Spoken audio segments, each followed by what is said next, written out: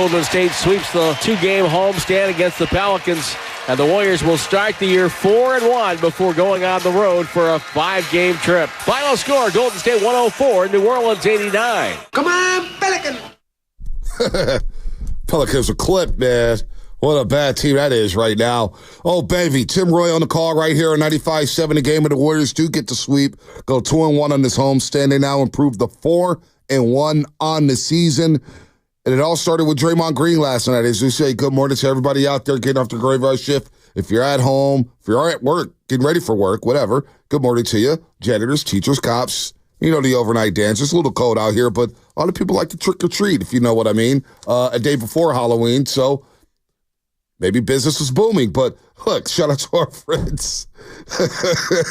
We are brought to you by Golden State Lumber, serving the Bay Area for 3 generations. When you succeed, we succeed. Visit GoldenStateLumber.com. Dubas will call us a little later today. Jason Dubas, formerly of Crawford. It's going back to Philly, so we'll say goodbye to Dubas here. But Sponte Hill, Spadonius, Carter's, Clay Thompson. Hey, Clay, welcome back to the Bay. What's up, buddy? Happy Halloween. Hey. Look, I'm so happy that the Warriors are just banking wins right now with Steph Curry not playing and Andrew Wiggins not playing. That you just never know. You never know what, like, New Orleans was a team that went farther than the Warriors last year, and obviously they're injured as well. Seeing Draymond have that kind of game, I mean, I throw my hands up and I say, like, Dre, it's not even the fact that you scored 14 points. It's the fact that you took multiple three-pointers from different spots on the floor. And it just opens the floor up. And one thing that I noticed in this one, you know, when you get these back-to-backs, against the same, like, a common opponent, this is where Draymond shines defensively because he has an opportunity to see you, and it more mimics what you would see in a playoff game where it's like, oh, I saw you once.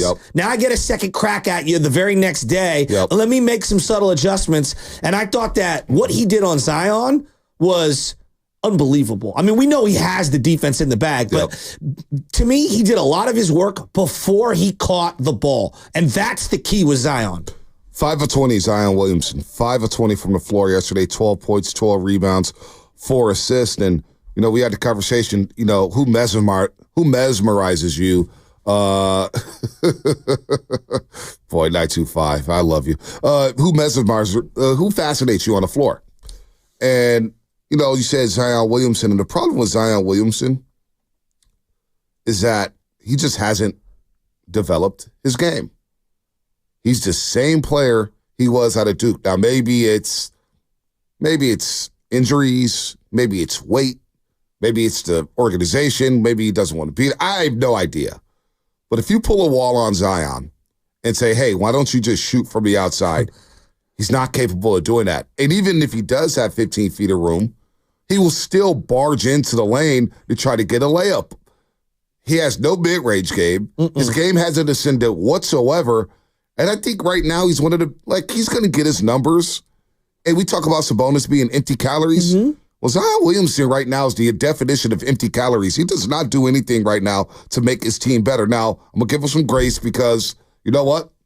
He had no Trey Murphy III, no C.J. McCollum, who for whatever reason didn't play. They said abductor strain. I don't know. I think maybe it was the GP2 disease. Maybe he got the Gary Payton II flu. I have no idea. But they don't have DeJounte Murray, so he doesn't have a lot of assets around him. But that's where we look to Zion saying, hey, it's your world now. Go lead. And Draymond Green, look, we're going to get into Draymond Green because I think some of the things he said after the game was like, wow. And he's been really good after the Utah game, after last night. I think he said some great things here that I want to get into during the show. But he did a great job on Zion. But Zion, on the flip side, as well as Draymond Green played him, it's hard for me not to look at Zion saying, you haven't improved not one bit of your game since you've been in the league. Yeah, I'm coming around on where your opinion is, where I was a little unimpressed over the 2-game period. Like, I think he's going to, like, there's a couple of plays where he gets in the lane and he has really nice finishes and whatnot. But overall, for the talent he is, the height, the name, the impact just isn't there. And there's no doubt about it. Now, you referenced Draymond Green. I was watching the postgame, and I was listening to Buddy Hield at the podium. And I'm sure you were tapped in because it was your show. And I was listening to how he was talking about Draymond Green. And I was thinking about, like, it reminded me a lot of the rhetoric I heard from Sam Darnold about Brock Purdy and how Brock Purdy taught him how to prepare to be a quarterback and how he thought he knew what preparing to be a quarterback was. And then being in all these like funky situations in Sam Darnold's career. And then he finally landed with the Niners and he had an opportunity to kind of like take a deep breath and just watch and learn. And obviously he learned from Kyle Shanahan as well. And I feel like Buddy Hield, similar to Wiggins prior, like he learned a lot from coming to this situation. And now that he's here, it feels like Draymond has really, it's changed him. Well, Draymond, and you heard the players the day before, and it kind of got lost on me a little bit. I didn't realize it was a big impact, but they're talking about Draymond Green at halftime. Draymond Green, at halftime, inspiring guys as they were coming back to beat the Pelicans. And then you hear all these youngsters discuss Draymond Green, whether it's Kuminga or Pajipski or Trace Jackson Davis. And then you get Buddy Hield last night. And Buddy Hield, he has some funny lines saying, hey, man, welcome to our world, Draymond. You can shoot that three. Trust me, man, this is the Warriors. You got a clip. Dude. You can make a three. And I'm just saying, man, take 5 to 7 threes a game. It's like been the mantra of the roast for 5 years. Well, now they improved to 136 and 29 all time when he hits at least 2 threes. Wow. And they're 53 and 7 all time when he hits at least 3 threes. So when he hits at least 2 threes, they win most of the time. But here's Buddy Hield on Draymond Green's impact. He's the heart and soul of the team. You hear people talk about it from, just watching from the outside. But when you was like in the present with him, the way he's so vocal, the way when he talks, everybody listen. Everybody just follow, and he just have this competitive edge, competitive spirit that's unmatched, and you would never get to know him unless you're in the fire with him, and that's what's special. How special it is. Yeah, he might not put up 30 points, 25 points a night, but he does all the intangibles that cost to make you win a basketball game. Guarding Zion and holding him 5 to 20, and him making, when the game is not going well, him making timely threes and keeping the offensive flow, and that's what a winning player does, and hats off to him, man. I got to see it full tilt on, just being here, and I see how much he meant to this franchise, and he's a heck of a leader, and everybody just follow him. So, and I still got a lot to learn from him, because he has a lot of wisdom, and he means well to everybody. And I've seen a change in Draymond Green, and I thought his post-game interview with Fitz Abuki was absolutely phenomenal, which I want to get into. But 14 points, 4 rebounds, 6 assists, and the 5 block shots, an excellent individual defense on Zion Williamson. And Draymond was saying, hey, don't forget about Dre when it comes to being one of the best defenders in the league. He's putting on a clinic right now. But Buddy Hield, speaking the praises of Draymond Green, singing the praises of him. And Draymond Green, after the game, I'm going to play this before we get out to the Lions because we got a special guest we need to talk to and get that out the way. Okay. But Draymond Green, how this year is different for him than last year. Take a look. This is courtesy of NBC Sports Bay Area. Yeah, absolutely. Like you said, it's a fresh start. I know coming in, I had an awful year last year. It was just not right. Didn't play well. Didn't act well. And, I want to, like you said, I want to show the real me. I want to show the growth. I talked last year about being a champion of change, arguing with referees. These guys are human. They make mistakes, and I'm trying to understand that.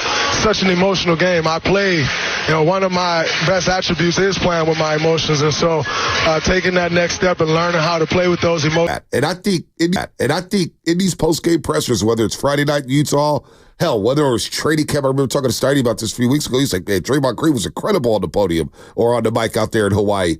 This is a start. We are seeing a different guy, and we're seeing a different team to start the season. And so this could go a long way, man. This could go a long way during the season to where the Warriors try to get a top 6 seed in the Western Conference. I thought those words were very, very well said by Draymond Green, man. That was awesome. Yeah, it feels like the closest to, and not contrition isn't the right word, but the most self-aware I've heard him. In terms of it was on, off the court, like him acknowledging those things. Because normally he's very defiant regarding it. And I'm in complete control. I'm just going just the feeling I get from him normally.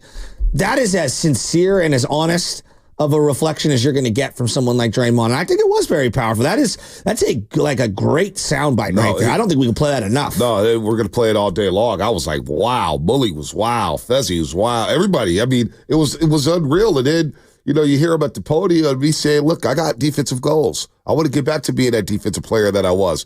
Last year, I didn't qualify for things, but he was talking about listening about Chet and Wemby all summer long. It's like, hey, don't forget about me. And you know what? Yesterday was a defensive clinic. That was his game yesterday. And the game that was, look, it was sloppy at times. Now, the Warriors, I think, did a great job in the second half. Only 2 turnovers when they committed 12 in the first half. And look, it's a back-to-back. Legs are probably a little tired. You don't have a lot of firepower with Stephen Curry and Andrew Wiggins. You got to find a way to win those games. And the 3-point shots, they didn't get them up as rapidly as they have during the first 4 games. But you know what? You bake these wins, and you see him have a very solid all-around game. It kind of sits the moment of saying, hey, this is a game maybe I need to be a little more aggressive offensively. And I think we saw that from 23. He hit a couple layups. He had the 2 top of the key threes. He had the corner 3. Like, that's all we want. It's like, dude, if they're going to lay off you, like, you have to just rip it. You know, you just got to take that shot. You know, I was watching that game, and I thought they did a great job adjusting because clearly New Orleans was like, we're going to try to run you off the 3-point line. And I thought the Warriors did a great job of cutting backdoor, sharing the ball backdoor, going to the rim. How many times did they use the over pursuit by New Orleans against them? Oh, yeah, all day long. And I thought TJD, who we haven't even, yeah, we'll get to TJD. TJD was really good. And they got him the ball early in the game, which I thought was really smart. Just get him feeling good about himself. And I love where this team is at in terms of connectivity. I know Buddy Hield, like I'm kind of like tongue in cheek with it because it's not sustainable what he's been doing. He's been really awesome. But boy, his vibes, I'm not trying to do the Mark Canna thing when it comes to the vibes, but clearly he's a very infectious individual. Yeah. In the same way that, like, when I talk about Pablo Sandoval, it's not just the player. Like, Pablo brings so much to the dugout that everybody loved, and it was like, you just want that guy around you? It's like, dude, something about Buddy Hield. This team is like, they got a little bounce. They got a little bounce. Buddy's playing well. He's playing well. 8 of 19 yesterday. Wasn't the most efficient, but he got his shots up, and he scored 21 points, and it was some timely shots that he made. And I got to mention Brandon Podziemski. Brandon Podziemski, who, you know, there was a lot of talk about him, a lot of rhetoric about Brandon Podziemski, about who he is, whether or not he's overrated, whether or not he's underrated. Here's what I know about Pods. He's a winning player. He's a winning player. He's going to score 30? Probably not. He's going to drop 15 dimes? Probably not, but he's going to get you 8. He's going to rebound the basketball. He's going to put his nose into everything. He's going to be pesky. He's going to be annoying. He's going to pick you up full court. He's going to put the team in the right sets offensively. He's going to cut. He's going to pass. Brendan Podziemski is a winning player. So I don't care what, he played 38 minutes and 6 seconds last night, led the team in minutes. He's been a good stabilizer for the first unit, for the starters, for the first 5, for the second 5. Brendan Podziemski, TJD, Buddy Hield, this thing is all coming together. Now, we're going to see how the barometer is set for this 5-game road trip. This is a monster trip. And I don't even care about the record on this road trip per se, Shasky. Sure, I want them to win a lot of games. Yeah. But how do they stack up against the Bostons, against the Clevelands, against the OKCs early in the season? It's going to be a nice little barometer from them. So I'm really eager for them to take their show on the road and really eager to see how they come out of it. Dare I say a litmus test? It's a litmus test. Jonathan Kuminga had a couple of really savvy moves on Brandon Ingram in particular. The little like hezzy under, and then he had one where he was in the block, and he likes to do that fadeaway from time to time on the left block. Yeah. He like swept the ball under, got the and one. Yep. And then I'm listening to him. I think it was Kareth Burke in the postgame, and he's like, it doesn't matter. Like, I don't care if I start or not. And it was like, Jonathan, you are saying all the right things. He said that the night before, and everybody, Shab Saradia, what a clown move by ESPN and Shab Saradia. And I respect the hell out of Shab Saradia. I respect what he does. But the graphic, benched as if he was out of the rotation. Like he was Anthony Richardson. And yeah, basically. and the misleading headline there. And then the rhetoric that came around was like, yeah, they should have traded him on. Look, he's moping. He's doing this and that. How Kuminga has responded the last 2 nights has shown me growth and maturity. Same thing happened in January when everything happened against the Denver Nuggets and they come back and win that game with a 25-4 run and Jokic hits the shot. And we're thinking, what the hell's going on here? And Kuminga doesn't play the final 18 minutes. And then next thing you know, you hear the reports, he wants out. He doesn't trust Steve Kerr. Well, they had the meeting next day, and Kuminga then averages 20 for the rest of the season. And he responded very well. This kid,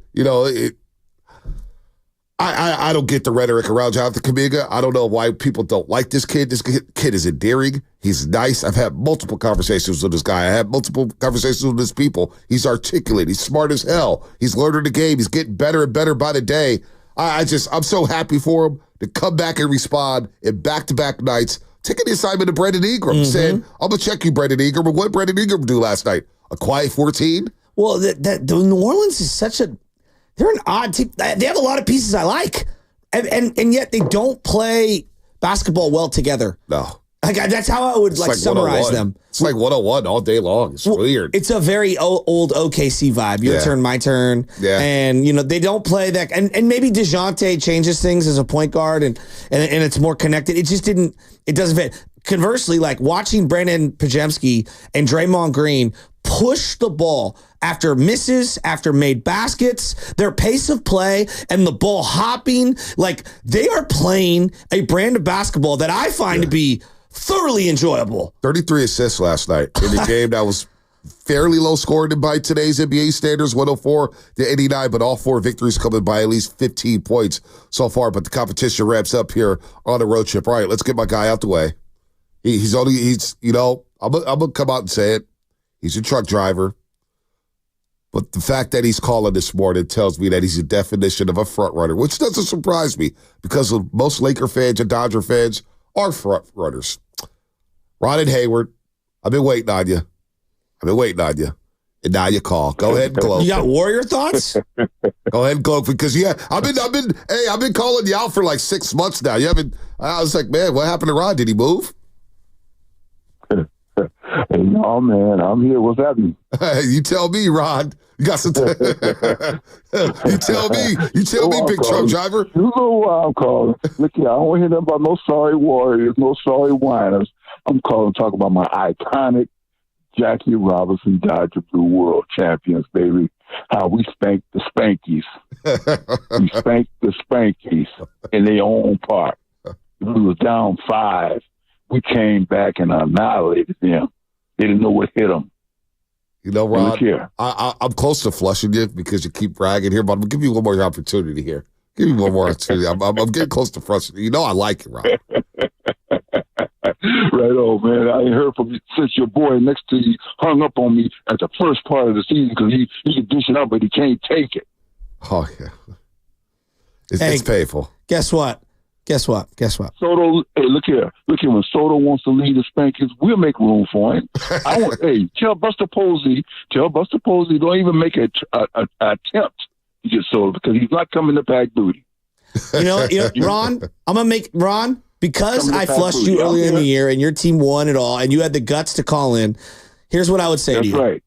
I will buy you, personally, 2 bleacher seats to go to a Giants-Dodger game, all right? When they come around, we'll get his number, guys. I owe you. I'm sorry. You guys won. You're the best team in the game. You play a brand of baseball. We'll get into it, but congratulations. All right, thank you. I appreciate that. I'm not saying congratulations. The hell with you guys, Ron. They deserved it. The hell with you guys, Ron. The hell with you guys. I did watch the champagne showers and said, damn, they're going to have a lot of fun. Ron, go get some sleep. Get out of here, man. Go have fun at the parade. It's good to hear from you. See you, buddy. All right, that's Ron Hayward. Dodgers did win the World Series, man. What a collapse by the Yankees, man. Not my Yankees. My Giants better do something because the Dodgers aren't going anywhere. You're hopping off the Yankee? Yeah, I'm hopping off the Yankee bandwagon. They had one job and one job only, and they failed it. Although, I think Spinoni and I, we were saying that I think the Dodgers would be too much. They're just too loaded. They're too loaded. So the team that's won the most games over the last 12 years in all of baseball, they're too much? Too much. Yeah. Well, we picked the World Series. You picked the Yankees. Yeah, I know. Of course, I can't pick the Dodgers. That's all we're saying. Yeah. I mean, you can pick the Dodgers. No, you can't. It's not in my DNA. Well, I picked the Dodgers because they're in a better team. Well, on the other side, I do want to get into the Yankees and Dodgers. No, well, it was a disappointing World Series. Disappointing. Not for Fox executives. They outdrew Monday Night Football All-time records. Well, you know what, though? All it took was Russell Wilson versus Daniel Jones. Hey, but you know what, though? I mean, like, to outdraw football is almost impossible. It really is. It is Daniel Jones. You had the city of New York. They're saying Giants or Yankees. New York Giants or New York Yankees. Don't worry, Yankees. You get to watch the Jets tonight. Oh, boy.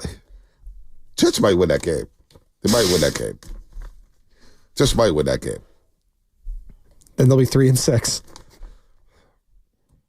The Yankees. Aaron Judge, man. What did I do wrong? Giants have such an uphill battle. Oh, did I get fooled on that? We'll get to the World Series. We'll get back into the Warriors at 888-957-9570.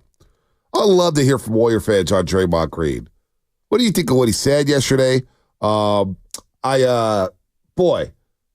was very impressed with what he said at the podium and with Fitsubuki on Toyota Warriors postgame live. Where are you at with Draymond Green? Are you buying the leadership? Are you willing to give him another chance? Because I think the leadership is popping through the screen. He's being more aggressive. We'll get into that as well as the World Series. That's all coming up. Brought to you by Safeway Northern California Division. Head to Safeway this week for this digital deal for members and more. USDA Choice Boneless.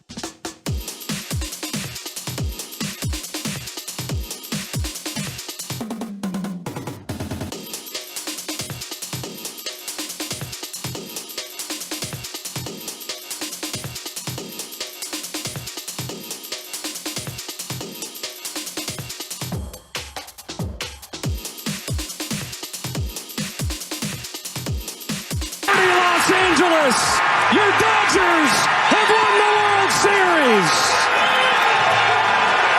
They cap off their 8th World Championship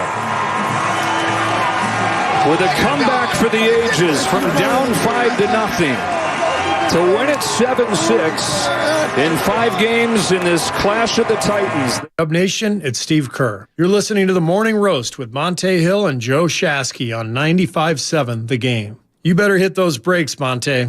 I'll try, Steve. You know what?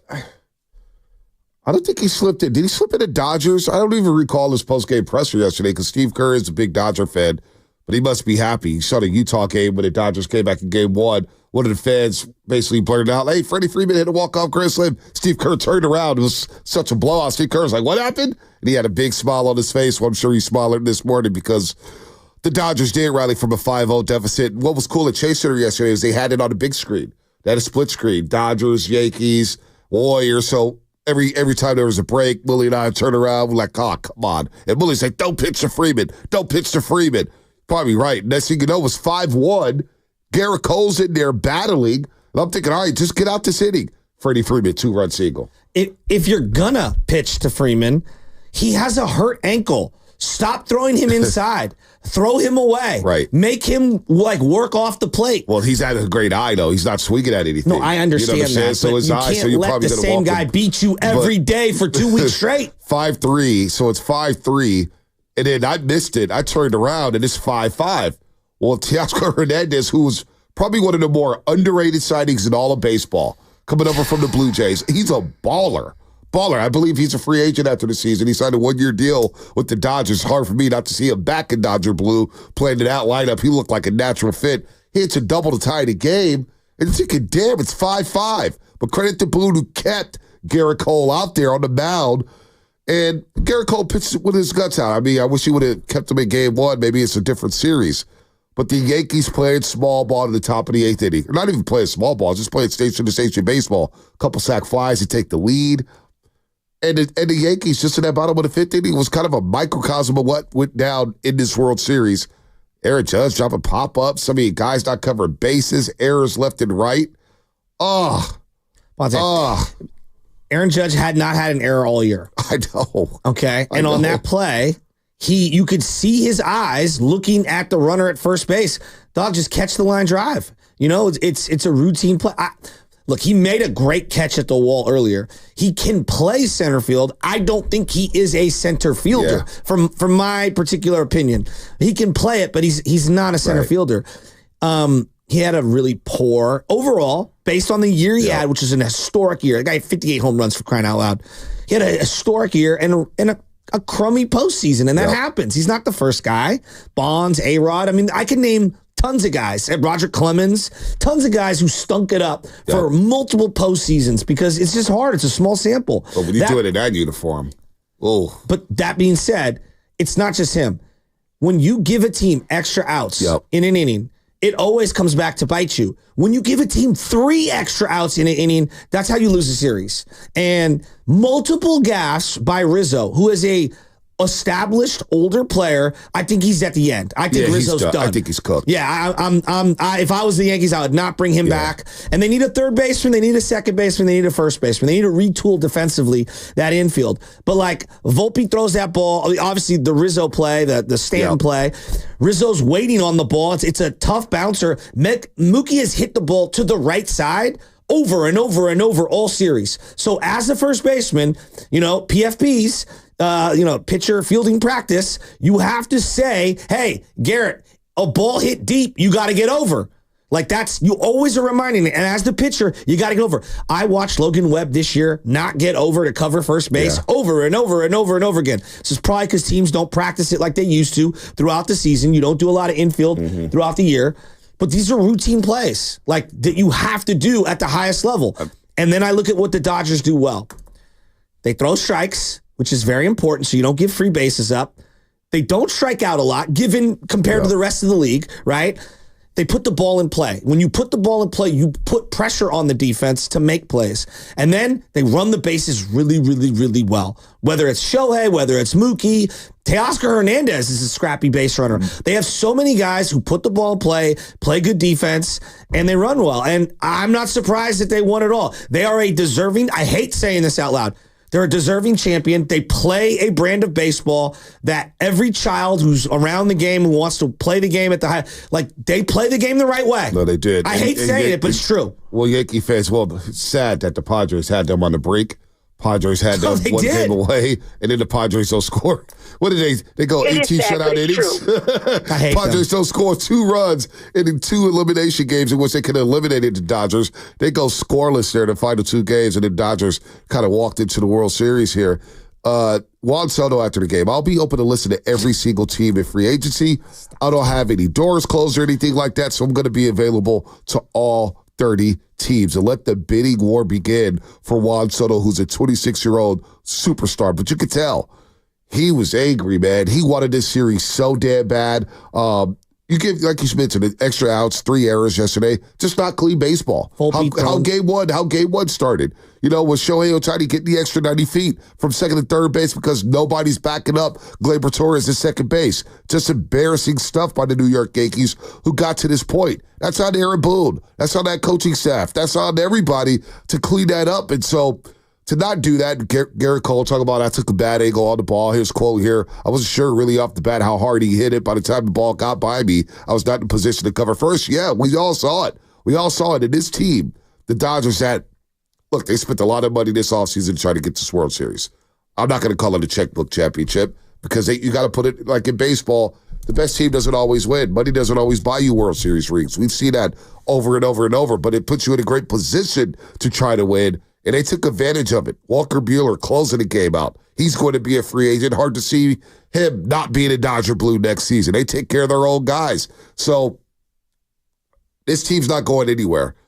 The way they approach the plate, their plate appearances, they wear you out, dude. They wear pitchers out over and over. And the fact is that Flair didn't even get through the second inning. Oh, he's not and the good. Yankees 5-0. They had a crazy record to throw it off Fox. It was something like they had 5 losses. They were like 45-5 or 45-4 or something with Stanton and Judge hits a home run in the same game. And they got that. And they got that in the same game last night. And Yankee Stadium was in a frenzy. You're thinking, boy, they're going to go back to L.A. The pressure's going to shift. And they rally from a 5-0 deficit and win that game. Damn. So now what happens with Aaron Boone? How do we feel about Dave Roberts now as manager of the Dodgers? Have we seen the last of Clayton Kershaw?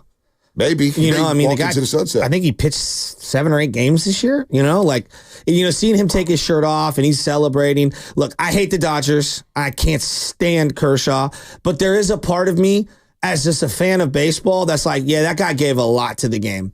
He did. He gave a lot to the game, and, it sucks seeing him have his moment or whatever and not being able to, contribute, but I do like seeing legends of a sport get rewarded, and it's just, I just hate the Dodgers, dude. They built a really good team that plays a really good brand of baseball. Mookie Betts, were he on any other team, would be so many people's favorite player in this area. He's such a baller. He's amazing. Then Freddie Freeman, the story that he's got with his father is an incredible story. His mother and the cancer and his own son. It's an incredible story. He's a hard guy to hate. Shohei Ohtani is one of the biggest rock stars on the planet. Will Smith is a great catcher who plays the game the right way. And he had a big home run in the series. Huge home run. Will Smith is a great player and has been a great player for a long time. And they got all these little gnats, these guys that annoy you. The Kiki Hernandez, the Teoscar Hernandez. Gavin they got Lux. Gavin's not that good. Tommy Edman. Yeah, exactly. And then you sprinkle in, their pitching staff where they're just grabbing guys from all over the place.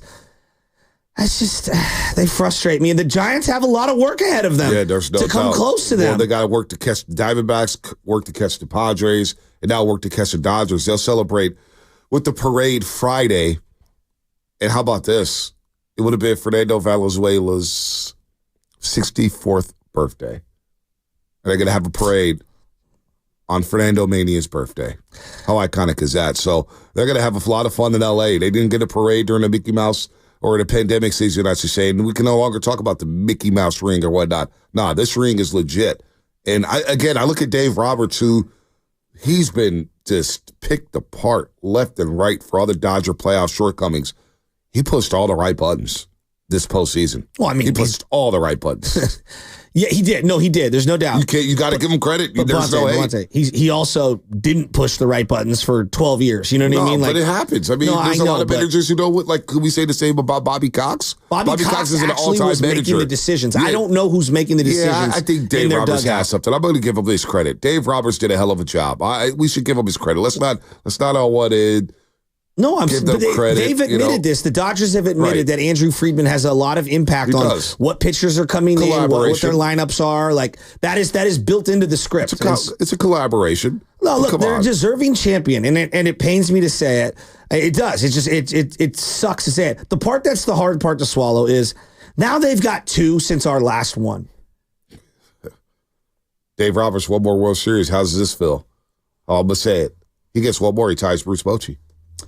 Well, I mean, his overall regular season record is really good. He's got one more ring than Bobby Cox. But in a game, I would say to you, though. But if we were playing this game and just a bunch of guys or gals rapping about who's the best in a must-win game, I'm not taking Dave Roberts over Bruce Bochy. That's fine. I don't think anyone is. That's fine. Don't have to. But damn. Look, he won. He trusted Walker Buehler to close that game out. He trusted Blake Trinan. He talked about it after the game, saying Blake was like, I need this ball. He's technically 2 if we're just going overall managerial because Bochy's got 4 with the Rangers, obviously. No, my bad. He's got 4. He's got 4 with Texas Rangers. That's a good call. They won it last season. I mean, and he took the Padres to the World Series against the Yankees, which people always forget about. I'm not saying Dave Roberts is better than Bruce Bochy. Didn't say that at all. Didn't remotely say that. Just a couple rings down behind him. One more read to Bobby Cox. It was pretty crazy. They have the Red Sox comeback doc on Netflix right now, and I was actually watching that while the World Series is going on, while the Yankees were blowing that 5-0 lead. I went to the 07 Red Sox Giants first ever interleague game in Boston, and it was Dave Roberts' first appearance since the 04 season when they won it all, and obviously he had the stolen base. And Dave Roberts was the leadoff hitter Friday night. That place gave him like a 6-minute standing ovation as he got announced as the leadoff hitter. It was, as much as I can't stand the Boston fans, it was incredible to see them give him that reception. He's a very respected man in the baseball world, Dave Roberts. So, you know what? The Dodgers, they're on top of the baseball world. It pains me. It annoys me. It makes me sick. That right now, maybe the Giants just aren't close to them. And how close are the Giants? They're not close. How close are the Giants? We just went through 6 years of Farhan Zaidi's forgettable tenure. And they may be farther away from the Dodgers now after Farhan Zaidi than when he took the job. The whole point of him taking the job was to get closer to the Dodgers and compete. And you had the 1 year when you won in 107, but that year they won 106. What did they win? 106? And then beat you in a 5-game series. So, oh man, the Yankee fans are not going to be able to live this one down. I'm wondering what Mike Francesca was saying. Oh, man, I missed this podcast last night. I mean, they're going to be... Let's talk about the other side. And we're going to get to Duke. And I want to get back to the Warriors and Draymond Green because they're 4-1 right now, and they're going to head out on the road for a 5-game road trip. All that coming up brought to you by Fremont Bank, celebrating 60 years of full-service banking with no compromises. Dodger! Do you have a child who doesn't listen or...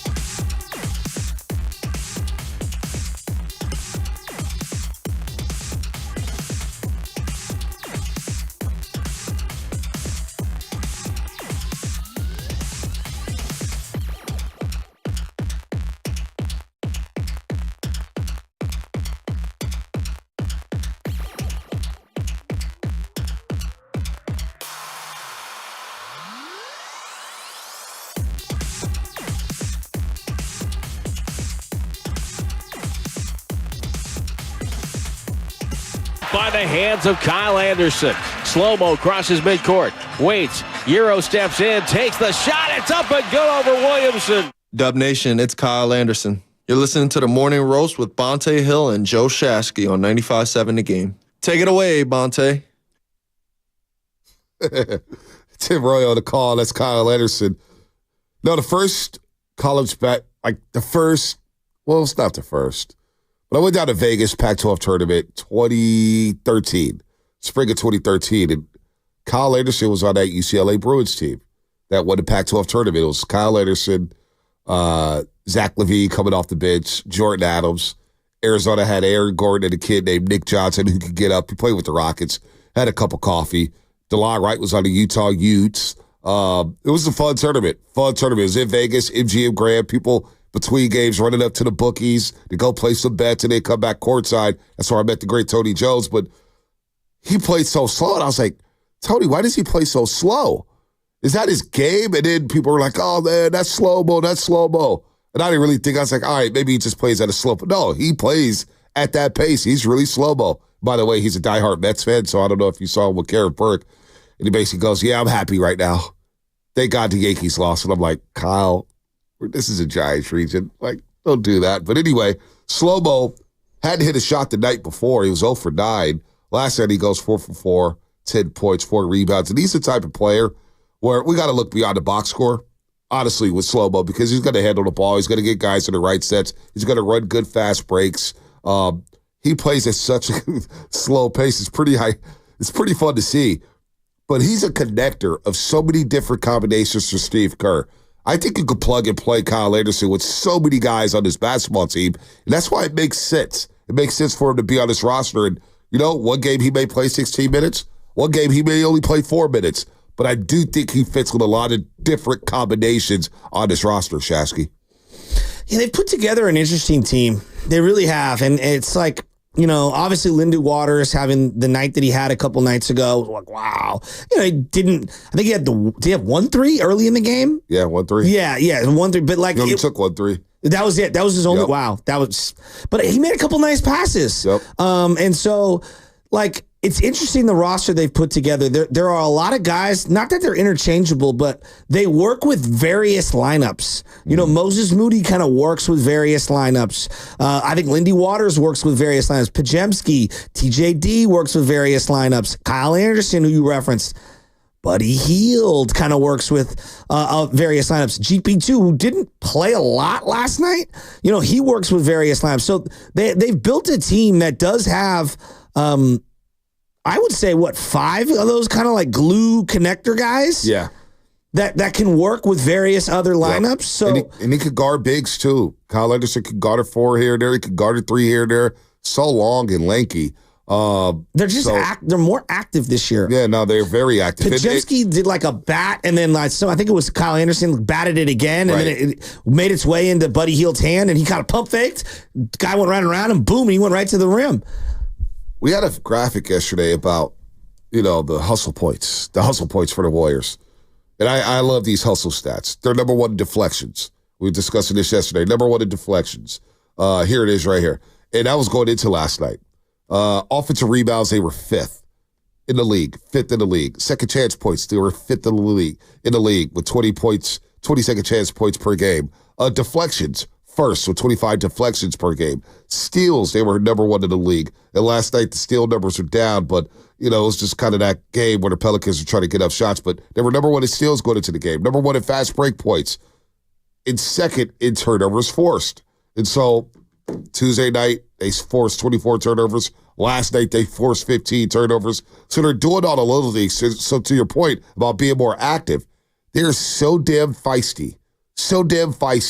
With this roster, and they get to the 50-50 balls, which they didn't get to last year. And one thing we talked about last year was blow-bys. Everybody felt like was getting blown by last year. Well, this year, the individual defense has just gotten so much better, and I attribute that to Pajemski getting better, a year older in the league, Kuminga getting a year older, Moses Moody being in his 4th season, TJD being in the 2nd season. You have Draymond Green there. You have the wisdom of D'Anthony Melton. Kyle Anderson's been a solid defender for the most part of his career. And Buddy Hield's defended his ass off. So I think overall, yes, right now it looks a lot better.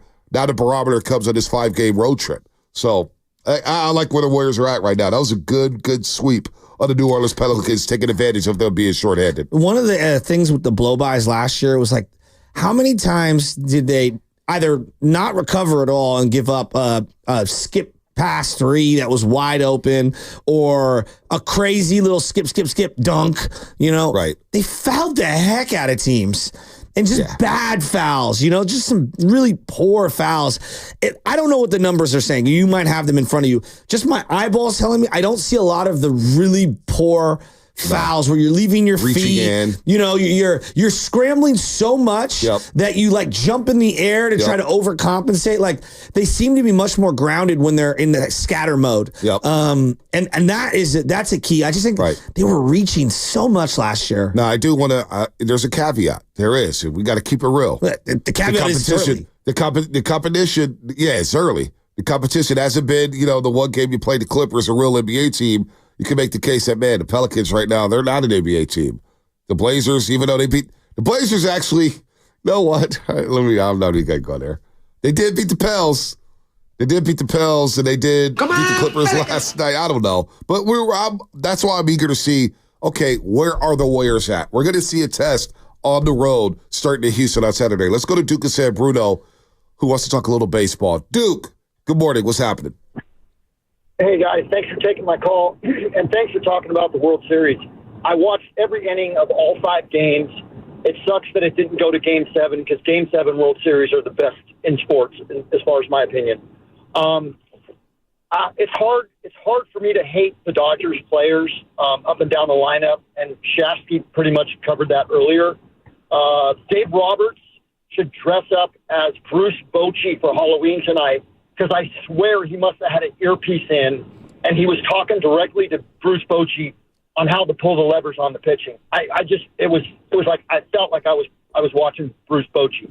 As far as like hating the Dodgers, it's the fans I don't necessarily care for, and they're only slightly better than Philly fans. So I go Philly fans and Dodgers fans in that order. But it kind of shows you where we're at as Giants fans to get to where we need to be. I know. Watching that. And one other thing, and I got no skin in the game. I'm a big diehard older demographic for you guys, Giants fan. It felt like every pitch for every single pitcher was just like stress city. Every single pitch was stress. And one thing that we're not talking about yet is I think Trinan really saved the Dodgers bacon last night.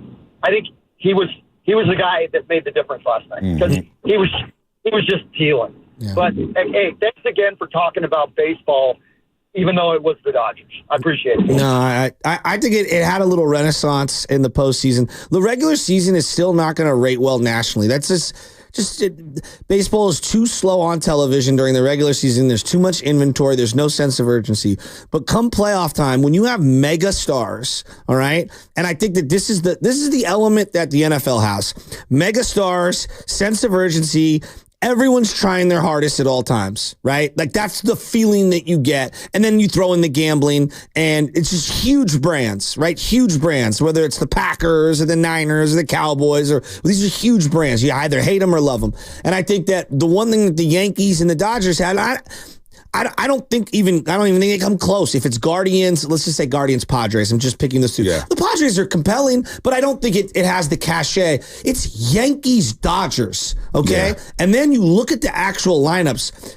It's a who's who of the greatest players in the game. Mega star power. And it felt like to me legacies were on the line on both sides of it. It was. I mean, Shohei gets his ring, and he didn't even play great in the World Series. Yeah, but he was hurt. He was hurt, but still, it was just his presence. Mookie Betts picks up his 3rd World Series ring. How about the play off the wall from him? It's a subtle play. He plays it off that screen or whatever. He's just he's so good. Freddie Freeman gets his 2nd ring. Kershaw gets ring number 2. Walker Buehler gets ring number 2, and he closes the game yesterday, has his best stuff. Flaherty, a reject from the Cardinals, gets traded at the deadline. Even though he did pitch well in the World Series, he gets his ring. Although game 1, he was solid. He gave up the monster shot to Giancarlo Stanton in game 1. I take that back. Stanton was great in the World Series. Stanton was great. His legacy, I think, his stock rose. Now, if he could just stay healthy, he'll hit about 30 to 40 home runs next year for the Yankees. Did you see I know there's so many more playoff games now, so this doesn't hit the same way for me. But he passed Lou Gehrig for third, or not Lou Gehrig, Mickey Mantle for third all time in postseason home runs for the Yankees. Yeah, that was pretty sick. I'm just looking at Aaron Judge, and Aaron Judge had a monster year. And this is the plight of the athlete when you're as good as he is.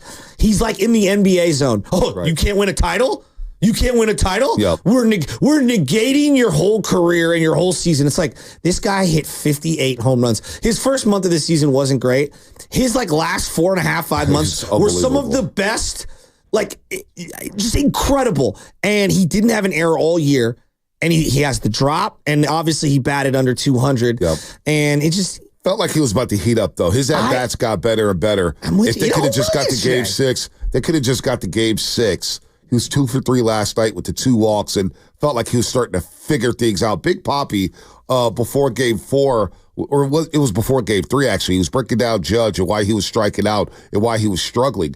Well, he got hit in the ribs in that Guardian series. He got hit in the ribs with a pitch. And Papi showed how, look, his front hip is coming out too early, so he's just swinging, and his hip is going the opposite direction, so he's not getting to the outside pitches, and he's not putting it in. Is there something going on with the hips or whatnot? But he was bringing up that front hip. I was just leaving so early. So, anyway, it was a good subtle breakdown there, and I was watching for that, and his front hip kind of stayed home in these last couple games here. So, Aaron Judge, yeah, he's got to live it. He's got to live it up. He's got to live it. He's got to live through this offseason out there in New York Yankee land.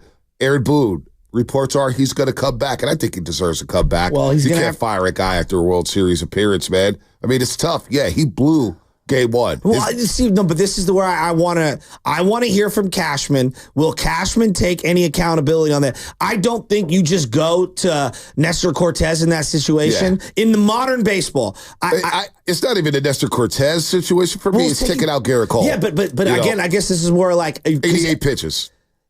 I'm with you. I was screaming it in the group chat, do not take him out. If I'm in the dugout, and Jeter said the same thing that I was thinking. Everybody said it. Thinking of watching the game. Why are you taking him out? In real time? I want to know how much of that is Aaron Boone on his own, and how much of that is dictated by the front office. We know that these decisions in modern baseball are not unilateral. They're not done by just the manager these days. I wish they were, because he has way more information in that dugout in real time than the guy upstairs. But I also understand when the GM's making 3 times what the manager's making. I get it. I mean, you know what? I'm gonna be petty this morning. Hell, I'm giving the Dodgers all this credit and all this love. You know what? I'm with the 415. The Dodgers title, is it a checkbook championship? Someone asked Brian Windhorst. You know what? The hell with that. It is a checkbook championship. They had to buy it. $266 million. I'm not going to sugarcoat it. And then they had to sit here and do a sugarcoat. I'm not sugarcoating anything. It's a checkbook championship. They had to spend all the resources, and they still almost fell flat on their faces. The hell with the Dodgers. They won the hell with them. I don't care. And they put it on layaway. They didn't even use the checkbook. They used the credit card, and then they said, we'll make down payments over 72 months. I'll throw another asterisk on it. We know damn well Shohei should be back in Japan after the gambling fiasco. I mean, come on. Come on. He should be back in Japan. Are you calling into question the great FBI, the Federal Bureau of Investigation of the United States of America? Absolutely. You know where I stand on that. Absolutely. So I'm throwing an asterisk. Shohei had one of the great offensive seasons of all time. Should have never happened. There ain't nothing you can do about it. Should have been suspended. But baseball needed the ratings. They needed the revenue. They needed good PR, so they swept it under the rug. So the hell with the Dodgers. The hell with them. Too much love. Oh, it's starting to make me cringe. Last segment is sponsored by Golden State Lumber, serving the Bay Area for 3 generations. When you succeed, we succeed. Visit GoldenStateLumber.com. They're so far ahead of the Giants, it's not even funny. Thanks, Farhan. How do you like that, Mr. Bunte? No, I don't like it. I don't like it at all. You know what? There's a part of me that, at least we understand the assignment. You know what I mean? Like we didn't understand the assignment for the previous 3 years. No, but I think they've been on top of the division. We understood the assignment. But if you're a Giants fan, right? Really, having your rival be at the top of the sport. like, let's set our sights at the top of the sport. Like, you always talk about this championship mindset, right? Like, and look, they have a did what we, championship mindset. but Bonte, as mad as I was about maybe hanging on to Farhan for as long as they did what I wanted them to do. They moved off him. Now let's see what they do. What's the plan in place? And watching the two teams that I saw in the World Series, two things are evident. The Giants need to add more difficult outs to the lineup, and they need to play better defense up the middle. It's pretty straightforward for me. There's no doubt. And you better get some pitchers who could navigate a rotation because these lineups work counts like no other. I mean, the Dodgers' plate appearances, their approach. I mean, they get 2 strikes. Mookie Betts gets 2 strikes, and he's like, all right, yeah, bat's starting now. Exactly. You know, Shohei Ohtani, you want to miss? He's batting leadoff. You can't miss anywhere. He's sitting at 500 feet. Max Muncy, even his old ass, he works to count. Even when he strikes out, it takes about 6 to 7 pitches and he at bat. So he's the guy I hate the most, though. If I'm being quite frank, like Betts is hard to hate. Obviously, the Freddie Freeman story. Come on, the guy's been through some stuff with his kid and his parents. Like it's hard to hate against him. Shohei's awesome, so whatever. It's Max Muncy is the guy to hate on that team. I can't stand that guy. He has good ABs. He just sees so many pitches, man. Oh, Yankees choke a 5-0 lead, and that is that for Major League Baseball in 2024. Now we get ready for the winter meetings. Where's the winter meetings at this season?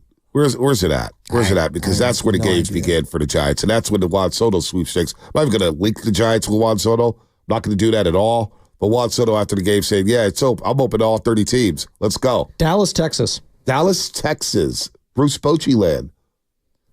December 9th through the 12th. Ooh, that's coming up in just about 5 weeks. As you're listening to 95.7 The Game, KGMZ FM in AC1 San Francisco, an Odyssey Sports Station, always live on the free Odyssey app. I don't know if you know this, Bonte, but Baseball America has been ranking prospects for the longest time. One of the top sluggers in all of the minor leagues is Bryce Eldridge. They're crowning him. Are you crowning him? Of course I am. You know I'm in on that. I'm so fired up. I hope this guy pans out. I really do. Before you. Of course, yeah, I would understand it. Like all our prospects have looked. I'm excited to see this guy. I'm excited to see what Eldridge can do. Because Lord knows we need a power actually slugger. excited about the Giants. No, I will be a little more excited. Let me see what happens at the winter meetings. We'll see if I get a lot more excited. But Eldridge,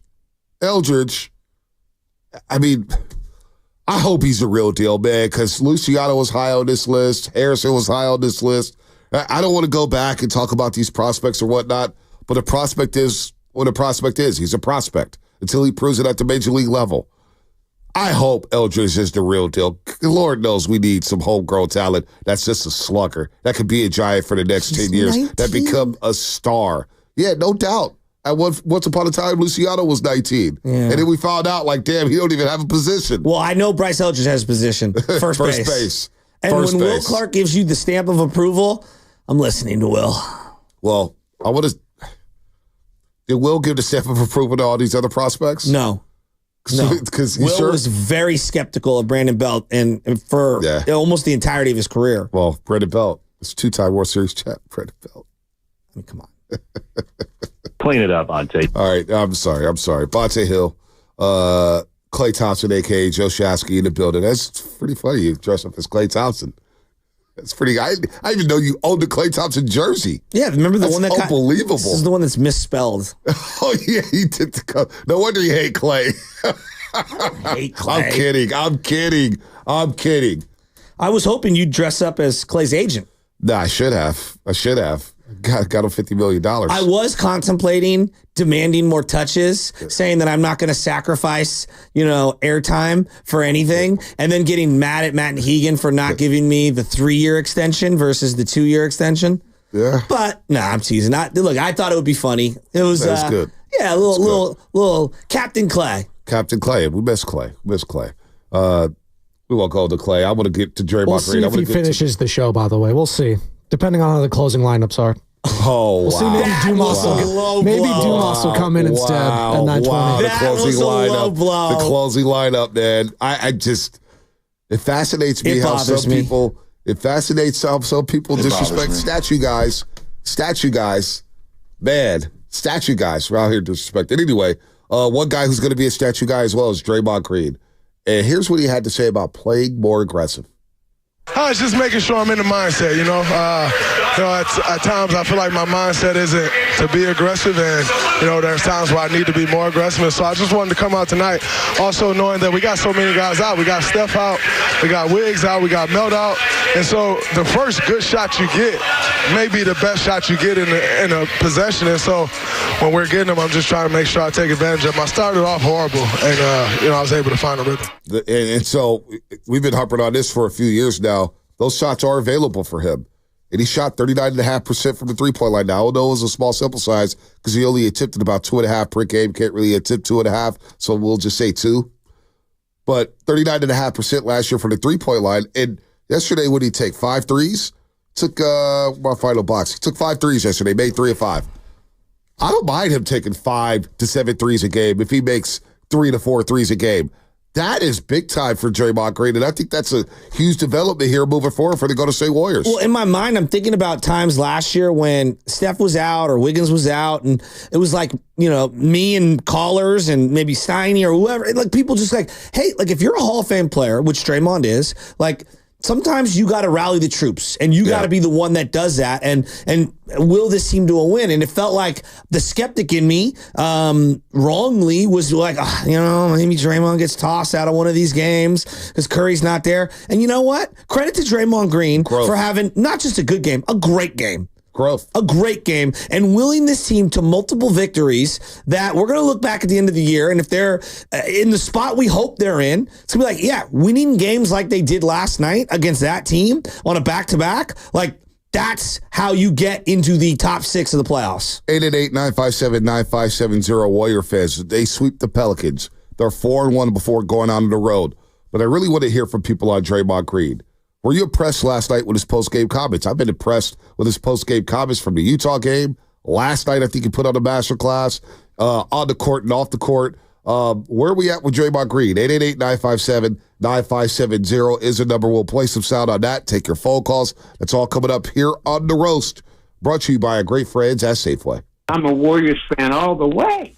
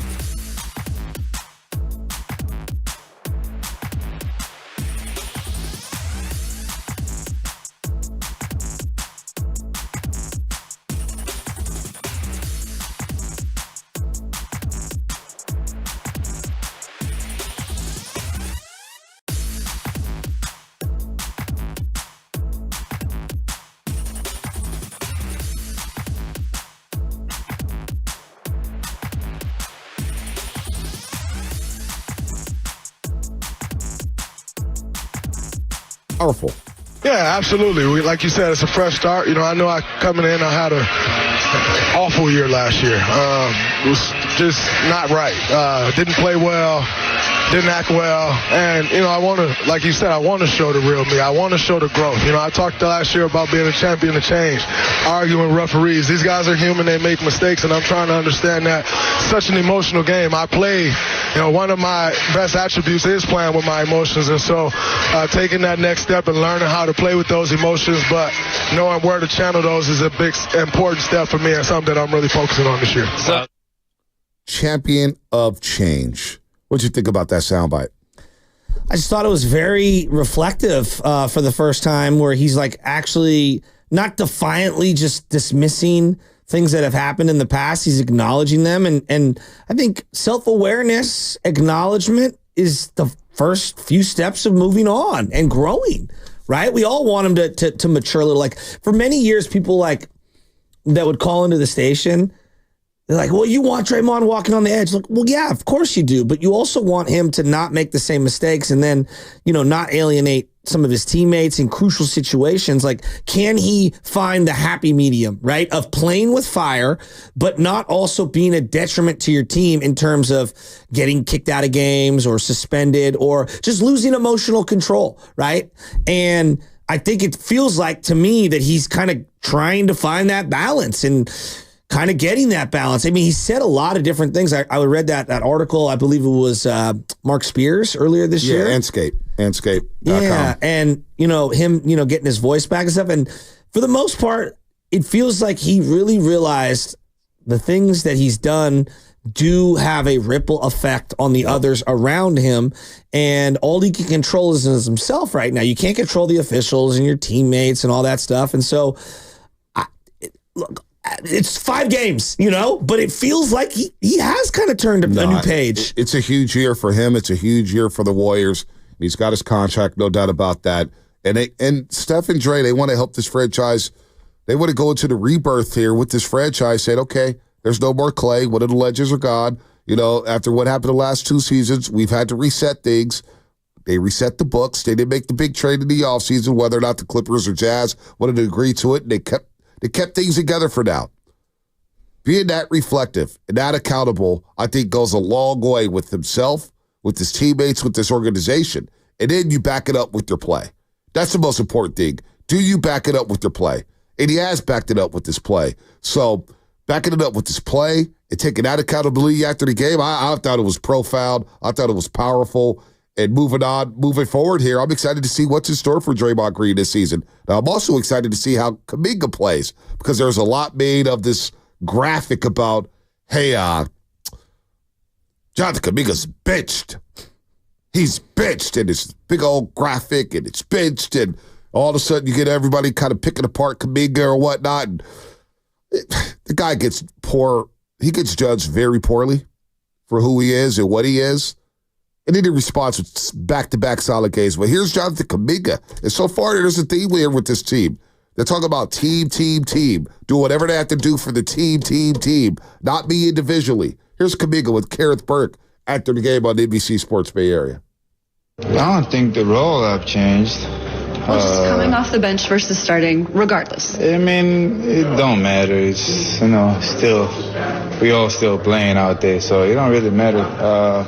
It's just going out there and being a professional and just playing as hard as you can. All the minutes you get, no matter if it's 2 or whatever minutes you get, you just gotta go out there and just perform at the highest level. It don't matter what it is. And, just perform at the highest level. That's what you get. That's when you get all the minutes you want, but just going out there and not taking anything for granted, just playing as hard as you can. There you go. It doesn't matter. I love that. It doesn't matter. We're all out there going to get to play, and if I play well, I'm going to play more. It is what it is. And then you see the move that he put on Brandon Ingram that got Steph Curry, D'Anthony Melton, like, wow. And you see Steve Kerr's face? It's like, whoa, what was that, little hezzy for the layup over Brandon Ingram? It's like, he's got a deep bag. And some of the things I hear about Kuminga is like, well, he's just an athlete. He doesn't know what he's doing. His game is raw. But he's got the little patented fadeaway that you mentioned from the left block. He can hit the little mid-range jumper. He's got a great Euro step. He goes to the basket. I love when he gets to the free throw line. He got to the free throw line 5 times yesterday. 5 out of the 13 times the Warriors advanced to the free throw line yesterday. So that mindset again, this is going to go a long way. You get it from Draymond Green, and then you get it from Jonathan Kuminga. I yesterday brought up the word buy-in over and over, or words buy-in over and over and over again. It feels like guys are really buying in to just the overall team aspect. You hear a lot like, hey guys, it's about the name on the front of the jersey, not the name on the back of the jersey. And I think in pro sports, it's a lot more difficult to, build and forge those relationships when everyone has professional desires and things that maybe don't align with the team interests at that particular moment. And look at the Pelicans right now. Does that look like a unified unit today? I mean, because it didn't to me. They were playing like they wanted Willie Green fired or something, man. That was awful. I mean, it was embarrassing. And they just feel like a lot of solo acts, don't they? It's embarrassing for a team that has that much talent. And I look at the Warriors. They do have talent. That absolutely they have talent. I look at the Warriors last year, and I thought they had talent. I thought at times they played connected basketball where everyone was on the same page. And then there would go long stretches where it felt clunky. Yep. Like not that everyone was on solo missions essentially, but they just weren't all on the same page. And this year they really feel like they're all on the same page and they're really buying in. The amount of times that I've heard from people, whether it's interviews on this station or at podiums, we really like each other. I do think, is that the end-all be-all? Yeah. No, you got to be good. Like, everybody can be kumbaya, and you could be the 0-16 Detroit Lions or whatever, but I think it matters. Like, it's the little things of winning in the margins. Like, these are the intangible ways of winning and creating a culture and chemistry. And, we talked a lot about the culture of the Warriors for so long. Feels like they're getting back to those roots. They are getting back to those roots. And, there was a lot of rhetoric, and I listened to a lot of radio yesterday and read a lot of stuff about Kuminga. A lot of things about Kuminga about, he's selfish. He's about himself. He wants his own numbers. Doesn't play team basketball. Well, I'm very, very pleased with the way Kuminga responded. And Steve Kerr mentioned it after the game. Great back-to-back games for Jonathan Kuminga. Great back-to-back games for him. 28 minutes the other night, 27 minutes last night, 17, 16. But it's not about the scoring. It's about the individual defense and accepting the challenge of, Brandon Ingram scored 30 the other night. Let me take on that challenge and guard Brandon Ingram without Andrew Wiggins. And so I don't know why it's become so cool to be so disrespectful to some of these guys. And Kuminga gets the brunt of that, a 22-year-old man who's trying to find his way in this league. And the disrespect hurled at him over the last 24 to 48 hours, it was unfathomable. I couldn't believe it because I know who the kid is. We know who the kid is. He's a great young man, articulate young man. He's got a good IQ. And so for him to respond the way he did, I'm jacked up about that for Kuminga, man. I really am. Do you think that yesterday and the day before would have been interpreted the same way by a majority of the fan base and the media had Shams Charania not posted a graphic on his Twitter feed saying benched? I think there's a lot of juice to that. Shams reporting it almost immediately. I think it was a lot of juice to that. I think a lot of fans see, you should have traded him. Well, it felt like, I'm just saying, no, that's a good point. I didn't mean to cut you, but it felt like, this came from Kuminga's. The interpretation is, this probably came from Kuminga because it happened before the coach even had a chance to say it. Well, there's agents involved. It's true. I've heard word on the street is Kuminga's agent is really close to Shams Charania, which is why a couple times here we've seen right after the Lakers series a couple years ago when they lost in 6, there's 2 articles from The Athletic 15 minutes after the final buzzer about Draymond Green, and then there's another article about Jonathan Kuminga showcasing his talents all over the country for a potential trade. Then, of course, last season, after the Denver game, moments after the Denver game, Shams Charania has another report. So, yes, that had a lot of juice with it, and it was a bad look for Kuminga's camp. But Kuminga, right away, me and Kerr had the conversation. I understood why I'm coming off the bench. I understood that completely.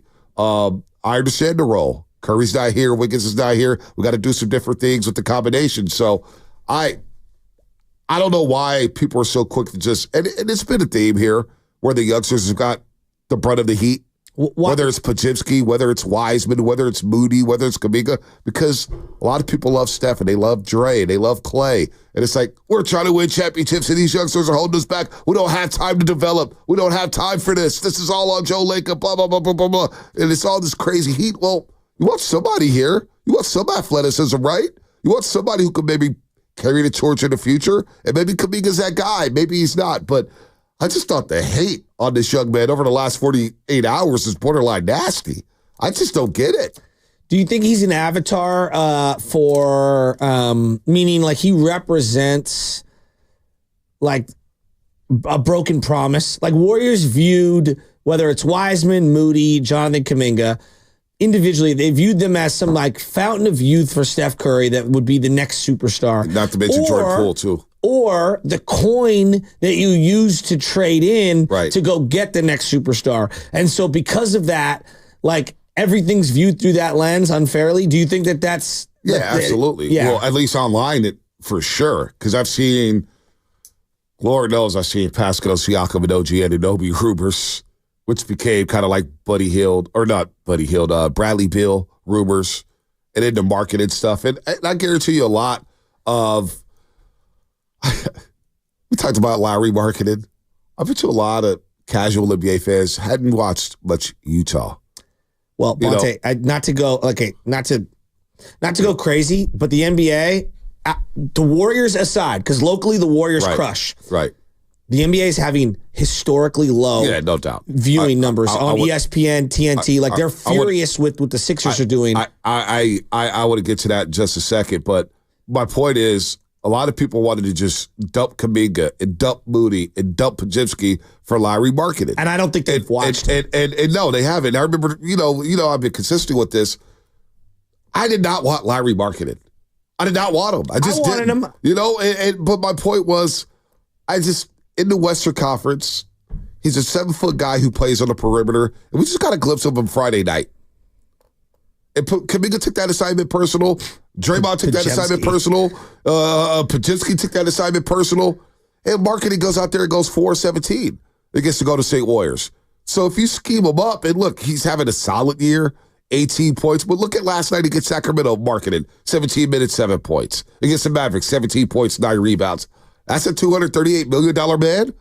You know what I'm saying? These contracts are getting a little outrageous, but I did not want to make these moves for him. I'd rather keep these youngsters and just see it a little bit more. I need to see it a little bit more. Right now, what we're seeing from Kuminga, what we're seeing from Moody, what we're seeing from Chase Jackson-Davis, what we're seeing from Brandon Podziemski, I think bodes well. Now, they may still be shopping for something big, Mike Dunleavy and Joe Lacob. They may be. But as of right now, I like what they're at with this. And so these young men, I think they don't deserve enough credit for having to deal. Like when you join a team with a superstar like Stephen Curry, and the heat that you get for playing alongside Stephen Curry, everybody points to them. Oh, they're the reason why we're not doing X, Y, and Z. We're not doing this. These young men have dealt with diversity very well early on in their careers. The Warriors very much are like what the Yankees are in terms of, so like Aaron Judge, everything that Aaron Judge and Stanton do is viewed through you better win a championship prism, right? Yep. And so Anthony Volpe, who is 22 years old, is the starting shortstop of the Yankees and is an excellent defender and had ups and downs in his second full season. And everybody was like, he's holding them back. It's like, what? He's the shortstop of the Yankees at 22 years old, and he's really good. Yeah, his bat's, coming along. It takes time. He's 22. Yep. And I think that Kuminga similarly, and Moody to a lesser degree, and obviously Wiseman to a degree, these guys are like held to these standards that are just unreasonable. Yep. They're just unreasonable. And I don't think it's fair at all. And I think the Niners... It hasn't been fair. I think the Niners have done this. We would have done it to Trey Lance at some point. I think at times we do it to Brock Purdy. I mean, Brock Purdy's really only like a 24, 25-year-old guy. Right. And all the losses, like, yes, it's the quarterback position, but it's like, you got to win one now for CMC and Bosa and Shanahan and Fred Warner. And like, there's this crazy... Like, if those guys didn't exist... How would we view Brock Purdy through that prism? Yeah, no, it's a good point there. It's a good point. Well, everything would be different, right. But you get where I'm going. Different. I just think we're just unreasonable with our criticisms. No doubt. Here's Kuminga, more on Kuminga on the role change and coming off the bench. I don't think the role have changed. Well, just coming off the bench versus starting, regardless. I mean, it don't matter. I thought it was a different cut. It's the same cut. We got two of the same cuts here, but that's basically Kuminga. That's nobody's fault there. But Kuminga basically talk about, look, man, I'm going to play basketball.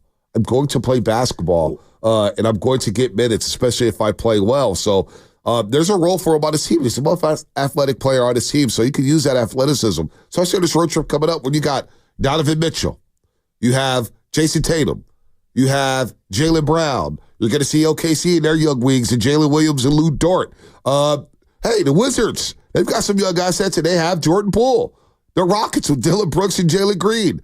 There's a role for Kuminga on this team, but the response from Kuminga over the last 2 games, that to me is maturity, growth. He was articulate. He broke it down to Kareth Burke very well, and I think he deserves a lot more credit than he's received over the last 4 years, man. I'm a Kuminga guy, man. I'm sorry. No. You don't have to apologize for that. I think a lot of people are, but I do think that when you're a youngster that's a scorer, or at least that's one of the things you hang your hat on is scoring. Mm-hmm. I do think that it's easy for the fan to be like, he doesn't play team ball. Right. When you're a pass-first guy like Pajemski, right, a lot of people are like, wow, he's a team player. You know, like, because, well, yeah, he shares the ball because one of his best skill sets is passing and seeing the floor. Well, what are Kuminga's skill sets? Kuminga's skill sets are athleticism, scoring around the rim. That requires the ball to be thrown to him. You know what I mean? And I just think that too many times I see people say, Kuminga doesn't play team basketball. Well, what, like, not everyone, like, does Durant play quote-unquote team basketball? One of the all-time greatest players ever. He's an ISO scorer. Now, he can learn to pass, and I think you're underrating Jonathan Kuminga's passing ability. Yeah. I think that's one area where he's really grown. Right, I agree. Just watch the game. Just watch the game. I mean, he is underrated there. So now I see a text, Comcast business text line, because I want to get to the ratings just a second. But Larry marketed, Bonte, he was 23 and 8 rebounds a game. You're going off a couple bad games. You don't know basketball. Well, you tell me, as you watch marketing, does he impact winning? We just saw Zion Williamson has great stats. Does he impact winning? Well, I've said that about LaMelo Ball for how many years? Does he impact winning? Do you impact winning? I don't care about your numbers. You're on the Utah Jazz. You're going to get a lot of shots. You're the number one option there. They have a very young team with Keontae George and Colin Sexton and Walker Kessler. Somebody's got to score the basketball. But you just take that one game, 5-1-0.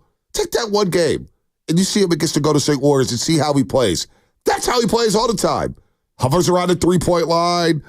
You could out-physical him. You could push him out the block. He doesn't block shots. He's 7 foot, doesn't block shots. And I'm just happy the Warriors didn't trade all their assets for Lowry Markkanen. I like the team as is. So when people are saying, oh, man, who hurt? How did you get hurt by Lowry? I watch basketball. I never wanted, he's just named to me right now. He's been on his third team. And then I always question this, Shasky, because fit does matter, and maybe Utah's not a fit. But Chicago gave up on him. Cleveland gave up on him. And obviously the Utah Jazz were dangling him. Cleveland's the only undefeated team in the league, I believe, right now. I guess Boston as well. But the point being is that Cleveland is well Boston run. lost yesterday. What's that? Boston lost yesterday. Oh, they lost in overtime to the Pacers. No, but Chicago's not a very well-run organization. So that one I put to the side. Here's what I would say about Lowry Markkanen. Forget what he's doing in Utah. I just thought as a stretch big alongside Draymond and Steph Curry, I thought he would fit offensively. I don't love paying him $250 million. That I agree with, okay? But I also don't love paying Jonathan Kuminga $40 million a year, right? So I see these contracts all throughout the league, and a lot of them make me wince. Yep. Because I don't think a lot of these guys are that great, that are making significant movement. I just, look, there's a lot of people in the Warriors brass that didn't like Markkanen. I told Joe, I read it to Levi's a couple weeks before the Chiefs guy. I said, man, I'm actually happy you guys didn't trade for Paul George or Markkanen. I know I'm in the minority, but I'm actually happy. To say that to him. I had the guts. I said, Paul George was yet to play this year. Yeah, I was like, I'm not going to lie to you, Joe Lacob. He laughed. He kind of, Joe Lacob was like, man, what do you, kind of looked at me like, what do you know? But I was just giving it's like, dude, I'm happy you didn't make those trades. I'm happy. Now, we'll see how this plays out more the first 20 games for the Golden State Warriors, and we'll see how this 5-game road trip plays out for them. But right now, I'm happy with the way the squad looks. Now, you brought up the ratings here, And I have a couple thoughts on the ratings. Awful Announcing had the article yesterday, and viewership in the NBA has been declining. And it's hard not to see why it has been declining. ESPN's opening doubleheader averaged 1.6 million viewers, down 42% from the 2023's debut with Victor Wembanyama. Bucks Sixers, 1.71 million viewers, down from 2.55 million for Celtics Knicks in 2023. Suns Clippers, down 49% from last year's comparable game, 1.52 million viewers. TNT's Thursday game, Spurs Mavericks. Clay's first game with the Mavericks. Down 29, it was a 29% decrease from the previous year's comparable game. And in ESPN's Friday game, Pacers Knicks, had fewer viewers than a college football game on ESPN2. That also coincided with the World Series game, Yankees Dodgers, but I got a couple thoughts on why viewership's down, and it's hard not to see why it's down. One, the timing of the season opener.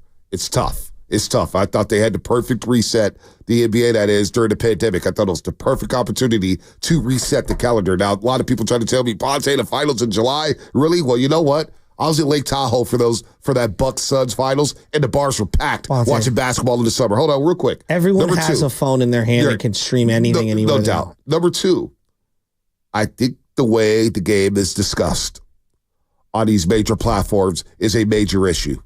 I walked in the arena yesterday with Rick Breaker, and he works at Fox Sports 1. He goes, dude, everything's for engagement. It's unbelievable. You look at the NFL and the NFL Network and how they present the game, they talk about the game. They celebrate the game. They celebrate the players. They talk about the great stories. They don't really just all of a sudden crush and talk legacy all the time. The way ESPN presents the game has been a detriment to the NBA. It really has. I get everybody watches First Take. A lot of casuals watch First Take. They get their intel from First Take, Stephen A. Smith, go figure, and Get Up and all that stuff. And they've done very well on that platform. They have. But think about what they discuss every single day. And it's hard not to see why viewership is down. It's a part of it. Okay, I was going to say, yeah, it's a definite part of it. I don't think it's the largest slice. I think another slice that you have yet to reference. Look, in the NFL, we believe as a consumer base, if you're even remotely healthy, you're going to play. Yeah, low management is a problem. Because there's only 17 games, right? No doubt. It's just different. But load management being a problem, it's not even that. It's like the fact that Joel Embiid is literally, they're saying he's not even hurt. I don't even know what's going on. Okay? Like, we don't even know when guys are playing, why they're playing. People are coming out saying, I'm never going to play in a back-to-back. You can't charge the prices that they charge, and you can't tell people, like, if the players are telling you the regular season doesn't matter, then why would the consumer think that the regular season matters? You know, and then to your point, ESPN triples down on that and says, yeah, of course the regular season doesn't matter. Can James Harden win a championship, right? Every single day. We obsess about rings and ring culture. So to me, it's a self-fulfilling prophecy. There's another aspect, too, I've yet to get to. It's style of play. All these teams think they could go out there on the floor and just jack up 40 to 50 threes a game. The style of play is taking a hit. You think there should be maybe like a rule adjustment? Because I think baseball did a great job, like doing the pitch clock and doing the shift. I mean, it made the game so much better on TV. I don't know if the rule change is going to help. They did a hand check rule in the late 90s, and it really freed up movement. Now, Joe Mazzulla from the Celtics said that maybe we need more fighting in the league. You need more nastiness in the league. Guys that not like each other. I believe that the college women's game is more popular now than ever because they don't get as vertical and it's way more physical. Yeah, you're playing under the rim. Which is good. It's more skill. A lot of these teams are just jacking up threes left and right. And it's just, there's no creativity to a lot of it. That's why I like the Warriors way so much. Steve Kerr's running sets to read and react, and they're cutting back door. Like the San Antonio Spurs, when they were rolling, they were cutting back door. A lot of passes, 35 assists, but they're just one of one. You know? Like there's too many teams that just ISO, pick and roll, let's shoot threes. What? A lot of teams, the Houston Rockets, we're trying to set the NBA back by just ignoring the mid-range game. What? What are we doing here? So style of play, also I think when you go to every single game, it's just up and down threes. Threes. It's like, whoa, what's going on here? Do you buy the international element? Because Luka's very popular, but I don't know if Luka resonates with the 35 to 55-year-old demo. I don't know. Because I hear that a lot, like the international thing, because that's one of the things in hockey. And baseball falls into this. Hey, you got a lot of players that are international, and we like our domestic American-born stars. That's why Anthony Edwards has resonated with everyone. I go back to baseball and the NBA have the biggest problem is the inventory. No one is saying you can't have a long season. We're saying it's way too long. Well, and you need to pick and choose your spots on when your calendar starts and when your calendar ends. Well, I've been thinking about this for about 7 years now. And that's because I've gotten into soccer a lot more in the Premier League. And I only thought of this because I started watching the Premier League. The Premier League, with the teams like Liverpool and Man United and security guard in the morning. My brother, I don't even know his name. I got to get his name, but he's fun. We were talking about he's a Man United fan. He saw my jersey, so we're talking a little bit of soccer this morning. But the way they present the Premier League and La Liga and all this stuff, they play twice a week. They put these games on a monster platform, the games in a week. And then they have a table. Instead of standings, they have a table. Wins, losses, ties. And I don't know if it's going to ever happen. Maybe it's just a far-out idea. But having a table in the NBA where it's wins, losses, and if you go to overtime, you do the 5-minute overtime. If you're tied after overtime, you get a tie. Or to cut back, if you're so worried about load management and stuff, if you're tied at the end of regulation, then you get a point for a tie. So you get a point system in the NBA. You get just one table with all 30 teams. One table, wins, losses, ties. And then you get in the playoff situation where it's not East Coast versus West Coast. It's just 1 through 16, which would be a lot of fun. Now, I don't know how that would work, but I always thought the NBA, so to that point, having 2 to 3 games a week, Monday Night Madness, NBA.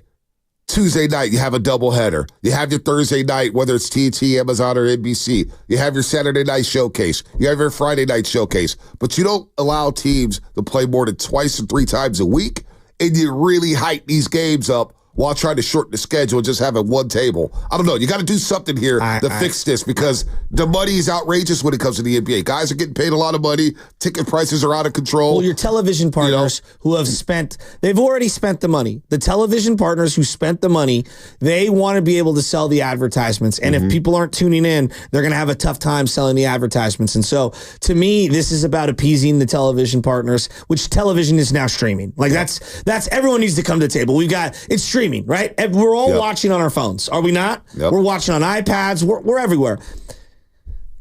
It's a multi-pronged issue. Style of play is definitely in it. The rhetoric and how we talk about it is definitely in it. I think the calendar is a big, big part of it. I think the calendar is a big part of it. I think in your head, like when I go NFL, my wife knows from about Labor Day through January is football. Every Sunday, okay? And if I'm the NBA, it's very simple. It's Christmas Day. We start on Christmas Day and we have a soft open, if you will, and then we sprint through June and let's get it down to 60, 65 games. And maybe we have an extra round of a 3-game play-in or whatever, and guys get a couple of days off or whatever. Add more playoffs, taper down the regular season, and let's do this. I think the play-in games, it's a good start. I don't think it's perfect. It's a good start. I like them. I tune in. I watch it. But the seasons are too long. It's the same thing in baseball. The season's too long. Yeah, no doubt. Well, and I don't know if ownership or the NBA would agree to cut down regular season games, but look, the gate at the stadium is very important. Okay, you're making on game day the Warriors. This is estimated $20 to $25 million a home game in the playoffs, which that's a lot of money. A lot of money. But Bonte, $9 billion or whatever per year is what the television people are saying. So as you break that down, $20 million on game days, they drop in the bucket to the network of money we're sharing on TV rights. So we have to keep them happy. So I look, 66 games, 70 games. I thought, but I did. That was my first year on the pre- and post-game show. And I was like, wow, this calendar is great because your first month of the season basically is coinciding with the NFL playoffs. So you have some soft landings. You don't put your marquee games or schedule those marquee games that much in that month of January. And then once you get to February, it's on the Kraken. All right, boom. The preseason training camp, all that stuff is over. You know, the kinks of the first month of the season, it's all over. And now you're going February, March, April, June, July, and having a playoff. Hell, you can have it in late July, early August. The beginning of training camp, having it in the NBA Finals there. And I think there will be, because people look for something to do in the summertime. I think it'd be an awesome, but they went back to the regular schedule, and I thought in real time, I was like, oh, you had the perfect opportunity to reset. This calendar is great. This calendar is awesome. Well, so, you know, I think the NBA, when it comes to these ratings, I don't know what the quick fix is. But those ideas that, I think the table concept is great for this league. Well, we'll see. But the other part of this is the stars in the league. There have to be more Anthony Edwards type guys who want to be the faces of the league. And I do believe like there's a weird thing in America where we like our, you know, American-born stars, right? Like we will embrace a Shohei Ohtani, no doubt about it, but we also love our Aaron Judges and we love our Mookie Bettses and our Freddie Freemans. And so you got to have within the game an Anthony Edwards. You need more of those guys that want to take that mantle. You know, you need guys like that. It can't just be Victor and Luka. And you know what, too? Having NBA games, say if they're playing in June and July, now the kids are out of school in the summer. So now weekday nights, you don't have to worry and say, oh, we got to leave the game at 9 o'clock. Oh, we got to leave. No, it's summertime. Exactly. Let's go have some fun. Exactly. It's summertime. We can go in our shorts and T-shirts and whatnot. Let's do it. And then you can go, now you're going to compete with baseball, but people will go watch NBA games. They'll go do that. We'll be watching NBA basketball in the summertime because there is a dead zone. The only reason why this past summer felt alive because you did have the Olympics. You did have Copa America. You did have the Euros going on, and there's a lot of soccer fans out here. But I just think that the NBA has to do something to fix the load management issue and the style of play. Do you know that 93, Anthony Edwards has attempted 93. I saw this the other day. After the Mavericks game. He's attempted 93 field goals. 50 of them have been threes. Why do we love Anthony Edwards? Because he embraced the mid-range game. He dunks on your head. Now he's just pulling up, taking 13 threes a game in the first 4 or 5 games of the season. What?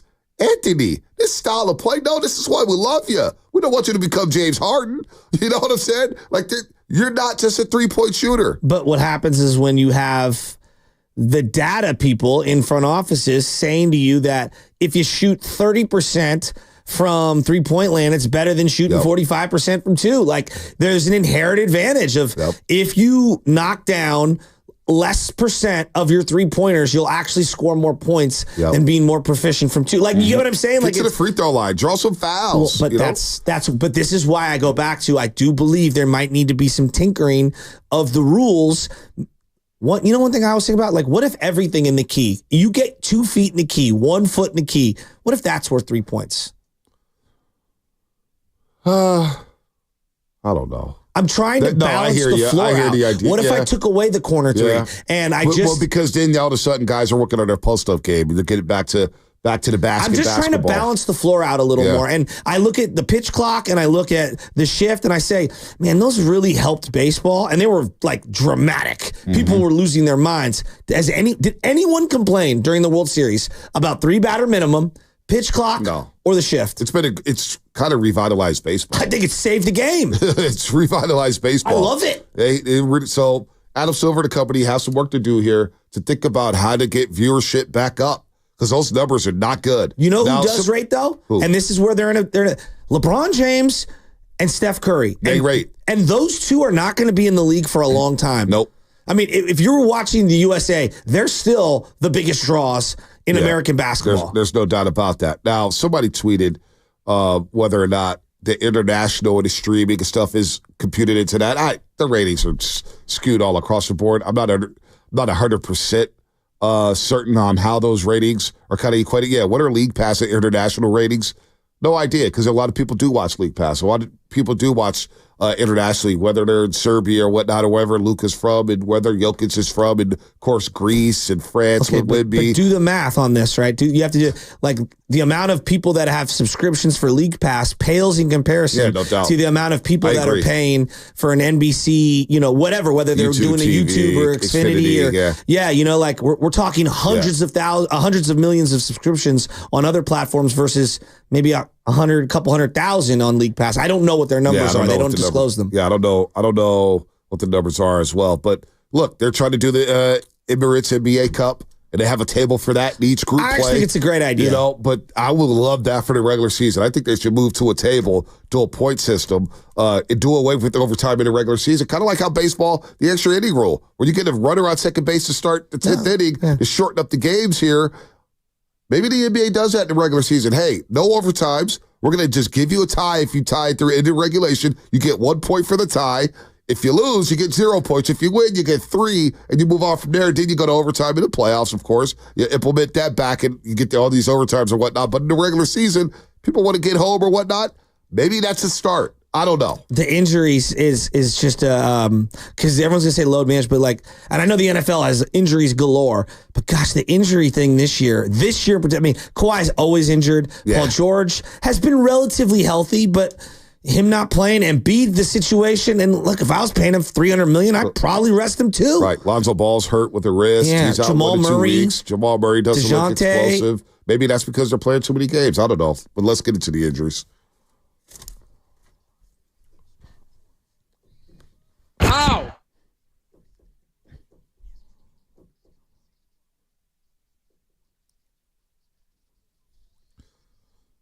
Warriors guard DeAnthony Melton is struggling with right facet inflammation. Now, what is that? Did Dr. Leroy Panya break that down? Maybe we need to get into that. You got to Google it. We got to Google it.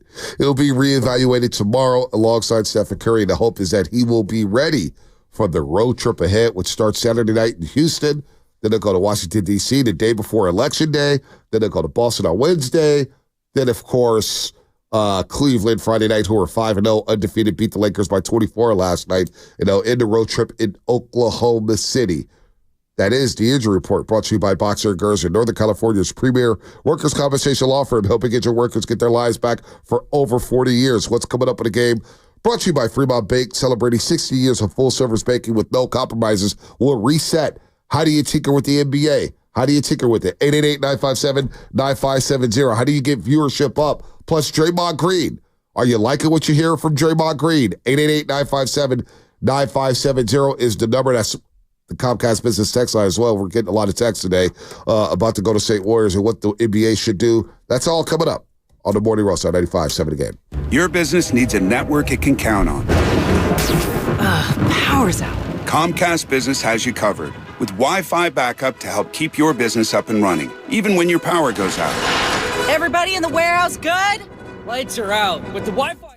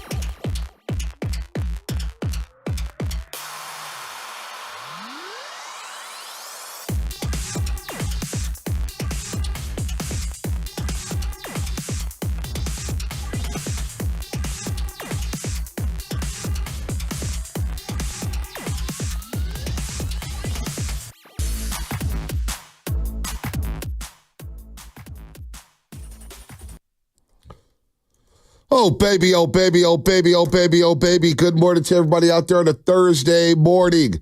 It is Halloween. Happy Halloween, everybody who observes. I have Klay Thompson with me, a.k.a. Joe Shasky. Spadoni, he's not in costume. I don't know why. I guess he wore it the other day. He's Adam, costumed it's out. too much for me. Bonte. Four rings. No, you love Klay. Klay, he'll be back November 12th. He'll be back November 12th, which what should be. What are we doing? An emotional day. Same old Klay to me. Shout out to our friends at Flowing Water Plumbing and Drain. If you're going to call it to the roast, you better bring it, because if you don't, you'll be flushed. Brought to you by Flowing Water Plumbing and Drain. Warriors win last night, 104-89. They've won all 4 of their games by at least 15 points this season in blowout fashion. Last night it was, 4-point game. Buddy Hield hits the buzzer beater at the end of the first half, which I thought was a huge shot going into the half. And then the Warriors roll in the third quarter, blowing away the Pelicans 31-22. They only commit 2 turnovers in the second half, which is great, taking care of the basketball. We're going to get to the calls in just a second, 888-957-9570. And we're just talking about ratings in the NBA, why viewership is down. And there's a number of things. There's a plethora of things on why viewership is down. Draymond Green has some great things, but we got a lot to get into. And, of course, the team down south won the World Series. I won't even mention them by name. The team down south. The team down south won the World Series. I didn't see. Did he make an appearance last night? I didn't see him. I just didn't. The commissioner, turned it off. He always has to. Yeah, I turned it off. When I saw Miguel Rojas, coming out onto the field, I was like, oh, God, that guy. Champagne showers, man. Champagne showers. God, they suck. Dodger! It Nick pains my Jose soul. is a Dodger fan, huh? Just pains my soul. They're so good. I want to hate them even more, but they have so many guys that play the game the way I totally respect it. Freddie Freeman, 4 homers, 12 RBIs. World Series MVP. Come back from 5-0. 8th World Series title. All right. Let's go to the lines There real ain't quick. nothing you can do about it. Nothing we can do about it. We got David Frizzo. We got Robin and Benicia. Let's get to her. I think she's going to explain to us what DeAnthony Melton's injury is. Totally. Instead of using Google, we're going to hear from the people out there in the streets. Robin, good morning. What's up? Well, I'm a guy. How you doing? Sorry about Can that. you hear me? Yeah, no worries, guys. Good morning, gentlemen. Long-time listener, first-time calling. I was just listening to you guys this morning about DeAndre Melson's facet inflammation. So what that is, you got these little tiny joints in your back, kind of similar to the knee, and they got cartilage. From time to time, they get inflamed. Sometimes they're arthritic and they can get inflamed. So you just kind of calm it down. Obviously, with these guys are conditioned and at the utmost, so you work on core. So sometimes you just got to give it some time. Usually, it's worse with loading and twisting and all that high impact activity that they do. So I imagine he's just letting it calm down. At times, you could just take anti-inflammatories, sometimes do spinal injections. And I'm speaking from the standpoint of being a spine doctor at Kaiser Permanente. Oh, wow. So it's right facet inflammation. Is it facet or facet? Facet? Right facet inflammation? Yeah, facet, tomato. So the little tiny joints are kind of like the size of your knuckle. Okay. And they're at various levels on each side, and sometimes they get inflamed. There might be a little bit of arthritis, and these things develop arthritis over the years and decades. So is it a long-term issue here? Should we be concerned about this, Dr. Robin? They can be. I've had patients where they have flare-ups from time to time, and obviously you want to work on the mechanics and work on core strengthening, and then from time to time when it does flare up, just kind of adequate rest and just conservative management. Usually, it's not something that requires surgery. There's only a small percentage where if there's any issue with instability, which is, again, not knowing his history and imaging, where it'll require fusion surgery. But usually this is kind of non-surgical conservative management. Hey, Doc. How long can I live? How long can I live without this spine? My wife says I'm spineless. You know what? If you're married, everybody doesn't have a spine. You can live with it. People live with it. I have patients that have severe arthritic changes, and they're just not symptomatic. It's just how the body is, and how it reacts from time to time. Dr. Robin, Thanks, can Doc. I offer you something, Doc? Yes, sir. Can you become our unofficial doctor of the morning roast? Because Dr. Narab Pandya just sold out on us and went to the afternoons. Brian Feely went out. He sold out to us. Can you be our unofficial doctor? Because this is what we do. We discover doctors. We love doctors on this show. Yeah, hey, whatever you guys need, I'll shoot over my contact. Get him on hold. Dr. Robin is now our unofficial doctor of the morning roast. Good stuff, Robin. Appreciate it. We'll get this information. Have Robin call back. I want you to get your intel. Dr. Rob Pandya, this is what we do. As Shasky always says, we pivot, don't panic. You want to go hang out with Willard and Dibbs on the plaza yesterday in Thrive City. You don't want to call us no more. You don't even tweet at us no more, Dr. Narab Pandya. So you know what? We got Dr. Robin in Benicia now. He works at Kaiser Permanente. You got UCSF. We got Kaiser, baby. What now, buddy? What now? We love UCSF. We do. Celebrating 3 years, by the way, yesterday, UCSF Health. So we do love our friends over at UCSF Health. My mother-in-law, Lona Novikov, works at UCSF, so I always had love for USF. But you know what? We need to cross the street sometimes, and we're crossing the street to Kaiser on this show. They got UCSF, and we love it, but now we got Kaiser because he sold us out. Dr. Narab Pandya. I wonder if Robin, who called in the doctor, specializes in foot and mouth.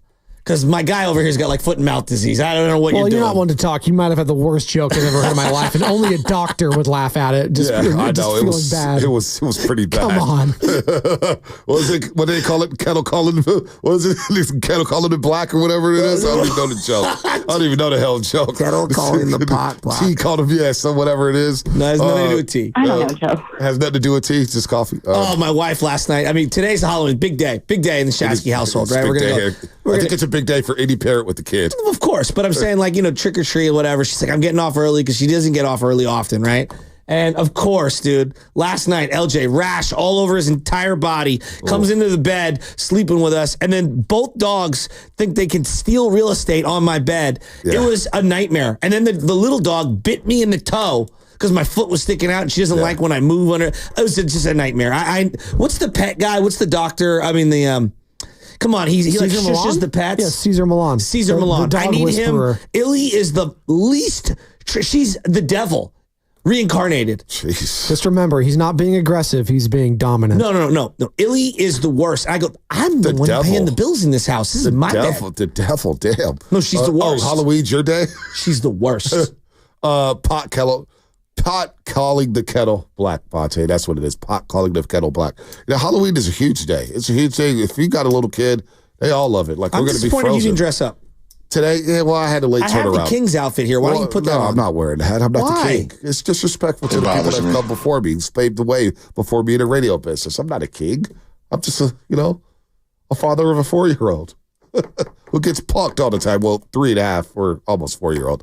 But she's excited about Halloween as well. But we got our doctor. I'm happy. We got Dr. Robin.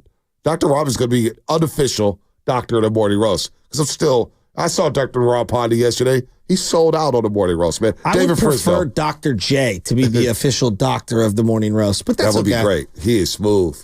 Dr. J has always been smooth. Let's go to Dave in Fresno. Dave, what's happening, man? You're on the roast. Good morning, fellas. Good morning, and Dave. I really appreciate this conversation this morning. I've been saying for years now, the NBA is kind of in flux, and you guys kind of already touched on a lot of issues I discussed. But one in particular, I think also to look at the recent draft classes. I just think there's no college stars coming in the NBA. I couldn't tell you who got drafted this past draft. That's another issue. Is you see a lot of the same teams that are always in the lottery. Where I think the NFL is always king or will be king because every year you can draft a franchise game-changing person. Look at Washington. They were in the dumps, and you draft Jaden Daniels. Now there's excitement. In the NBA, it's they only come once every 5-10 years, and it's usually always the same teams competing for the championship. But yeah, and a lot of the other things you guys already brought up, like the contracts. I don't know why all these contracts are fully guaranteed.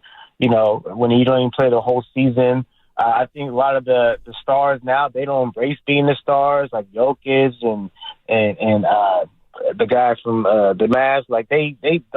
They don't even look like they want to be there. You can't promote them. So it's a lot of factors. You guys already brought them up, but yeah, I enjoy this conversation.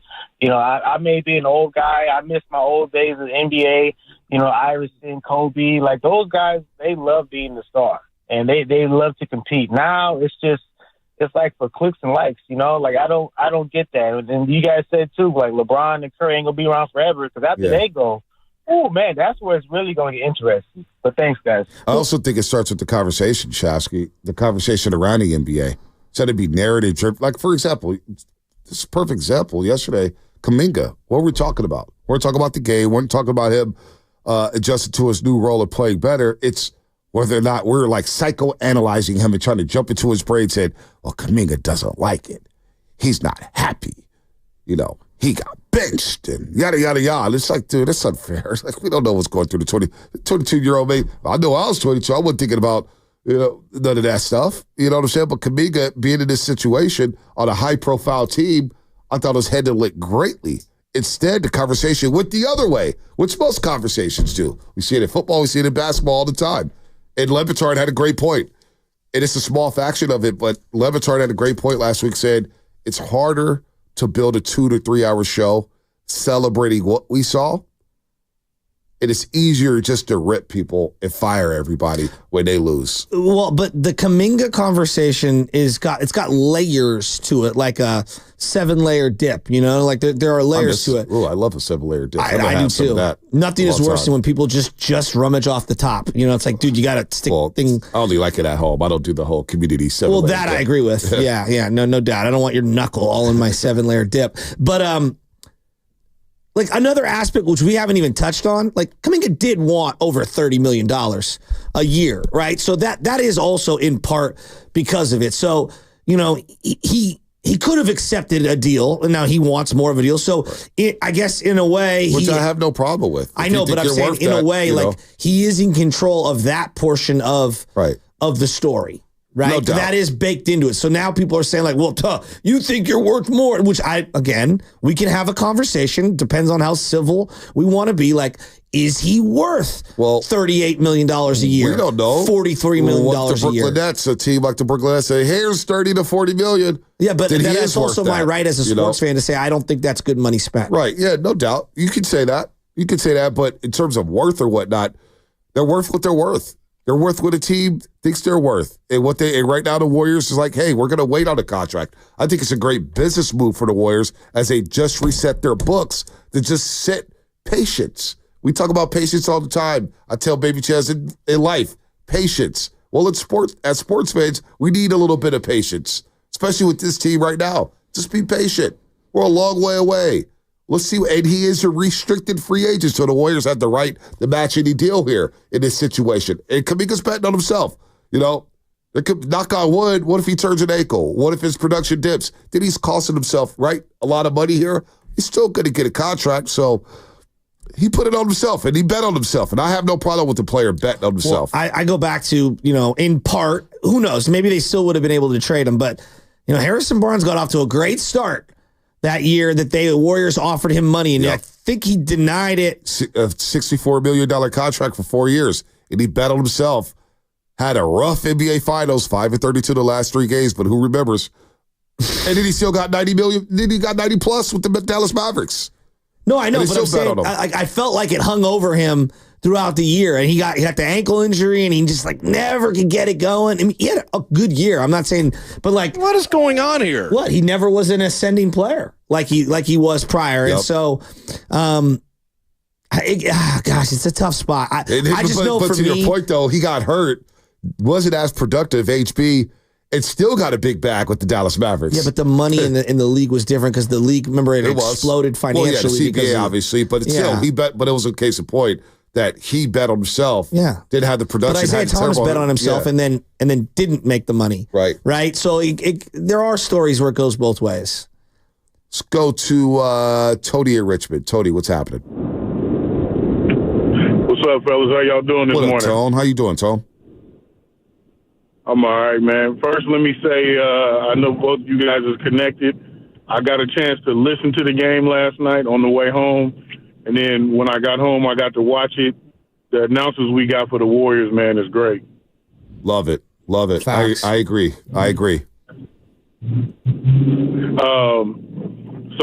First I was telling the guy that this team and their chemistry is giving me the little 2022 vibes.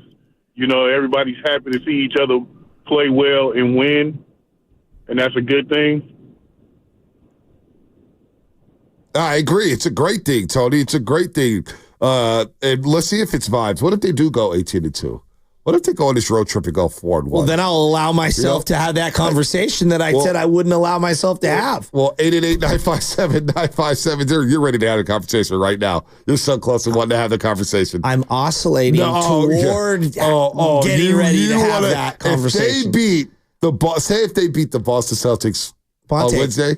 Do you ever have like a giant pot of water and you turn the heat up and you're waiting for it to start simmering? That's me right now. As we're saying out loud, Shasky and I, that we both believe this team can make a deep run in the playoffs. Absolutely. I mean, as currently constituted, they are 4-1. We're getting closer. And once that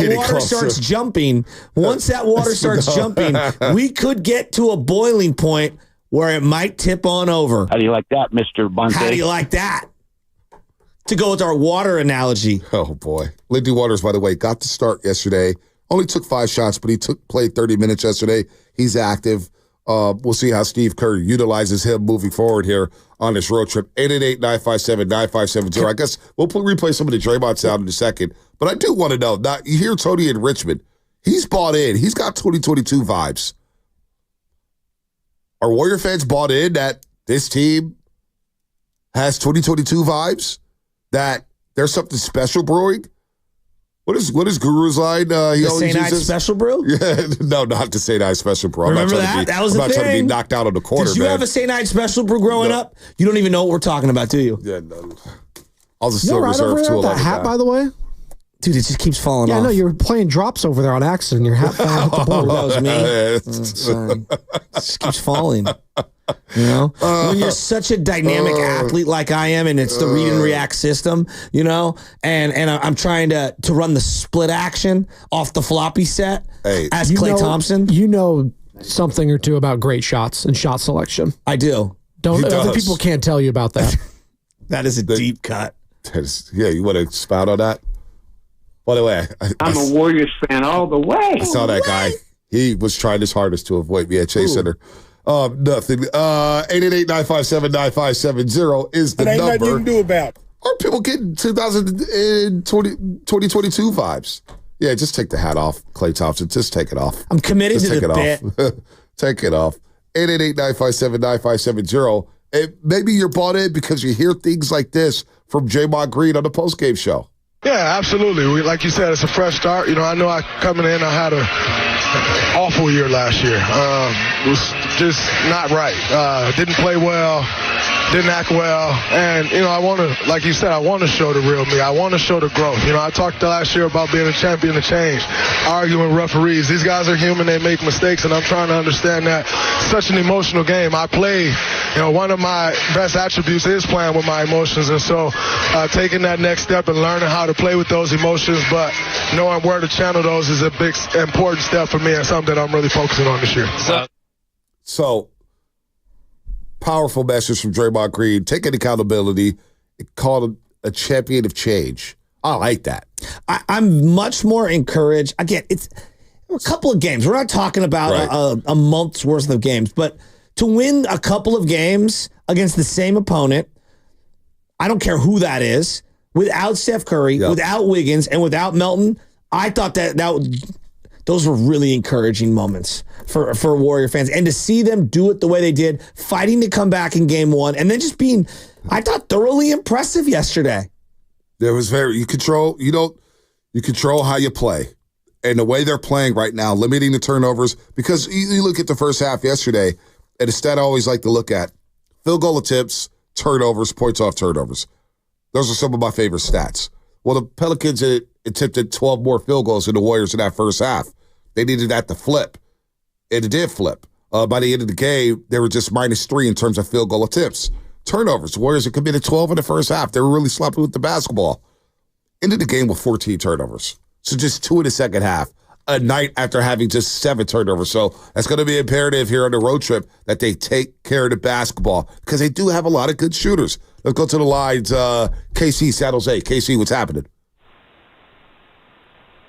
Hey, guys. Thanks for taking my call. Just a couple of things. So I do get 2022 vibes just because everybody's kind of bought in and doing the team thing first. We still need a secondary scorer. I mean, I know you can spread out and get numbers from different players any given night. Draymond, he said all the right things in that clip you played, but I want to see it a little bit longer. Right. Because he's said things before and not really followed through. And just one last thing. Hey, Shasky, do you know where the parade is going to be in L.A.? Let's go Dodgers. That's a good troll. It's a good troll. That's a good troll. I have no rebuttal. Let's go to Troy in San Jose. Troy, what's happening? Hey, how's it going? Happy Thursday. Good morning. Good morning. Just wanted to chime in real quick after these first 5 games or so, man. I'm really loving what I'm seeing. Of course, in the off season, we didn't know how this was going to look.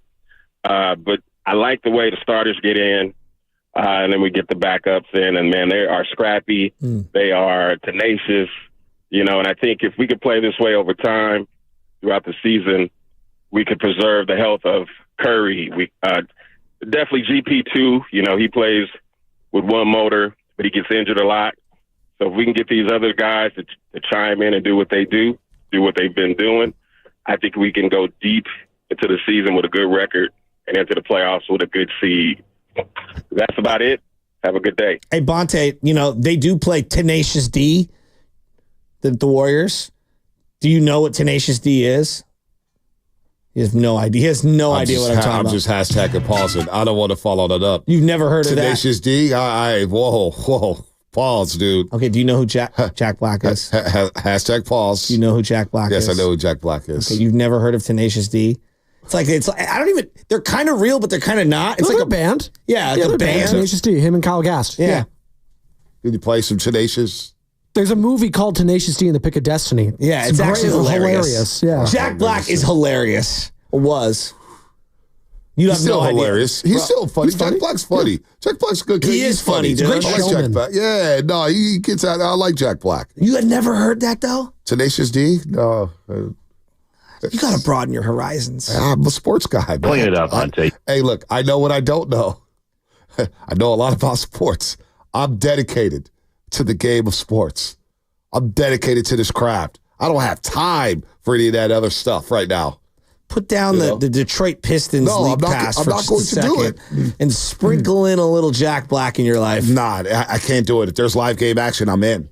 I don't care if Alabama Birmingham is playing Tulsa. I'm in. The New York Giants versus the Carolina Panthers. You're in. I'm not. I am all the way in. I'm out. I'm all the way in. I'm out. I'm in. You got me. The NFL, the MLB, Major League Baseball, and now what's getting worse because that is like, dear God, another game. I'm all in on Premier League. So I'm all in on. Rockies, White Sox. That's the game, right? Well, there's other be the White Sox. I'm not doing that. You know what I go there? It's still an all-time drop. I'd rather be the White Sox. Just tongue in cheek. We're going to take these calls on the other side. Adam, Bobby. I just can't believe it. Oh, we got 2 Adams on the line. We have 2 Adams on the line. Wow. We're going to get to 2 Adams. And Bobby Los Santos. No, Rockies, White Sox. That's too much. But I'll just put on a PS5 and play some NCAA. I'm now playing at Autzen Stadium. The Oregon Ducks. We're rolling right now, baby. Had a big opening season win against the Florida Gators in 2037. Go Ducks. By the way, the Grandy man, Mark Grandy, is heading to Ann Arbor. He's going to the Big House to watch Oregon versus Michigan. Big time game in the Big 12. Or Big 10, excuse me, Big 10. Sorry. Good for you. Tenacious, why you hating? Don't be hating because Grady got big money. What's coming up in the game brought to you by Valvoline Instant Oil Change.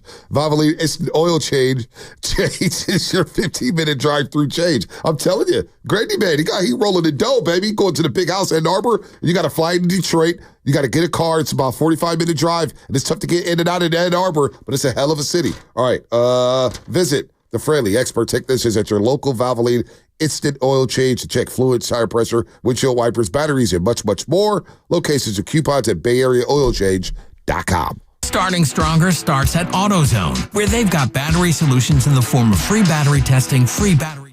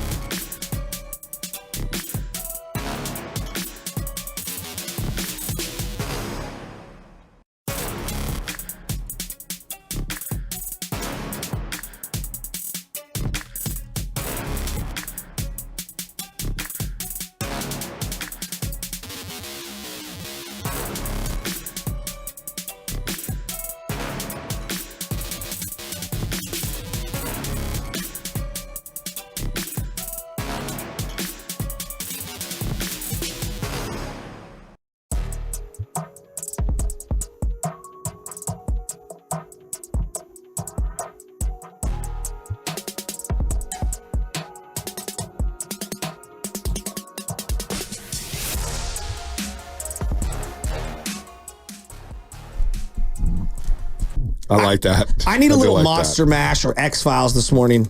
I do like that. Bonte, Tenacious D is a joke, rock and roll, heavy metal act No need to try to get into their music. I didn't even say you need to get into the music. Just, did you ever heard? Have you ever heard them? Well, according to the 510, I'm not missing anything. Dumas going to join us in the 9 o'clock hour. Jason Dumas. He's moving to Philadelphia. He's leaving the Bay. So we'll say goodbye to him. I already see the Crawford promos. They already got him off the promos, man. That was quick. D'Lo. Is he? What? You bought that Jordan Poole trade up, man, and it's got me a little worried. Wizards. Well, for those that didn't hear it, what is the trade, Bonte? I don't know. Spinoni brought it up. He said there was a rumor that Poole may go to the Lakers. Just a rumor that potentially, the Lakers would be willing to covet some, potential first-round pick or two, and maybe D'Angelo Russell to the Washington Wizards for one Jordan Poole. Wizards clearly still trying to rebuild. They got rid of, who's my guy, Denny Avdija. Put that down for mispronunciation. Seriously. I'm not going to sugarcoat it, sit here and do shit. I didn't know how to pronounce it. It's all right. But that's just something to monitor as the Lakers get absolutely hammered in Cleveland yesterday. I mean, what else is there to do in Cleveland but to get hammered? There you go. That's a 4. Damn. And ain't nothing you can do about it. Speaking of, and I know we're going to get back into the Warriors, I had wrote a list down of the greatest fan costumes of all time. All right. Cleveland's on that list. So like when you think of their fans and you think about what they look like or whatever, there's an image that comes in your head. You think of that team. For example, Cleveland Browns, the dog pound. It's such a great, like the little plastic masks or rubber masks or whatever that with they're the wearing. bones coming out the side of their head. Yeah, it's great, isn't it? It is great. I love the dog pound. It is great. Would you ever dress up for a football game? I mean, I wear my gear. No, like shoulder pads, eye black, helmet. No. We're not doing that? No. But I'm not mad at anyone who does. It's dedication. It is dedication. It takes a lot of hours to get ready for that. Seeing Green Man. Remember Green Man? I don't know if you're into Always Sunny in Philadelphia, but Philadelphia had Green Man, and real people would show up in real Green Man outfits. That show didn't hit me. I gave it a try. Don't look at me crazy. I gave it a try. It's very dark humor. It's different. It's hilarious. Frank is an all-time character. Charlie wasn't my cup of tea. You couldn't relate to the characters. That's fine. Sometimes that's I like The Office, though. Believe it or not. There you go. I like Seinfeld. Believe it or not. Okay. But Always Sunny. Who is your favorite character in Seinfeld?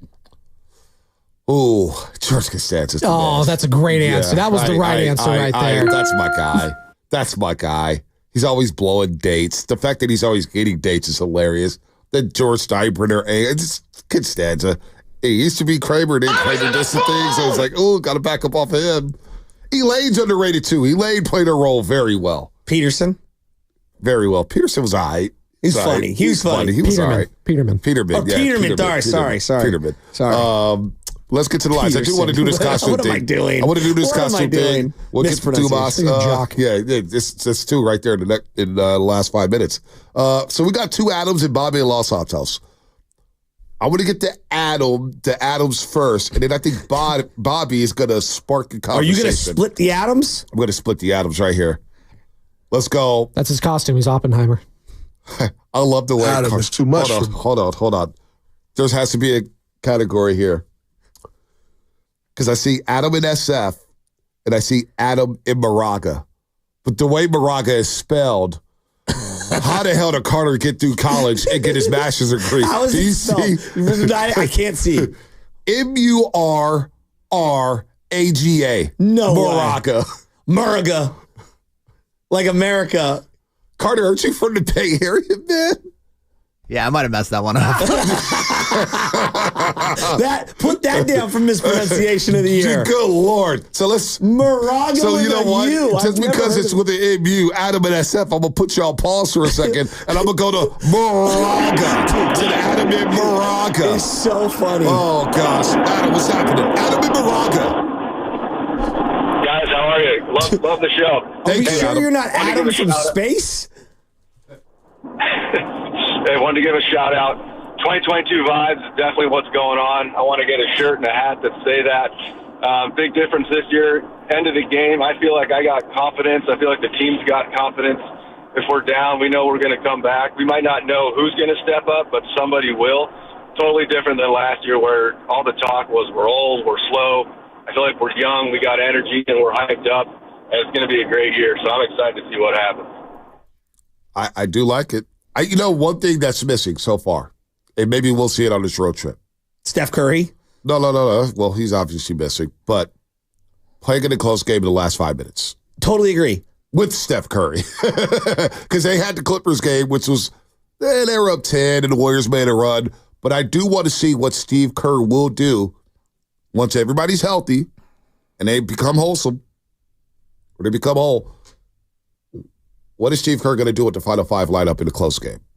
That's the next piece, and that's what's missing for me to see, will it be a game-by-game thing? Will it be who's flowing in that game? Will it be Buddy Buckets? Will it be Pods? Will it be Kuminga? Will it be how is Steve Kerr going to navigate the last 5 minutes in a close basketball game once everybody is healthy? That's what I'm looking forward to.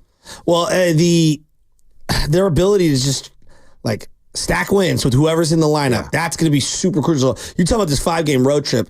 I think this is just going to be so much fun. Oh, it's fat. It's Rockets, come out and play.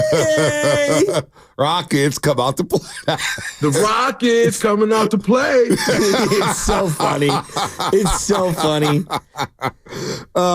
And then you get the Wizards a day before Election Day in D.C. It's going to be a madhouse out there.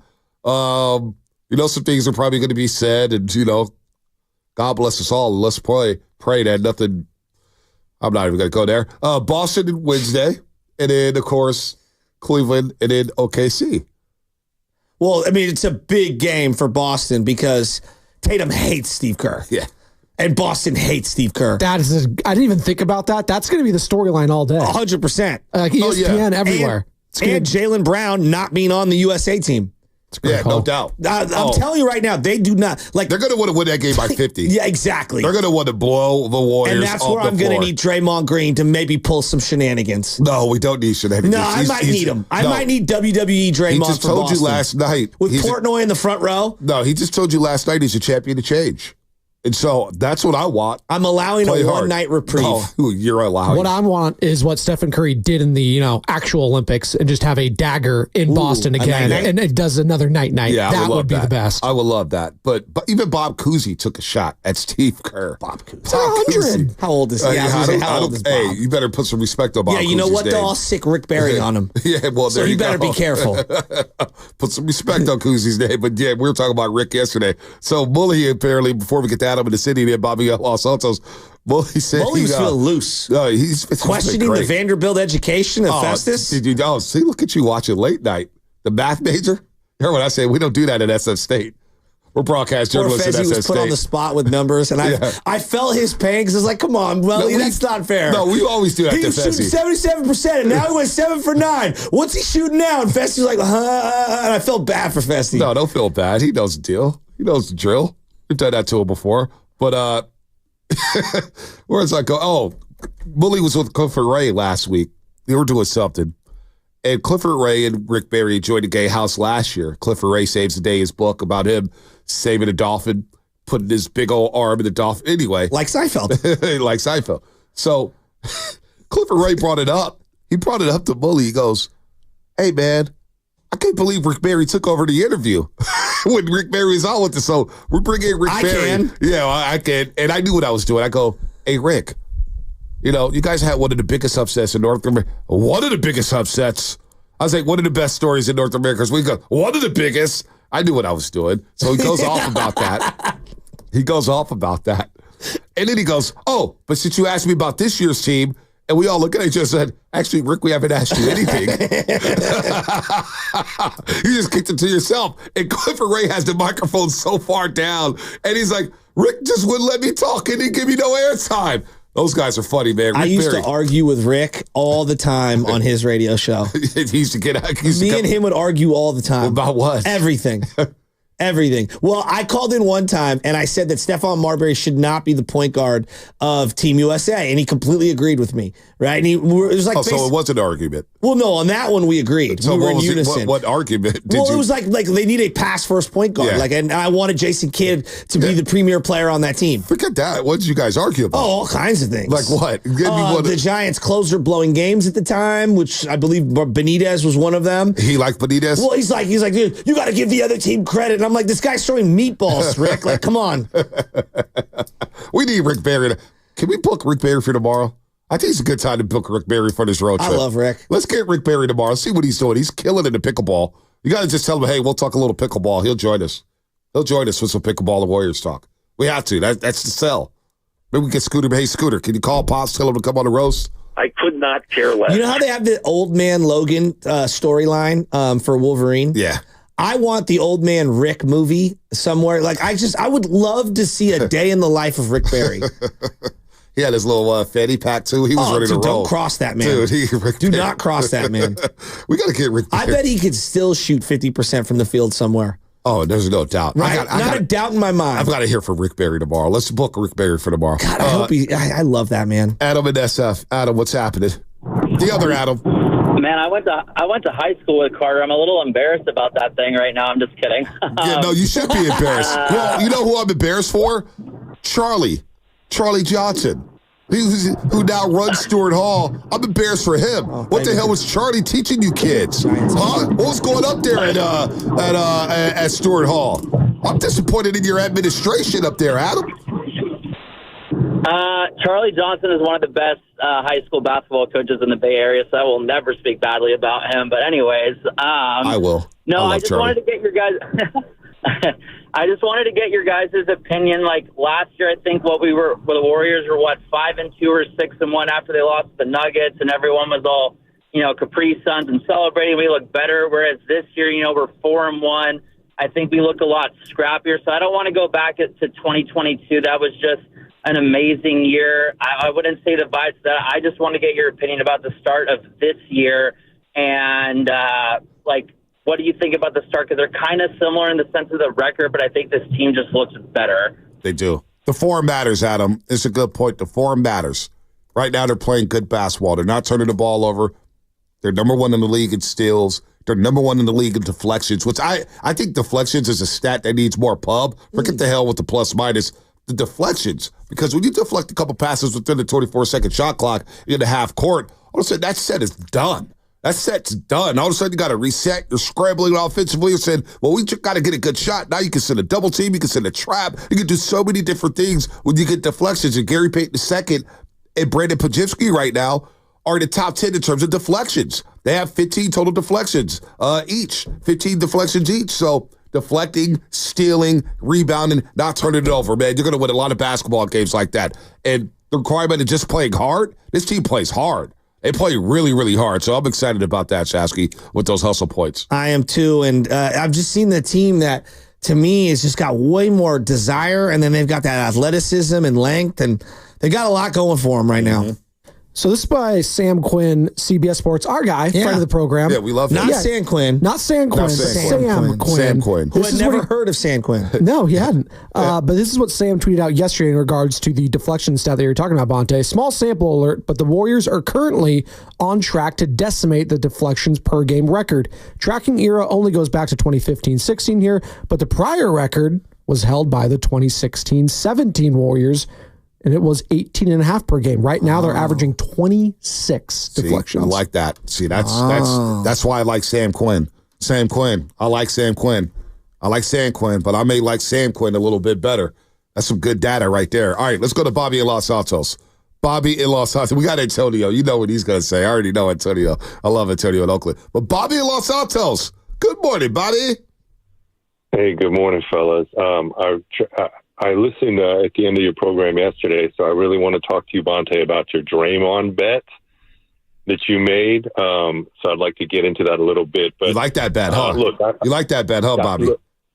Well, let's have a discussion on that. But I realize that you are a sports station, so you feel obligated to run, Draymond sound drops. But, with all due respect, I mean, aren't you guys a little embarrassed to play those, what I consider empty words? Like for myself, I woke up today and I said, today I'm going to be a productive member of society, like I say every day. And then at 10 o'clock at night, I do a little review and it's all empty promises. So I just don't understand. Yeah, you can say a lot of things, but in the heat of the moment, when you got to prove it, if you're sitting in front of a microphone, of course you could say, I'm going to be calm and I'm going to have a control of myself. And I understand refs are humans too, but I just don't understand how anyone could believe that till he maybe delivers a little patience on the court. That being said, did you say yesterday that your bet was Draymond's going to play 65 regular season games? That's my bet. All right. So, that was my bet back in the offseason before the training camp even started. Okay, so who took this bet? Shasky. Of course, me. Okay. So here's one complication, and I know Shasky's a gentleman, but you're not accounting for injury, right? No, well, that was a caveat, but they're not giving me the caveat. It literally was not. No, you're creating new caveats. No. You cannot staple new rules to the deal that has already been agreed upon. Later on in that show, there's a caveat, but they're not going to give it to me. Of crap. So it's all good, Bobby. Hey, bro, what size is that hat? Because that's a big cap. It's all good, Bobby. I'll deal with it. I think he's going to stay healthy. I'll deal with it. I'm ready to roll with it. Listen, Bobby, he is so losing this bet. The odds are stacked against me, but you know what? 5 games down, 5 games played. 60 more to go. Yeah, so I mean, like I said, I know Shasky's a gentleman, so maybe he'll just take it on percentage in terms of number of games unavailable due to suspension. But in terms of 65, if you include his back injuries and all these other phantom injuries when he's not motivated, I don't know how you're going to win that Bobby, let's be fair here, though. I hear you on Draymond and why should you trust him or why should anybody trust him? Didn't this tone in the way he presented that on the postgame show and then at the podium, didn't it just sound different? To me, it sounded different. The words mattered. And look, I'm going to take him at his word. We're all changing. We're all resetting. We all deserve second and third, fourth, fifth chances, whatever it is. You don't think you're not buying it, huh? Look, I'm not rooting against him. I don't want him to. Yeah. But I mean, he's transitioning onto his life as a television personality. He's very polished. So when you hear him say things, yes, he's very polished and it sounds convincing. All I'm saying is it's very easy to say, I'm going to do this and this when you're in a non-stressful environment, sit in front of a microphone or wherever he was recording that, right? But the question is when he gets a call against him, right? Or 2 or 3 in a game, what's going to happen to him? He's going to go crazy. Well, I hope he doesn't. But that's proof in the pudding. And then finally, can I just say this? I'm not on any social media. So I don't know if this is old or not, but I feel like it came up with something impressive, but it may just be played out. The next time or this season when D'Anthony Melton has a good play, D-A-M, D'Anthony Melton, can we just say, damn? Can that be like a little catch thing whenever he makes a really good play? It's not bad, Bobby. Damn. It's not bad, Bobby. It's not bad. Was that Chris Tucker? Yeah, it was Chris Tucker on Friday. Miss Parker. Damn. Miss Parker. And then Bernie Mac came up. Saw Miss Parker. You think Bobby represents a big portion of the fan base with that take, though? I think he kind of does. It's great. It sounds great, but we need to see it. Are you buying it? Buying what? Draymond's comments? Yeah. Nah, they're words right now. He said these things, seems like same things last year on his podcast. I need to change. Well, no, but I'm saying but he says these things and then he does something different. So yeah, you're going to have to show me throughout the season. It looks good right now. And especially since Stephen Curry's been out, I'll grant him that. That's a factor in this. Because, that's a huge factor. Because when Steph was out in previous years, it didn't seem like he didn't care as much. Here's what Draymond Green said last night to everybody wondering if you're just getting in your cars or if you're just popping in YouTube. Draymond Green with Fitz Ibuki after the game. Yeah, absolutely. Like you said, it's a fresh start. I coming in, I had an awful year last year. It was just not right. Didn't play well. didn't act well. And, I want to, like you said, I want to show the real me. I want to show the growth. I talked last year about being a champion of change, arguing with referees. These guys are human. They make mistakes, and I'm trying to understand that. It's such an emotional game. I play, one of my best attributes is playing with my emotions. And so taking that next step and learning how to play with those emotions, but knowing where to channel those is a big, important step for me and something that I'm really focusing on this year. So that's Draymond last night. Are you buying it? I'm going to buy some stock into that. Champion of change. Being the leader.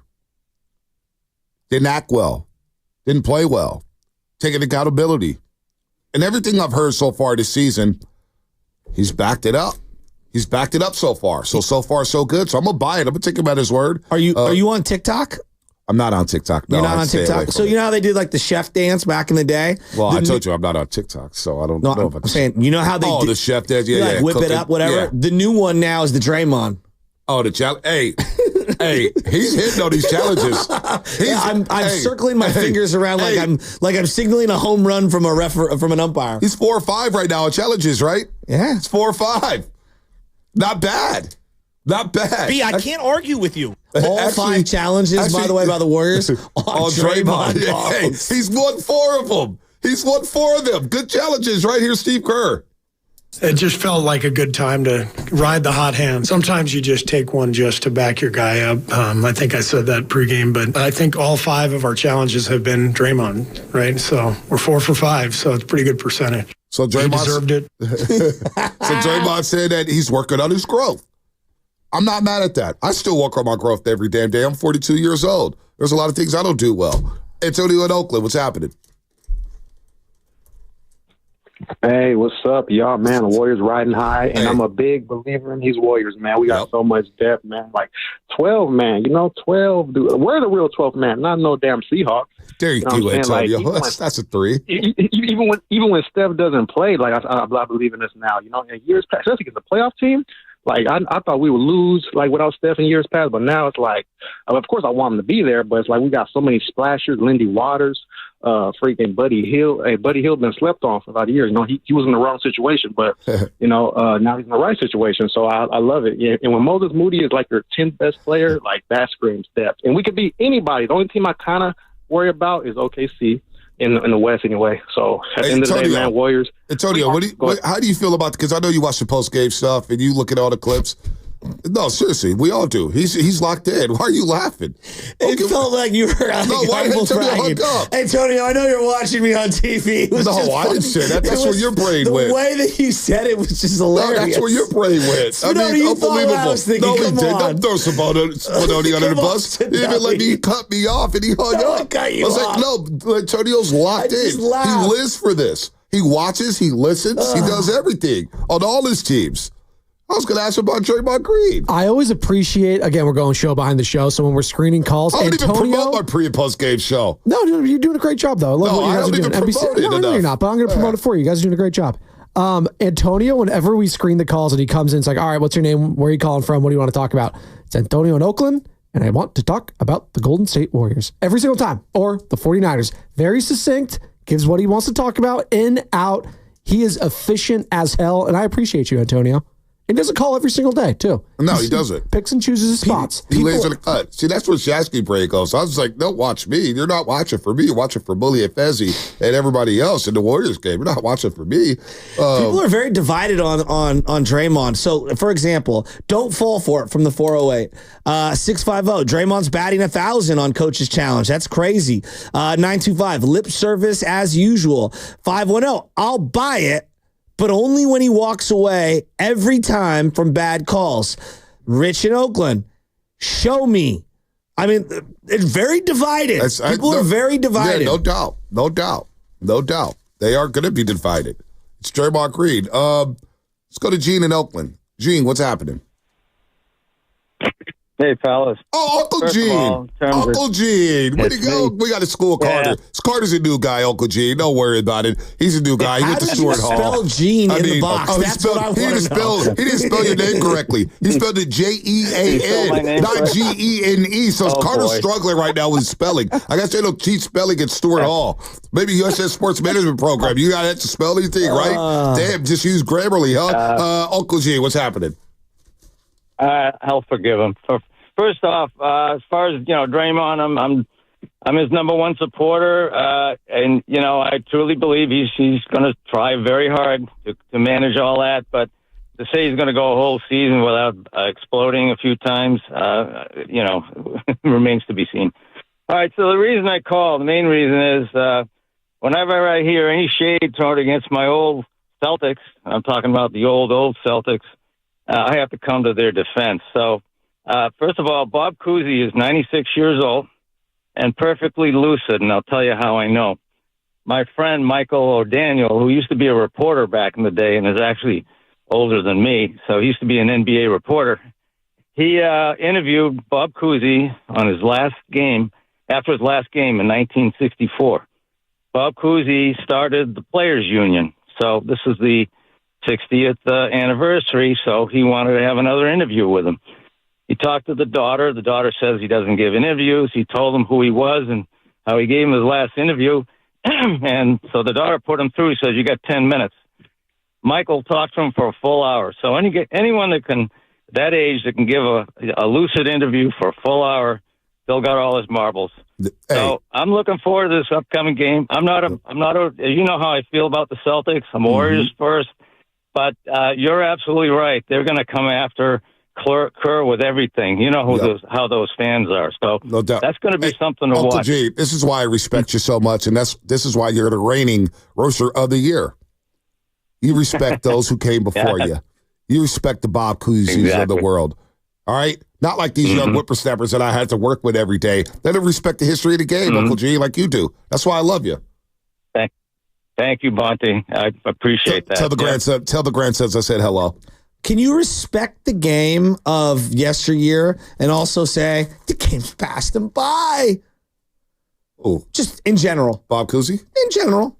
You could say that sometimes. Bob Cousy did have a take on J.J. Redick. I would have shut your ass down back in my day. He's not lying. It's not saying much. Yeah, I mean, he's he's doing a good job with the Lakers. Although they lost 2 in a row. Yeah, they're done. Oh, Laker fans He's already on the hot seat. Oh, wow. Just kidding. Wow. The way Shasky looks at me like I was being serious. You know you need Starving that. scam. No, it was about to be scary hours in LA. It already kind of was. I don't know if you guys saw the highlights of how they're celebrating already that World Series trophy down there, but yeah, there's some explosions going down there. I mean, what are we doing? I saw 2 women putting out these like Dodger like rap song like spoken word things on TikTok. Did you see that? No.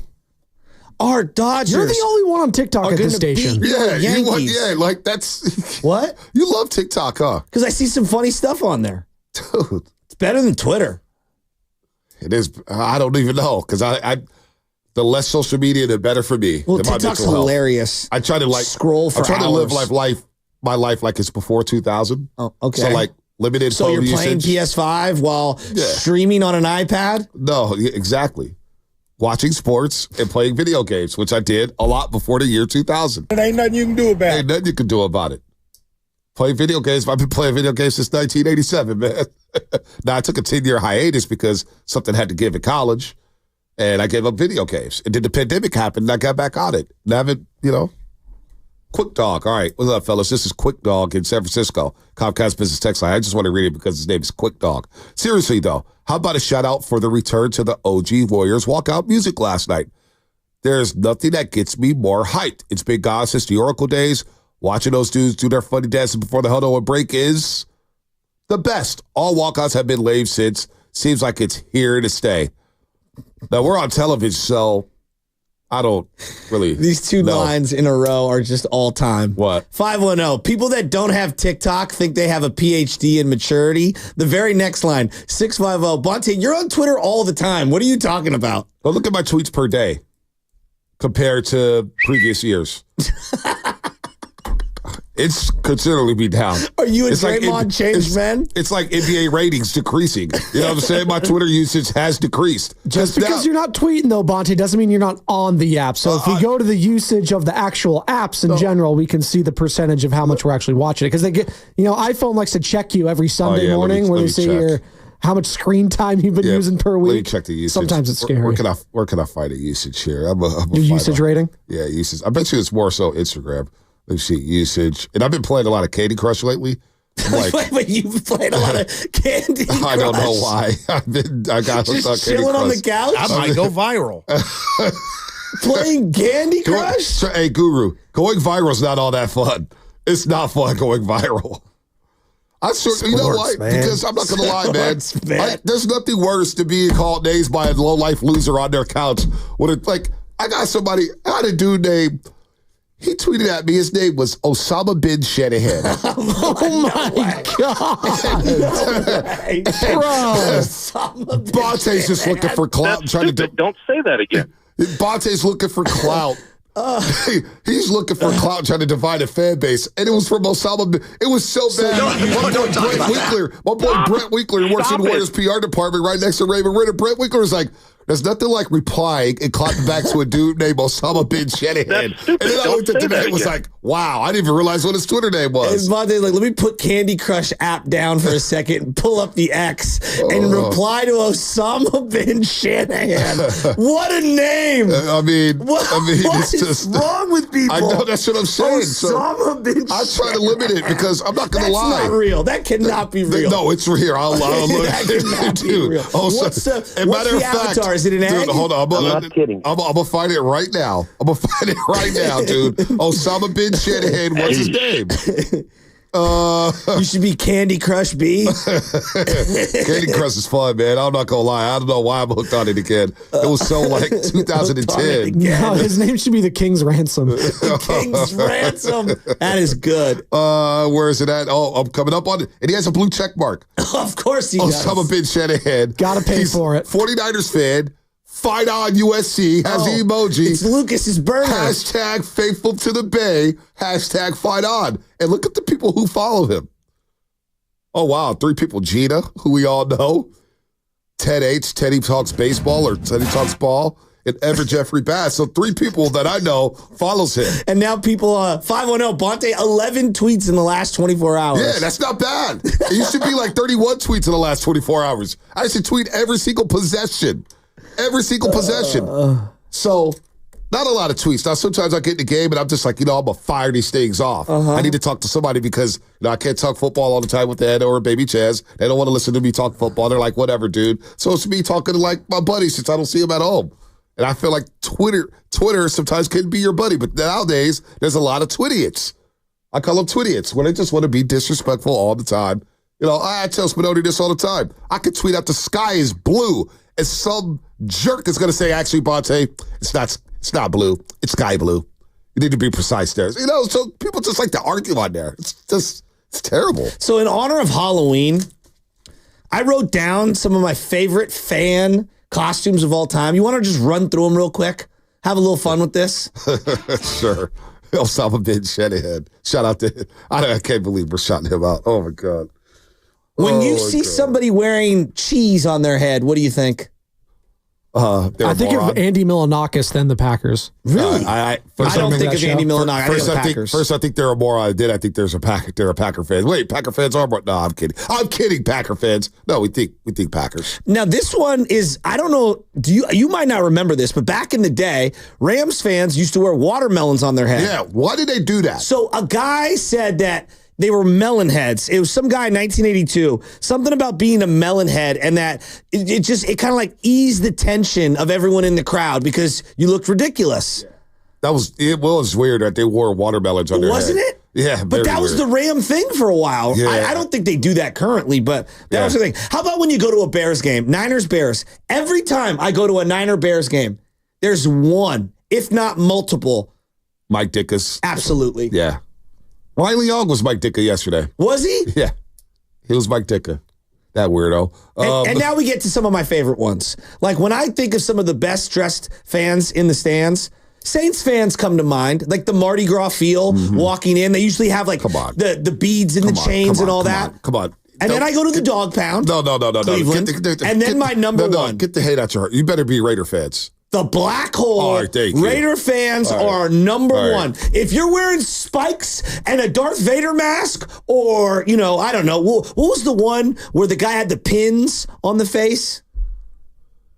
Oh, who's a Hellraiser? Hellraiser. There you go. Like the amount of like Raider fan garb, like when I think of fans who dress up and I close my eyes, like immediately, number one, there's no one even close. It has to be the Black Hole and Raider fans. No, I'm with it. The Black Hole's so fun. I made my way over there as a media member and introduced myself, and they knew I was a Niner fan. I was like, hey. Did they roll the red carpet out for the king? No, they did not. They put me in a chokehold. They would almost have dragged loved me if to you the Black dressed up Hole. as a king, though. They would have loved that. But you know what they said? I was like, hey, man, what's up, everybody? I was like, who are you? What's your name? I said, man, it's Bonte Hill. Oh, the one with Papa? Oh, yeah, you're a Niner fan. They started mobbing me a little bit. And they was like, nah, you all right, man. You good. You give us good coverage. And they all, the Raider fans are great. I love Raider fans. I do. Actually, I do. I got a lot of love for Raider fans. Who are we missing on this list? Who in I was thinking okay, the All Rise people where they wear the judge outfit. Like there's only a couple of them in the stands, but you see that from time to time in Yankee Stadium.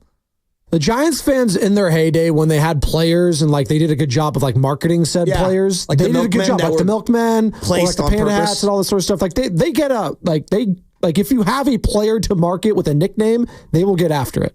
They just really haven't had any. What about the Captain Jack Sparrow?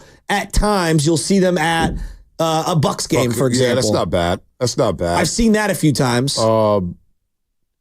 It's Raider fans, man. It Raider has to fans. be, right? It's Raider fans, and there's nobody even close. What about the Cameron Crazies? Shirt off, skinny white kid going like this while someone's shooting a free throw.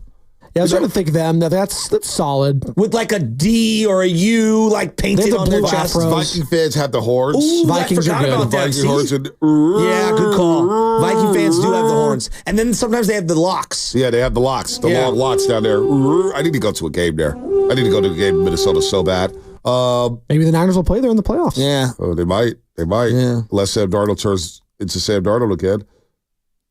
See about that. No, I'm just looking at the teams. Looking at the standings. Mr. Bunte? Pittsburgh Steelers fans just got the terrible towels. Raven fans, they just wear jerseys. Charger fans, you got the Bolt fan. Remember, you saw the one dude in Chargers game, the Arizona Cardinals fan? They had more fans at that game in Glendale, Arizona than they do at SoFi. It's kind of wild. I've never met an Arizona Cardinal fan, ever. I'm diehard Cardinal fan, ever. I only met one because I was out there. Like the Seahawks pretend to dress up. You'll have a couple people dress up, and I just think it looks ridiculous. Who's the Bronco fan who used to no shirt, be in the bucket or whatnot with the overalls? You know what I'm talking about? No. In a bucket? Yeah, it was like Charlie Bucket? No, not Charlie Bucket. Denver Bronco fan Bucket. I don't even. He was shirtless. He had suspenders on. Dang it. I don't even know. Damn it. Oh, yeah, here it is right here. Barrel Man is what they call him. Barrel Man, yep. He has his own Wikipedia. Barrel Man. Oh, you know what? Barrel Man passed away. Oh, man, back in 2009. 2009, he passed away. 15 years ago. Yeah, Barrel Man, but he was Barrel Man. I remember the fan. He had the barrel with no shirt on. Google it. Barrel Man, Broncos fan, I'm telling you. What about the ASU curtain of distraction? That's a good one. Who? The curtain of distraction. Who's that? You know when they do the curtain behind the free throw line? Behind the basket? Who does that? ASU. Arizona State? Yeah. I didn't know fans went to those games. That place is just so empty. When you said curtain of distraction in ASU, I immediately thought of something else.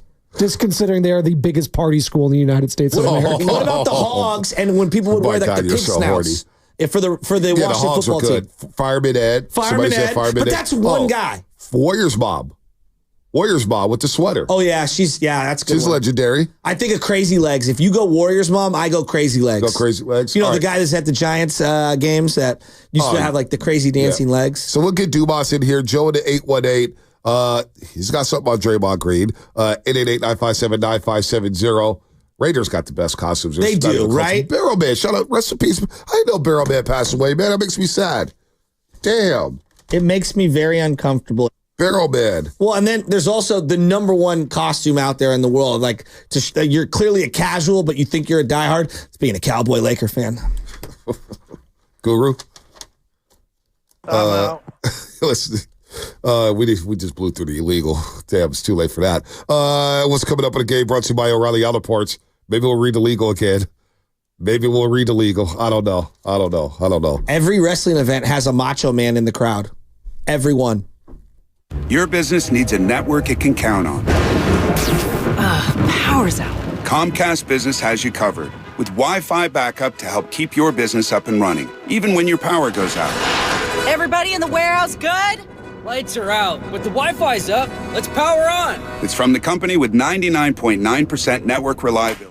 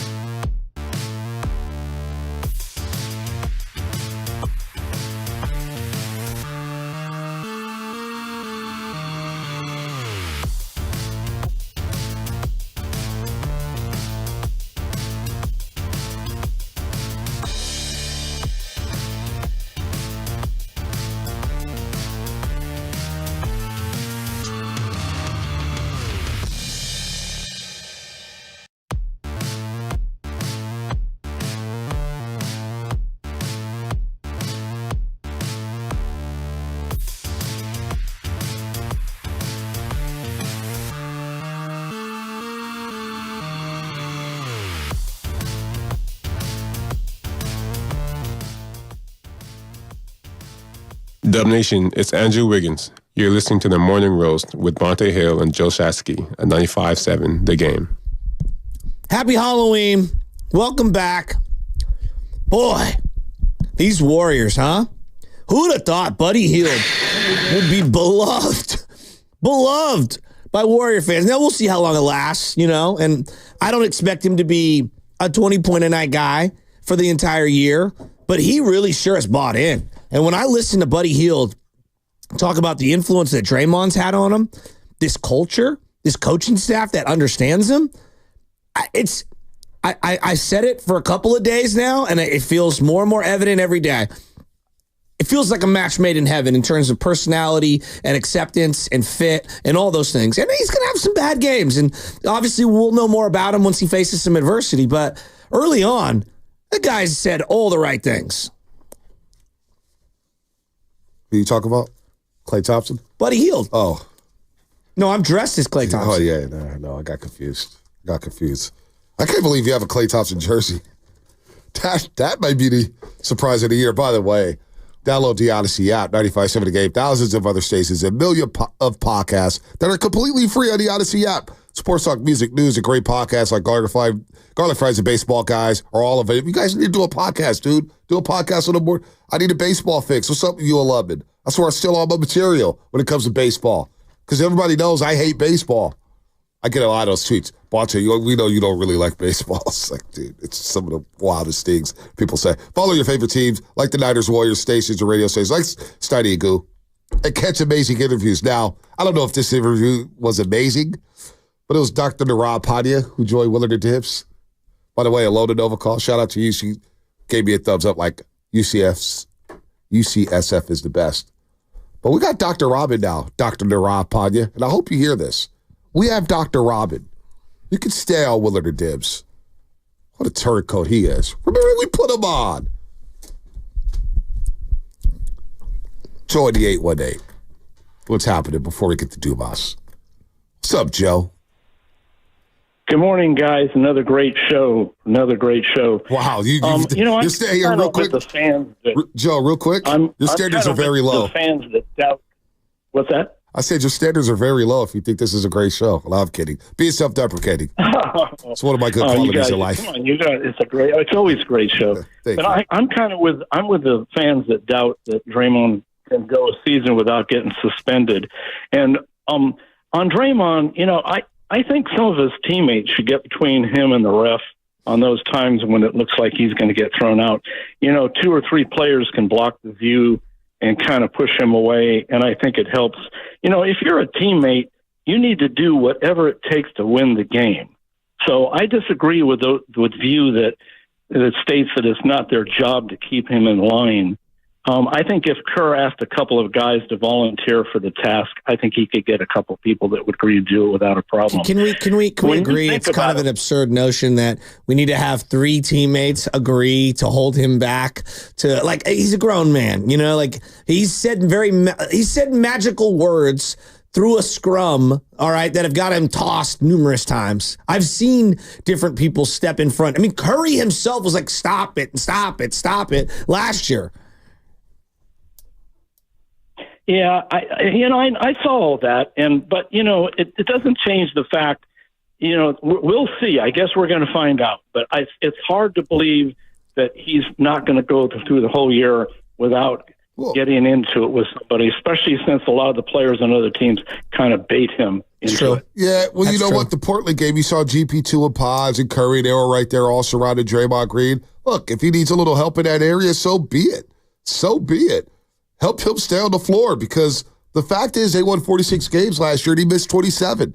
And there's no doubt in my mind, in the 27 games that he missed, they were 13-14. I think they get to 50 if he plays in, say, 10 of those games. I think the Warriors do go, they win at least 4 of those games of the 2070, whatever it is, 13-14. So, look, he has to stay on the floor. He's taking accountability. 925 is onto something, and I think we interviewed this guy. Stackhouse being on the court and being a coach of this team, being able to challenge him and the rest of this team, I think is a big, big help for the Golden State Warriors as well. Honestly, if you were drawing up the diagram for a template for, approximate amount, given all full health, and which obviously you can't control, and obviously no suspensions. How many games is the sweet spot for Draymond to play? He'll get to 68 to 72 games. Okay. I got my bet. He's played at least 65. I mean, again, these are just the last, obviously, since they went back to the 82 game thing, 63, 46, 73, 55, 5 this year. So, I don't know. It's aggressive. It's tough. A lot of things got to go his way. He's older. Just acting it. This is why you made the bet. But I feel like I found a sucker in the bet. And it's you. Right. It's Bedoni and Lutman. So we're all going to have some House of Pride rib. Yeah. And I don't have to pay for it. Life is good. You know who life is good for Jason Dumas as well. Life is very good for Jason Dumas. This guy just got married. He's got the gray suits, the shoe game's all point, and he's headed back to Philadelphia. He's leaving the Bay Area.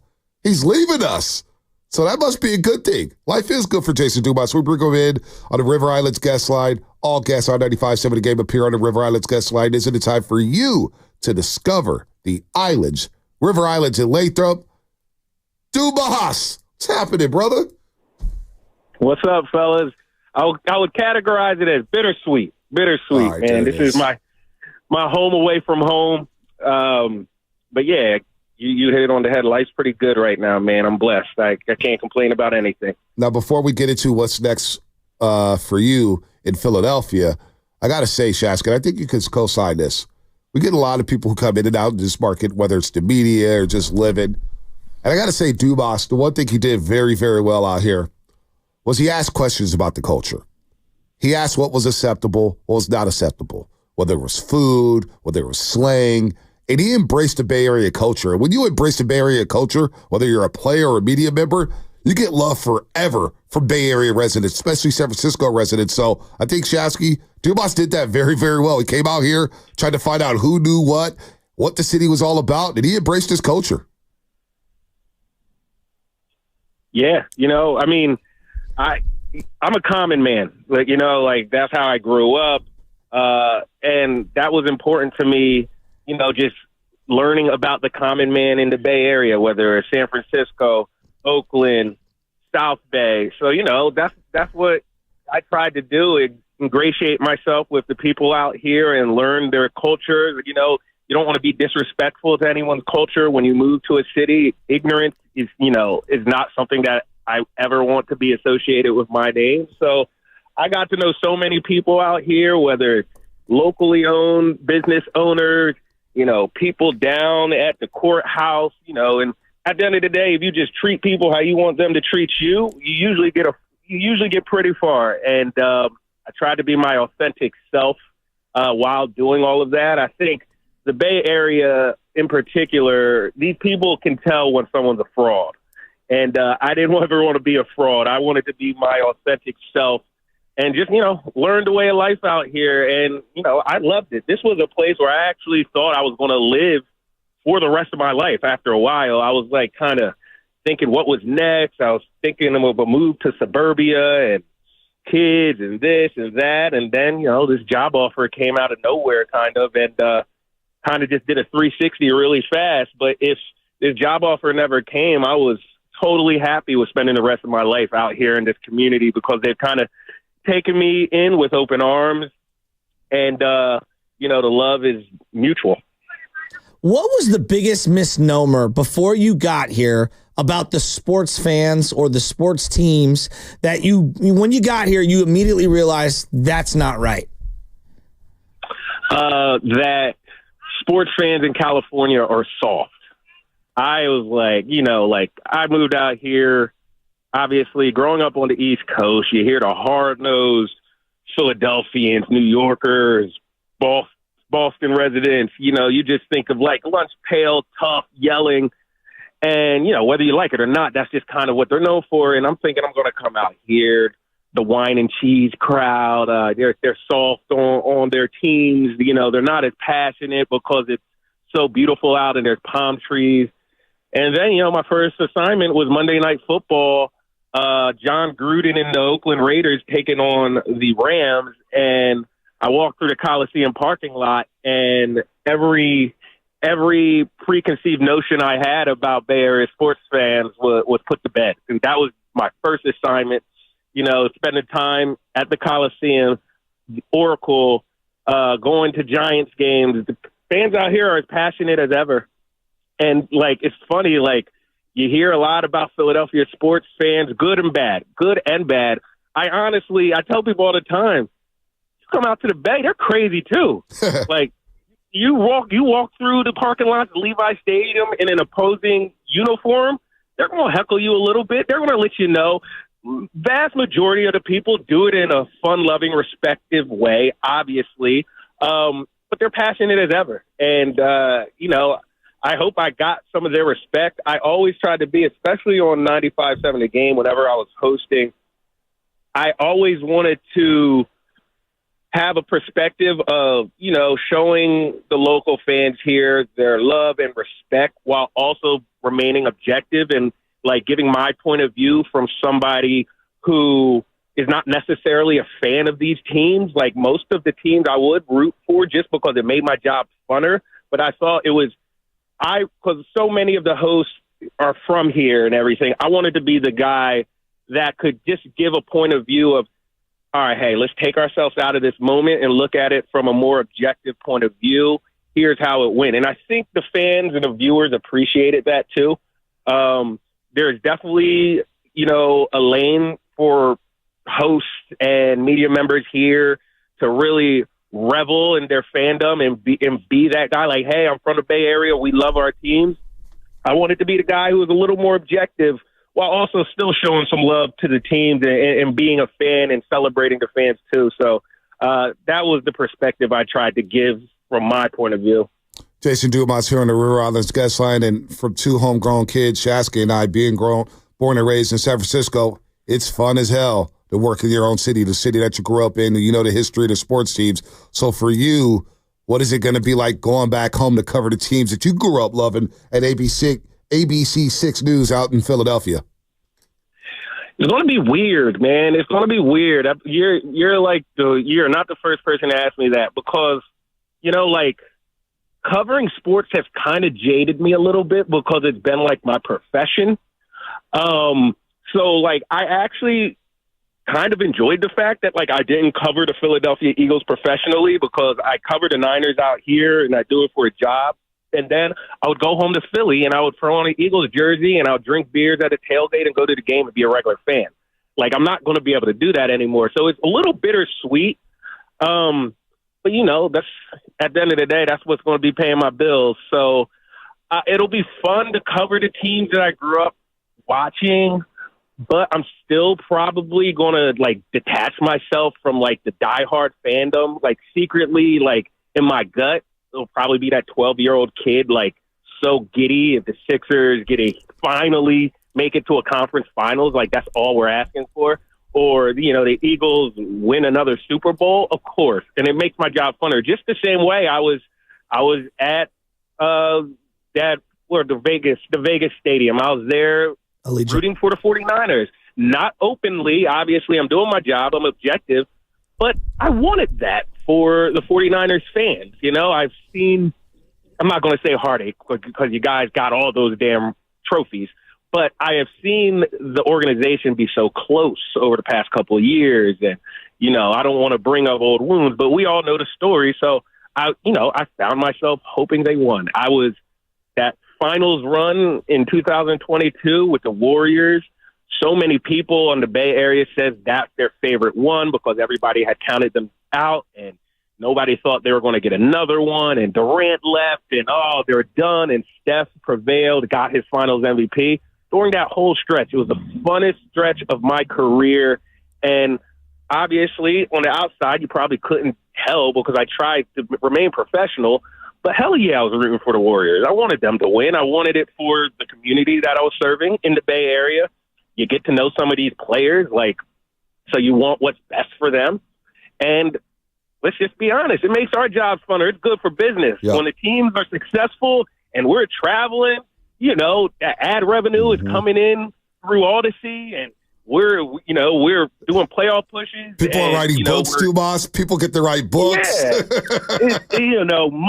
Money is getting printed, and that's good for everybody. So it'll be weird covering the teams I love. I like, part of me, it's like bittersweet because like I can't just like be an Eagles fan now. I have to like kind of cover the team and do my job, and that kind of takes away like the fun of being a fan. But it's going to be cool either way. Well, you could be like that one guy who's at Elliott Parks. I mean, he's basically a fan covering the team. I'm teasing. I take a swipe at him. But, hey, real quick. He's going to be working with Kate Scott. Hey, Kate Scott's up there in Philly. Tell her we said hi. She's crushing it. Tell her I want another copy of Madden. Jason. Kate already reached out to me, and Elliott is a very polarizing figure. That's all I'll say about that. No, okay. Kate reached out. What did Kate say? Well, she just saying congratulations on coming home, and please holler at me when you get to this city. Did she do a Fly Eagles Fly hashtag? Yeah, that was very nice of her, and I'm sure I'll be seeing her at a Sixers game. The 1-3 Sixers who just lost to the lowly Pistons and Tobias Harris. And you haven't had Embiid or Paul George play. Hey, all right, let's do quick. I want to do rapid fire. All right, best athlete you've covered in your time in the Bay Area. Steph Curry by a country mile. Who's number 2?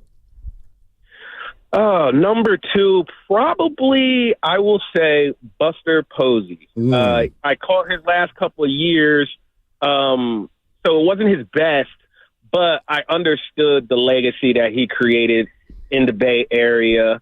I mean, the Niners, there was a lot of good Niners, but, Fred Warner might be up there. He's just, he's so good. He's going to be a first ballot Hall of Famer. So probably Buster or Fred. All right. I didn't want to go 2 Warriors, but you could easily say Draymond or Clay as well. Yeah. What is the hole in the wall food spot you're going to miss when you get to Philadelphia that you're going to wish you could go back to eat? Oh, man. So I loved Za Pizza. It was over there on Hyde Street.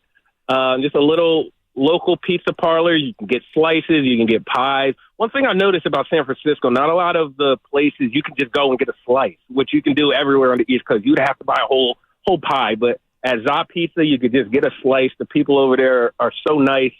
You go in there, you can get a beer, a slice. There's always a sports game on. And they're good people. So I'm just going to miss them. I even missed them once I moved out of that neighborhood. They're good people over there.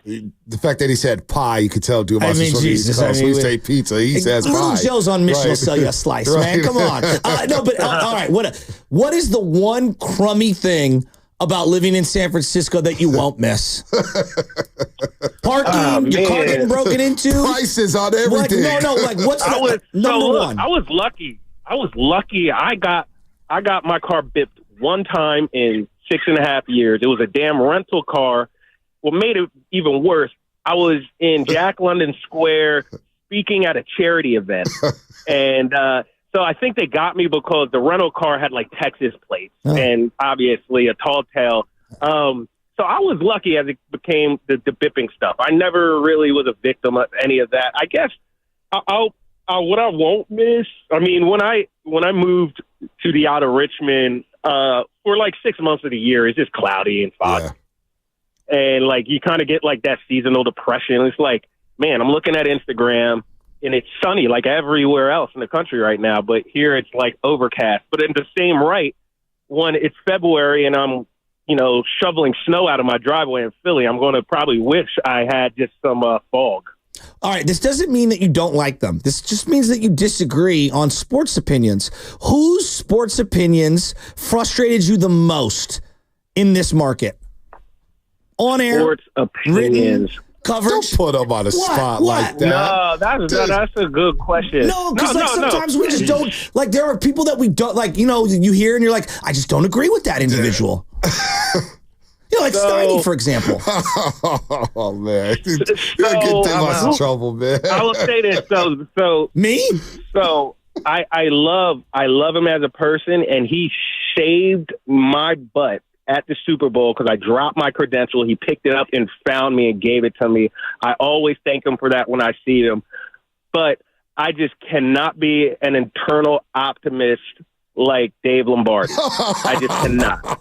I love him. Now, I'm not on the other end of the spectrum like Grant Cohn. It's funny they have like this beef. I don't know if it's a real beef or they just play it up for the I internet. imagine it's like the cartoon where, the what's the guy who like checks in and he's trying to steal the come on, what's the cartoon? You guys know what I'm talking about. Where the dog Tom and Jerry? Not Tom and Jerry, but similar to that. Like it's cartoonish. It's like over the top. Peeking the brain or something? I don't know. Well, Tom and Jerry, that could be the same because like in that show, at the end of the show, one of them like left the show, the other one was sad and was crying. Mm-hmm. So it's like they play it up like they can't stand each other, but they probably love each other deep down. I was talking to somebody about that not too long ago. I said, what if they're in on this and they boost each other's profile and they make so much money together? It's all in one big pot. It wouldn't shock me if they were in on that. Like a curated rap beef? Yeah, absolutely. This could be curated. Interesting. I don't know because those are true. Because I don't know, Dumas. Like somebody said that stuff about me, and they're going back and forth. At some point, you got to have to approach each other like, "Yo, what's the deal?" Yeah. And they don't even talk to each other. Well, all right, forget that. Language. What is the word or phrase that you're going to use for the rest of your life that you picked up from the Bay Area? Oh, hella. Hella for sure. When I first started saying hella, I hated myself. I was like, oh God, I'm really becoming a Bay Area cat. But I say hella all the time now. That's just it's part of my vernacular. And look, man, this is a home away from home. Yeah. My in-laws are from here. Like, this is going to be my home forever. Like, I'm going to be coming back here for as long as I live because I'm sure my in-laws will be here. So many connections to my wife are from here. Obviously, now I have friends who have become family who are out here. So, hate me or love me, Bay Area, I'm connected to y'all by the hip now. Most important question. Who is hated more in Philadelphia, Bonte, Shasky, or Debo? Debo by far. Bonte was just in Philly. He was cheersing with everybody. He was on rooftops. He was chilling. They were loving me out there. They was like, "You're that guy." Y'all can go to Mitchell and Ness, get your nice little discount. Yep, that's true. Y'all are good. Debo Samuel. Debo might have to walk around Philly with security. I can't even lie. What's our guy's name out there? Is it Josh? Who's at Mitchell Ness? Yeah, Josh, shout out Josh. Shout out Josh. We just followed each other on Instagram. They'll be out here for the All-Star game, Mitchell and Ness. And, man, they're good people. They took care of us at Mitchell and Ness. And then I came back in. He goes, "Oh, you're back?" So we do got a lot of love in Philly. It's just when it comes to the Niners and the Eagles, it's a little love-hate relationship. Hey, Dumas, man, we're going to miss you out here. We really are, man. I told you that at your going-away party, and you did what you had to do out here, man. You were a great ambassador for the Bay Area. You repped hard, even though you're from Philadelphia. And I think your coverage is going to be missed, man. You had a lane. You carved out a lane for yourself, and you did a hell of a job out here. Hey, man, appreciate y'all both. And thank you for the 95.7 of family. I love working for 95.7 The Game. All the hosts, producers, everyone behind the scenes make us look good and showed me a lot of love. 95.7 The Game, they helped me buy a lot of drinks in the marina over the last couple years with those paychecks. So I love you guys, and thanks for having me on as usual. And I'll be back. This is just a see you later, Yep. Hey, Jason, just so you know, and this is the honest to God truth, my favorite of all the Philly rappers has always been Beanie Siegel. Always been Beanie Mac. Yeah. I love Beanie. As much as Freeway's unique and Meek, he's got his hits and whatnot. He's got more hits. And Eve, there's a lot of people. I'm just saying, Beanie Siegel, The Truth. He's got so many great albums. Beanie, he's a legend in Philly. Siegel Street. Exactly. There it is. Siegel Street Bullies. There it is. Jason Dumas, man. Buddy. Good stuff, man. We love you here on the River Islands guest line. Going back to Philadelphia. Kate Scott already reached out. Oh, man, we got to get Kate. I was like, hey, you better treat Dumas with some respect. But the guy, it's different party. If you love Philadelphia, there's a high probability that you hate these two. It's the Morning Roast with Bonte Hill and Joe Shasky on 95.7 The Game. I do believe the Grant Cohn and David Lombardi being curated that beef. There's something to that.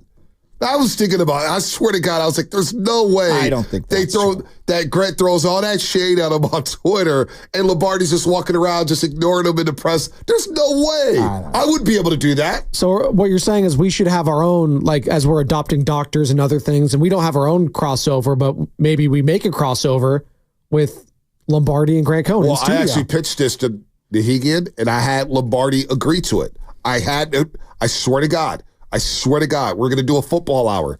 This is last season, before the season. Went to Nahigian. I talked to David Lombardi. He goes, I'm down for it. I said a football hour where both of you guys come to the studio for an hour, and we talk shop. Because, one, I was thinking of business. Business would be moving. We break records on YouTube. There's no doubt about that. They be going at it. We can referee it. And it's like me getting my dog King on. I don't want to referee. I want to be involved in it. I want to be arguing. Like that's. Oh no! But this is. I mean, David, don't insert yourself. This is Lombardi and Grant Cohn. We are the promoters of this. Yeah, but you're Frank Ward. I'm Eddie Hearn. I'm Don King. You're Bob Arum. No, we come in at a collaboration. And we let them go at it during the football hour. You're wrong. No. See, you're trying to interject yourself in the too piece. Short. No. I can't stay away. The game keeps calling me. You guys can each be managers a la WWE for each respective person. You're Bobby the Brain Heated. I'm Jimmy Hart. I'm more Eric Bischoff. Oh, I'm Bobby the Brain, actually. So I thought, former 405 on the Comcast Business Text line. He's right. The David Bruce and Cole beef is real. That is some heated stuff. But I had to get I wanted to get the football hour. I swear to God, I pitched this. Football hour, Lombardi and Cole. And we referee for an hour and let them guys go at it. Constructive. When they got a little hairy and they started to cross the line, we interject. Hey, stop. Kind of debate style, like you see with the presidential candidates. Maybe there's still hope for that. I have no idea. Is one of them going to pull up in a custom garbage truck and roll the window down? I mean, geez, I'll say this, and I'm dead serious. I consume both of their stuff, whether it's on YouTube, on social media, etc. And I will give both guys this. I don't agree on some things. I agree on other things. It's like a buffet cart, right? There are certain things that I like, but I will say this: both guys give a effort and they work their ass off. No, I respect hustle. Don't start smooching now. I'm just saying, I respect the grind. What happened? Why do those guys not like each other? Well, they just see things differently. So that's why it's just like the Hatfields and the McCoys. I don't get it. I just don't get it. It's like me with all my right opinions. Right. You just can't agree with them. Well, you still on your people opinions. Can't see. Well, some would say you still on your opinions from those journalists. I mean, come on. That's what the streets are saying. I mean, come on. Seriously. Come on.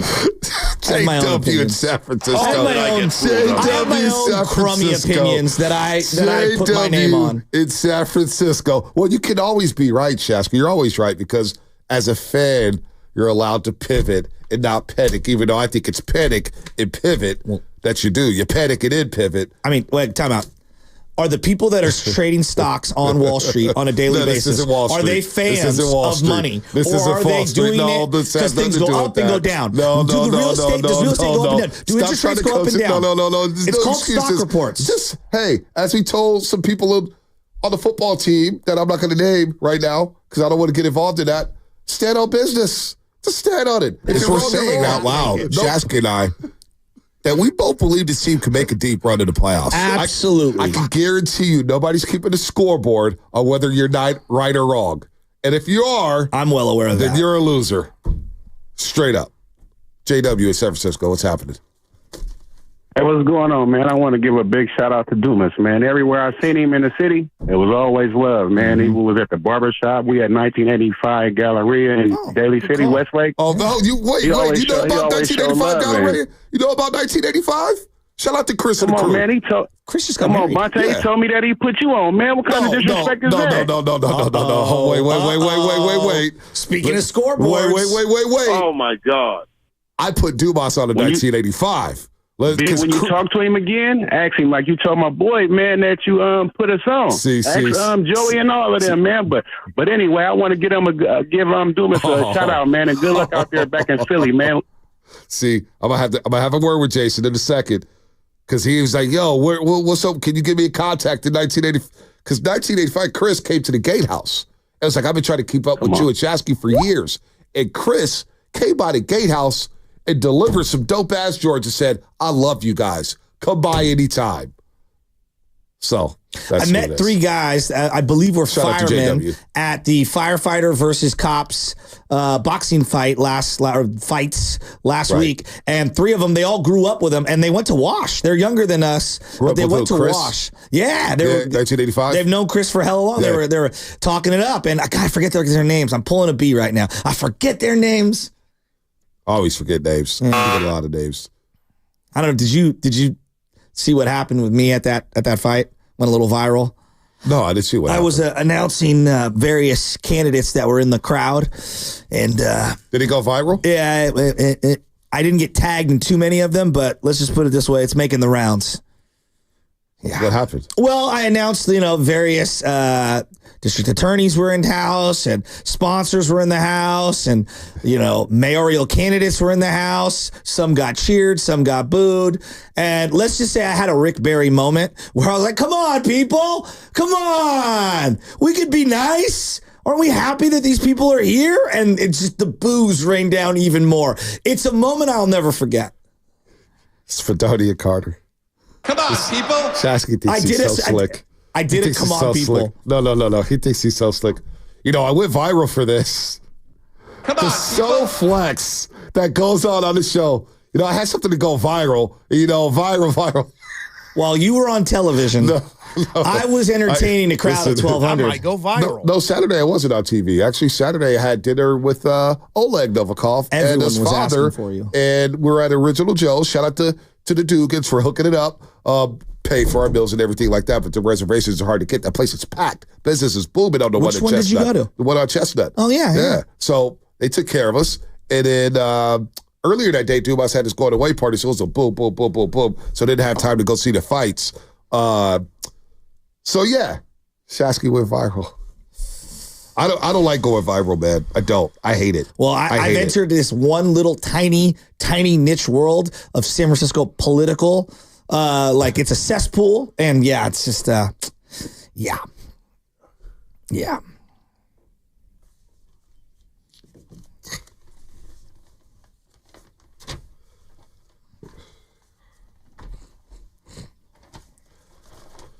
You know what? I want this to happen now. Maybe it's a one-off. David Lombardi, San Francisco Standard, Grant Cohn, Sports Illustrated. Once a month. Let's do it. Get into the studio here at 95.7 The Game. Grant Cohn on one side, Lombardi on the other. Shasky and I will ref. Don't interject yourself into it. No, you can't take sides, Shasky. I'll participate too if that's what make everyone comfortable. You and I will be the promoters of this. Let them do their thing. We ask the questions. And we make it happen. I want to end this beef because it's actually, you're both covering the same damn team. It's kind of getting ridiculous. You got to be like, who was it? Like Jake Tapper and Anderson Cooper, just both sitting next to each other as they're moderating the debates. I was thinking more Bloods and Crips. We'll have you think of Bloods and Crips. Lubman and myself be the fact checker, the real-time fact checkers on everything. Yeah, right? exactly. Yeah. And you know what? Let's end this stupid beef, all right? It's dumb. We can't even agree on facts. I know. It's silly. And look, I don't even want to call it a beef because what real beef is when you can't go to sleep. That's beef. You guys are fighting over Niner takes, for crying out loud. And you go to practice every day together, go to the same games. It's kind of weird. That's not beef. It is. These guys are not going to fight. That's beef. Beef is, I hate your guts. I can't even be in the same room with you. History was made last night. My final thought. History was made. No, I'm not talking about the Yankees choking away a 5-run lead, which was the first time that's ever happened in an elimination game. What did I do wrong? I've been kind of, skeptical because it's curated and there's just a lot of stuff. But you know what? Honestly, good for Bronny James. And for him to do it in Cleveland, get his first ever bucket as an NBA player. Good for him. Good for LeBron. Let's see where this goes. I'm a back off. Oh, final thoughts today. Happy Halloween, everybody. It is Halloween today. Be safe out there if you're driving around. It's twilight. There's going to be little kids. Yeah, I'm old now. I'm a parent, so I got to do the PSA message. Please just have your lights on. Be observant for all the kids. Because they'll be running around going nuts, all right? Yeah, I'm in a nice little area over in Oakland, so I'll be trick-or-treating there. It'll be a good time. Just have fun tonight, all right? Don't get crazy, all right? So Carter alive? Carter alive here? Yeah. I'm here. I haven't heard you basically was Sam Lubbock for Halloween. You're basically Sam Lubbock for Halloween. We never hear from our producer on this show. Worked my tail off back here. He's locked in. My final thought is very simple. I think it's comical that 5 games in, we're talking about that Draymond Green has changed. We are clearly forgetting that in game 1, he already got a technical. Literally had been waiting all offseason for this technical. Before the first time out. And he almost got ejected, I think. Well, no, but he's grown from that moment. Fair enough. Yeah, he's grown from that moment. And he's a champion of change. And I felt those post-game comments. I did. It's just, I'm going to use that for it's great. It's like great. he's reading from a tablet that was handed to him. See, when you guys pay me that bet, I'll be here, and I will brag about that. See, I told you so. That's what I would tell you. I'm waiting for the episode when you come in. I'm just disappointed. I'm not frustrated. I'm just the fact that bet was made without injuries being part of it should tell you the problem. I did do it, but they didn't. They edited the audio. audio speaks for itself. I swear to God, I did. I said, hey, there's a caveat. Injuries, I love obviously. how you believe I thought the it was lie. like, no, it's in there. You are George Costanza. I said what I said. Ernie Chavez, find it. Ernie Chavez, I'm daring you. Find it. When I said injuries, there Art should be a Vandelay caveat. over here. So, but you know what? I'm going to stand on it. I still believe, despite the nagging injuries, 65 games Draymond Green will play. And you guys all be wearing it for it. All you non-believer Warrior fans. I mean, I win regardless, because if he plays that many games, they'll probably have a good record. There you go. So there you go. Even when I lose, I win. In the words of Monte Hill. You like that, huh? I do. That was LeVar Ball first. Did I turn into him? It was LeVar Ball. It was LeVar Ball. No. What did he say to the one girl? Christine Leahy. Yeah, Christine Leahy. I'm not going to get into that. So horrible. Well, so horrible. But she kind of came at him. If we play the full audio, Chrissy Leahy was like coming at him about some things. And I get why he said it. He probably shouldn't have said it. But she was nobody checked her on what she said. She got off scot-free, but I'm going to get off these airways right now. Interesting. Because I remember watching the full audio. I was like, oh, that's what happened. You always can make somebody look bad when you edit some audio and content. Trust me, we know that here at 95.7 Game. That was Fast Five. Yep. Brought to you by Xfinity at home or on the go. You get the fastest internet to all of your devices. Black Mets. How's your home handling hot?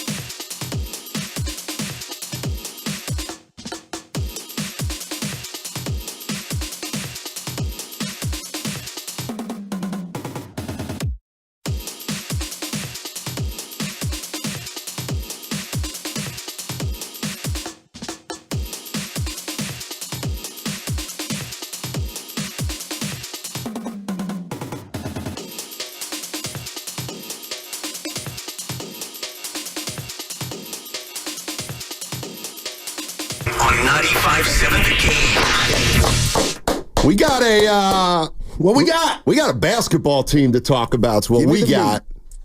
That's what we got. Warriors, 104-89. Another baseball series. That's a set. Baseball series. Evan says it's a set, not a series. Fitz called it the baseball series. Well, Fitz called it. Yeah, we got to have it. Evan, he'll be doing color soon for one of these teams. 104-89. And suffocated the Pelicans. That's my big takeaway. It is? I need your help. Happy Halloween. You can take your mask off. Hey, my sources say you were in the building. You were back-to-back at the Chase Center. You know what? Curry. Let me apologize again to Joel Embiid. What? These back-to-backs are tough. Look at my man. Yeah. My man in the building. I need a recovery day from the back-to-backs. Steiny, this team is grimy. It's gritty. It leads the NBA in deflections, a stat that I think is that underrated. True? Yeah, they lead in deflections. I didn't even know that. And I don't know if it's hunger, if everybody's hungry with these, 12-man rotations. But what I need for you on this Halloween to do to Mr. Optimistic is help me not have haters think I'm being negative about this start. I'm not. I want the whole enchilada. And what I mean by that, Stoney, is I guess I'm a bit irritated that as great as this start is and what I like, Batman's not there, Robin and Melton. So, you know what I mean? Not really. I like that makes it better. But then when they come back, there's a cloud still of positivity, but oh my God. How far can we take this until they come back? That's all. Because I love what I'm seeing. And Draymond, I already gave you an apology 2 weeks ago when I went to that preseason game. But Steiny, he's playing his ass off. And then I don't know if you heard his comments after the game. And, you got people saying, do you believe him or not? Just the fact that he echoed, he's trying to be a leader. He stunk last year. He felt like his play. He argued too much. I'm like, man, this is night and day, this team from last year right now. I mean, I'm being real. There are good signs all over the place. That's the bottom line. Good call. And again, good call. They haven't had the toughest schedule through 5 games, but what are you going to do? Not play the games? You got to play the games. And they've won 4 out of 5. And now they've got to see what they can do on the road. And it's going to be a tough one. They got the Rockets on Saturday. Then they got the Wizards. Jordan Poole, the revenge Wizards. Game. They stink. What are you talking about? They're 500. Well, I don't. They stink. Not only that, they beat the Hawks twice in a row. They stink. Who? The Hawks. Well, your old team. Yeah, they do stink. Yeah, you're a Warrior now. Yeah, they. Look at you. Then they got. Let me see. I wrote it down. Rockets, Wizards. Then it's at Boston, at Cleveland, at Oklahoma City. Dude! And then I'll take it one game further. Give it to me. Then when they come back, you know what day it is? The 12th.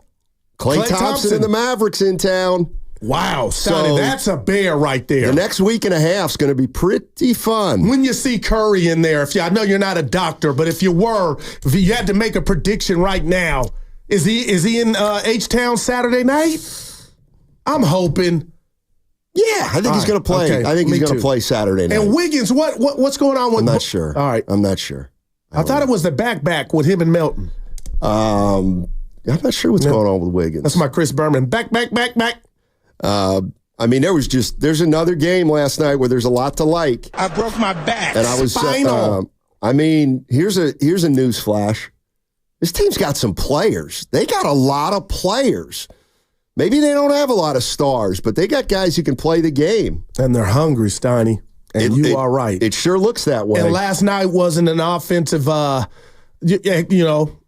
expose, but they were grimy. And when I found out they lead in deflections, I'm like, that's hunger. Is that going to keep up all season? I don't know. But right now, Steiny, Dunleavy and Lakeup and Kerr have to be happy. And again, I'm just coming from the vantage point of, as sweet as it is, last year this team was 6-2, and you kept saying when they went up to Denver. I did? Yeah, you kept, when they were 6-2. And, what did I say? I wasn't being overzealous, but we were like, man, we might have something.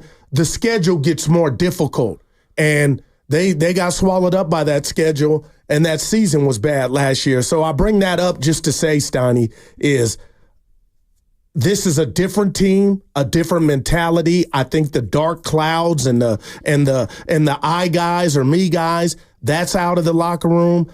I just want them healthy and whole so we really can get an early start on, an identity. And the last time Steph played, Stoney, they lost at home to the Clippers. Yeah, but he got hurt in the middle of that game. But, that's that'll happen. You'll lose some games like that. But I just – this team, for me, I'm getting some enjoyment watching this team. I can't say nothing else. I was talking to some people last night, and I can't figure it out. But for whatever reason, I just really like this team. Well, it's connectivity is my word. Now, remember I told you I felt like it was a little strong, Steiny. I felt like the Warriors betrayed me. They didn't try to do it. But their culture that I bought into and I was a part of their, that culture fan club. But when you found out things were going on behind closed doors, guys, me, and not we, I was a little hurt. But now I feel like Mike Dunleavy Jr. told us when we went out there for Media Day, again, that word connectivity is on my TV when I watch this cast of characters play basketball. They're 4-1. It's early. But damn it, Steiny, they were great on the road last year. Let's see if they could continue that when they go start this 5-game rodeo. Yeah, I would love to know from Warrior fans where you're at again. Because we talked about this yesterday. The Warriors beat the Pelicans 2 nights ago, and it's tough to beat a team 2 games in a row on back-to-backs. Right. And they did it. And I'm interested. Look, I don't know what it is. There's just something about this team I like. I like their role players. I like their smartness. Yeah. I think they're tough. I think if you're going to try to play as many guys as they're playing, then you do have a chance to be a much better defensive team. But I want to know from Warrior fans like how much you believe in this team, because it's a great start. Yes, they've gotten off to a great start. They've handled the games you think they should handle, and now the schedule's going to get a little bit tougher. And they got a 5-game road trip, and obviously you want to win as many as possible, but these are tough teams. Can you get 2? Can you get 2 out of 5? Do you want more than that? I want more than that, but I mean, to me, when you look at these teams, if you go 3-2 on this trip, boy, you got to be ecstatic, because that means then that you probably beat one of the best teams in the league. And remember what happened when you were in Beantown last Sunday on national TV, and I know it's a different team, the Warriors. Game was like 60-point game. Oh, my gosh, Steiny.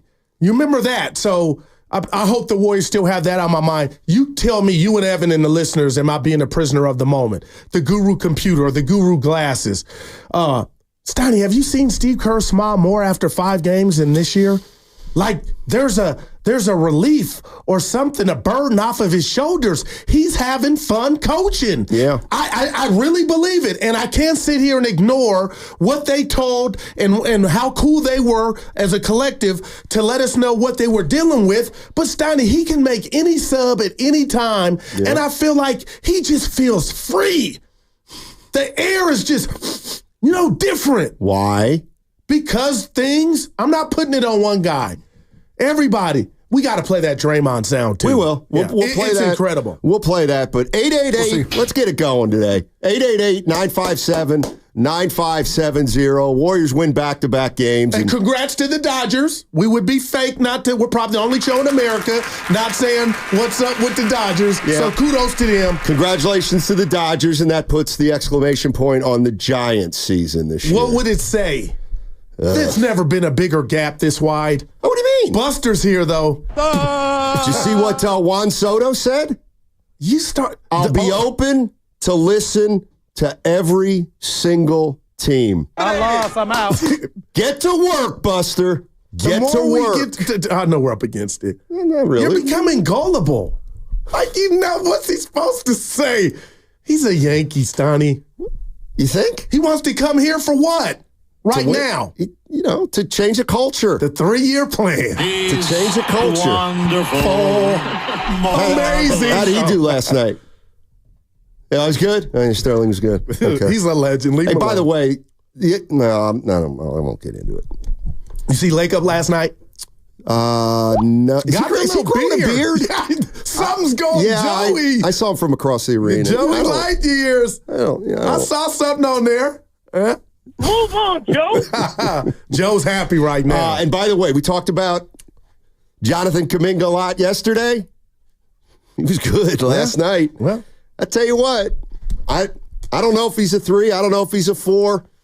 Just lose a little of those threes. Get into that lane. He's got a great mid-range game. Great game in the key. They held New Orleans under an NBA team under 100.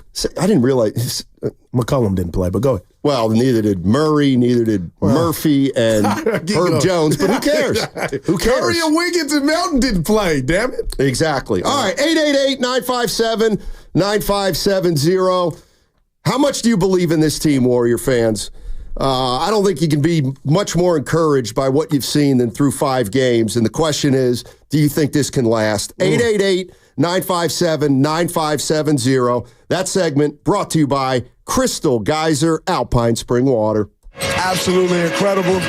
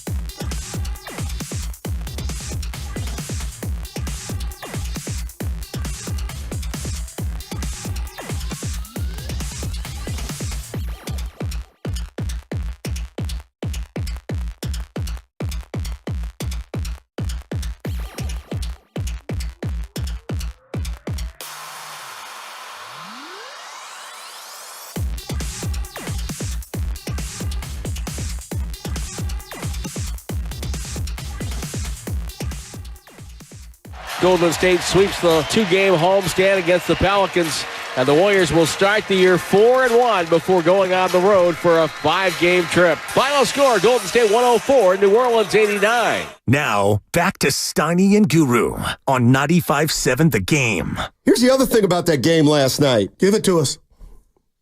Pelicans never made a move. Oh. They never made a run. After the Warriors took control in the third quarter, game was never in doubt. Never even got halfway dicey. They were in total control.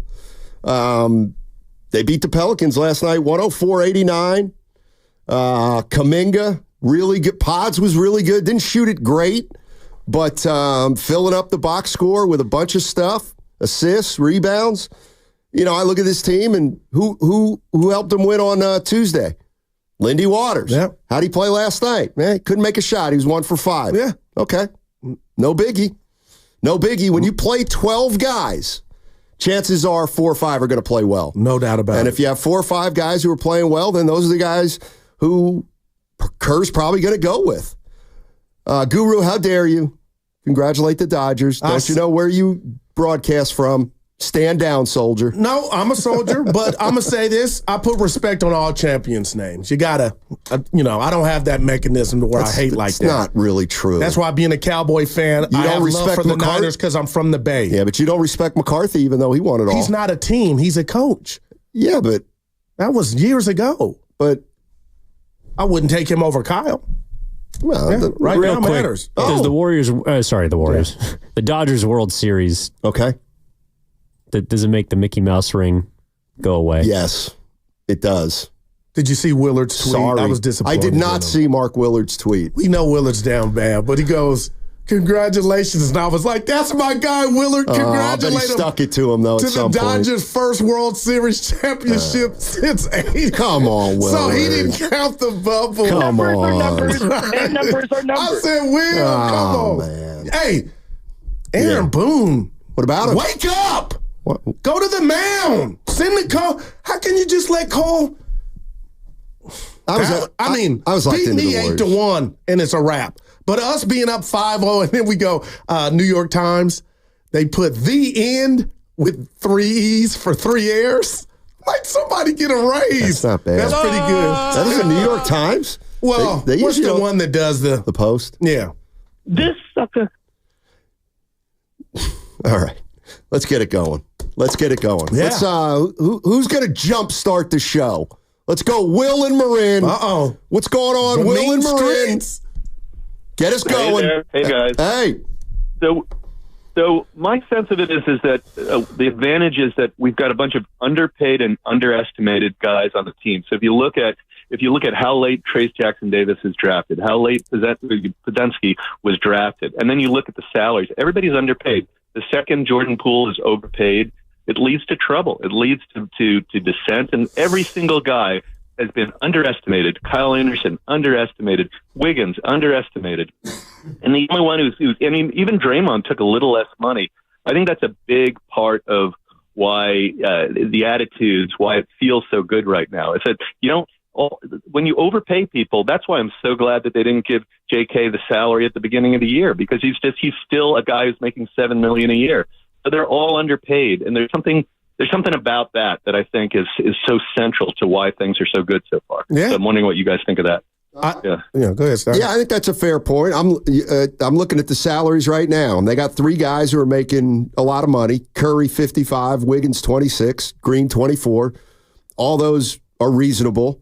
And then this is, I think, what the caller's talking about. Melton 13, Peyton 9, Heald 9, Anderson 9, Looney 8, Kuminga 7.5, Moody 5.8, Pods 3.5.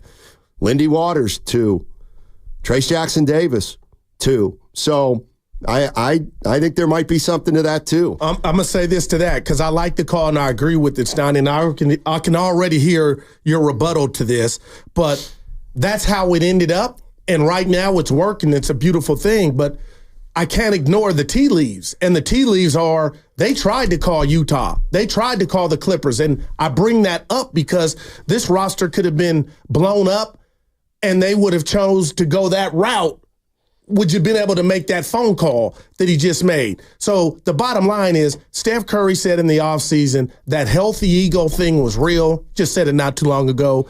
And obviously egos come into play when you got status. Clay had status. But a lot of these guys, are meshing together.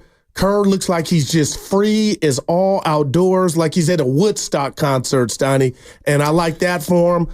And it's early. But, man, Draymond Green, I cannot ignore what I saw from you at the Kings game in preseason. And now it's not what he's doing on the court because he's a 4-time champ.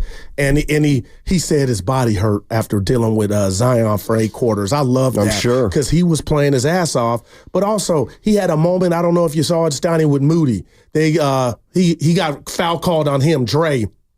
He didn't blame Moody, but I guess he was telling Moody he could have did something different. So he was talking to him. Then after the first free throw went up, he went over and dapped him. I'm like, Dre, that's all I'm talking about. I don't know what was said, but it was leadership. And then for him to say and call himself out, that's all. I love Draymond Green 2024, 25, Donnie. Yeah, I mean, look, I don't know if this can continue. Right. I don't know if Draymond's going to continue to be a good soldier.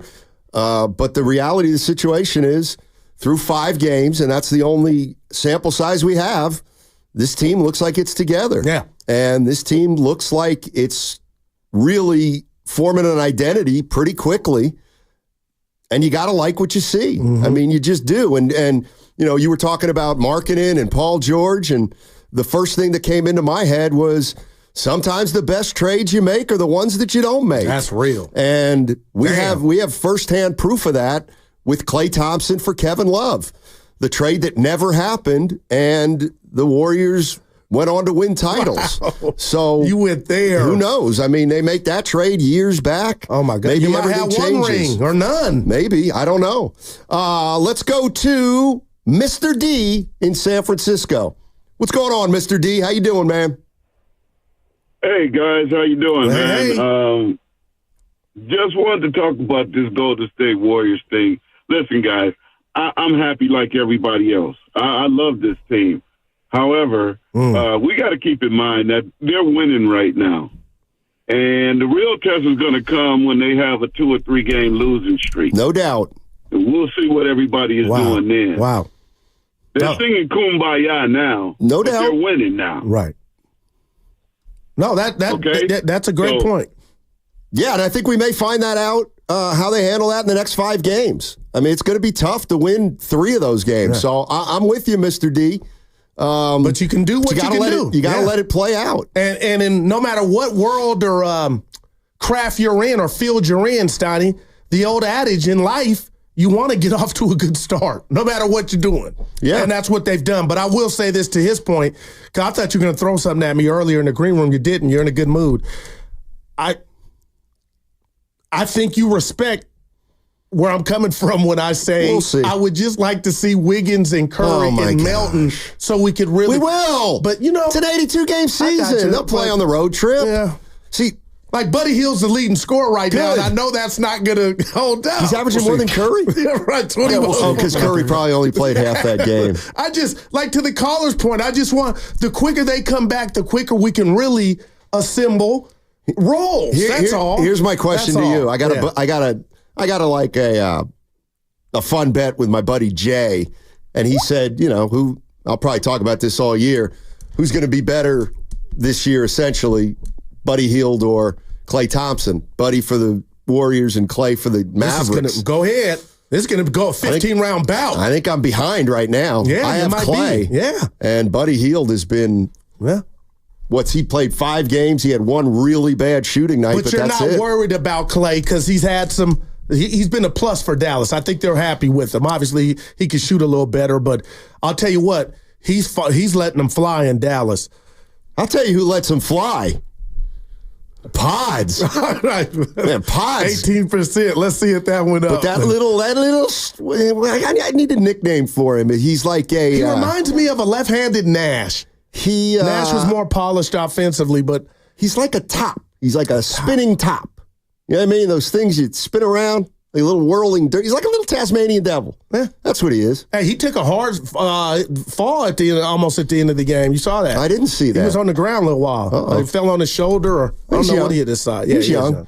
Hey, 925 saying negative Nancy. Got to be talking about you. No, the caller. The caller. Yeah, the caller said he was kind of Austin in San Jose. Yeah, the caller. I got you. I like what I see now. You have to. But By the way, Buddy Hield is leading the league with 24 total makes, shooting 49.5% from three. Good Lord, Buddy. Buddy Buckets. Oh, my God. I can shoot. Dude, he can. Look at you. He's got a quick trigger. And we had him on the show. We did. Yeah. He said that's the when energy is it, on 10 that's when it kind of started for me, because he walked in, he had a big smile on his face. He was, I like the energy in this room. He must have caught us at a good time. No doubt. I don't want to bring the party down, but come on, Goo. Yeah, I got to just come at you and Evan. I remember what I was mad at you about the funeral day I was out. You guys described my bets as being sucker bets. Oh my! I didn't want it to come out to church. Like, is that how you look at? Come on, man. This sucker. By the way, when are you paying me for that Cowboys loss? We'll tomorrow. Okay. Yeah, right. I mean, putting 19.5 points on a game. What do you want to call it? But Evan, it's another win. It's another win. That it was in the balance at 17. It was 27-10. And I'm like, we're one Dak pick away. You know how in a lot of times in baseball, like the big club will go down to the minor leagues and play an exhibition, usually in the summer. And that's what making a bet with Guru's like. When the Giants go down and play San Jose for a game. A few bets. Warriors road record last year. Cha-ching. That's true. Yep. Yeah, you got caught there. That was, hey. Jordan Poole averaging 24 on a young year. Is that all? I think, watch out for him. Shots or points? Oh, that's the 3 points. Josh is in Arizona. What's up, Josh? How you doing, man? Hey, guys. As always, love you guys. Love the show. I'll try to make it quick. To me, you guys hit the nail on the head. 6 folks in double figures. This team is strength in numbers. Yeah. I'm reading John Wooden right about now, and Steve Kerr loves this team. I think the late, great John Wooden would love this team. It looks like a selfless team. To me, that's what hits home. And a quote that comes to mind for me, it's amazing what you can accomplish if nobody cares who gets the credit. That's what I think this team is about so far. Yeah, I like that. If it continues, but this team looks good. Thanks, guys. Go Dubs. Yes, sir. Yeah. Thanks. That's Josh in Arizona. Yeah. Let's talk the Draymond Green. You wanted to hear. Had you heard this yet, Steiny? Or you heard about it? No, because I missed the post game last night because I left right after the game because I was on the second of a back-to-back. And on he and Steph leading the way, does that sound like it's the one? Let's take a listen. Yeah, absolutely. Like you said, it's a fresh start. You know, I know coming in, I had an awful year last year. It was just not right. Didn't play well. Didn't act well. And, I want to, like you said, I want to show the real me. I want to show the growth. I talked last year about being a champion of change, arguing with referees. These guys are human. They make mistakes, and I'm trying to understand that. Such an emotional game. I play, one of my best attributes is playing with my emotions. And so taking that next step and learning how to play with those emotions, but knowing where to channel those is a big, important step for me and something that I'm really focusing on this year. It's always a fun game. Dude, I just want to take my shirt off. Like, that's all we've been asking for, Dre, for that audio. Like, he gets it. Well, he gets it now. Right. I mean, listen, I'm not here. But I told you, honestly, this is not about a victory lap. And I don't know who leads the station in cutoffs, me or Shasky. Probably Shasky. But listen, no, seriously, Steiny. I saw something in that preseason game that made me come in the next day and tell you all. Well, listen. I think I saw something what I might have saw in Wiggins, but I wasn't confident enough to say it. But hearing him say he was bad, he's working on himself. That's all you can ask for. And hey, they're 4-1. I mean, I'm not going to berate the guy for saying what he said, but he's going to have to prove it every single day for the whole year. Right. And then, you know what? He's going to have to come back next year and prove it again because that's the place that he put himself in. But listen, you can't not like what you just heard from Draymond Green. And so we go with it. Yeah. That's all we have. We got 5 games, and look, this is a tough road trip they're going to have. And it'll give us a better measure of where they're at. But I think if they keep playing like this, they're gonna fall into wins. Man. If they can continue to get this kind of effort from this many players over the course of this many games, maybe they do have some action. How much? I don't know. But there's just something about this team that I like. Yeah. I like it. I like it. Let's go to Scotty and Marin. What's up, Scott? How you doing, man? Hey, thanks for taking my call. Sure. I wanted to talk about the Warriors. I'm excited about the Warriors this year. I know that we're kind of in a maybe rebuilding stage or a transitional stage from the dynasty, but to have all these young guys who are all performing well and playing together with the stars that we have is exciting basketball to watch. And the fact that we have all of these great three-point shooters on any one night, a Lindy Waters III or Buddy Hield or Melton can put up 20 points, I think means that we can win enough games to probably be a 6th or 7th in the Western Division, which will get us into the playoffs. So I really like what I'm seeing. I think Kerr's doing an amazing job. And I'm actually hopeful for this year. I don't know that we're a championship team, but we're certainly a fun team to watch. And one of the things I think is we're showing other teams who don't have mega stars a different way to play basketball. Just like Curry and the Splash Brothers showed all of the NBA how important three-point shooting was, I think Kerr and the team is showing other teams you can play 12 guys if you make the right decisions.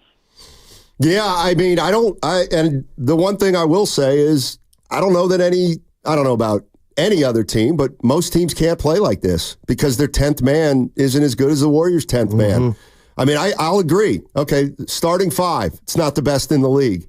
But 1 through 11, 1 through 12, I mean, who's got more talent at the end of their bench? Right. I mean, I haven't looked at every roster in the league. It's called depth starting. But, I mean, let me... the Celtics have it. The Celtics have what? Depth? Yeah, they got about 9. I'm just saying. Only 9? Warriors have 12. Yeah, it might even be more than that. But I look at them as a team that's got a lot of guys that could contribute. What does this mean? From the 415 on the Comcast Business text line, hey, y'all, don't fall for the banana in the tailpipe again, Guru. What does that mean? Last year's start, and you can't. From Draymond. No, for the Warriors. No, I think the text is saying don't and then fall I tell you, now you're disagreeing. So let's just go with my premise. No. That it's for the Warriors start. Okay, 415 so now on the think it's for Draymond. I think it's for Draymond. Okay. I think he's saying but don't did we fall for anything last year. You fall for it. You've fallen for Draymond. No, stop. Day. And Wiggins too. Yeah. How? I don't know if he was 3 of 5, Dre, from 3 last night. Dynamite. Put some respect on his name. Oh gosh, Bonte had a number for me that a record in Warriors record in games where Draymond hits 3 threes. Oh yeah, it's pretty amazing. I can't remember. It's like 57-3 or something. Hey, there you go. Let's go to. How about Joel in Berkeley wants to talk about Mike Dunleavy, early front runner for the Executive of the Year. What's up, Joel? Hey, fellas. I'm super stoked that the Warriors are back. Yeah, me too. At the beginning of the season, I was like, man, if we could just make it to the 6th seed, I would be stoked like that. And then just like the last caller said, they look like at least the 6th seed. I'm going to say, man, if we're not in the top 4, I'm going to be disappointed because I think defense wins championships. But what I wanted to say is, and I'm not sure where all the credit goes, but if we had a horrible offseason, I'm sure where all the blame would lie, and that would be with Mike Dunleavy. Right. So I think that a couple of things happened. First of all, he knew what he was looking for, and he found it. And then he got the dudes that we needed, and that was great. And I am so stoked that we passed on George and Markkanen. But, man, the way these guys fit, what their skills, the Lindy Waters, he's a great three-point shooter, but you know what else he is? he's really committed to defense. He's got long arms, quick feet, and he's in your face, you know? And same with everybody. I mean, I didn't know Buddy Hield could play defense like that. I don't think anybody else did either. Maybe Buddy didn't know that. Right. But, man, you know, they are bought in and doing what needs to be done. And I credit to Mike Dunleavy and his team, or maybe he'd probably spread it around quite a bit, but I don't know who to spread it to. I'm giving it to him. Yeah. We got a GM. We got a GM, fellas, and I'm looking forward to drafting. And every offseason is going to be, if they're all like this, the dynasty is back. Oh, boy. Well, see, that's where the original caller All right, Joe. from the cities. Hey, slow down. Don't print the playoff. Yeah, you know, I'm just slow down, Stan. We got to wait. Your boy Steiny is excited about this team, too, but I am not going to use Dynasty's back just yet. And you were excited before you got the Curry gift. I was excited when I saw the roster. Yeah. No, I'm just having your back. I like Anderson. I didn't know much about Hield. You like learn Melton? about Melton, so we'll see. I was talking to. I also didn't know Melton can play some point. Apparently, well, he's got to get on the court now. Yeah, but see, that's the other thing. I mean, yeah, he's got to get on the court, but you don't have to rush him back onto the court if he's not ready. But I got PTSD just from a Bears sports fan. Haven't seen McCaffrey play football. We're not going to see Ayuk finish. Hargrave. Then you go to the Warriors early on. Wiggins is out and the Chef is out. I just want him back in Houston. We got a game Saturday. Yeah, Draymond Green played Zion Williamson on Tuesday. What did Zion have that? Like 29, 30? 30. Still had, but he had 7 turnovers in that game. And then last night, Draymond did a great job on him. Zion only 5 for 20. And how did he contain Zion Williamson? Just really taking on his force. I was telling him last night, man, he's gotten so much better. Way he's moving, he's finishing a lot better. You know, he missed some chippies tonight, but you know, it's also a team effort. You need a lot of guys shrinking. But you know, I wanted to bounce back. Last night, I told him he got the best of me last night. He gave me hell, and so I just wanted to bounce back and have a good defensive performance tonight. It's always a fun game. Wait, is that going to be on every? That even sounds better now, though. It's always a fun game. I'm just playing it at the end. But it's the best. Gotcha. No, I mean, right now you got to love what you see. That's all. And I want more in regard to I want everybody healthy. That's not reality. Relax. But that's all. Chill out. Yeah. I mean, the bottom line is they're 2-0 without Steph. And wow, good call. Was a death blow last year or the year previous without him. You gotta feel good about where the Golden State Warriors are right now. 888-957-9570 is the number. Warrior fans, how much do you believe in this team? Look, for the first 5, 10, 20 games, we're going to say, well, it's still early because it is. But you'd rather be 4-1 than 1-4, obviously. And all day. And the way this team has turned or has gotten to 4-1 is it's been noteworthy how it's done. Now this is 5 games where they've used a lot of players, right? And so far so good. I forget who the initial caller was who kind of said slow your roll. Said slow the roll, and we'll see what happens when they start losing. But I'll say this about a great start real quick. I know we're up against this, Sonny. What happened in 2022? And I know that was a different team, but the Warriors got off to an 18-2 start and set the tone on a magical championship season. I'm just saying, I'm not, they're good. So my point, Sonny, is good starts matter. And this team right now, I know it's 5 games. I mean, I don't think you could ask for much more, especially the tenacity team-wide defensively. I think Pods and who's the other one that leads the league in deflections early on? I forget the other defender. I don't know who. It might be Buddy. I don't know, but they're playing. I got a question. You can see it. I got a question for Warrior fans. Since they have 13 guys who are playing, who's your favorite guy on the team right now? Like who? And I want you to answer that on the other side. Like who's your favorite player on this team right now? I got one. Take Curry out of the equation just because he's everybody's favorite. But I got one. Who do you like on this team?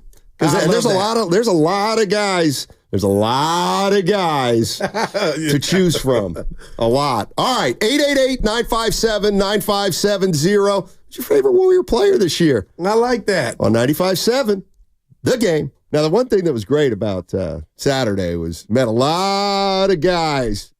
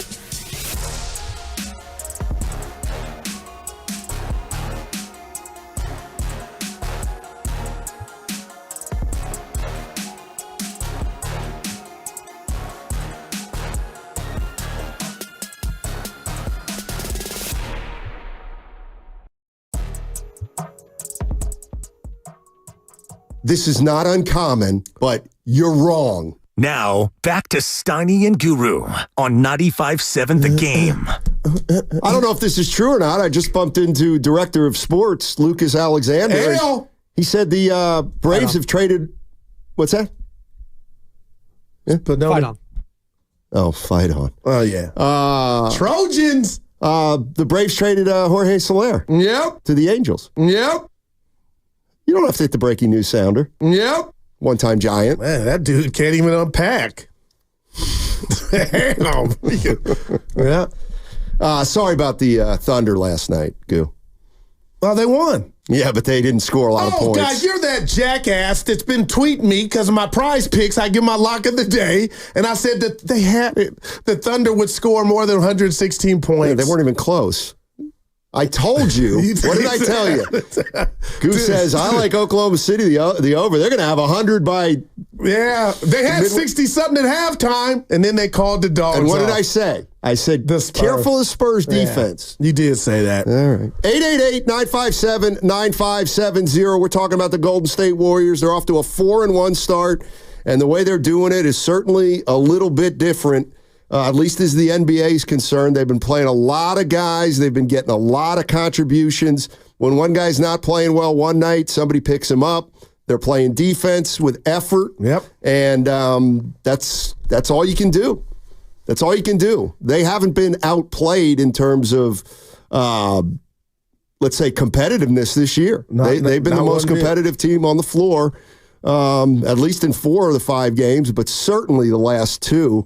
I thought, and now you start thinking about, boy, they were down 20 early in the second quarter on Tuesday, yes. and since they were down 20, man, they just dominated the Pelicans. 888-957-9570 is the number. Let's just talk Warriors for a little while and what they've done this year so far and whether or not you think they can keep it up. But you got to answer your question you threw out to the listeners, Steiny. Yeah, it's pretty easy for me. Oh. I like slow-mo. I can relate. Yeah, I'm getting up there. I thought you were going to say Pods. He's rising. He's rising in my favorite player list. I mean, he's mine. He just he's slow-mo or Pods. I was thinking about Pods. Oh, okay, yeah. Talk to him because that's who gets my vote. Yeah, I mean, I saw him at Santa Clara and never thought he could come to the league, not hating, and do what he's doing. 38 minutes, 15 field goal attempts. Steiny, guess how many rebounds last night? I don't know, 10. 8. Okay. And it's just like, dude, I don't like IQ on 1 million. Yeah, I don't know about that, but I mean, talk to me. Yeah, he's undersized. Yeah, I'm not saying he's not smart. He takes a lot of chances. And we didn't even talk about his that option being picked up from the Warriors. That's how much they love him. Who? Pods. What I option? think it was yesterday for next year. You didn't read that? No. Yeah. That came out yesterday. I said, boy, he's rolling right now. I must have missed that. Yeah. 888-957-9570 is the number. We're asking Warrior fans how much they believe in this team right now. And it's a given. They've only played 5 games. But I think there were a lot of people after the offseason was complete and they didn't get George and they didn't get Markkanen. You look at this team and it doesn't wow you on paper. But they've figured out a way, at least early this season, to put it together. And now I'll acknowledge it. Now we'll really see. Because this is going to be 5 pretty tough games on the road. Man. Andre in San Jose. What's going on, Andre? How you doing, man? I am good. Good morning, guys. Hey. Look at Guru is the treat on a Halloween Thursday. Man, I love it. But what's that mean? You talking about my shirt or just... Hey, Guru, I'm sorry, man. I had to get in. Yeah, no, I hear you. Yeah. Hey, but something crossed my mind yesterday, if you bear with me for a second, with all the talk around Kuminga. And Dunleavy's getting a lot of praise, and rightfully so. And in conjunction with Kerr playing all these 12 guys, I'm thinking, this is what I'm thinking. This is my theory. we struck out this summer on a big fish. And unfortunately, I think Kuminga's all-star years was going to come on a different roster. And I think that Kerr is playing all 12 guys to increase their trade value so that we can still go after that big fish. And I don't know if you guys seen it or not, but I woke up this morning to some rumblings in Milwaukee. We did. That Giannis is gone. I'm telling all my buddies, all-star break, Giannis is going to be in Golden State. And I'm thinking that all 12 guys, I don't know which ones, but they all got value now, the way that they're playing, knocking down shots, guys we never even heard of, contributing. And I think there's a method to the madness. And if Dunleavy and Kerr pull this off, and this is reminiscent of 2022, if he pulls this off, he's in Bob Myers' category already with just that one chip. Because if he spins this roster and capitalizes on Curry's last couple years, none of us seen this coming. We thought we were done. So if he gets us back in contention and makes a big fish move, kudos to Dunleavy, and Bob passed the torch to the right guy. Appreciate. Yeah, go ahead. That was my favorite so far. Who? Buddy. Yeah. I forgot. Buddy. Buddy's. I gave it to Pods, Donnie. We'll see. Evan, who's yours? And Spadoni. I know who Evans is. All right, let's see if you'll be honest. And if it's Lindy Waters the third with the strap. Hey, when they got Lindy Waters the third, I'll be honest with you, I was like, who's he? And Evan was like, yeah, he's good. He can shoot. And I was like, okay, whatever. Yeah. I mean, I didn't think he'd be starting in Game 5 of the season, but how about you, Spadoni? He doesn't. Well, his favorite's Dalton Connect. Yeah, whoever played for the Lakers. Fire JJ. Lakers lost to it. Bronny James. And he's Bronny with a mid-range. Did you see they did a video tribute before the game for Bronny? Good. And okay. I just I want a scholarship like Bronny in life. Well, I try to give my kids one. You won a contest. I mean, dude, cut that and send it to KPIX. Oh my God! I would think I earned that though, Stoney. Jesus, you absolutely. And we're gonna get. Hey, listen, we're gonna get a lot of this, and I'm willing to take it. Slow your roll, fans. They haven't played anybody yet. Here's what I would say to that. Well, first of all, you're right. It's true that the schedule's been friendly so far, but. Really? Remember when I told you about dynasties? And I said... There's a price to them. I said, think about it. The 49ers, after they won all those Super Bowls in the 80s and 90s, then they went on a dry spell. The Giants, 3-5, one playoff appearance since. We even went back to the Oakland A's when they won 3 titles in the early 70s. Then they had some hard times. It's hard to not fall off the face of the earth after a dynasty. Look at the Spurs. And so now you look at the Warriors, and I'm thinking, okay, so, they won 3 titles, then they had a hiccup or 2, then they won the 2022 surprise title. The following year, they made it to the second round. Then last year, they didn't make the playoffs, but they won 46 games.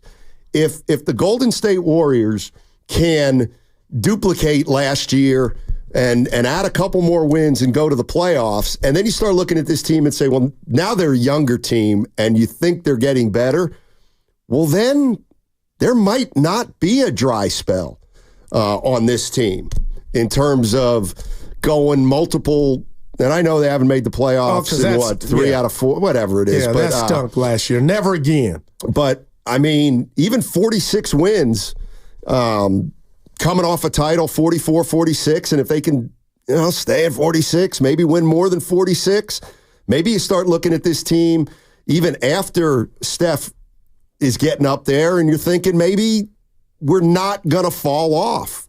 Okay, maybe you're not going to win titles, but you're not.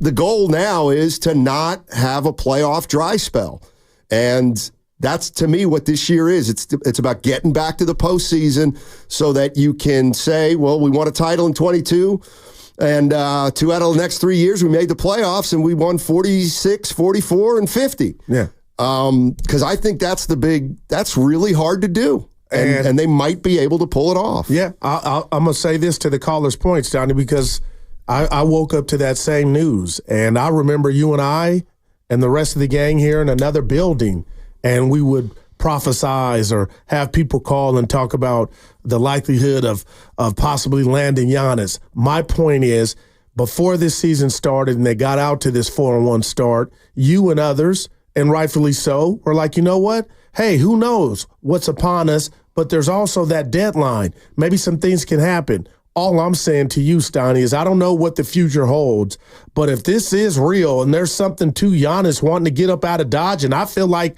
there's something there, but could you imagine the Warriors trying to go all in for their two wrong guys, and then if something broke their way, ending up with Giannis? That would be incredible. I don't know how much it matters, but Giannis is, what I'm hearing, or what's being reported by Giannis is, Miami or New York. Oh, so he's got his locale. But the Brooklyn Nets, not the Knicks. So we'll see. Yeah. I mean, he's obviously, if he gets traded somewhere, he can't really control it, but I don't know. I'm not. Could you see him wanting out, though? I'm not, but they made the decision to go get Dame. That was terrible, and I love that he's not a fit like Holiday was. You want to chip with. They gave up on him. Well, doesn't look like a great move at this point. All right, I think that's all. I think that's fair. I think that's fair to say. Hey, by the way, you know my buddy Harry, right? Yeah, I was thinking about Harry. So get this. He's been quiet lately. Well, he asked me, hey, what do you think? Okay, he's like, give me a number. Give me number wins. What do you think? Me. And I think I said 44, 45. Because Vegas had 43.5. Something like that. I said, 44, 45. And he said, this team's a 34-win team. Yeah, Harry might want that back early. And I was like, I think they could be better than that. Here's the email I got from my main man, Harry. Oh, after 5 games. 4-1. Let's see what 4-1 will do. He says, well, go to hell with Harry. He goes, okay. Now I'm intrigued. Maybe I'm wrong. It's possible. I was wrong once about 15 years ago. So it is possible it could happen again.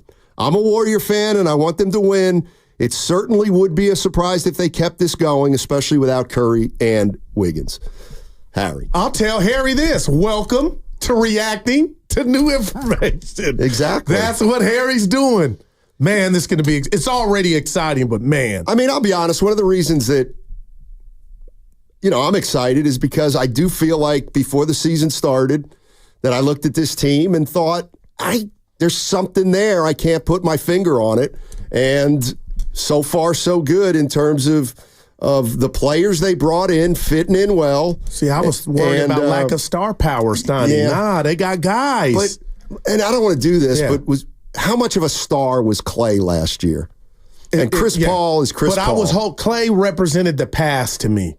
Yeah, you know what I mean? So he was the Splash Brothers, Stoney. He was the other half, and every night you thought would be the night. But, he's in a good place, and so are the Warriors early. I can't wait for the 12th. I can't wait for this road trip. You're listening to 95.7 The Game, KGMZ FM and HD1 San Francisco, always live in the free Odyssey app, Twitch and YouTube powered by First NorCal Credit Union. 888-957-9570 is the number. Warrior fans, your team's 4-1, and it's been pretty fun. The first 5 games have been pretty fun.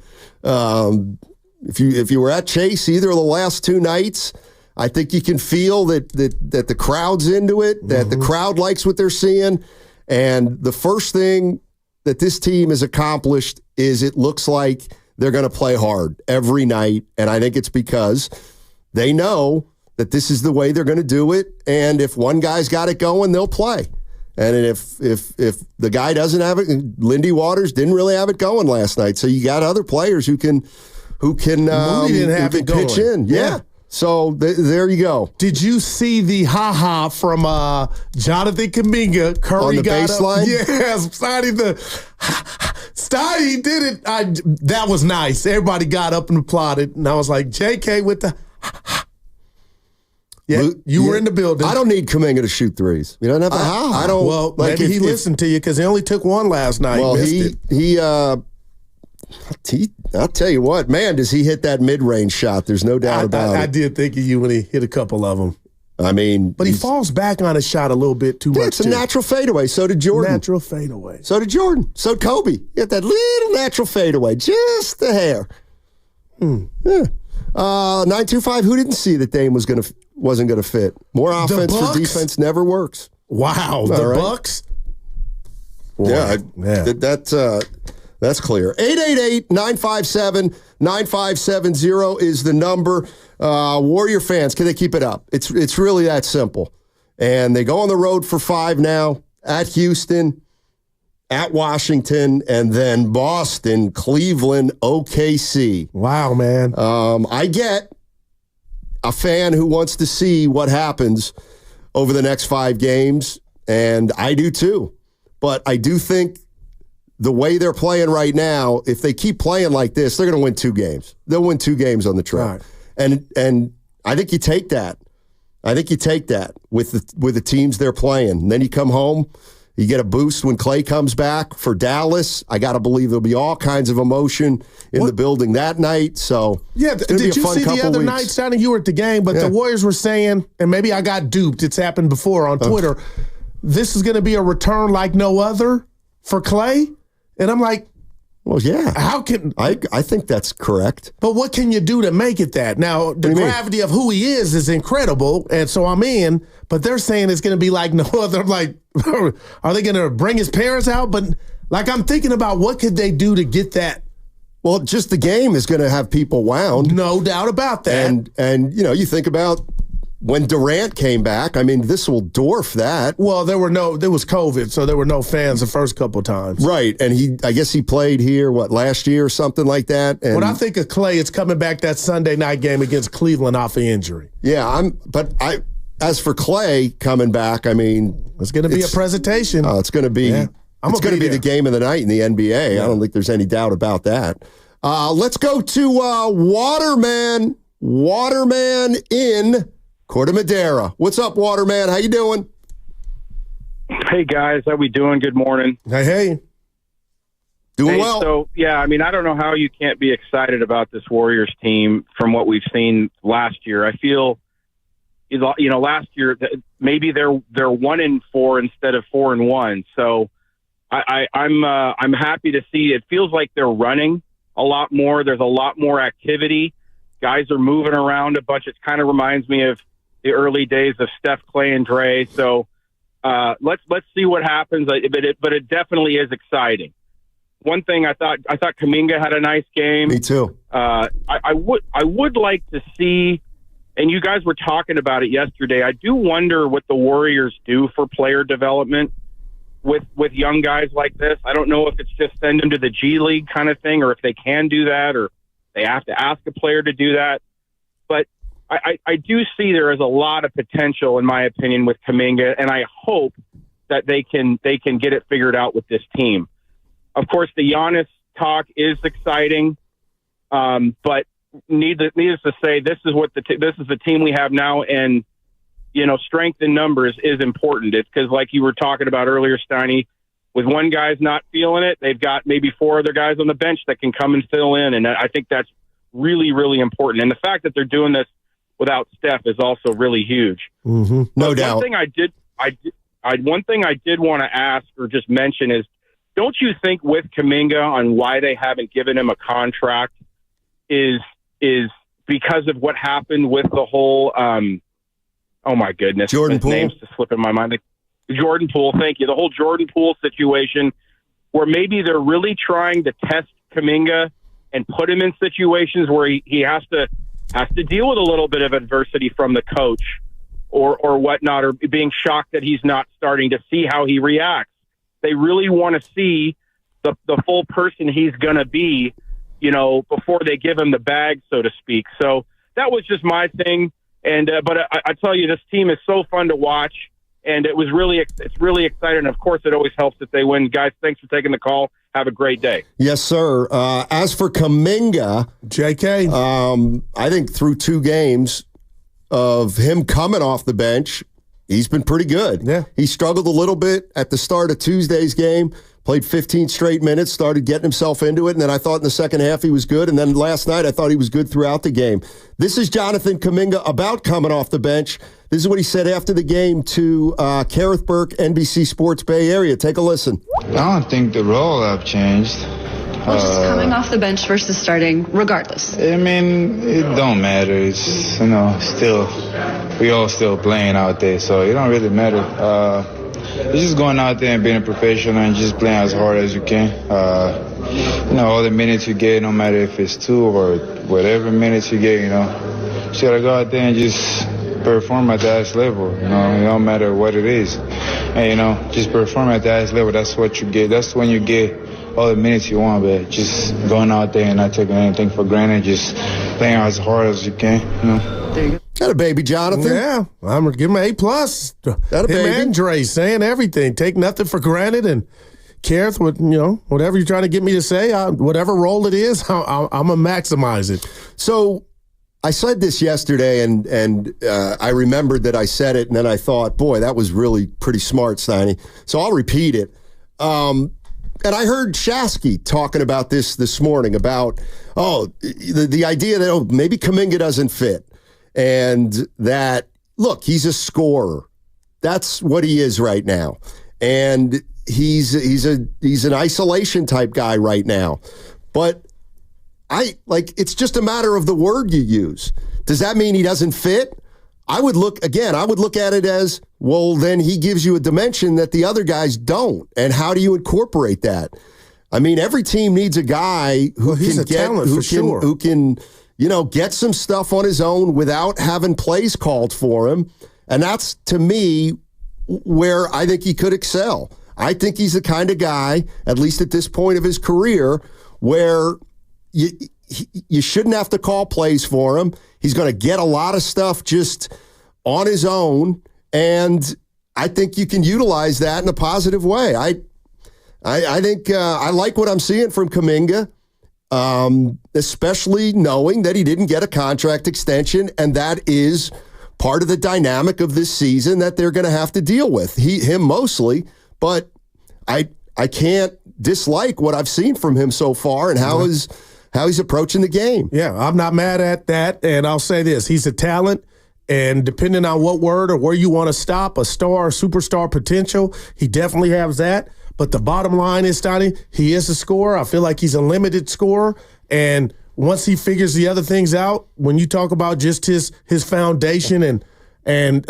his basketball prowess throughout his life, maybe he'll be that 24, 25 point game scorer. But right now, I think he's saying the right thing, and then he's going out there playing the right way. So we got a long way to go this season. So what's the heaviest thing when it comes to Kuminga for me entering this season is what happened with the contract. He didn't get one. That's on pause. Doesn't mean he's not going to be a Warrior, but damn it, Steiny, if he balls out like you and Shasky say he can do, I mean, it'll be waiting for him at the end of the rainbow. And this is what I kind of am referring to. This is from the 415 on the Comcast Business text line. It's pretty clear that Kuminga's not really a fit in this system. The entire offensive system is read and react, and J.K. likes to go one-on-one. The ball kind of sticks with him, which disrupts the offensive flow. Yeah, there's a very easy solution for that, and that's get him the ball toward the end of the shot clock, not at the beginning or in the middle of the shot clock. If that's the one thing that he's got to work on, then get him the ball a little later in the shot clock, as opposed to him having to make a play, let's say midway through the shot clock. Put the ball in his hands when the decision is only to put the ball in the bucket. 888-957-9570 is the number. Warriors are 4-1. They're 4-1, ladies and gentlemen. There's nothing wrong with getting a little excited about this team, particularly the way they are playing right now, which is unselfish. They're using a lot of players. It's just been fun. And as Bob Fitzgerald, he does this. And, oh, by the way, they've done it without Curry and without Andrew Wiggins the last two nights. Yes, they have. Good for them. By the way, we've got at 1 o'clock, I'm dubbing him. No pun intended. Our favorite basketball guest, Brian Geldzeiler, Sirius XM Radio.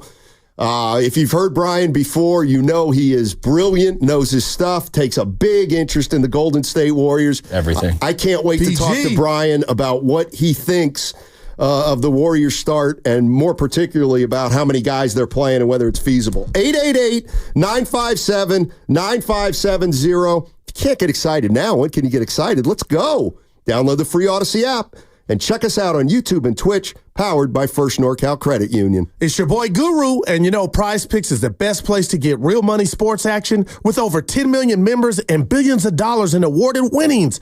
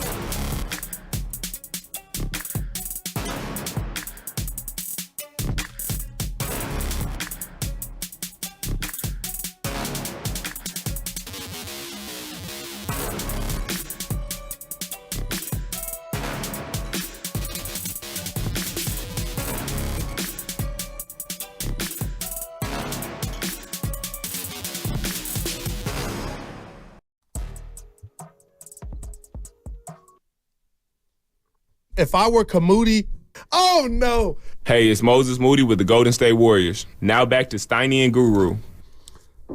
I'll tell you what. Moody. This could be the Warrior theme song. All my life's a sacrifice. Hey-oh. Everybody's sacrificing for the good of the team. It was wrong. What don't you get? And so are eardrums after that. What was that? That was the Red Hot Chili Peppers. I know, but what were you doing? Sounded like Red Hot Bananas. Oh, my gosh. One more time, just for the people in the back. All my life's a sacrifice. Hey-oh. Listen what I say. Hey, Bob, you stop. So what? Bob, you stop. Steiny, we got some slow-mo hate. I just got to read it to you. From the 925. We don't accept that here. Steiny and Goo, is slow-mo any good? Am I missing something? Yeah, you're missing something. It's not about scoring 25 a game. It's about being a connector. And you notice, this is why he's a good player. He was 0 for 9 from the field on Tuesday. 4 for 4 last night. Look at him. 4 for 4. I like him, man. Somebody's going to... We'll see. I'll think about it. 888-957-9570 is the number. And look, they're 4-1. They're 4-1. And I think most people would say that the offseason, they don't feel like it went that great. Well, how you feeling about the offseason now? You got to feel better about it. There's something, when we talk about Mike Dunleavy, and I've talked about this before, the kind of player, like this is the kind of team that he would have played for and would have liked. He was a big chemistry guy. Big play the right way guy. Niners got as many wins as the Niners. Niners got as many wins as the Niners. Warriors have what the hell does that mean? Warriors have as many. Oh, look, they're all laughing. Because I butchered it. Shout out Shasky, but you didn't have my back. Now. Well, you're nothing worse. Butchered. Nothing worse than your singing. But listen, they got 4 wins. Niners got 4 wins. Yeah. And you're out next week. Evan in for you, so it'll be Evan and I. No, we're gonna miss you, but when Evan you and come. Evan and I. It'll be Evan and me. You're an ass. You lost this. No, it's not. Because there's no shame. I will not. No. Even if that's right. It is right. Here's the rule. Should I give you the rule? James Logan. I know Evan and I will hold it down. And when we get back, the Warriors will have 10 more games. Evan and I will hold it down. That's correct. That's what I was saying. No, you said. Evan and I will hold it down. No, you said it's going to be. It's going to be Evan and you said it's going to be Evan and I. No, that would be Evan and me. Because you take out Evan and you say the sentence and then you realize. Shut up. You say, I'm telling you, even if you're right, it's listen, Evan and I. No. Shut up. Listen. Who is that? Listen. You take out Evan. And what would you say? It's going to be I next week, or it's going to be me next week? It's going to be us. Say it's me. I would say it's going to be us. Yeah. Well, James Logan. Get it right. Well, that might be the problem. Magnum Cum Laude, James Logan. Check the transcripts. I'm sorry. What? Say that again. No, go ahead. Go ahead. Hey, I was at the top of my class, but what was that Latin you were saying? Don't come at me with Latin. I took 4 years of Latin. Pig Latin.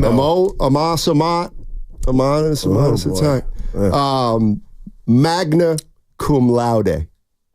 Is that what you were? Yeah. Oh, good. Yeah. That means you weren't summa. What did I say, Cum laude. I don't know. All right.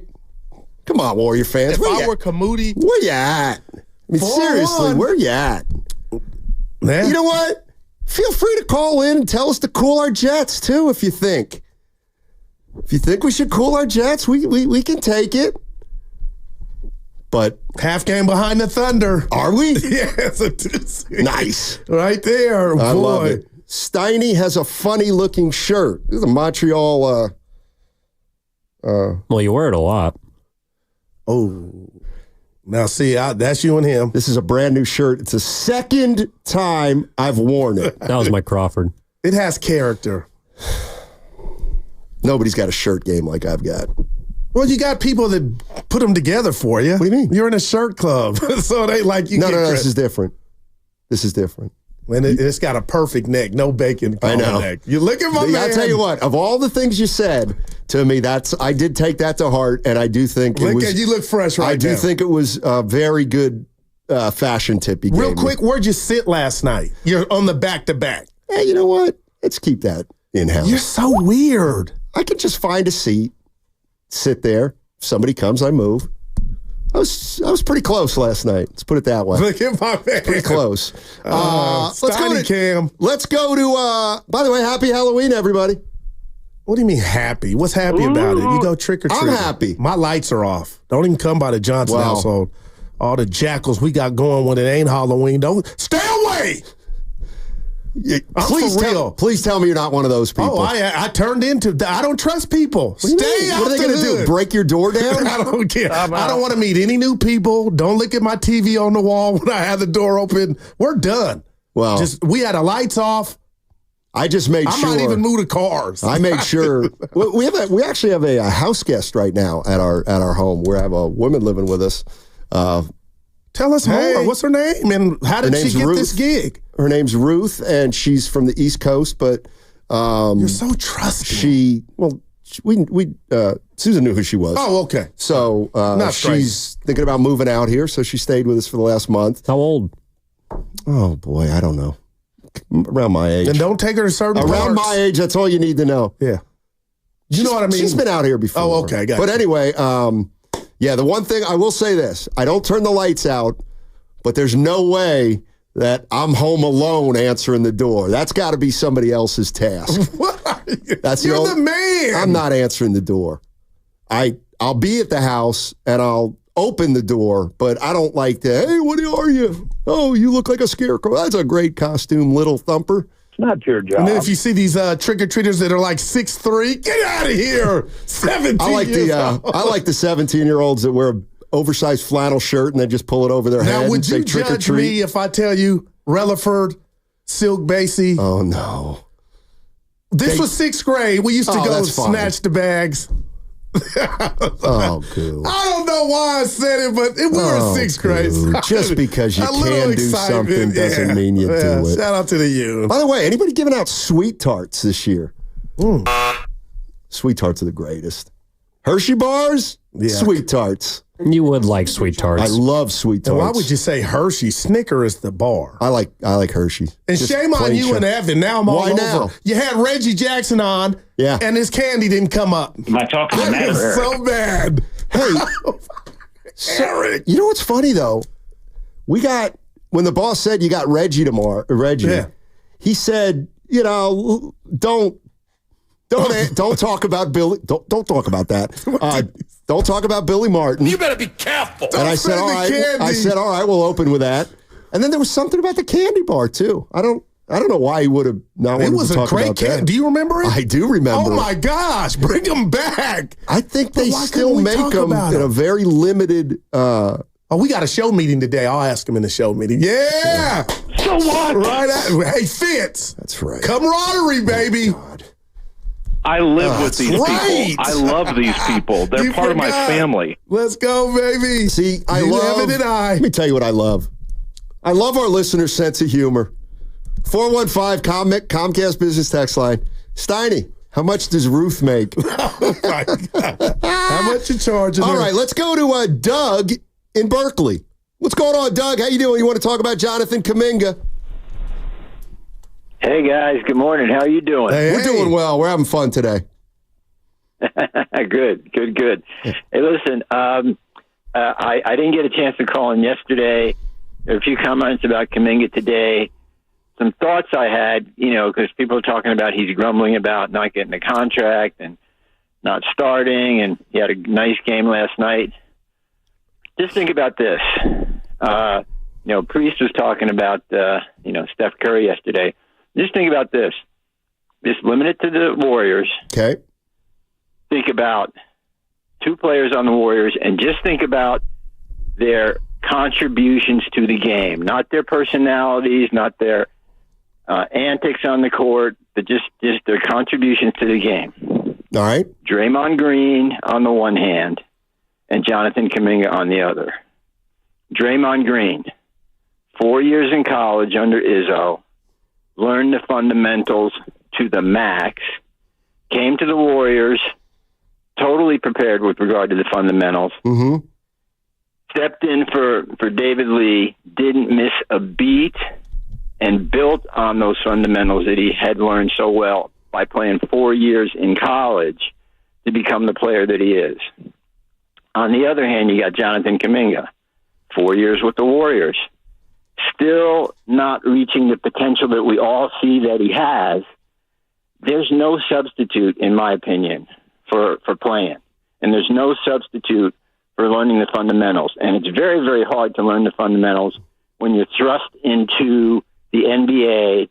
People see all this potential and wonder why you're not delivering. He couldn't get playing time on the team because the team had so many stars. I don't think that the Warriors coaches and Steve Kerr, and I don't think I'm the only one because other people around the league talk about this, are really great at developing young players. He's really great at getting the most out of veterans and plugging them in. But we've seen several examples of young players who could have been developed better. I don't know what the answer is for Kuminga now because it's going to be hard to send him down to the G League now. Jordan Poole was great when he came back from the G League. I think we just have to live with what we got, but I think that's the reason that's the difference. If you compare 4 years of learning, there's no substitute for it. There's no substitute for it. And so we're going to have to, I guess, live with Kuminga learning on the job. I think it's a detriment to him that he has to do that. And he'd be better off if he had more playing time and more kind of learning. But I think he's going to be great. We hope he's going to be great. We all hope he's going to be great. But that's what I see as the problem. I wonder about your thoughts. Thanks. Yeah, here's what I would say to that. What if we just pretend that Kuminga is a rookie? Because he's 22, and because the caller just said what he said, I went back and looked at Draymond Green, who was 22 when he was a rookie. All right. So maybe the first 4 years here, we'll look at it like Jonathan Kuminga's college, and from this point on, he's got more and more of a foundation. But like I've always said about Kuminga, because he was a project, it's just going to take him a little bit longer. And if this is who he is at 22, that's a pretty good start. But I don't know what he's going to be at 26, but I'll bet he's going to be better. Right. I'm not mad at either one of you, Steiny, but the right on the table brought to you by Atco is the contract and the date. But they have all his rights. They have them all. If he gets an offer, he doesn't feel they meet his criteria, if he thinks he's a $40 million player, you know what I mean? Like, I'm thinking to myself, if Jonathan was really, ahead of the curve, and people are going to say, oh, of course you're saying that, Goo. Maybe he would have said, you know what? A different number could get it done because I want to be here. That could have happened. Maybe. It didn't, but I'm wondering if we look at his draft class and what he thinks he's worth, and I'm not saying take a penny less, I guess what you guys are saying and, hey, let's start over, the money aspect of it doesn't. And that's what has this which way is this going to go? Well, I think we know how it's going to go. He's going to play the year. Right. Let's assume he doesn't get traded. Okay, he plays the year. Let's say he has a good year. Well, now he's a restricted free agent. Okay. Now, the problem for Jonathan is if a team offers him a contract that he likes, the Warriors have the right to match it and keep him. If the Brooklyn Nets in the offseason say, I'll tell you what, Jonathan, we'll pay you 180 over 4. Well, then the Warriors make a decision whether that's what they want to pay him or not. If they don't, they let him go. Yeah. If they do, he comes back. I think it's very reasonable to think, okay, he didn't think he was a $30 million player. He wanted more. He wanted, let's just say, hypothetically, 50. Yeah. Well, the Warriors weren't going to give him 50, and he didn't want to take 30. Well, maybe, will he take 40 next year if he has a good year? 38? I don't know. But they still can make their own determination on Jonathan Kuminga, even though they didn't extend him in the offseason.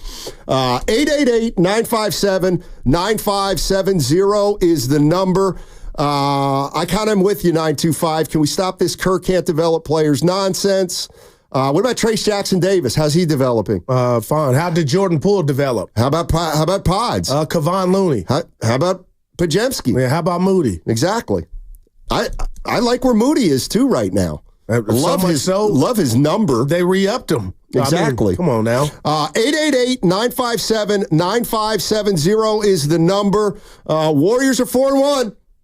How many behind OKC? Half game. Half game behind OKC. Are they second in the West right now? Second in the West. Second in the West. Yeah. Nate in San Francisco. What's up, Nate? How you doing, my man? Hey, what's up, boys? I'm glad you got after the game. It was fun. Well, Steiny did. Yeah, Steiny went. Steiny. Pardon me? I just wanted to see what you thought of Reese Beekman, Steiny.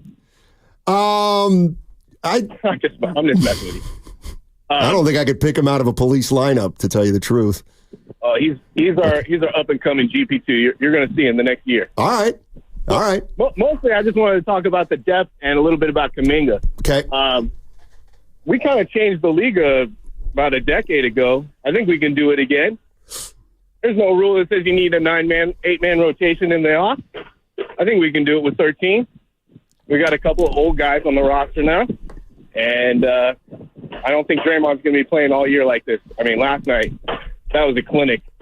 He shut Zion down. I don't know, maybe somebody got Zion to a proposition chicken.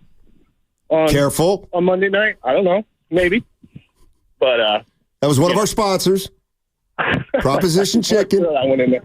It comes fried, fake, and filleted or something. They're not a sponsor anymore, so I don't have to memorize it. Oh, okay, all right. Yeah. Well, yeah, I just wanted to say I think we can do it again with 12 or 13. And Kuminga looked great. He wasn't pouting. He's passing the rock. Yeah. I think he's getting a little bit more multidimensional as he gets to play. You saw a little bit last night. He was playing a little point. We had no point guards on.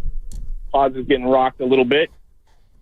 But I think he's working out great. And we'll see in the next 3 months if he can put it together. I hear you. Yeah, thanks, Nate. Appreciate the call. And he's definitely leading the team in free throw attempts without Curry and Wiggins there. So those two dudes. Is he really? Yeah. I mean, the last 2 games. That's big. Yeah. What's he shooting only from had 13. 13 what? Attempts at the foul stripe last night as a team, but that's without Curry shoot a lot and of Wiggins. threes. I mean, if you're going to shoot a lot of threes, you're probably not going to go to line last night. 13 for 38. That's 35%. No, they were better than that last night, weren't 34%. 34.2. Yeah. 13 of 38. 34.2%. No, and they won by 15. Yeah, because of I believe because they know how to get gritty and grimy. 925 Comcast Business Text Line. Kuminga doesn't fit the Warriors' style of play. Plus, he complains too much. He hadn't complained this year, or do we? Look, he's still not top 2 complainers. It's Draymond Green. Well, they're made. You can complain when you're made. Yeah, and then number 2 right now is Pods. But he's made. They got his. He's not made. He complains from the bench. Who said that? I did. He's learning from the best. Who? Dre. He's got more like of the Iguodala. Come on. Come on, people. What's funny about last night to me is Dre will Debo and do the twirl, and you can just see everybody cower. All right, timeout. We're challenging. Last night, your boy Pods goes to Kerr. Kerr looked at him, boy, if you don't go put that back, like I used to be at the department store with my mom's, boy, if you don't go put that back, he told Pods, like, we ain't challenging nothing. But Draymond could get him to challenge. It's pretty funny. Yeah, here's Steve Kerr. It just felt like a good time to ride the hot hand. Sometimes you just take one just to back your guy up. I think I said that pregame, but I think all 5 of our challenges have been Draymond, right? So we're 4 for 5, so it's a pretty good percentage. All right, that's Steve Pods Kerr. Couldn't get one challenge. Kerr was like, you know what, we're good. Let's go out to Pete in San Ramon. He wants to talk about Doug, who was wrong in his mind. What's up, Pete? How you doing, man?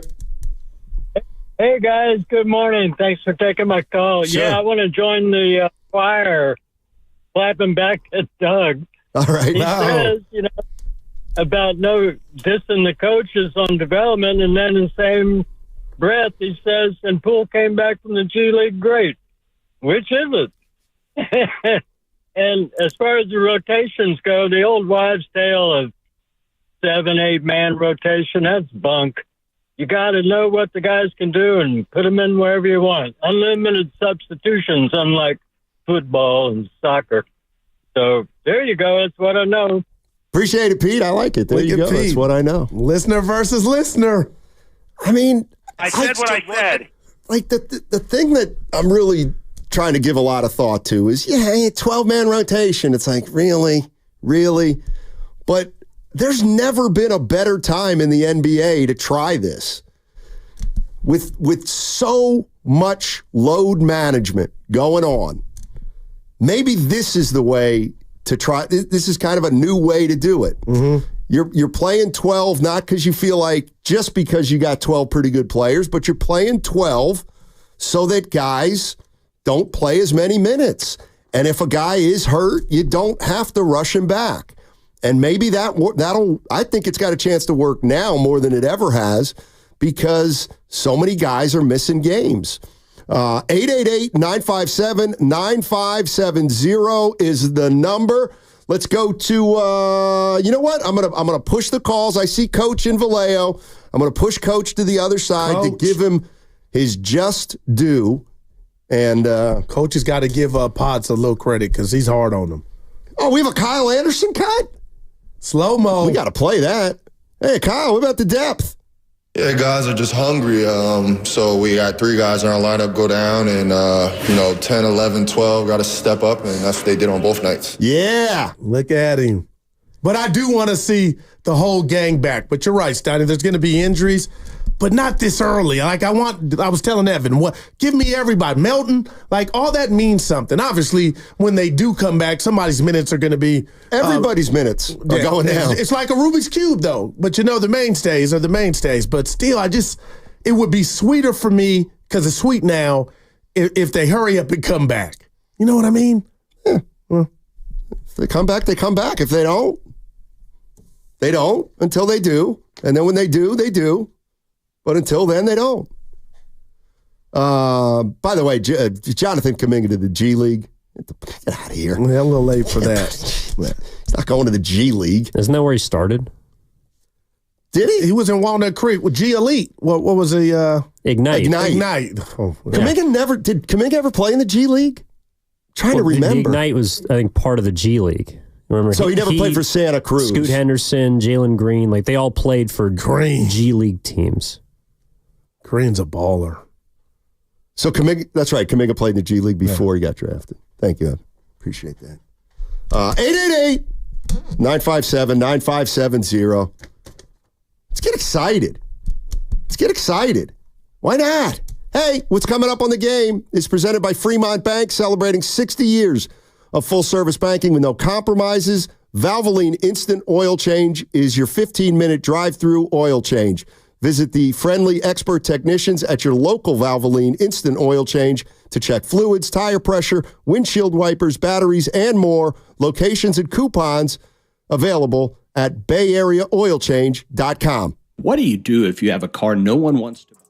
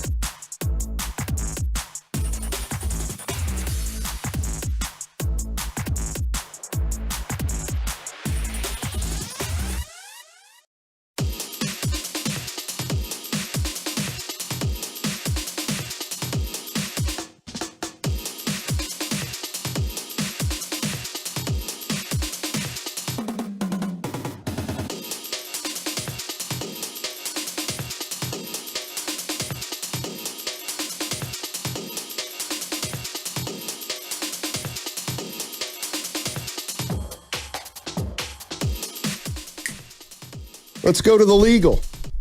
Yeah, I don't have my legal. Now back to Steiny and Guru. Take it away, Steiny. Steph, they don't need you.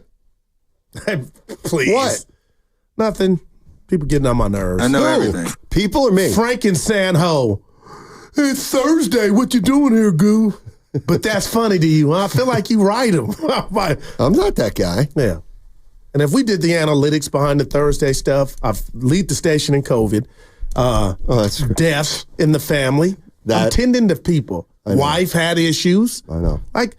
Then why do you make fun? I don't. Evan, you too. I've been noticing Evan jumping from the side row. It hurts, but it's truth.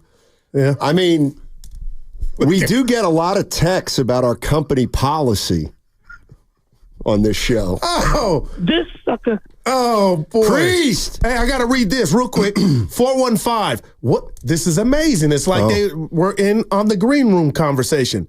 What do you guys think of the job Jerry Stackhouse is doing? They've been very aggressive, trapping, really intelligent, getting into the passing lanes and help defense.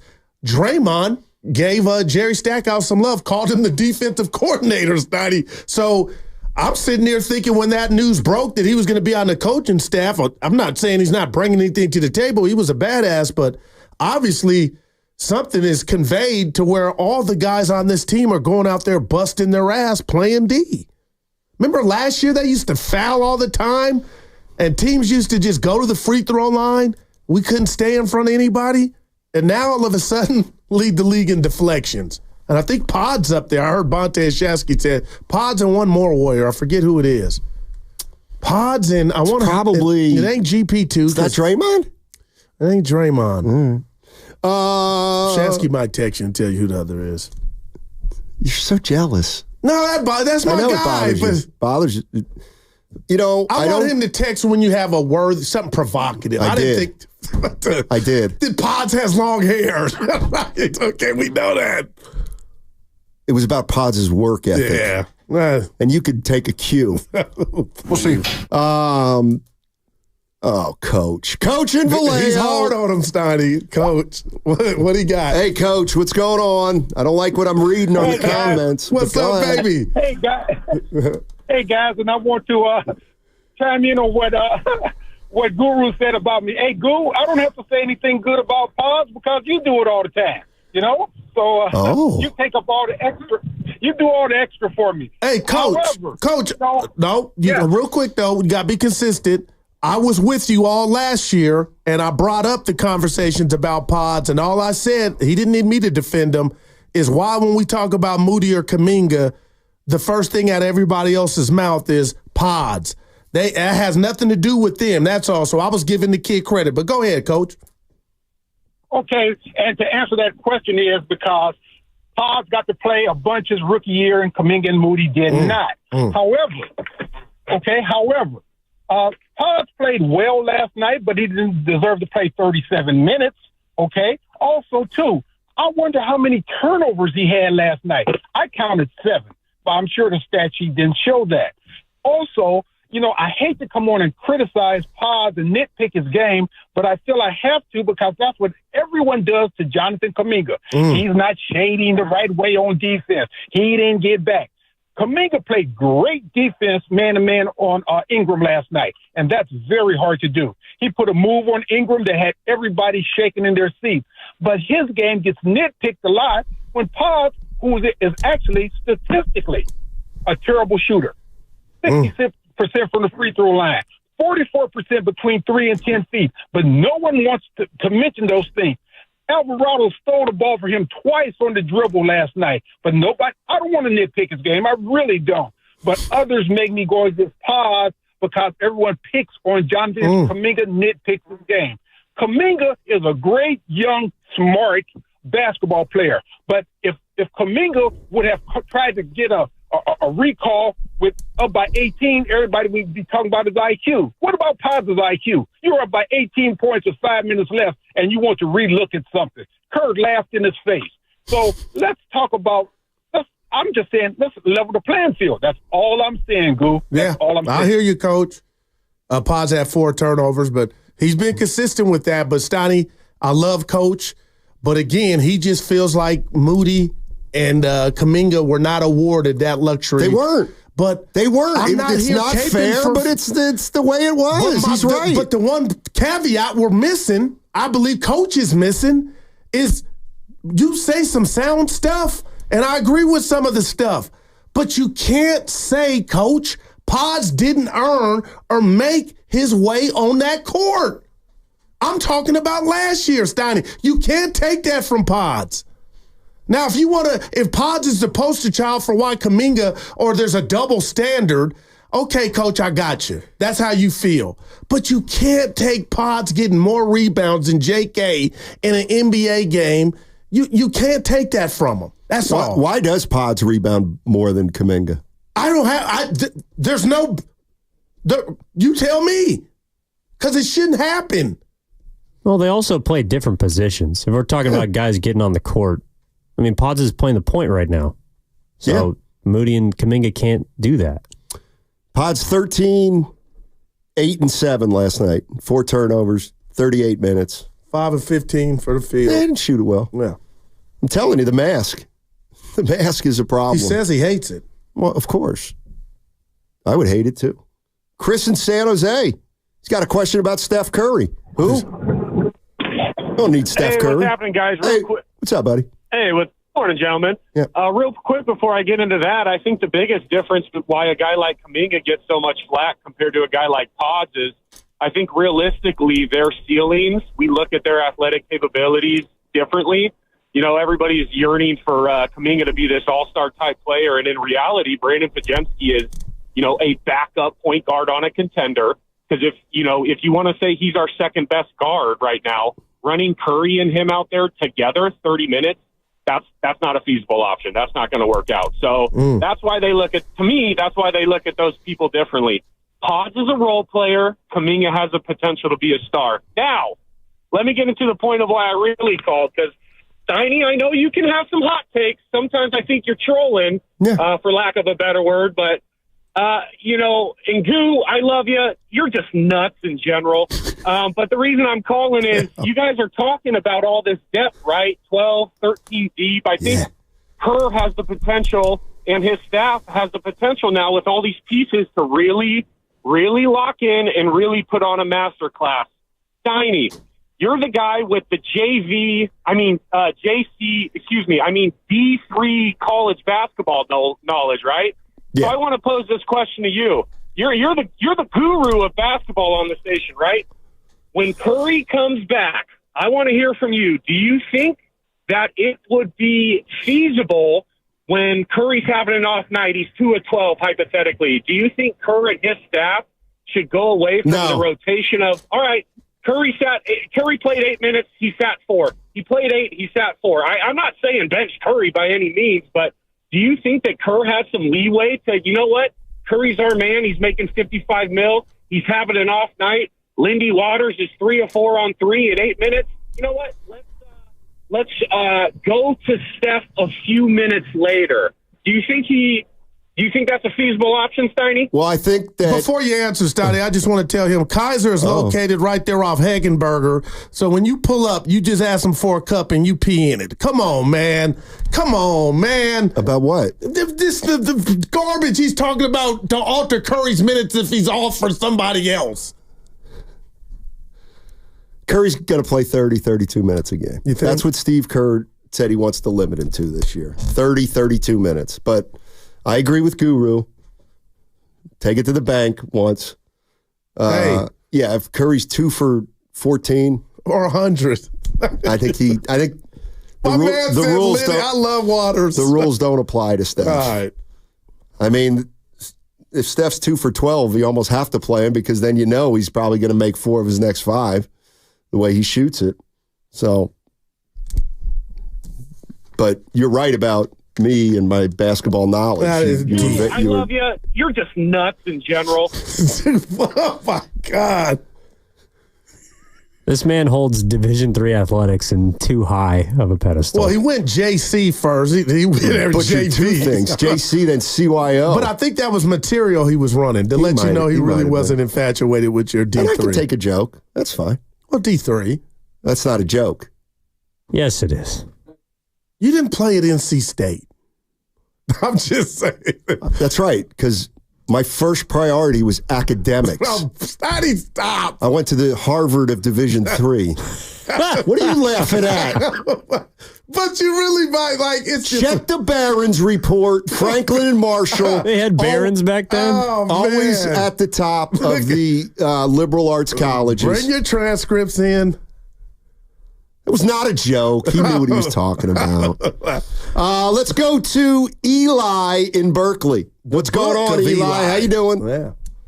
What's good with y'all, man? I talked to y'all yesterday. Salute to y'all. I appreciate everything that y'all doing. Right on, I just wanted to talk about Kuminga a little bit. All right. And touch on, compare Kuminga to Brandon Podziemski. Brandon Podziemski, the reason why Steve Kerr trusts him so much, and they alluded to this and they joke around in practice, they called him the baby Draymond, meaning that his IQ is off the charts.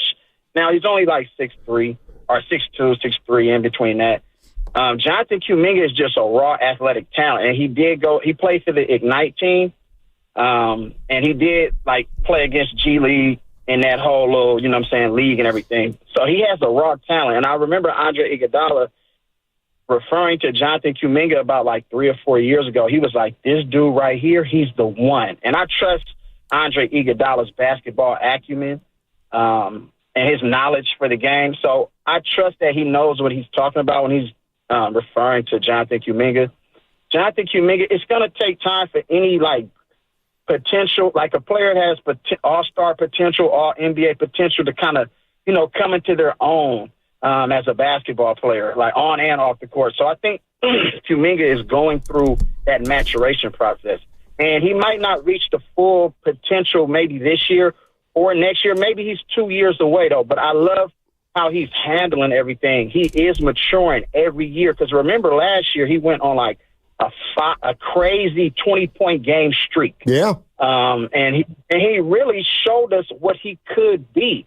Now, for him to demand the type of money that he's demanded compared to his the other players in his draft class, I think that's premature. So I think he probably put his foot in his mouth regarding that. But I know he's just believing and betting on himself, which is fine. I mean, you have to bet on yourself. And I know he knows he's capable. He knows what he's capable of doing. But the last 2 nights, this is the Jonathan Kuminga that's going to add value and impact to us potentially winning another championship. And if he can stay locked into this type of mindset and let all the other outside noise kind of put that on the back burner, then his contract situation will take care of itself. And he can just focus on basketball and adding value and impact to the team, then I think that's the best for us, and especially for his situation. And just to talk about like the state of the Golden State Warriors, I think that we embody the strength in numbers motto. We're like getting back to that. And the other team in the NBA that embodies that same kind of motto was the Boston Celtics. They go to like a 9-10 man rotation, and they ended up winning the championship because of it. And I think that we did that in our last championship in 2022, where we had Nemanja Bjelica, we had Otto Porter, we had GP2 was big, Jordan Poole. So we kind of went to that strength in numbers, and we won a championship that year. So this year is kind of indicative, and it reminds me exactly of the 22 year. So hopefully we can stay healthy. We got to get Curry back. Man. We got a tough road trip coming up, though. But, I mean, that's it, man. Appreciate y'all. Yes, sir. You. Thanks, Eli. Appreciate it. And this is why I love myself sometimes with my takes, Donnie. Oh, I'm the inventor of there's 2 scoreboards. No, you're not. Now, come on. Actually, you know what? I'll give you that one. Okay, all right. Because it's so lame. You've used it so many times. I've never used it because I think it's trite. Oh, my God. Now you're mad because I took a shot at your college basketball. I get it. But listen, Steiny, there's a natural second scoreboard for the Warriors and this season, and it's the decision they made not to give Kuminga the chicken yet. And it's his evolution, right? Yeah. And I'm excited. So hopefully he masters this role and he balls out. But you cannot tune in for a Warrior game at all this season and not think the Warriors are watching him, because he could be a big part of the future, or they can just sever the relationship. You're listening to 95.7 The Game, KGMZ, FM, and HD1 San Francisco, always live on the free Odyssey app. Twitch and YouTube powered by First NorCal Credit Union. Caller is spot on. Correct. Okay. Let's see what else we got here. Does Call Evan it like you see it. somebody wants to check Evan's pockets. Dude, but you By the can way, read it. They're trolling me. Read it, Steiny, because look does at Evan get paid double for doing 2 jobs when he fills in for Garrido? Well, why does he call you it's that? It's a typo. That's Frank in San Jose. Or you think he meant something? And no. Oh, yeah. Well, he's doing 1 job then. By the way. But he's doing 2 working with you. Like, if I got hazard pay for it, working with my man. Well, I don't know. What are you talking about? Out of all the hosts, I have 2 jobs. What's the other one? Well, actually, what's the first one? Working with my guy Steiny. 6 years. But then you have so many facets and dynamic to your personality that coming in, we gotta find out which one's showing up that day. And we love them all, but they're different. So let me tell you something. My check should be the Steiny pay. I should, that's all. And we love you, buddy. Jekyll and Hyde. Yeah. Oh my! And give me Jekyll. Yeah. Hyde. Okay. I'm Jekyll and Hyde at this station. You guys ought to be ashamed.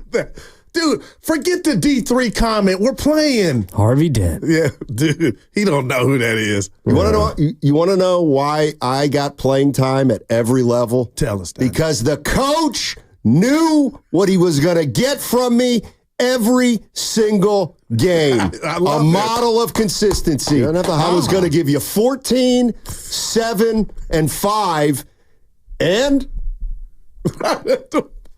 some attitude. A little. Let's go to Philly. Hold on. Okay. Let's not. Jason, I'll get to you in a second. Why don't you explain to everybody what you did, Mouth Evan? So I'm looking over to Evan, right? Oh.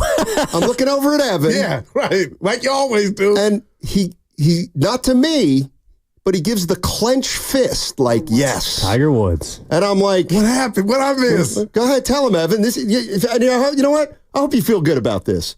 Like, no, seriously, I hope you feel good about it. I'm excited to hear. Well, I was excited for him. I got the breaking news that Bob Costas is retiring from Major League Baseball play-by-play. That bothers me. It bothers me, too. He's one of my punk. This little punk. Thinks he's lost his fastball? I think you guys are mad at me for 2 different reasons. I'm not mad at you at all. No, I am. Yeah. Well, this started with the D3. But Bob Costas is an institution. And he's still great calling ball. I love him, man. See, I could be so you. And he's coming up in Costas' footsteps, trying to call the definitely, I know, I'll never be Costas. 44 years, not time to hang him up? Is he as bad as Sterling? No, he is not. Sterling's better, actually. Spadoni. Shut up. More energy in his calls than Costas. He's wonderful. Hey, by the way, Juan Soto. You are so I'll be open to listen to every single team, ... even the Giants. Did you hear Sacramento what Judge said? Yeah. Did you hear what Aaron Judge said? No. Every man in this clubhouse wants him back. That doesn't matter. It's up to Steinbrenner's kid. Why would he trade in the pinstripes? Billy Cashman. Why would he trade in the pinstripes? Brian. He's a god. Because 40 homers, 41 homers last year. Maybe he doesn't want to be on a team that commits 3 errors in an inning, all with 2 outs. Yeah, if I'm Judge, I'd want him back too. Catch a fly ball. By the way, Josh Hamilton. Get your fat butt off the mound and cover. Josh Hamilton off the clock. We got a new center fielder who drops a fly ball. Hey, no. Josh had an excuse. The Bay Area sun was in his eyes. What was Judge doing? He's dropping a ball. Mm-hmm. What did he hit for the series, Judge? -2. All right. Jason in Philly, give us some East Coast logic. School the people out here on the West Coast. Let's go. What's up, guys? Hey. I'm still getting adjusted to these 1 a.m. Game times. Yeah. I don't go to sleep till 1 a.m. watching the Warriors now. Yeah. But I am like frustrated right now listening to all the Jonathan Kuminga apologizers. I support Kuminga. I do too. And he's great. But when I listen to Coach, he sounds ridiculous. Pajinski played last year because he was the best all-around player, period. When you look at the 15 key statistical categories, Pods led in 10 of them.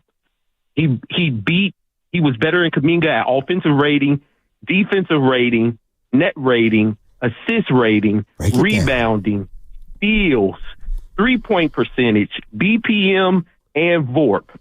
10 out of the 15. We say all the time, everyone, Kuminga's going to be fine. He's so great offensively. Kuminga's going to be fine. He put up 20 on multiple games. He's going to be great.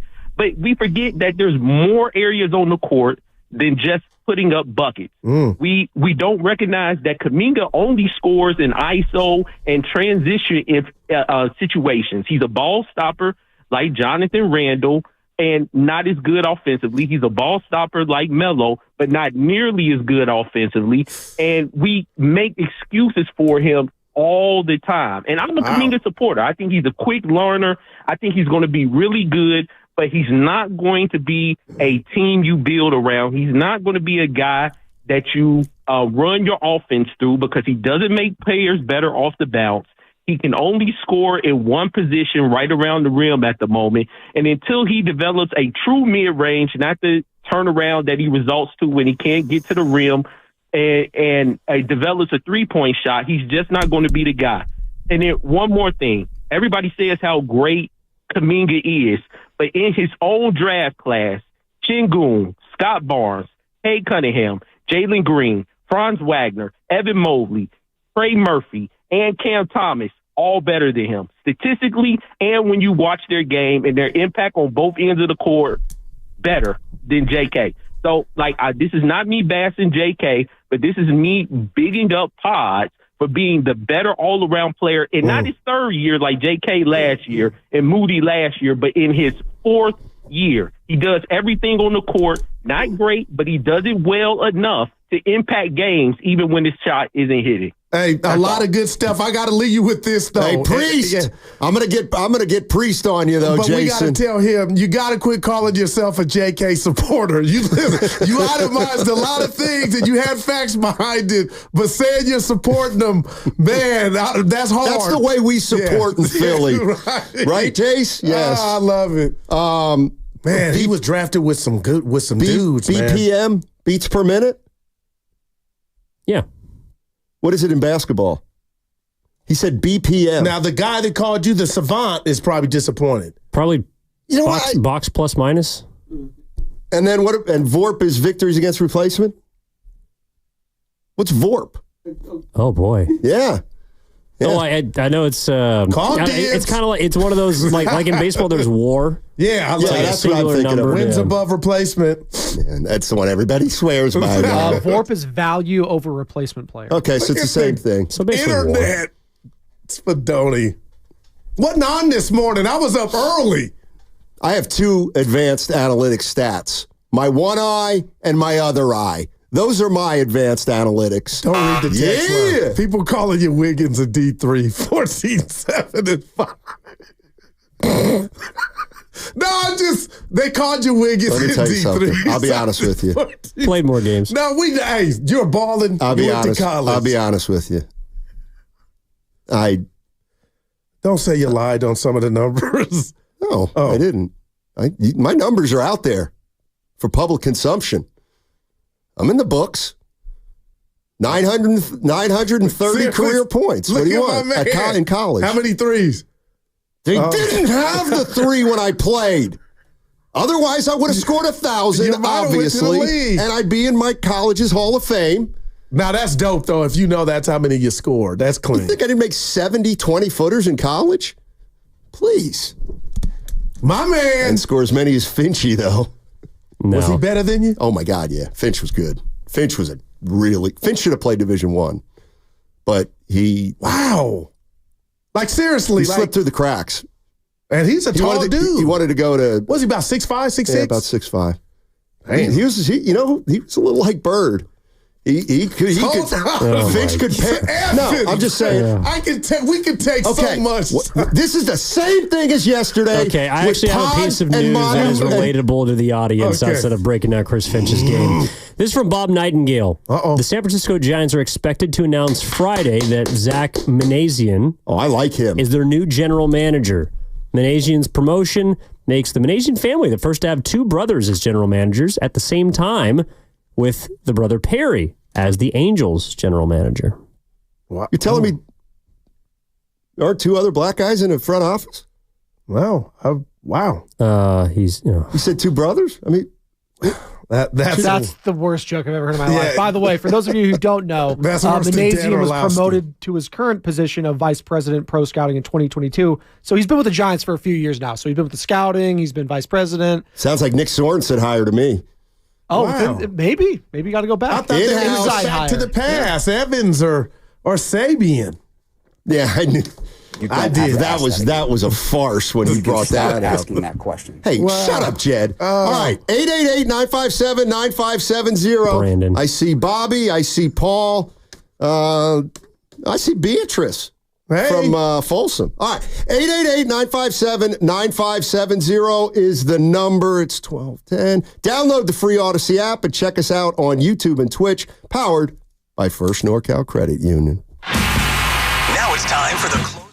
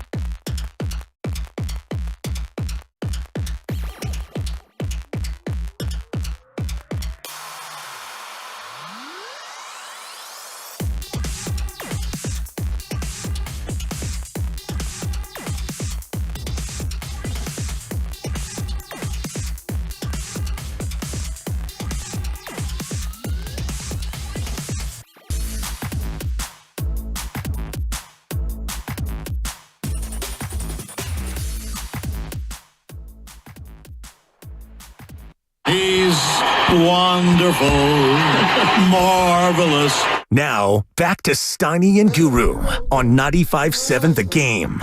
I'll let you do it. It is funny.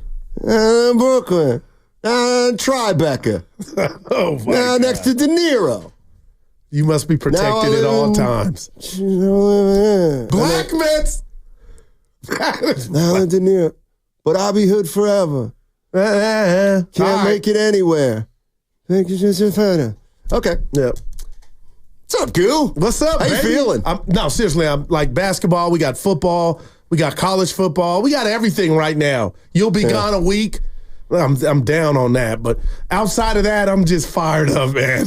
Evan! I got a big weekend, big week coming up. I got a lot of stuff. Go Green Wave! Yes, Green Wave tonight. Tulane at Charlotte. Seriously, the spread's 14. 14 and a half. Who would you? I would take Tulane, but I don't think I'm going to bet on them. Well, what's that mean? It means I don't think I'm going to bet on them. Like speaking English? No, why have an opinion?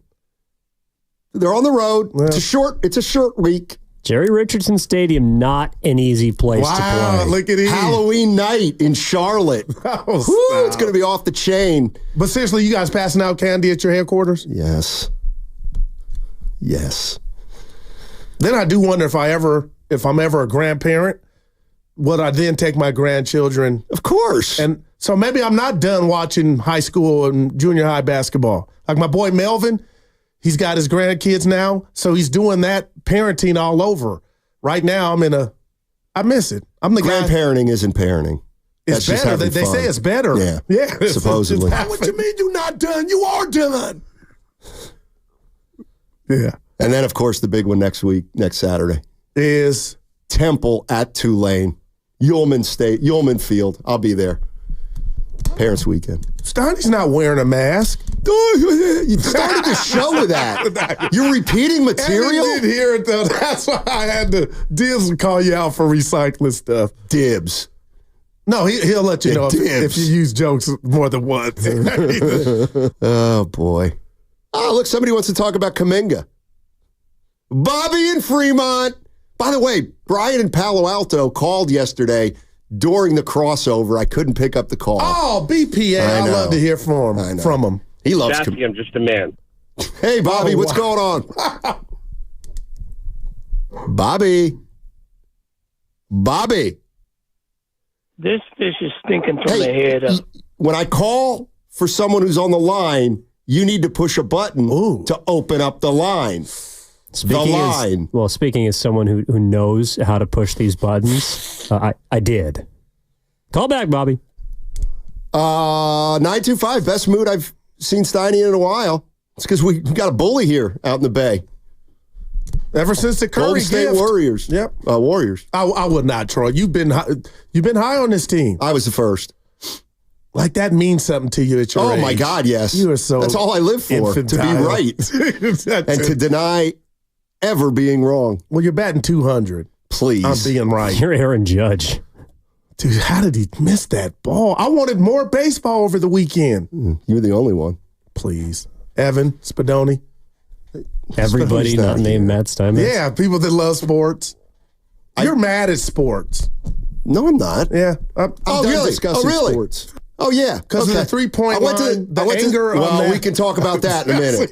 But it got you like, I got friends like you. I'm here for you. I don't like sports, but I've been to the Warrior games the last 2 nights. No, you love sports, but you're mad at it. No, I'm not. It didn't love you back like you loved it. Sports didn't even know who you were.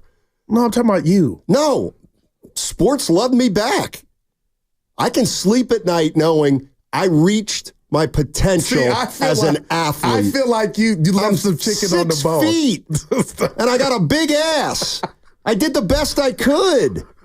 Paul, I love you. Let's go to Paul in Folsom. What's up, Paul? How you doing? What's going on, guys?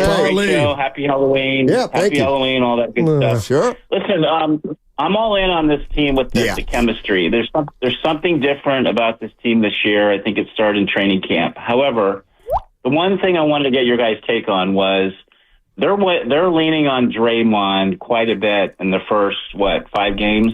Yep, as well they should.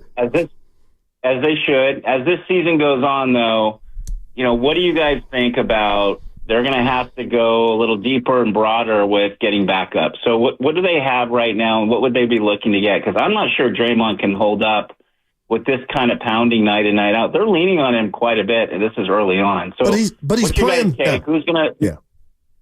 No, I love the call and the question. Can you let the guy finish? I know. I'm excited. Go ahead. I thought he was wrapping it up. I'm excited. That's all. Hey, great question, man. We'll answer on the other side.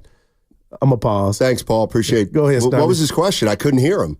Do you think Drake can hold up? Because he's been playing 4, and I'm like, man, that was Zion. That was 8 quarters of Zion boxing.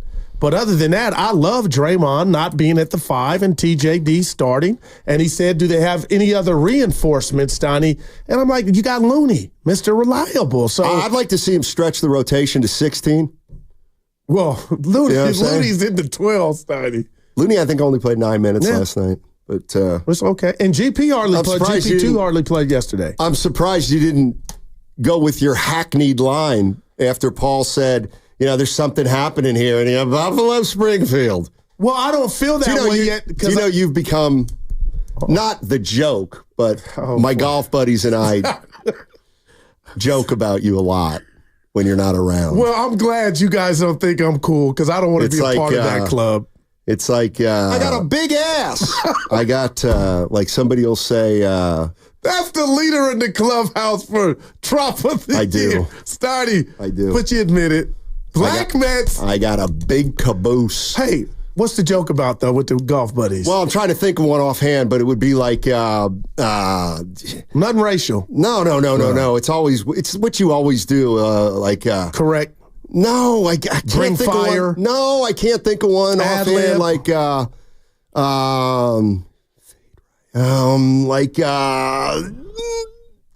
I'll think of something, but I can't. You're putting pressure on me. But it's like, how you go, we're waiting. Okay, this is what you always do, and now we do it all the time on the golf course. Boy, the Warriors played physical last night. Janet Jackson. Snotty, I'm a trailblazer, baby. By the way, they're not as bad as you thought, are they? Well, what? How did you lose to the Clippers who lost to the Trailblazers? Sports, man. Seriously. Oh, styles make fights, Donnie. Yes, they are. Dude, they are, man. I don't know what's going on in the clip joint. Oh, boy. In fact, one thing that I did notice before the Warriors played the Pelicans, they lost to the Trailblazers and beat them by a basket. Wow. It was one of those back-to-backs, though. Yeah. It was not a back-to-back. Well, it was 2 days apart. The point is, you always split those. Well, split those sets. We saw Boston lose last night to the Pacers. Well, okay. That has nothing to do with anything. Yeah. We're talking about teams that play the same team 2 times in a row. Baseball series. Evan's got a problem. Keep going if you want, but I'm not. Evan doesn't like when you call it a baseball series. He says 2 games are a set. I just can't wait to who hires him. He'll leave 4 tickets for me and the kids. Like, I know that we got that foundation. It's been said already. So if he does the Red Sox or the Warriors, well, it's more likely to be like the Modesto Bees. I've already done that. He's doing that now. I'm talking about he's one phone call away, Steiny. I tell Evan this all the time. No, he'll tell your day will come. Oh, no doubt about it. Just and stay in the patient. arena that he's in, he's really 18. You know what I'm patient. Saying? Yes, sir. Now, Grandy's in a little trouble. Oh, hey, Grandy, what's up, buddy? Hey, let's go to Moose in San Jose. Hey, Moose, how you doing? Good afternoon, fellas. I love the conversation that you guys are having, Warriors talk. It feels good to get back into the Warriors season and have conversation. Yes, sir. Yep. I wanted to, everyone's calling in about this Kuminga thing. I want to take out a few comments, and I have a question for you guys at the end. Someone made a comment about Draymond coming in, more seasoned with more foundation. I truly believe as you would say, Steiny, I'm a high school Harry. We are who we are in high school, and we are who we are today playing in 24-hour fitness. You may get a little bit better, but you're not really learning too many new things, especially in the NBA when it's in fast motion. So I really don't believe Kuminga is going to all of a sudden get so much better at things that he's not really that great at here today. Wow. He's clearly not an entire fit for this team, but in this particular this particular state with Steph being out, you need just a scorer, right? You need just a guy that can get out there and grab a bucket. That's fine. But here's my question for you guys. If Kuminga was a free agent, the Warriors were out in free agency trying to pick up a player, is that the type of player that they're going after in free agency? I mean, I think that tells you all you need to know about what's going to happen at the end of the season. As far as the system fit. They either need to make a trade now, or get ready for Orlando or someone to give him $35+ million, because he's not. I don't think he's worth anything over 25, 30. He's asking for more. I think it's time for him to walk. Try to get something for him before he does that. Well, thanks, Moose. No. But I think you're wrong. Let's put the right on the table. Because they have his rights. A lot of people, no doubt, but a lot of people feel that way. Some about Jonathan Kuminga. He might not be here. There's some things in life you just can't teach. And I'm not saying Jonathan Kuminga, the things that we talk about him being stylistically a better fit in this team, if he'll get that master. But I do know this. The scoreboard reads the team needs to see more.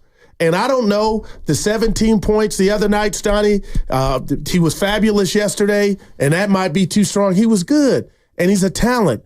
But when you talk about putting that ring on the finger and asking for 40, then I'm sure the Warriors behind closed doors are saying, hey, that was cute, but we need to see the growth, not just with points, Stoney, the whole game. And I don't know if you just get that.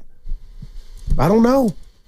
I mean, you don't just get it. You got to work on it, and it may take a couple more years.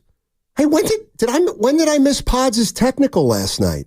Oh, and I thought that's what the caller was alluding to. It was at the end. You didn't see it? No. Yeah. Let's hear what Trey said. Hold on. Yeah. Knew it was going to happen at some point. He's always just talking, always. And so when it happened, I wasn't even surprised. He plays with energy and fire, and that's something we need. That was Trace Jackson Davis talking about Pods. Yeah, you didn't see it. Yeah. Knew it was going to happen at some point. He's always just talking, always. And so when it happened, I wasn't even surprised. He plays with energy and fire, and that's something we need. So Pods has tied Draymond for the technical foul lead this year. It was after Kerr said, get back, when he told him to challenge. You didn't see that? It was so funny. I'm like, Kerr, why you do the youngster like that? But yeah, he got a tech. I was probably calling a lift at that point. Because, Oh, Jim Olay wanted to know via the text line, did you take Mooney into the game or did you walk? I took lift. Okay. Yeah. And, but you know what? Big ass. You know what? That's just great. So, Tuesday I went to the game and I drove into the city. It was pretty seamless. No doubt. Yesterday I went to the game, but I didn't drive into the city, and it was God. So you had to go back to Bart? Yeah. Yeah. I drove I took a lift to West Oakland Bart and picked up my car. Trace Jackson Davis on hey, how's your relationship with Pods? Yeah, me and BP have been playing together since last summer. We kind of know what tendencies we like on the floor, but he's always looking for me. He made some great passes, and he ended with 8 or 9 assists, so he needs to continue to do that because that really helps our team. Yeah, there you go. Trace Jackson, he was very good last night. We didn't even talk about seasons, him. Though, Steiny, we just take him for granted, I believe. Yeah. And that caller worried about Draymond not holding up. You're going up against bad boys every night, but you're not going up against bears like Zion. So maybe that's what you saw from Draymond. But Draymond won the second round, and he might have won the first round, Stoney, because even when Zion 2 days ago had 30 points, he had 7 turnovers. I look at it this way. Draymond won both rounds because the Warriors won both games. Look at my man. You are growing, let's listen to some... No, seriously. No, that's who I am. Your team component. You don't even want to go to the team meeting after the show. I'm that guy. I don't like team meetings. Enough said. Yeah. Let's listen to somebody healed. I like to hear. Our guy. We got to get him on. He loves our energy. Yeah. On team. Let's listen to him talk about Draymond Green's impact after last night's game. Draymond was terrific going up against Zion. What does Buddy Hield think? He's the heart and soul of the team. You hear people talk about it from, just watching from the outside, but when you was like in the present with him, the way he's so vocal, the way when he talks, everybody listen. Everybody just follow, and he just have this competitive edge, this competitive spirit is unmatched, and you really would never get to know him unless you're in the fire with him, and that's what's special.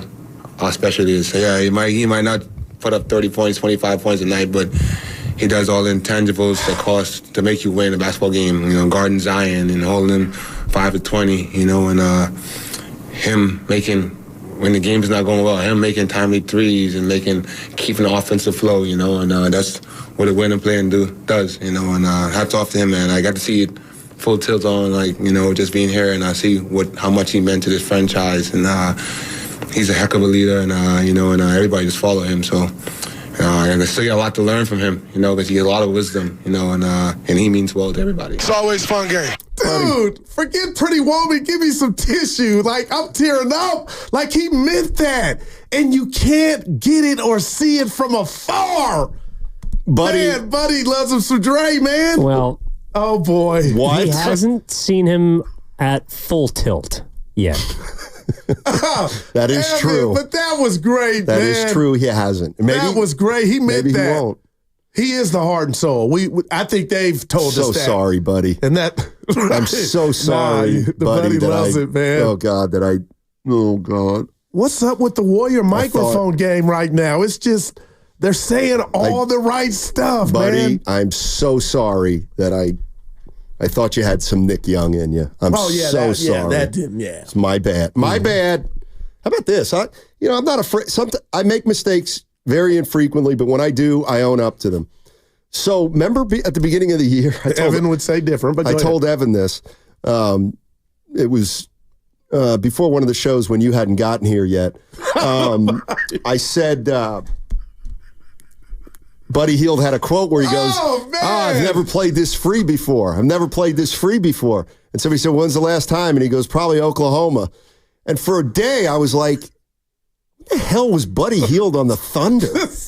I'm like, wait a minute. Did he play? I know he played for the Pelicans and the Sixers. I guess he was on the Thunder. No. And then I was like, damn, he's talking about Oklahoma, where he went to college. Where they said he was the next Kobe. Oh, No. Remember, they were saying Buddy was the next, but it was, he never did it. They wanted Buddy to be the next Steph Curry. That's because he was kind of like Steph, coming out of college, shooting it like he shot it. So, real quick about that story. Did he tell you, or you looked on the computer? I looked on the computer. I did. Oklahoma win. Right. Yeah. Let's go to Mike in Santa Clara. Hey, Mike, how you doing? What's up, guys? How you doing today? Doing well. 4-1, baby. Awesome.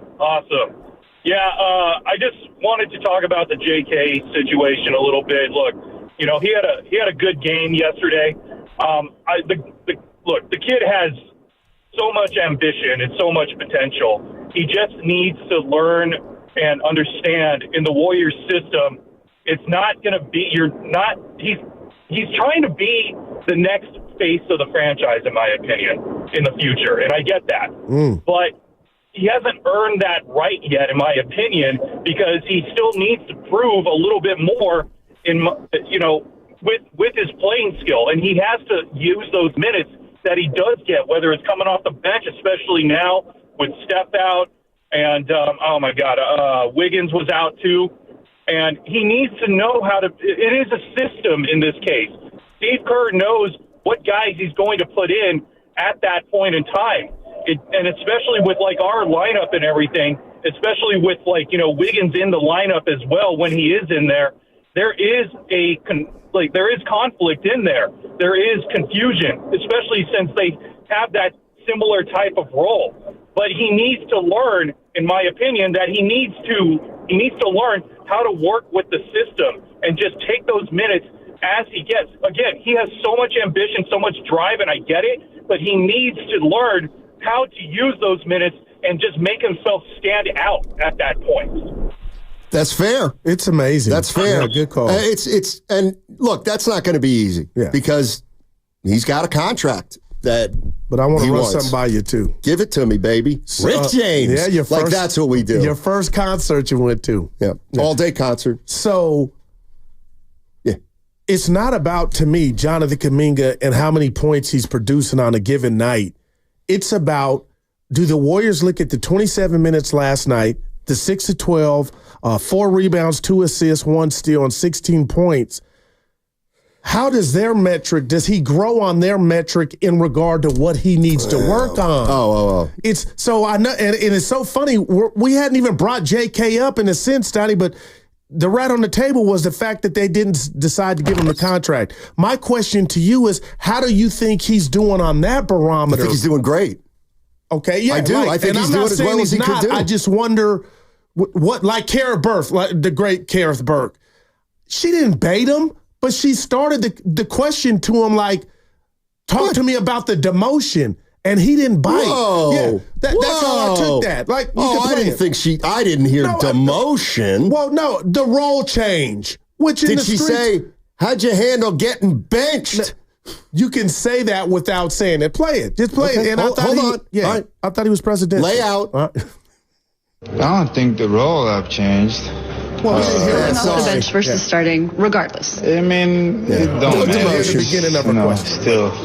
We all still playing out there, so it don't really matter. Well, you heard wrong. Said, no, you heard wrong. We didn't hear the part I wanted you to hear. She didn't use the word demotion. No, she didn't, but she insinuated it to me, and that's fine.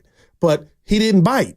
And he went because she didn't lead him to that. Well, she didn't use the word demotion unless you heard something before that. No, she didn't use the word demotion. Well, I was saying it was say she used the word. I said it was insinuated. I don't think it was. All right. Well, I think Kareth is very fair. Yeah, when it comes to that kind of thing. I think she is too. All right. I'm just saying I thought it was growth by JK not looking at this like a demotion. He might feel that behind closed doors, but right now he's doing everything. He should be annoyed. Exactly. What's wrong with being annoyed? Just don't take it to the media, though, because then it becomes a story, right? And right now, he's not letting it. I got to say this, because you've butchered this in the past, and so have others. Jonathan Kuminga has never complained publicly to the media about his role. Never.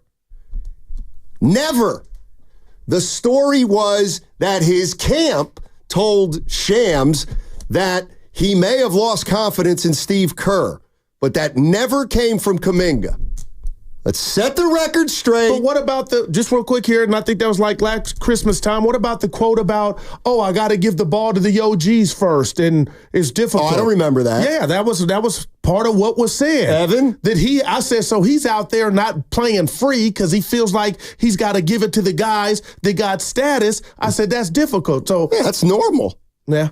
Like that, I just brought that up because that had to come from him. And I'll get to Barry and Mr. Lee on the other side, but I do want to ask Evan this, because maybe I'm wrong, but I don't think, Kuminga's never complained publicly to the media about not liking it here, or not liking his role, or not playing enough. Is that correct? Never. Right. His camp has. Correct. Jonathan Kuminga has never gone to the podium and said, I'm unhappy. Yeah. And I think there's a misperception there about when I do not think Jonathan Kuminga has a bad attitude. And hearing Evan say that, it's like Ayuk when his girlfriend or brother tweets. Do you look at it like they're really saying that? No. Okay. I don't. Because we talked about that. I mean, I put credence into it, but it's still not them. I hear you. I can't hold it against the player if a sister, brother, mom, or dad, is complaining for him. But that's just what interesting. All right. Okay, I see Barry and Mr. Lee coming up on the other side. Talk more Warriors. What's coming up on the game is presented by Fremont Bank, celebrating 60 years of full-service banking with no compromises. Do you owe back taxes or have unfiled taxes?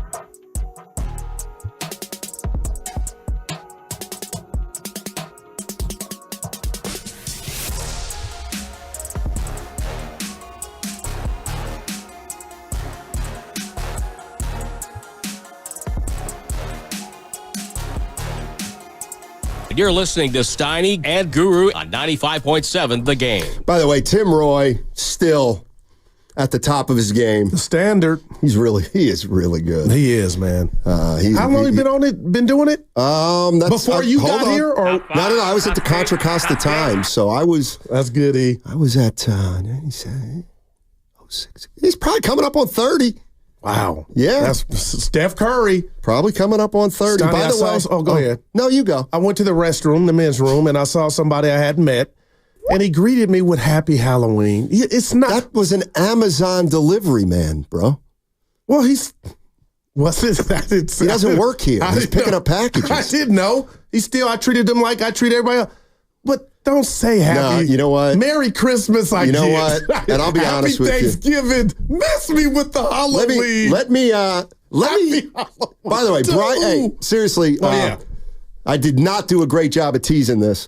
Coming up in 10 minutes, Brian Geltzeiler, Sirius XM Radio. He is the man. Yeah. As it pertains to basketball. Let me do a little test. All right, you ready? Hey, Goo, what's the name of the janitor that works here that we see all the time? What's his name? The custodian. Yeah, Tony. Evan, what's his name? I don't know. I thought you knew. No, but if I don't know, I'm going to tell you. Good. Anyway, you don't treat everybody the same. I've seen it firsthand. I've worked in corporate almost 25 years of my life. So that's where you learn the disrespect for those people? No, those are my rules. I treat the CEO just like I would anybody else. No, that's not true. Oh, my gosh. I have a bigger issue with you being perturbed that he gave you a happy Halloween. Yeah. I bet you more Americans celebrate or, I don't know, take part in Halloween than Christmas. I have nothing for that, Evan. I just don't like that we've hijacked the holiday to live out fantasies, dark secret fantasies, and dress up and go to parties and do things that you normally don't do. I don't like any of it. Halloween is for the kids to go get candy, not mom and dad to do some, you know what I mean? I don't like that stuff, man. I don't know. Well, let me tell you who I have a bone. Like, what the hell? Let me tell you who I have a bone. Bring it on. Let me tell you, I have a bone to pick with. Hey, you got a couple on there. Dan in Roseville. Steiny. No. You're wrong about the Buddy Hield comp coming out of Oklahoma. Trae Young was who everyone was comparing to Steph coming out with Oklahoma. Buddy was comped to guys like Reggie Miller. Here's why you're wrong, Dan, even though I appreciate the interaction. Vivek Ranadive thought Buddy Hield could be like Steph Curry. That's why the Kings drafted him. Wow. They thought Buddy Hield could be the kind of player that Steph could be, especially the shooting and the high pick and roll. Is it? Well, that actually makes a lot of sense. They also want a Jimmer. Yeah. They got Jimmer, too. Jimmer, they're just taking shooters left and right. Dude, for Dan, man, talk about it. Jimmer goes on the Maloofs. Period. They made Jeff Petrie draft him. I'll say this to that. The Kobe thing was he loved Kobe. Buddy. Who? Buddy Hield. Oh, yeah. Okay. Well, everybody did, but. Not everybody. Well, you. Geltsy. Yeah. Brian Geltzeiler in 10 minutes. Let's go to Mr. Lee. Mr. Lee's in Fairfield. Hey, Mr. Lee. Steiny, Guru, my favorite. I always got to say, man, my favorite show. Listen to me. I believe him. Thank you, my man. My favorite show. So when I think about, chiming in on JK, I've called in tons of times about JK. I like the young man, too. But I think even the national media will say this guy's real athletic. When that's your label, you're real athletic. You're real athletic. Yeah. You're real athletic. I don't know how far you can go when they start the show by saying, this Jonathan Camilo guy is real athletic. You got to have some other adjective to accompany with your name when it comes to playing at this level if you want to make big money. I think Guru said it best. Some of this stuff you can't teach everybody. Some guys, either they have it or they don't have it. The Warriors just waived Kevin Knox. He was drafted like 7, 8, came out of Kentucky, played some good ball, but for whatever reason, he hasn't been able to turn the corner with being an NBA player. again, when I think about Kuminga, I'm not saying he's not a good player, but he will never be somebody elite player, some Anthony Edwards, some Jaylen Brown. That's not who he is. He would never be that. And so what I would encourage the young man to do, take the deal. One of the biggest things we forget when it comes to Steph and even Clay and Draymond, their next deals were team-friendly deals, and they grew into the big deal. We know Steph had the ankle issues. His first deal, 3 or 4 years, $40 million. Hey, man, I would encourage Kuminga, take the deal they offer you, and when you get better, as people could keep calling in saying you're gonna be, then you get the bag. Right now, take the money that's on the table, baby. Thanks. Appreciate it, Mr. Lee. They can't re-sign him, or they can't extend him now. Wow. There was a deadline to do it. They didn't do it. Now they got to wait till the end of the year. Do you really believe if his representatives, because that's like the street story, Stein, if he wanted less, they could have got something done? Well, I'm sure. Wow, I mean, that'll usually get something done if you take less. Well, but then we saw, and again, Clay was at a different juncture in his life and his career, that what was originally offered is not there when you go back. Exactly. Yeah. Hey, by the way, we got a ton of people on the YouTube chat. Yeah. If you're on that chat, take a look. I'm going to hold something up right here. And I had a talk with a boss about this yesterday. And I didn't see it. No, you were invited. We were talking about how I have a belief, and you try to avoid it. But no, I don't talk about politics on a sports talk radio show for the most part. I don't like it. But see what I'm holding up here? Look at my man. This is my ballot. Yep. I'm mailing it in. Get out there and vote. That's all I say about it. Can we really do your civic responsibility and vote? And for those who think it's next Wednesday, like Goo, it's actually next Tuesday. Well, I was having this conversation with Norm. I'm being honest. Oh, no. We can do it for 2 seconds. I'll walk off. I am so down on our humanity. Okay. That's so far so good. And the tricks that have gone on in different elections. Dirty tricks. That's Richard Nixon. So see, you're starting to go down that road. No, I'm so worried that this election can be stolen by whomever. That's where I'm at in life. No. Okay. I feel like we are living out a Saturday Night Live skit. That is right. The Rockets coming out to play. There we go. What do you think the Warriors are going to go on this road trip? Shocked you talking to me. Wait, Dre, I'm giving you love. Just vote and let the chips fall. I'll take Stoney right now. Oh, no. If you're telling me Curry's not in, I'm going 3-2. I'll take 3-2. But if they really want to send a message, it's 5. If they want to send a message, like I know it's baby message right now, or 4-1. You win in Boston. That's the one to me. You win in Boston and have people Problem is, look at the Boston. They're already down 60 from last year. Dude, that is, man. Do you know who they play the last 3 games of the road trip? He doesn't. Boston. Okay. Cleveland. Give me give me the 5. Give me the 5. Get off the computer. I'm not. I'm looking at me, and I do like my shirt. Washington. That's second. Okay, but you just said all 5. Oh, you want it in order? Yes. Oh, man, you tripping. We got to Washington. Houston Saturday. Okay. Washington. I don't care about the days. Washington Monday. Right. Okay. Then who? This is where it gets hard. Cleveland. Boston. Cleveland.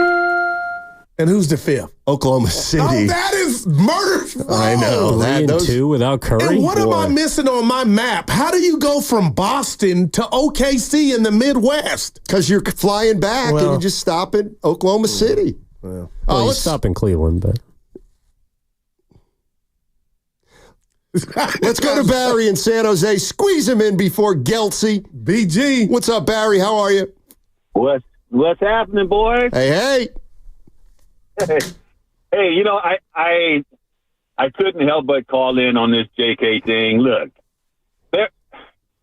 JK is in a horrible situation. He's in a situation where he's developing. He didn't play much basketball growing up, so he's developing. He is a talent, and they're trying to develop him to fit a system that may or may not be, right for his particular skill set. I definitely think that JK needs to be traded, but for different reasons than most Warrior fans. I personally want to see him do well and succeed. And I think he need a little bit of that what Steph Curry and Klay Thompson had. Like the previous caller was talking about Steph and Klay, but J.K. has never had a coach publicly behind him telling him he's the best thing since sliced bread, like Steph and Klay had with Mark Jackson. Just think back. We thought he was a nut job by saying that this is the best shooting backcourt in the history of basketball after like year one. Yeah. So I think if Steve Kerr, I don't see him changing his stripes at this point. I know that he can do it because he's everything to Brandon Podziemski that Mark Jackson was to Stephen Klay. So if you're just going to beat down on J.K., let the kid go to some place where he can, like, spread his wings. And to drive my point, he had a meeting with Steve Kerr asking him, like, who do you see yourself, who do you model your game after? And J.K. says, Kobe Bryant. Well, Steve Kerr says, I see you more like a Sean Marion, who played Sean Marion, The Matrix. Yeah, and it's like, why not just take all the kids' creativity and ambition? Like constantly he's been told what he's not, and personally, I don't agree with that. But my opinion means, Jack, you know what? So anyway, that's my 2 cents, man. What do you guys think about that? Man. How would you describe his situation? I don't think it's bad. I'm different. I think Detroit's a bad situation. It's hard to develop good habits when you're losing. Wow. Yeah, I love it. Hey, Dan in Roseville, appreciate the text, by the way. Dan, now in Roseville, he was in Pleasanton. He still listens to the show, and we appreciate it. Mm-hmm. Absolutely. Coming up momentarily, Brian Geltzeiler, Sirius XM NBA Radio. You're listening to 95.7 The Game, KGMZ FM, and HD1 San Francisco. Always live on the free Odyssey app, Twitch and YouTube, powered by First NorCal Credit Union. All right, if you listen to the show, he's one of our favorites. All guests on 95.7 The Game appear on the River Islands guest line. Isn't it time for you to discover the islands? River Islands in Lathrop. Joining us, Brian Geltzeiler, Sirius XM NBA Radio. Geltsy, are you buying the Warriors? So, guys, it's very funny, guys. Somebody pointed this out to me, one of our listeners at NBA Radio yesterday that I didn't realize. We all make predictions before the season begins. Yep. I was the only one at the channel that had the Warriors as a playoff team. Wow. Not only that, I will tell you that my partner Sam Mitchell and I have a bet on the Warriors, okay? And Sam and I, there's a steakhouse that we like down the Jersey Shore that we've been to together called the Butcher Block. Sure. It is not a cheap steakhouse, gentlemen, to say the least, all right? Sam and I have a deal if the Warriors win 45 or more, Sam is buying me dinner at the Butcher Block. If the Warriors win 40 or less, I am buying Sam dinner. 41 to 44 is considered a push, and we pay for our own meals. And that is where we are on that. And I am, so to answer your question, that was a long-winded way of me saying, I've been bullish on the Warriors since the jump, guys. I like what they did in the offseason. I certainly like how they look now. Well, I'll tell you what, Geltsy, if you win the bet, just tell Sam Mitchell he's dumb school. Remember, he had the old school, dumb school thing. So, obviously the big thing out here right now is Steve Kerr says he's going to keep trying to play 10, 11, 12 guys. They had 3 guys out last night, but be that as it may, what do you think, a gimmick or could it work? No, I think it could. Listen, I think it could work because what he's essentially telling you is that he's going to run a rotation that's matchup dependent. And I don't have a problem with that in this league. The challenge for him playing this many guys is the volume of non-shooters, right? So, Looney only got 8 minutes last night, but Looney's a non-shooter. I know Gary Payton can hit the occasional corner three. He's not much of a shooter. Kuminga's a wonderfully talented player. Not a great shooter. But, Trace Jackson-Davis is a nice player. He's not a shooter. Draymond's Draymond. Draymond's a Hall of Famer. Not a shooter. That's the challenge, and that's why the contribution that you've had early on here from Buddy Hield has been so vital and so enormous to what they're doing. Because if you can get, Buck's not going to shoot 50% from three this year, but if he's north of 40, if he's 42, if he's 44, those types of results from him are going to really help drive this team, because that's my one concern is, outside of Steph Curry, is there enough shooting there? And listen, it's been a couple game sample size, and thank God for the Warriors. It won't have to be that much longer, but it's been a couple games and they've managed to piece it together. Now, again, it's against the shorthanded Pelicans. So that's the other point in this. So we can't go over the top. I mean, the Pelicans last night, we know they're missing Murray. We know they're missing Murphy. They were missing McCollum and Jones too. You had them very shorthanded. So, but the Warriors are too, as you mentioned. No Curry, no Wiggins, no Melton. By the way, guys, get used to this. Melton was a good player, and I like him. He is hurt a lot. Melton is hurt more than he is not hurt. So, that, and that, by the way, all that's another reason why going 11, 12 deep into a rotation isn't a terrible idea, because you're going to have to use everybody at one point or another with the amount of age and injury-prone guys on his roster. BG, awesome stuff. Let's talk a little Kuminga, because we're getting calls on him left and right. And this is what I told my partner. Hey, the Warriors made a decision. They didn't want to re-up him. A lot of guys in his draft class got re-upped, okay? I told Steiny I think that's a bad message.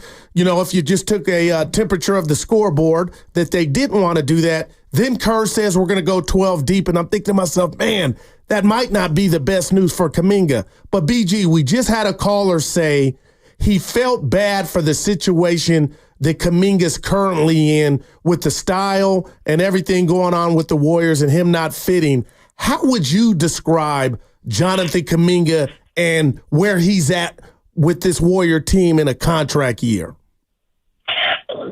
So all right, let's start with the reason that I don't think they extended him. The reason I don't think they extended him is because if this is going well this year as they come into the trade deadline and a star player is available, they're going to lead a package with Jonathan Kuminga. There's a reason that Mike Dunleavy pieced together these $10 million contracts in the way that he did. Melton, Anderson, Hield. You can put all these together with someone like Kuminga and bring in, a $40 million player. And I think Warriors have their picks to be able to do that. They want to be prepared to do that. Kuminga is a lead piece in a deal like this.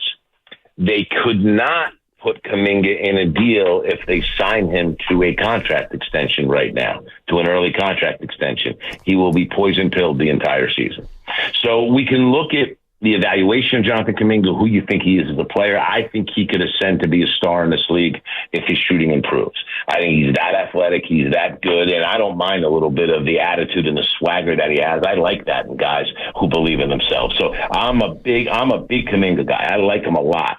But I also think we have to be realistic about this. The Warriors would like to squeeze one more title out of the Curry era. And, I think that they've kind of positioned themselves to be able to add a very meaningful player. We know they were in on Larry Markkinen right to the end till Utah decided to re-sign him. Who knows who's going to be available at this deadline? When you watch some of the teams that are not off the good starts, that have some star players on them, the Warriors want to be players. And if you're going to want to be players for those kinds of guys, the talent that you're going to have to put forth is Jonathan Kuminga.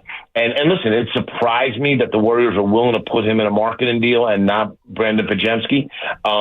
I still believe that the reason that they did not give Kuminga a contract extension had less to do with Jonathan Kuminga and more to do with the fact that he could be a piece that could go somewhere and bring them back the kind of guy they could pair with Curry and Draymond that puts the Warriors right back in the title contention. Brian Geltzeiler joining us on 95.7 The Game, Sirius XM NBA Radio. I want to ask you a little bit about Buddy Hield, because when you don't see a guy play every night watching your team, you really don't get the feel you do once you watch him for a season or even for a stretch of games. You like Buddy Hield?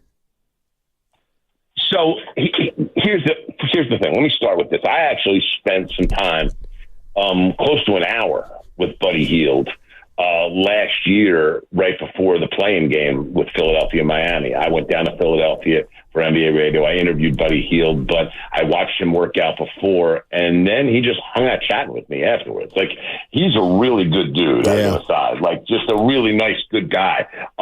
Here's your issue with Buddy Hield, okay? I don't know if Buddy could guard me. And that's the problem, okay? He's a wonderful shooter. He's a really good guy to have on a team. He understands his role. His role is to put shots up. And he can shoot it from deep. He can shoot it well from deep. He's a little streaky, as you saw. You'll see him against Clippers on 1-9. He has those bad nights, but he also has great nights. And he's a really, really good to great three-point shooter. He's just not going to help you on the other end. But I also will tell you this. Listen, they replaced Klay Thompson with three players, with Hield, Kyle Anderson, and DeAnthony Melton. You watched last night, Minnesota-Dallas, or 2 nights ago, all right, Minnesota was attacking Klay every possession. Like, my point is this. I'm not saying Klay's not a better defender than Hield, but it's kind of degrees of bad. My point being is that a facsimile of Klay at a lesser price, that's kind of what Hield represents right now for where Klay is in his career. So I think he's a good player for the Warriors right now, and on a team that is starved for a little bit of shooting outside of Curry and needs some better spacing to help guys like Kuminga and guys like Wiggins, Buddy Hield's a pretty good fit here. BG, I love it, man. I got to be honest with you. When it comes to Draymond Green, my partner and I'll speak for myself. I've always criticized him at every turn in regard to the off-the-court stuff and the stuff that trickles down that, when you leave your teammates in a bad position. But I've never questioned his heart. BG, I went to a game, last preseason game against the Kings, and I came back and you thought I caught the Holy Ghost. I'm telling Steiny, I saw vintage Draymond. He controlled everything. He was arguing with the refs, hard foul, and he's getting off to this great start. I call him Joe Frazier as a defender because he's never the biggest dude, but what he did against Zion, I just respect. So this ain't about off the court. Can you talk to us about Dre, the defender, and what you've seen from him and how much he has left? Because now I feel like this dude can do no wrong. I will tell you, Dow, from the jump here, it looks like he's got a lot left, doesn't he? He's playing great, man. He really is. And it's Dre doing Dre. It's his all-around game, right? Like, the numbers are the numbers, and that's fine. He's also shooting it very well. He will not continue to shoot it this well. We know that. But he is steering the ship in the way that Green steers the ship. As a defender, he is still an elite defensive player. But I think what you're seeing here right now is he's an elite team player. Like, right now, Draymond Green is raising the level of guys around him, young guys, Moody, Jackson Davis, Pajemski, Kuminga. He's lifting the level of all these guys and making them believe. Making them believe. Like, and it's amazing. Listen, Green at times has been selfish. But I will also say this to you about Draymond Green. I believe in my heart of hearts that last year taught him his lesson. Which is a big deal to say. This is a guy that tried to kick LeBron in the family jewels, okay, and essentially cost the Warriors a title by doing it, and still didn't learn his lesson from that. But when you look at what happened last year, how tough the conference is, what their record was with him, but worse off what their record was without him, it's very, very fair to say that Draymond Green cost the Warriors a playoff spot last year in the top 8. He did. Yeah, Brian absolutely did. Yeah, Brian Geltzeiler joining us on 95.7 The Game. You can hear him on Sirius XM NBA Radio. So this offseason, it was no secret that the Warriors made a run at Paul George and then tried to make a run at Lauri Markkanen. Did they dodge bullets there? Do you look at it that way, or do you look at it as, you know what, those would have been great pieces for this team? So I think you got to look at it separately. All right. They may have dodged a bullet with PG. Listen, PG wanted 4 years at max money, and the Sixers gave it to him because they don't have a choice. The Sixers are on this Embiid hamster wheel with Embiid's health and injuries, and they have to go all in now because they just don't know how long Embiid's going to be here, and they keep extending him and throwing more money at him just to try to keep him engaged. So, for the Sixers did what they had to do with Paul George. I don't know for the Warriors that having to pay Paul George the kind of money that he's going to get paid the last 2 years of that deal would have worked well for them. Listen, I don't know that they dodged the bullet with Markkanen. I think Markkanen would have been a super fit. I would have put Podziemski in a marketing deal to be able to bring him in. But I don't know that we could also truly say they dodged a bullet till we see who becomes available and who they might go after. Yeah. Again, the Warriors have a roster that is priced to sell. They have a roster that they will go ahead and they will move guys off this roster. The guys that are not going to get moved, obviously are Curry and Green, and then Moses Moody this year has been poison pilled. So we know he's not going to go. Anybody else is fair game. They want to keep Podziemski, and I understand why. With all that said, if it's the right deal and that's the guy you got to put in the deal, you put him in the deal. So I guess what I'm saying right now is they dodged the bullet with George because those last 2 years you don't want to have to deal with of his contract. I can't say they dodged the bullet with Markkanen. I know that it's not going great for Utah. That's the plan in Utah for it not to go great. So that's kind of what they want. But I think I don't till we see what is coming down the pike at the deadline. That's when we'll get an idea if the Warriors dodged a bullet or not.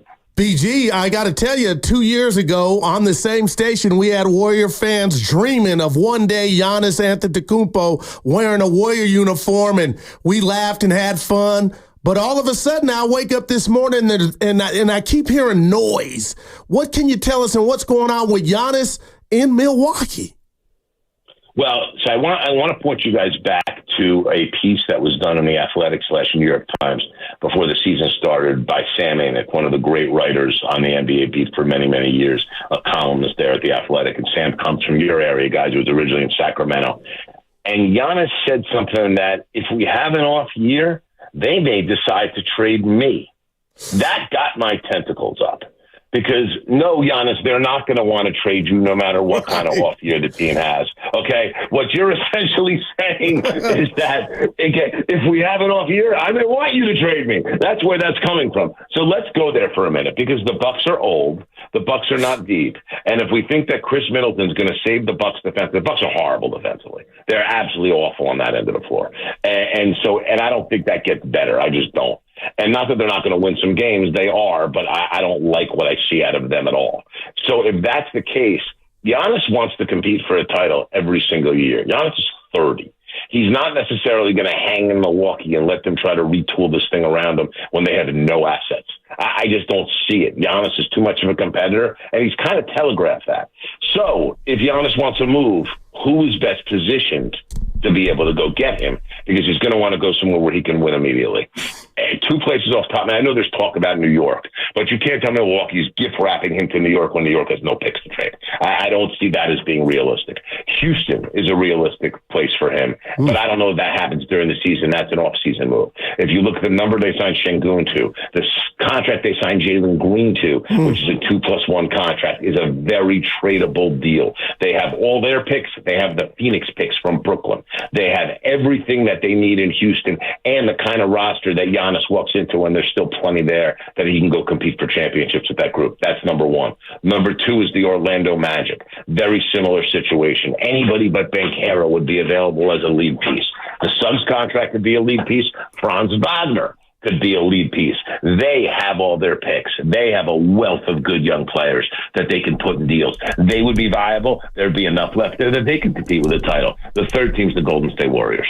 And I think that would be intriguing for all the same reasons. The Warriors have their own picks, and I just fired up 4 good young players team. And maybe Moody doesn't have the value that I think you'd like him to have. Jonathan Kuminga, I keep saying it, could be a star in this league.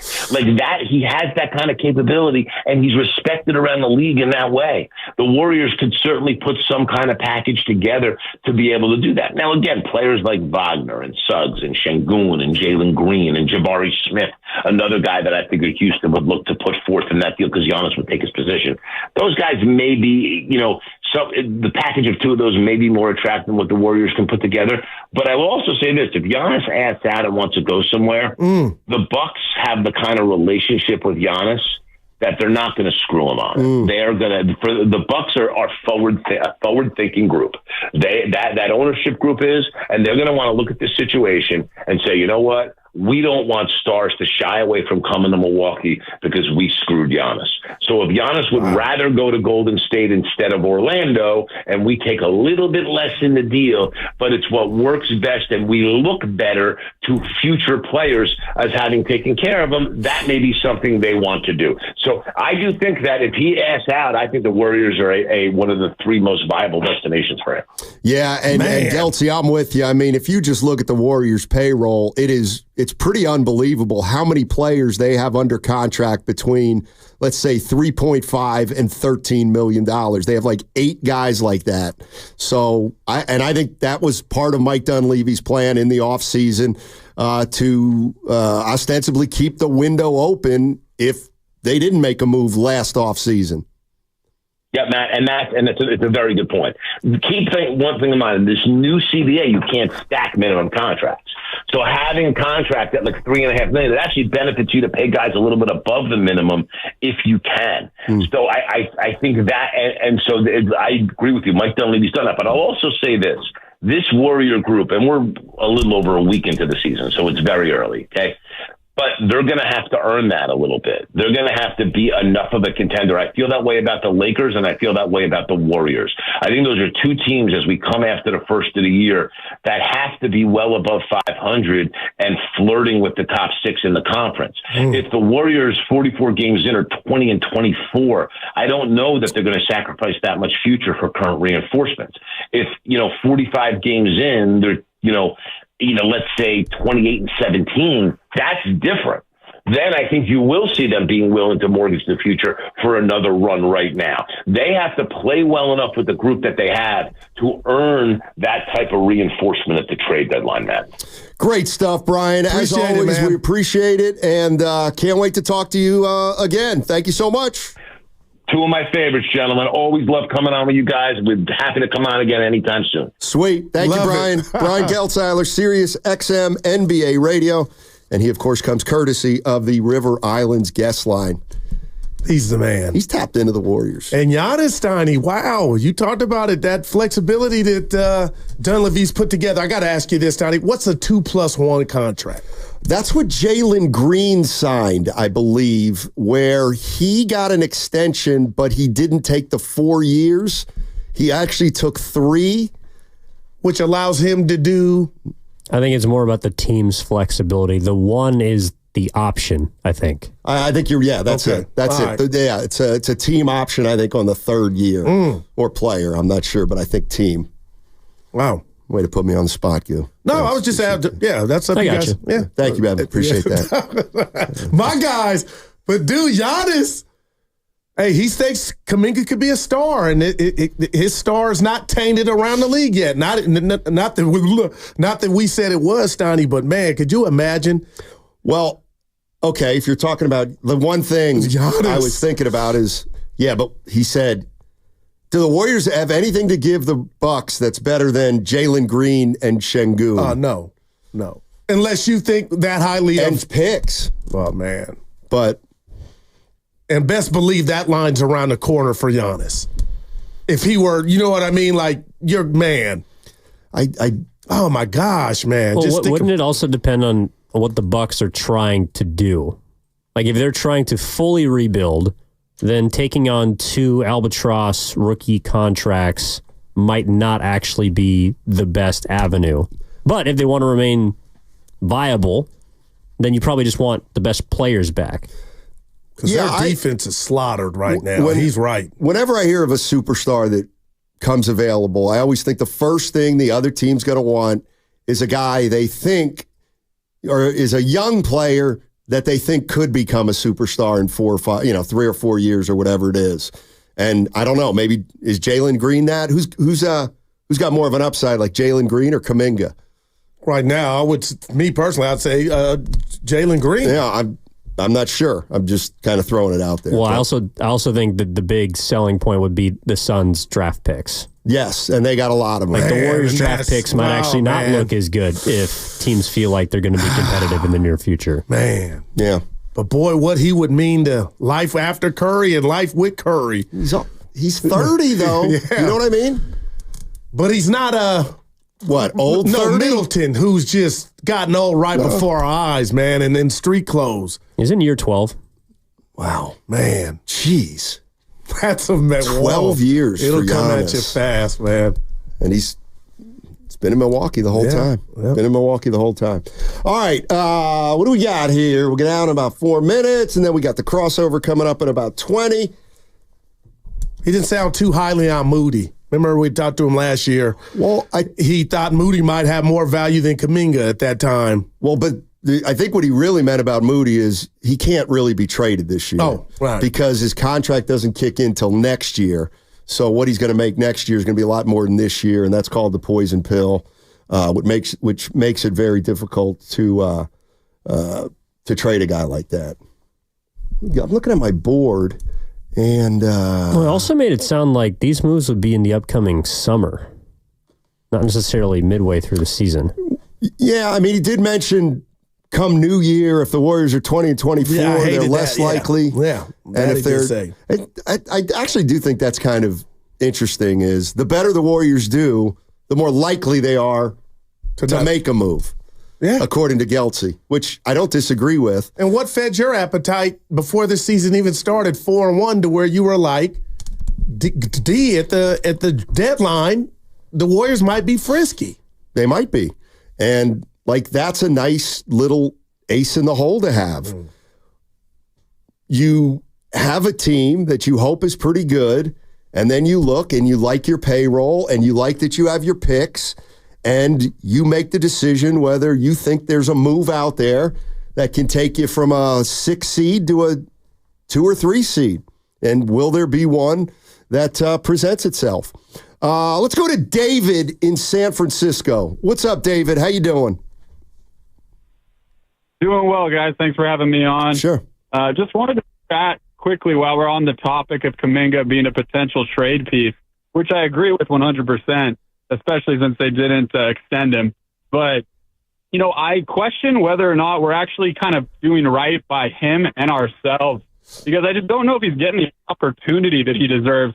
I mean, you just talked about Jalen Green and him. I mean, who's a better potential future star? Jalen Green, sure, right now, but gotten the same minutes as him, I think Kuminga at this point. And I kind of also just about his attitude, because, you know, getting told an hour before the other game, the other night, you know, that you're not starting when 2 starters are already out, you know, that's not either. So I just kind of question whether or not we're really like handling the situation correctly.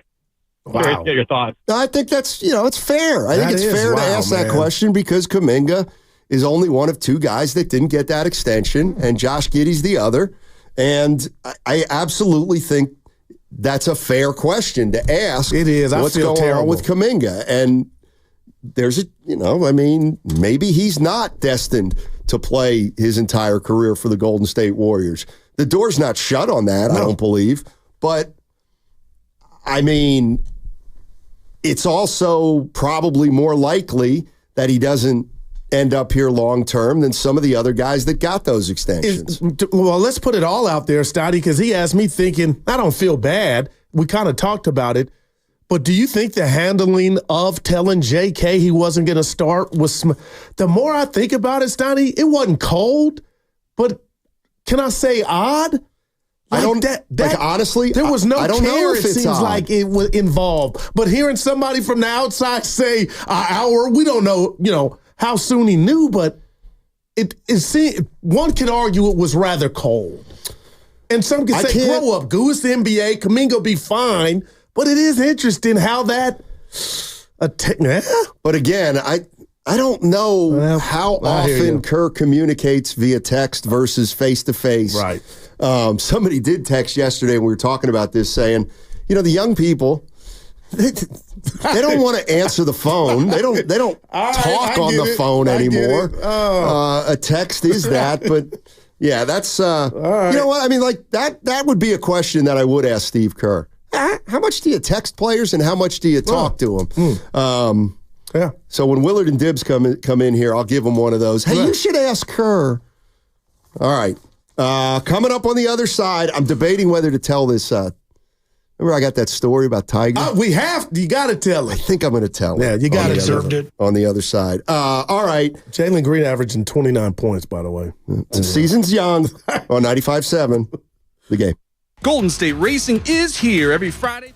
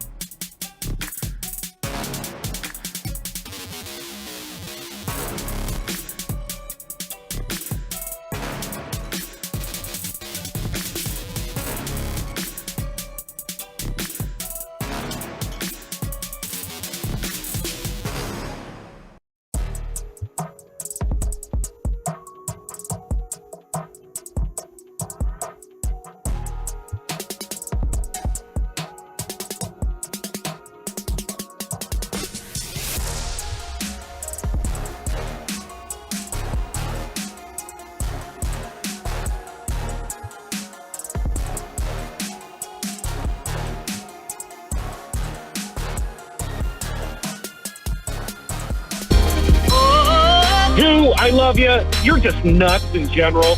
Now, back to Steiny and Guru on 95.7 The Game.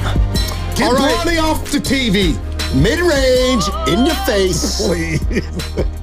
Crossover with Willard and Dibbs coming up in 10 minutes. This sucker. Have you seen them out there, any of them? I saw Dibbs. I had to talk to him about something. Well, he ain't hating on the Dodgers. What you mean? In fact, I can...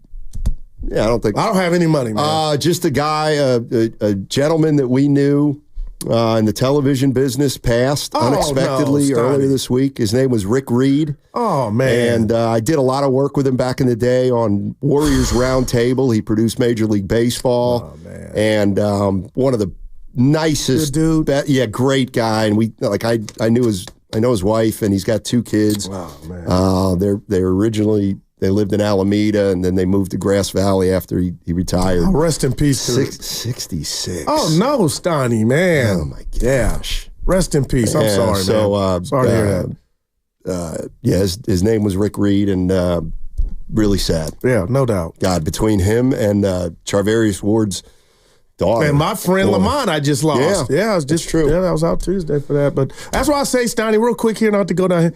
When we come in, man, just have fun, man. I know sometimes you want to fight me, but you can't. But you know what I mean? I look at you like, you got it so bad. He ain't the worst. You don't think I have fun here? Evan, I'll let Evan help me. He asked, we think he has fun here. I said, I'm going to throw it to the youngster. You don't think I have fun? I've had fun today? Look at your face. Oh, no, today you've been you're in the zone today. Yeah, today you had fun. Yeah. Ever since the Steph jersey, you've been different. A lot of people are trying to correlate the positivity. I'm like, no, it's real. So courtside Steinmetz. Well, we don't know. Well, I was like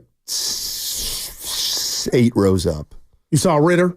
I did see Raymond Ritter. My guy. I had texted Raymond Ritter, and I said, call me Joel Embiid, but I'm not coming tonight. Right.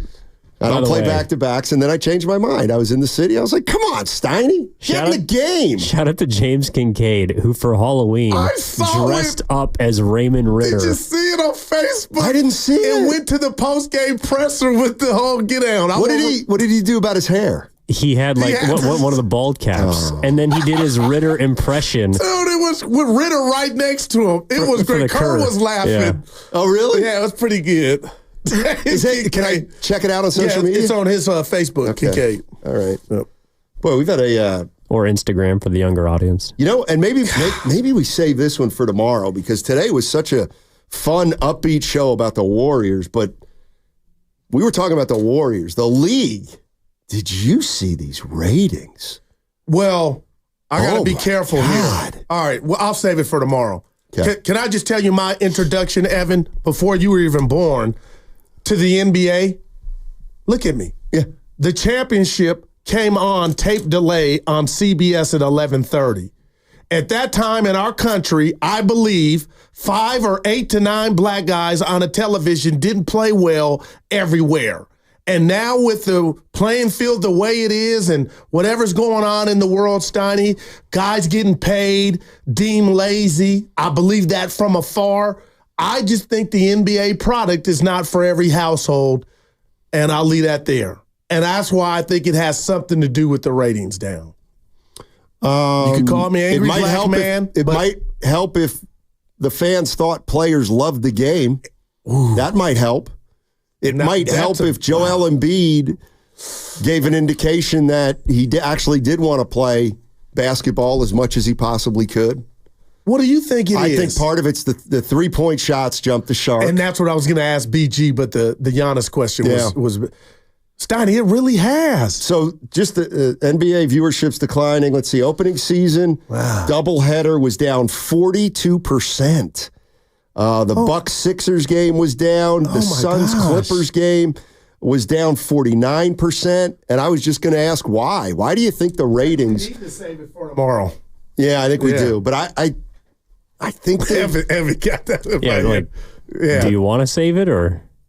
Well, it's more than a 4-minute discussion, so we're not going to exhaust everything here. So give people a reason to tune in tomorrow.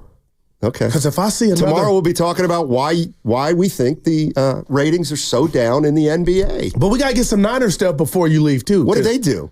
Well, they don't even have anybody talking this week. Well, they got a game.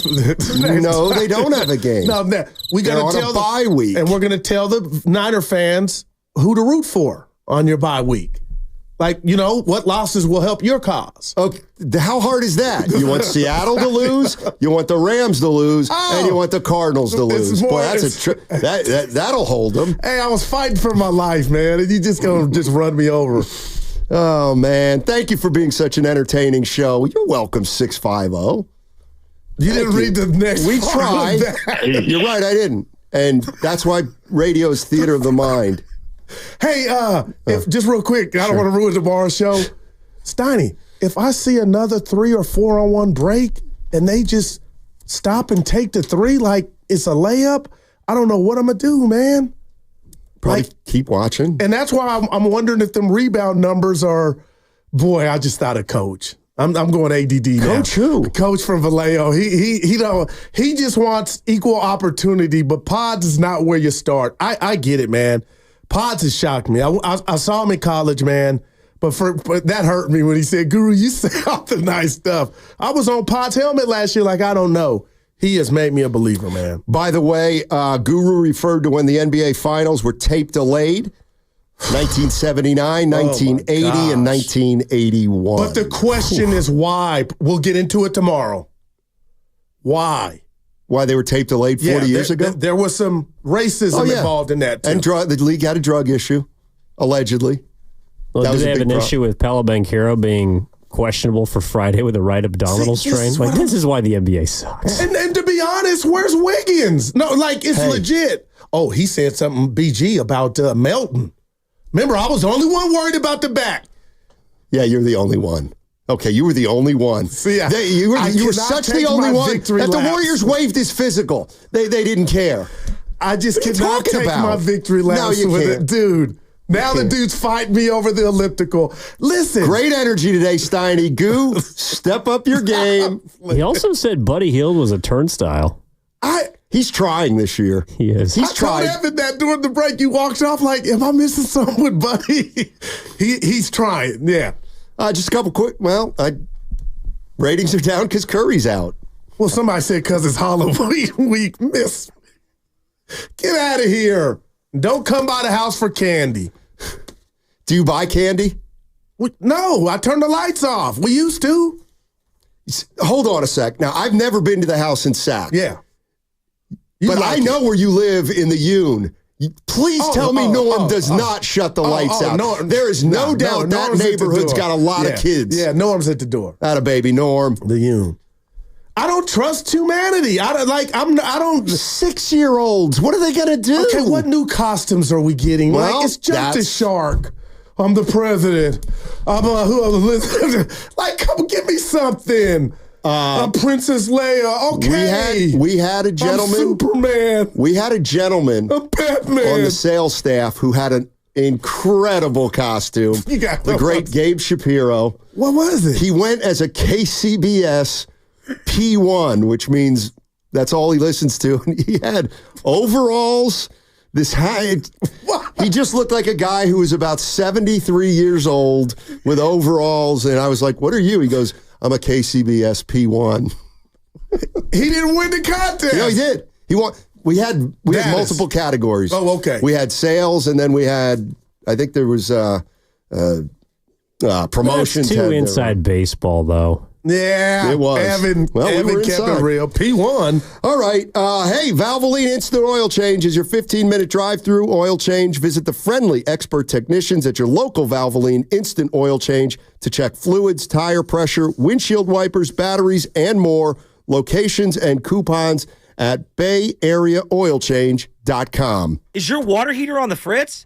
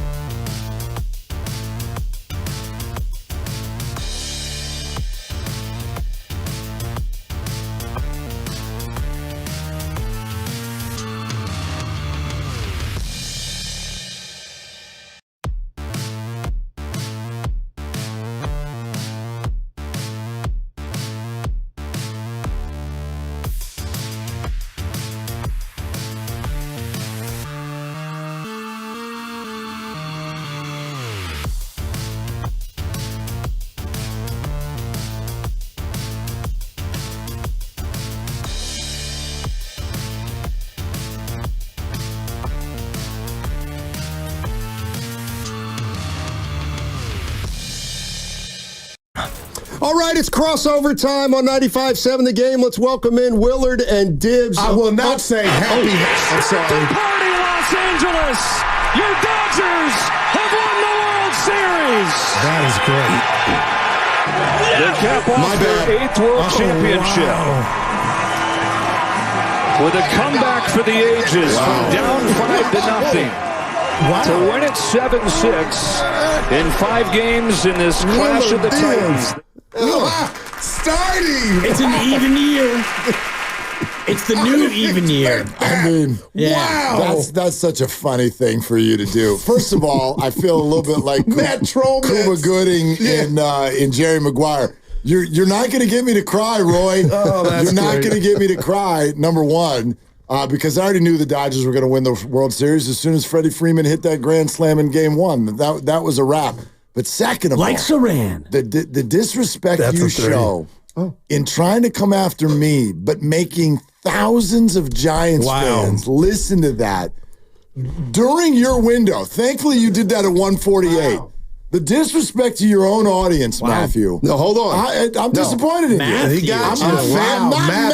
I'm just disappointed. I bring balance. On the one hand, I had to mention the Dodgers won the World Series, but I have another side. Juan Soto. Mm-hmm. I'll be open to listen to every single team. He's becoming more gullible by the second, man. Buster. We're not doing this either. Yeah, thank you. Trying to get me to bite early. I'm not. Well, forget Buster. He hired a new GM. Yeah. Yes, he did. I'm having trouble with the name Dibbs. I said Dibbs will know the name. I can't pronounce it. It's Manasian. Yeah. Yeah, Zach Manasian. There you go. Not Manasian, it's Manasian. Manasian. Yes. I'll work on it tonight. Zach Manasian. Yeah. Right. And it kind of got hired from within. Yeah. He was the Giants' scouting director. And I was thinking it was going to be old Saby Sabes or Bobby. Yeah, no. He was hired. He was hired by Farhan Zaidi. Oh. He worked hand in hand for years with Farhan Zaidi. Now that is wow. Farhan Zaidi. Look at it. There you go. And Buster decided that was the guy. Right? Damn. There you wow. go. That's wow. Didn't have that backstory. Which tells you all you need to know about the Juan Soto pursuit. Juan will fly here, and they'll parade him around, and they'll get clowned, and then he'll go back to the Yankees. That's how this goes. They wanted him to fly here. But hey, has the gap ever been bigger between the two organizations as it seems now? Probably. We'll go back to the 50s. They're getting ready for a parade, and we're hiring a GM. Well, that's actually part of why. Damn. This didn't feel sort of, I guess, what you would call as bad as I sort of imagined it to feel, because it's like the Giants don't even have a shot to compete with that team right now. You don't even you know what I mean? Like, if it were close, if they had done this in 21 when the Giants 107 wins and they played each other and then the Dodgers go on and win that would sting like hell. But this is just like the two world class right now. Two lineups aren't even close to each other. Is there a giant hitter? I'm sorry, Steiny, who would be in their first 9 hitters? Like, if you took probably who? I mean, no, seriously, who? Ramos or Ramos would be hit ninth. Matt Chapman probably cracks the lineup as your 8 hitter. I mean, whatever. It's a murderer's row. It is. Will Smith, I'm just thinking of him and Muncy and Teoscar Hernandez and just it's a double. I do. Teoscar would look good at third and king in right field, no doubt. Do you see Soler got traded? He did? No, I didn't see that. Braves to the Angels. Oh, poor thing. Oh, that's perfect for Jorge Soler. Yeah. There's no pressure there at all. Yeah. I actually do have a question for you. So clearly you've been a Giants fan since you were a kid. Since 1975, Matthew. So how did that play in L.A.? How did what play in L.A.? Your Giants fandom in L.A. when you were working there. Okay, so first of all, I think for a number of years nobody knew. And then there was actually something that I got played, if you will. Oh. Well, happened to me in high school. He was on the road, Jack Kerouac. No, I was on the air. I was on the air Steiny? from L.A. Thank you. And I can't remember who it was that had me on, but I'm doing a phoner on a different station. It might have even been for someone up here. This is when I still was working in L.A. I literally did this interview from the phone inside ESPN LA's studios where I worked down there. And we didn't carry Dodger games, but that station carried USC and the Lakers. Okay? So that's where I'm working. And someone had me on, like, leading into a big series between the Giants and Dodgers. And I said something at the end about, like, don't tell anybody. I really hope the Dodgers just fumble all over themselves in the series. Mark, you ain't on air. Right? Said it on air. And whoever the PDs knew, some other PDs or whatever, by 3 hours later. Oh, Mark. 3 hours later, I'm on the air with other hosts in LA, and they surprised me with it. And you had idea. We have this tape, and they played it. They played it to all of Los Angeles. Me just being like, huge Giants fan, hate the Dodgers, hope they lose every game they play, kind of a thing. And want to get away moment. My career did not last much longer there. Now I sort of, in some ways, left on my own accord. But and you believe that happened? I don't think that had anything necessarily to do with it, because I do think that in 2024, people are aware. Like, dude, you wear a Cowboy jersey here. Right. But I'm from here. Right. You're also that makes it worse. You could argue. Yeah. You could argue it makes it worse. But you're also you. And people like you. Yeah. And so we can get around stuff like that. Were you mad at the job for the bit? No. Did you feel like they didn't have your back, or they could have held on to it? No, some of my family members were. Okay. I didn't care, because I didn't look at it as some sort of a death blow. Like, Dibs, you'll get the answer right. First time you and I talked about doing this show, what is the one word that we promised each other we would always be? Authentic. Okay. Yeah. And so that's what was it. ours, Stoddy, what was ours? That's a two, I don't know. I get it. I think that's what you have to be. Oh, no doubt. And so you are what you are. Okay. And we all have these stories. We came from where we came from. Right. We root for what we root for. Yeah. That's why I didn't have any problem sending that tweet last night. That was great. I got tons of Dodger fans all mad. I'm like, what'd you want me to do? Act like one of you? You want me to act like I'm all happy about last night?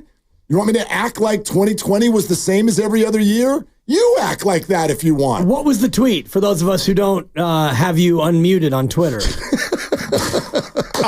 Congratulations. Oh, you tell Did I finally make it? Did you mute me? You've been muted a long time, kid. Come on. You've been muted a long I time. don't even tweet that much. Steiny got off Twitter. Boy. He's allegedly back on whatever. He is. You're muted, and I don't even know if I follow you anymore, Gil. Oh, that hurts. Well, because you hit me on IG 17 times a day, and so I get my goo content in my What's DMs. it got to do with Twitter? Why don't you follow him? Because my Twitter is, I need to go to Twitter for a certain amount of information, and I don't need... Those days are gone on that app. No, depending on how your feed is cultivated, and mine is cultivated to where, so many of my close associates, I don't need your content because I get it elsewhere. No, that's like the guys in the morning. Vontae said he's dialed back after Steiny had this formula of how many tweets you tweet. I get and Shasky comes at me because he's on my Instagram feed. I'll send him stuff like, how do you? Yeah. And I know you get agitated.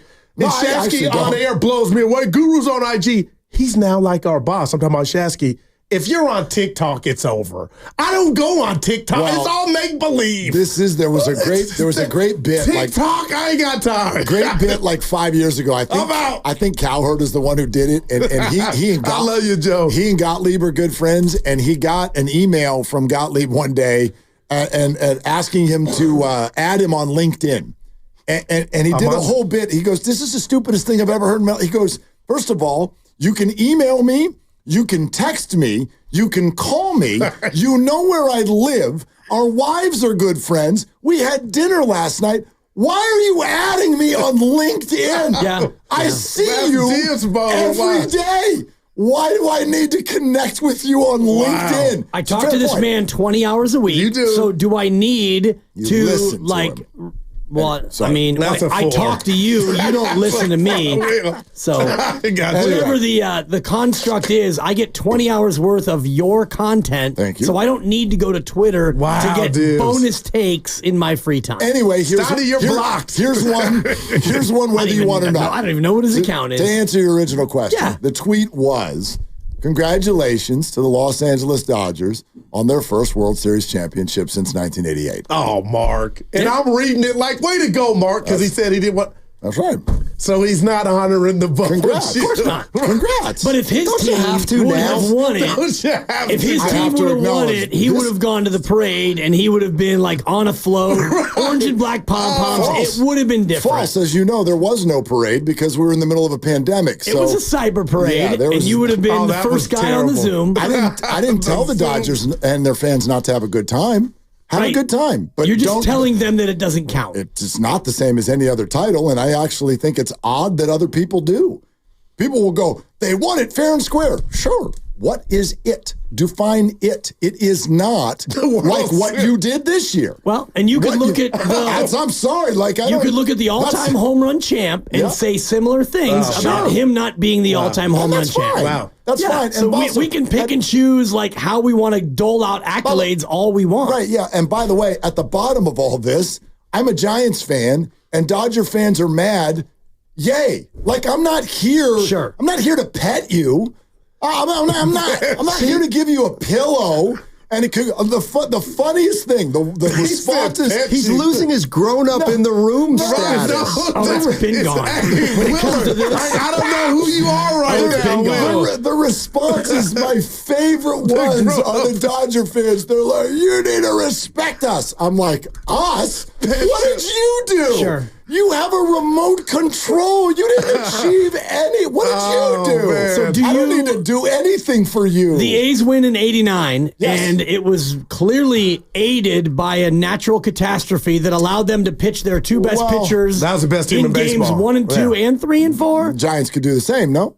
They could, but the A's, the A's had an advantage. So does that get like slightly discounted because of the natural catastrophe? Much like a pandemic. I would not call it discounted, and that was Do they get 0.8? No, that was a 162-game season. Right. A disaster happened to the point where a lot of us didn't care that much anymore. It zapped the energy out of the room. But I don't find that to be all that different than the process that most teams go through to win a World Series championship. 2020 was nothing like the process that most teams go through to win a World Series Strike championship. short in San Antonio Spurs. They should, that's like a 0.52 title. It's different. Yeah, a lot of things are different. Yeah, look at it. You take everything for what it is. They won whatever it was. I just don't find it to be the same as what they did this year, for example. It was the World Series. Is what it was. It was a World Series. But it's why this one was sweeter now for people like Mark that didn't honor that one. It's actually more sour, not sweet for Mark. It's probably more sour. Well, he means for the Dodger fans. He means for the people out F you, that's what they're saying. Yeah. Well, but I'm going to say that to Dodger fans no matter what. At the end of every season, F you. I'm not going to pitch you. There, let's go to bed. That's good. Go to bed. Wake up tomorrow. Go to work. F you. Maybe I should unmute him. This is spicy. I'll say it whatever place you end up in. You finish in 5th next year, F you again. There you go. You're listening to 95.7 The Game, KGMZ FM and HD1 San Francisco, always live on the free Odyssey app, Twitch and YouTube, powered by First NorCal Credit Union. How about those Warriors? Yeah. This is when you guys jump in with enthusiasm. Did you see him last night? Dibs. He went back again last night. Back went to again? back. Look at him. He's smiling. Did you bring your bag again? Yes, I did. Did you talk to Brandon Pajemski's not dad again? No. Okay. Coach Diepenbrock, the guy I told you. Yeah. So good. So good. The Warriors have played teams that aren't very good, but they've won those games. So it becomes, for me, like a glass half full or half empty because you can only play the teams that are on your schedule. Facts. And Portland and Utah aren't very good. The Clippers are probably good, and you lost, and then you beat New Orleans twice, a team that is not whole, and you should be better than. So good. You're 4-1. Keep it rolling. But you're not whole either. It bothers me that they're not whole yet. To me, this is not to be undersold. Like, the NBA doesn't work that way, that just because another team is not the best or has some injuries, that you just automatically win by double digits. They've won 4 games by double digits, 2 of them without, quite frankly, their 2 best scorers. No doubt. And in a Western Conference that we already know, because we've been trained the last few years, is like the difference between the 4 seed and the 7 seed could be 3 games. And so for you to be banking wins early, this is not to be undersold, in my opinion. And at all. And I'll say this, and I said it to Steiny and the listeners, because you guys have them on once a week.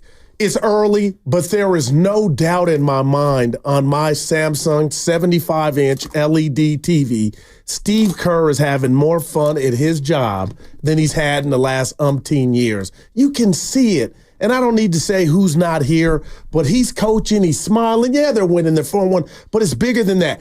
There was something going on in regard to connectivity with this team the last couple seasons, and I felt betrayed with the Warrior culture. But if you look at Kerr, just last night, even when he's having fun again, man. You can't tell me getting that stuff out the room, whatever that stuff is. No, it definitely helped. Has lifted something off his shoulders. And maybe he's being a little bit more direct than we remember. And I love what he said to Pods after, and this is something that Brendan Podjemski, you're getting into a bad habit, and I hope you're out there listening. Oh, yeah. Because the whole, a call goes against you, and now we're going to march towards Steve. Iggy. And twirl, twirl, twirl. And then they cut to Steve, and he says, You ain't basically, Draymond. Dude, your butt back over there. Go back out there. I saw that. And then the next call goes against him, and then he gets a T because he's still mad. And it's like, come on, man.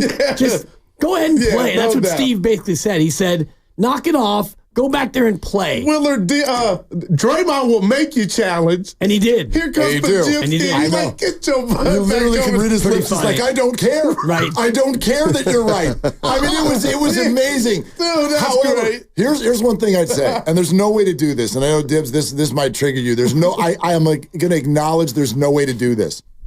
But as a fan, I can't stand it when a player gets mad at a call. The replay shows that the player is 1,000% correct. But because the player's mad, he then gets teed up. So now the ref is essentially making what I find to be two bad calls. Yeah. Because you're asking for a player, just hear me. You're asking for. I hear you. I've heard this before. But you're asking for a player in an emotionally charged moment to keep his emotions totally out of it when you're clearly wrong. So to me, that should actually also be reviewable. If you tease someone up because they're mad at your call and it gets reviewed and it turns out, ref, you were wrong, you got to rescind that T too. So you can go up to the ref and basically MF him. No, but Dibs, he didn't do that. What did he say? He just You don't know? But I was watching the game. He wasn't even talking to the ref. Right. You know what he did? He was demonstrative. Demonstrative. Which is a stupid thing to have in the rule book. Okay. IMO. That's all. Sure. And I wonder if, any of our children, if they are that demonstrative over any action, how Dibs, we treat it. You're It's demonstrative all the time. Right, and it's within the purview of my job is being demonstrative. You are outside of your job too, and I'm not trying to attack you. You can come at me all you want. I find it. Come on down. I find it to be endearing. I am too. We are emotional beings. You got a show part meeting. of our job. Remember, Guru, we have a show meeting. No, when you are demonstrative to the boss in that fashion, you might be rebuked, and that is probably not. Well, I mean, written up. everyone's different, you know. What's that? Written up.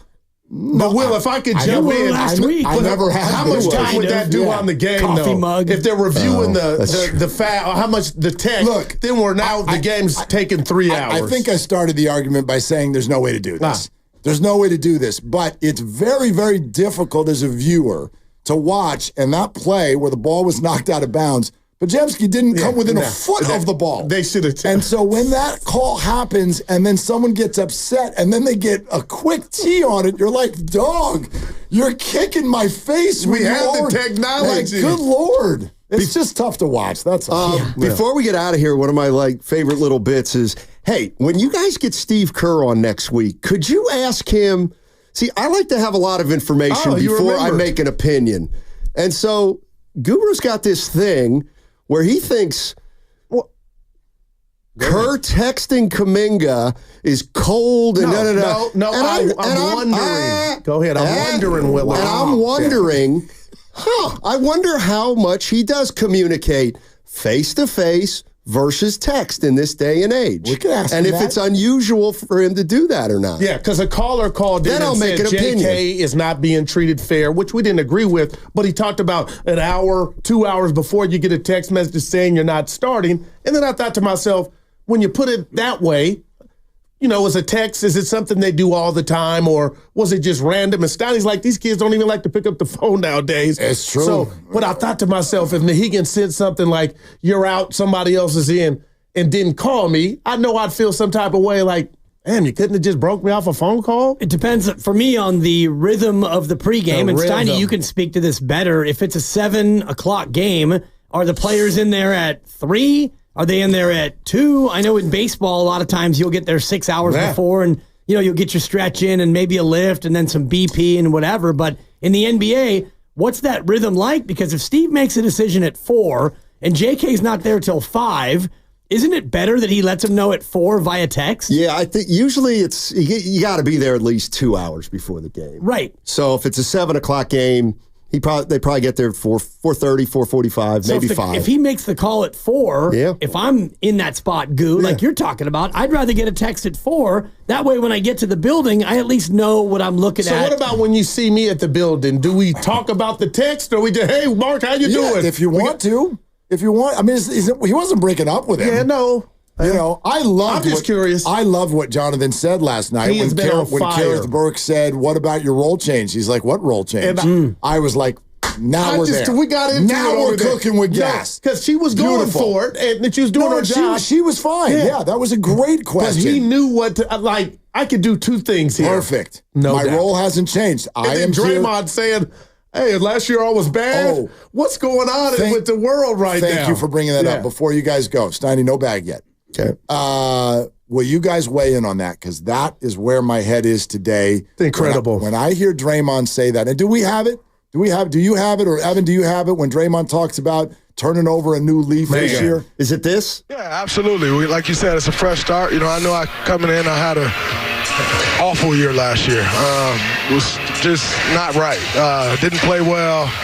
Didn't act well. And, I want to, like you said, I want to show the real me. I want to show the growth. I talked last year about being a champion of change, arguing with referees. These guys are human. They make mistakes, and I'm trying to understand that.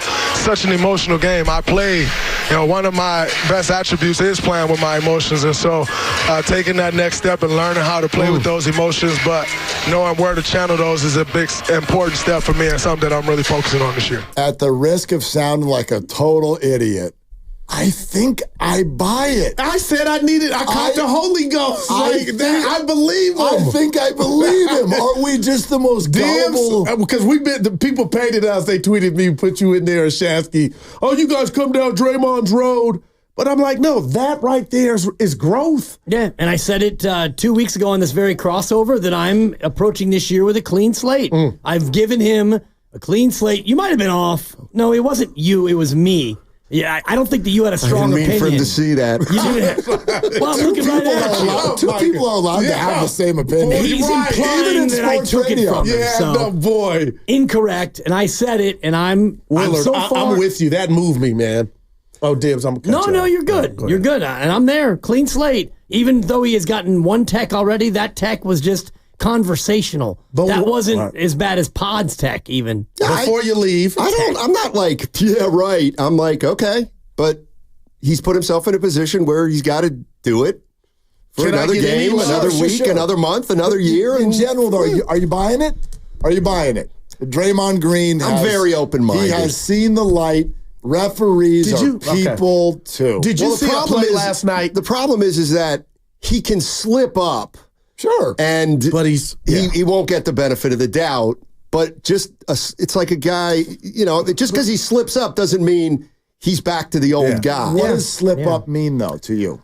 It would be getting into a fight with a player on another team, for me is a slip up for Draymond. Something like the Gobert thing again or the Nurkic thing again. So not just like a tech. No, not at all. No. And Buddy, but two tech eject for me would be him slipping up. Dibs, I think that's too harsh. Well, I mean, if it's one of those 2 tech ejects like happened in Charlotte where it cost you the game. That Orlando, is a whole different level, for sure. We got Buddy, real quick, Buddy Hillsound saying that he's the heart and soul of Draymond and just learning from him and playing with him and not knowing from afar just how much he means. But last night, real quick, Stan, before you go, Moody committed a foul. Draymond committed a foul, but Draymond told Moody, was like, you missed your assignment. That's why I had to commit the foul. And they're at the free throw line. And I'm like, oh, here goes Dre. And I was like, Moody's probably agitated. And then Dre went over gave him the OG lesson on what he should have did, gave him the bro pound, and I was just melting in front of the TV like, Dre, whatever you said, that's leadership. And Moody is like, I see where you're coming from. Yes. And then we get this the next morning. I wonder if you saw this, because the Tuesday night game, I'm imagining those watching on TV never saw this. It was during a timeout, and Steve Kerr was over at the bench, and I don't even know necessarily what was happening over there. Draymond was not in the game, and he got up off of the bench and went all the way out to midcourt, gathered all 5 players who were on the court, and he starts coaching them. And he's telling them, I mean, I don't know what he's saying, but you over here and you over here, and let's go, blah, blah, blah. And he turned around and walked back to the bench and sat down, and I was like, interesting. Wow. He obviously, he is very, very engaged, re-engaged, if you will, with his leadership responsibilities, at least right now. Yeah, let's see how it plays out. And one place it's going to play out is on 95.7 The Game. That is one place.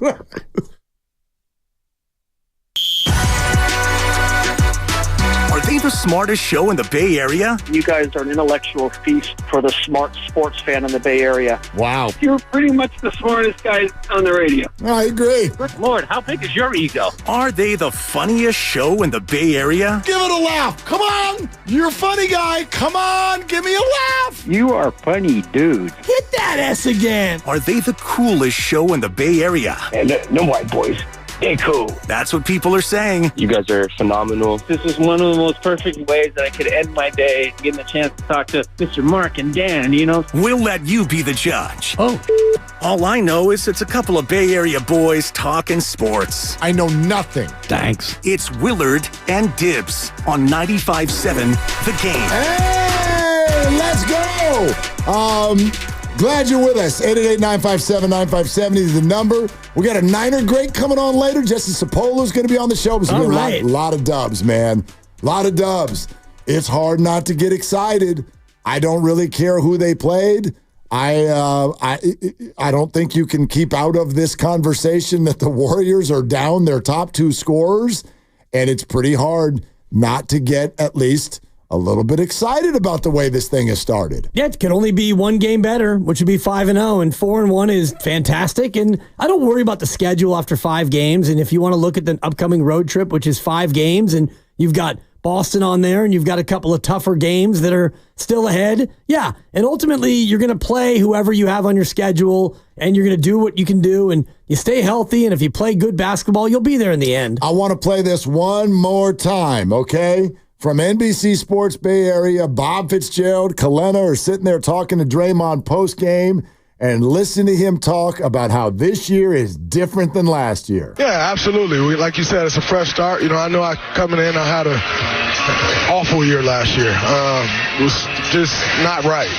Didn't play well. Didn't act well. And, I want to, like you said, I want to show the real me. I want to show the growth. I talked last year about being a champion of change, arguing with referees. These guys are human. They make mistakes, and I'm trying to understand that. Such an emotional game. I play, one of my best attributes is playing with my emotions. And so taking that next step and learning how to play with those emotions, but knowing where to channel those is a big, important step for me and something that I'm really focusing on this year. I'm willing to just be the weirdo here. I buy it, but I want to check myself a little bit. Like, should I be buying this? Are you buying this? I've been buying it, yeah. And I gave him a fresh start in my own mind to start the year. And when you watch him play, I've seen a big difference in how he acts. When things don't go his way, his default used to be to blow up at the refs, and I'm not seeing it at the same level. And the one tech he got was a conversational tech, and it was during the second free throw after the shot foul where he just wouldn't stop. It wasn't histrionics. It wasn't him going bananas and going right at the ref and getting in their face, and that, I think, is where he needs to make the change, and I think that he has, and it's a small sample and the rest of it, and yes, he thrives by playing on that edge, but he can play on that edge and still not get into it with the officials and still be that same player. 888-957-957 is the number. Is this a new Draymond? Are you buying it? Or are these just words and it's early and games are going well. We would love to hear from you on that. Are you buying that there's a new Draymond in town? 888-957-9570. We can talk it out. You know what's interesting about Draymond, though? When you hear a sound clip like that, it's not like we haven't heard that before. I will give Draymond this. No matter how emotional he is or whatever mistakes he's made, he will come back around after the fact and take accountability, at least with words. He's been able to sit up on a podium before and say, I was wrong. I had to call Jordan Poole's family or whatever it is. He's been able to say that after the fact. What he hasn't been able to do is follow that up 2, 3, 4, 5, or 12 nights later and essentially behave differently. And those of us who have defended it in the past, and he even sort of references it within that clip we just heard, which is we've always said, look, you take the emotion out of Draymond's game, you're taking a very, very big piece of his game out. If this guy can actually find a way to still play with his edge and play with that streak, but not have it spill out and either get directed at a ref or get directed at the crotch of another player or whatever we're talking about, then I think we really got something. And we do have a changed Draymond. I understand it's going to take more than 5 basketball games to convince everyone, but there's something about, and I can't put my finger on it, Dibs, there's something about the look and the sound of him right now that's making me believe it. Yeah, and I believe it, and maybe I'm gullible, and maybe you are too, but it reminds me a lot of addiction, and I have similar anger issues to Draymond Green, and so when I watch him and I see what he's doing and I hear now what he's saying that he's trying to do, it makes me feel a lot like myself, because when you have anger issues, it's not something that you can just decide, all right, that's over, it's done, I'm a new man, there you go, believe me, that's all done and dusted. It's like anything else where you got to stack days. And right now, Draymond's got 5 games under his belt. He's got 1 tech, but that technical foul, to me, is not a classic Draymond tech, where the ones where I start to have issue is where you see it coming. He gets mad at a call, he goes off, and then a couple plays later, he gets even more mad, and he gets a tech, and then a couple plays later, he gets super mad, and he gets a second tech, and he gets ejected, or he gets frustrated, and he chokes a guy, he hits a guy, whatever he does, it becomes escalating, and it goes up and up and up. And I do think that Draymond now, being older and having gone through everything he's gone through, which is a lot, suspensions, NBA Finals suspensions, punching a teammate, suspended last year twice for actions against opponents. And so now maybe he's at a point where he really wants to change. But like with any other addiction, and I'm not saying he's addicted to getting texts, but I see an anger issue that reminds me of myself, and I know where my triggers are, and I know that there are things that I have to do to try to avoid that. And so, yeah, it's not something that you can just say, oh, I've gotten over that. Every single day when you get in those situations, and I have my situations that are not basketball, his are basketball related. And so when you get on the court and those things happen, you have to be able to, in that moment, either walk away or diffuse or do whatever you can do to avoid it. And I do think that he's more conscious of that. I think that's a good point. I'll also sort of bring this into the conversation. This is just me wondering aloud.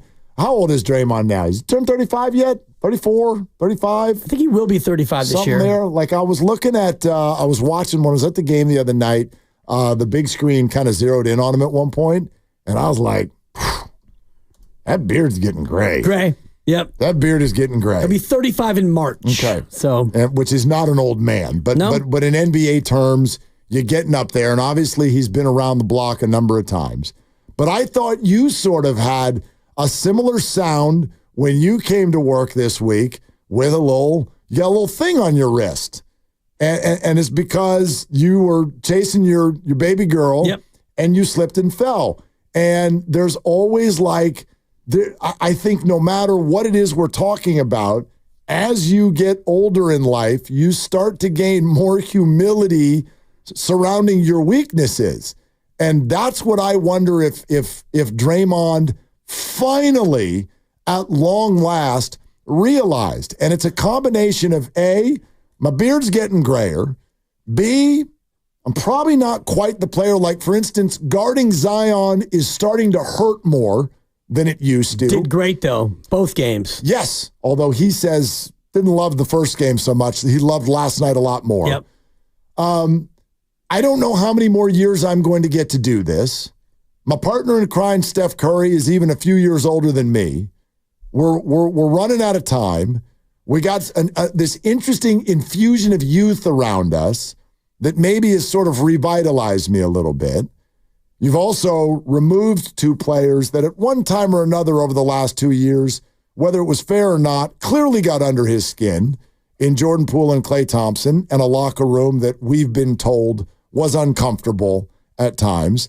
All of these examples are to say, I wonder if there's sort of a new self-awareness and humility surrounding his weaknesses that are making him go, you know what?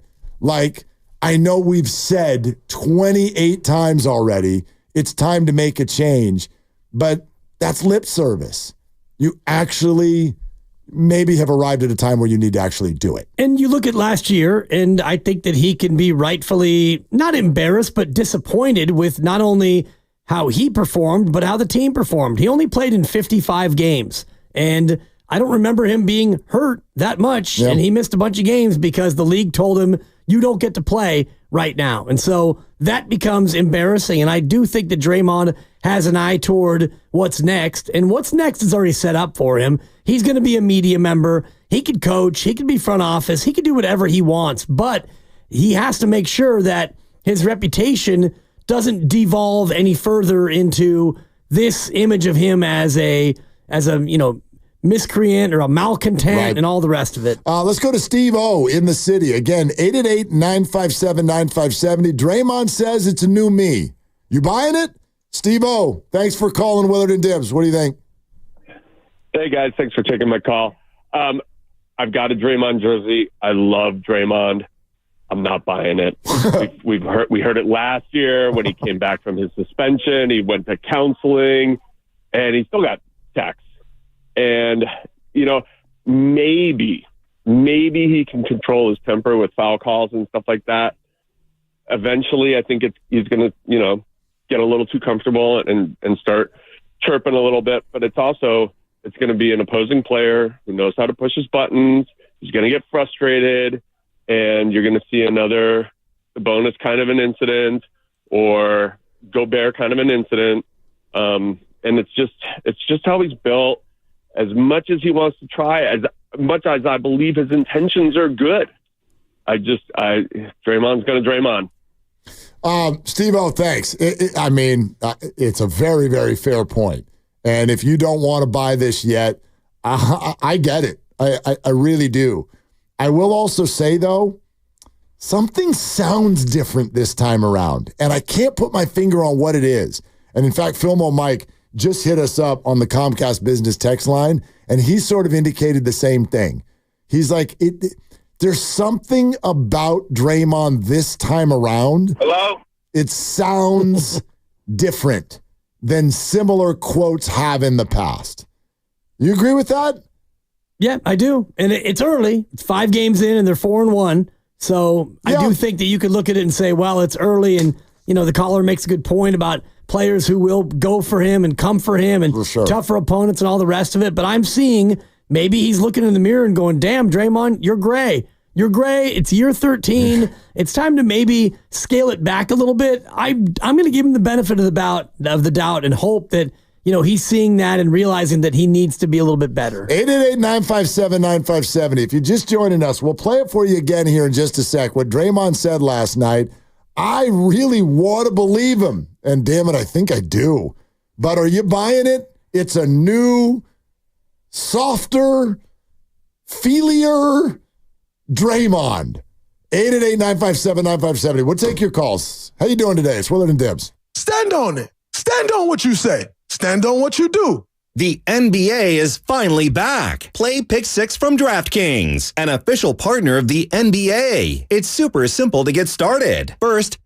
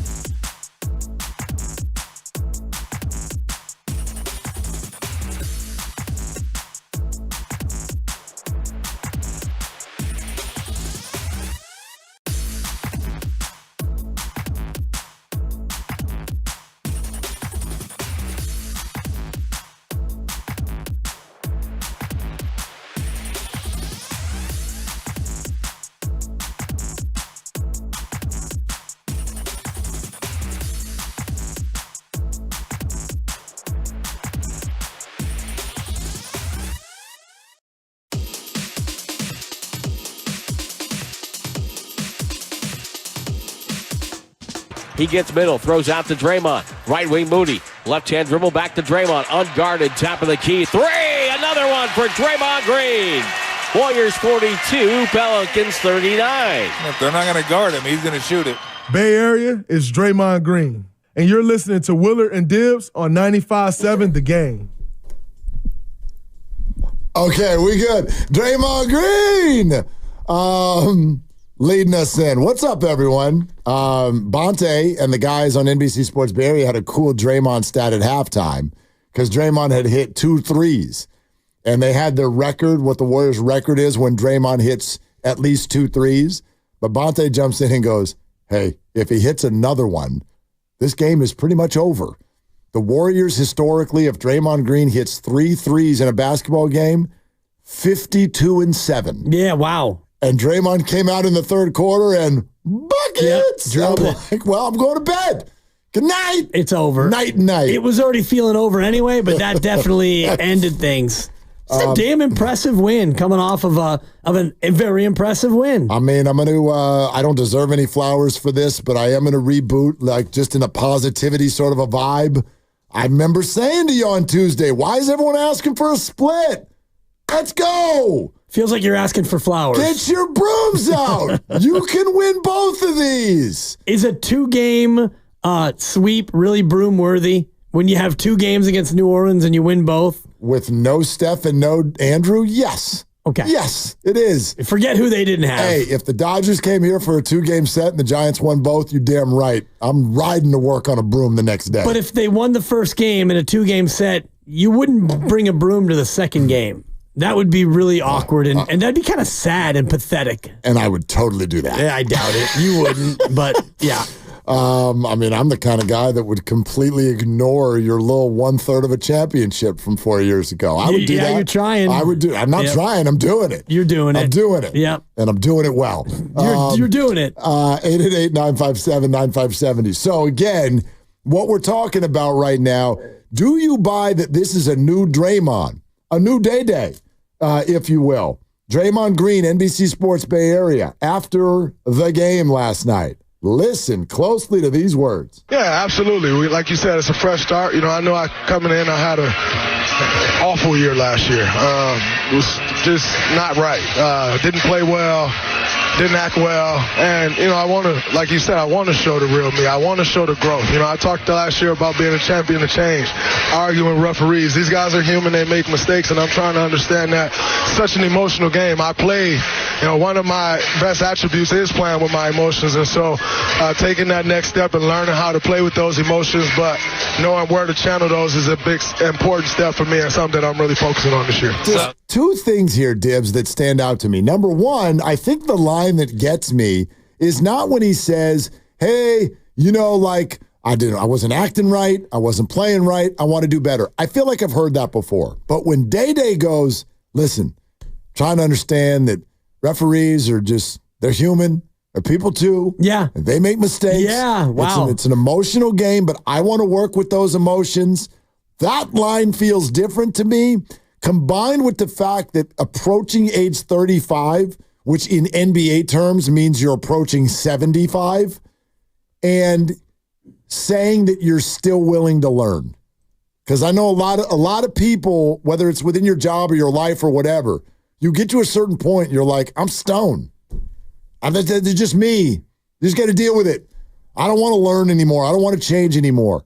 Those are the 2 aspects of that soundbite that connect at least with me and make me think that maybe we're on to something this time around. Well, we could be, and it's easy to say that when you're 4-1 after a game, and it's harder to do that in the moment when you go there and you get a call that doesn't go your way, and you saw it last night, and he did it the right way, which is he thought that the call was wrong. He did the twirly finger and marched over to Steve Kerr, and Steve, after having denied Brendan Podjemski, who joins us at 3:15, we can ask him about how that feels. Can't wait to have a conversation with Brandon Podjemski today. I mean, when you want it reviewed and your coach basically says no, even though you were right, very right. Right. So, very right, yes. That's got to be a little bit of a delicate dance because it was early enough in the game to where, yes, it was just an out-of-bounds possession. And, you want it reviewed right, but the call was wrong, but I'd really like to save my challenge for something that's more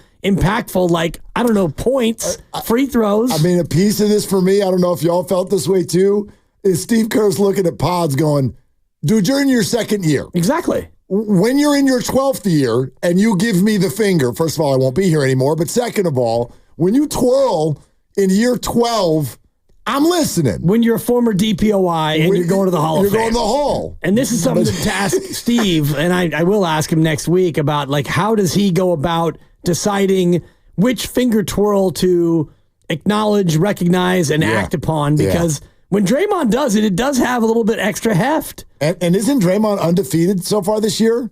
In finger twirls? Every time they've reviewed it, he's right. The call gets overturned. It was until the second challenge last night. Okay, until the second. When he was 4 for 4, all on Draymond challenges, Steve Kerr was, before that last one. So he's now 4 for 5, but still all 5 have been on Draymond fouls. Okay, and Pods is 0 for 0. Correct. Because Steve just looked at him and said, I don't care. Right. Go back and play. Is basically what it was. Play. Yeah, just play. And I honestly, if Draymond wanted to give the ultimate gift back to basketball, he would become an official because he knows a lot about the game and he tends to be almost always right. He would be an incredible official. He'd be an incredible coach. He'd be an incredible broadcaster. Be an incredible official. He's an incredible basketball player. All of those things. Just those emotions, man. Okay, let's hear from everybody. 888-957-9570. T.I. in Oakland. Hey, T.I., thanks for calling. What's up? How you doing? Good. Not too much. Mark, I want to agree with you. First of all, I just believe that Draymond is starting to unlock some humility. He's a great player. I love his fire. But the only thing that I saw that he would need to change is his humility. How he approaches the game is great. And then, Dibbs, I agree with you as well. I saw him go on the court last night and kind of coach up the young fellas. And I feel like this is all coming from Draymond knowing that it's getting to the end. And as we all remember last year how they brought up he might be a coach, Lacob did. So I think it all fares well for the Warriors if Draymond can keep that same attitude going forward.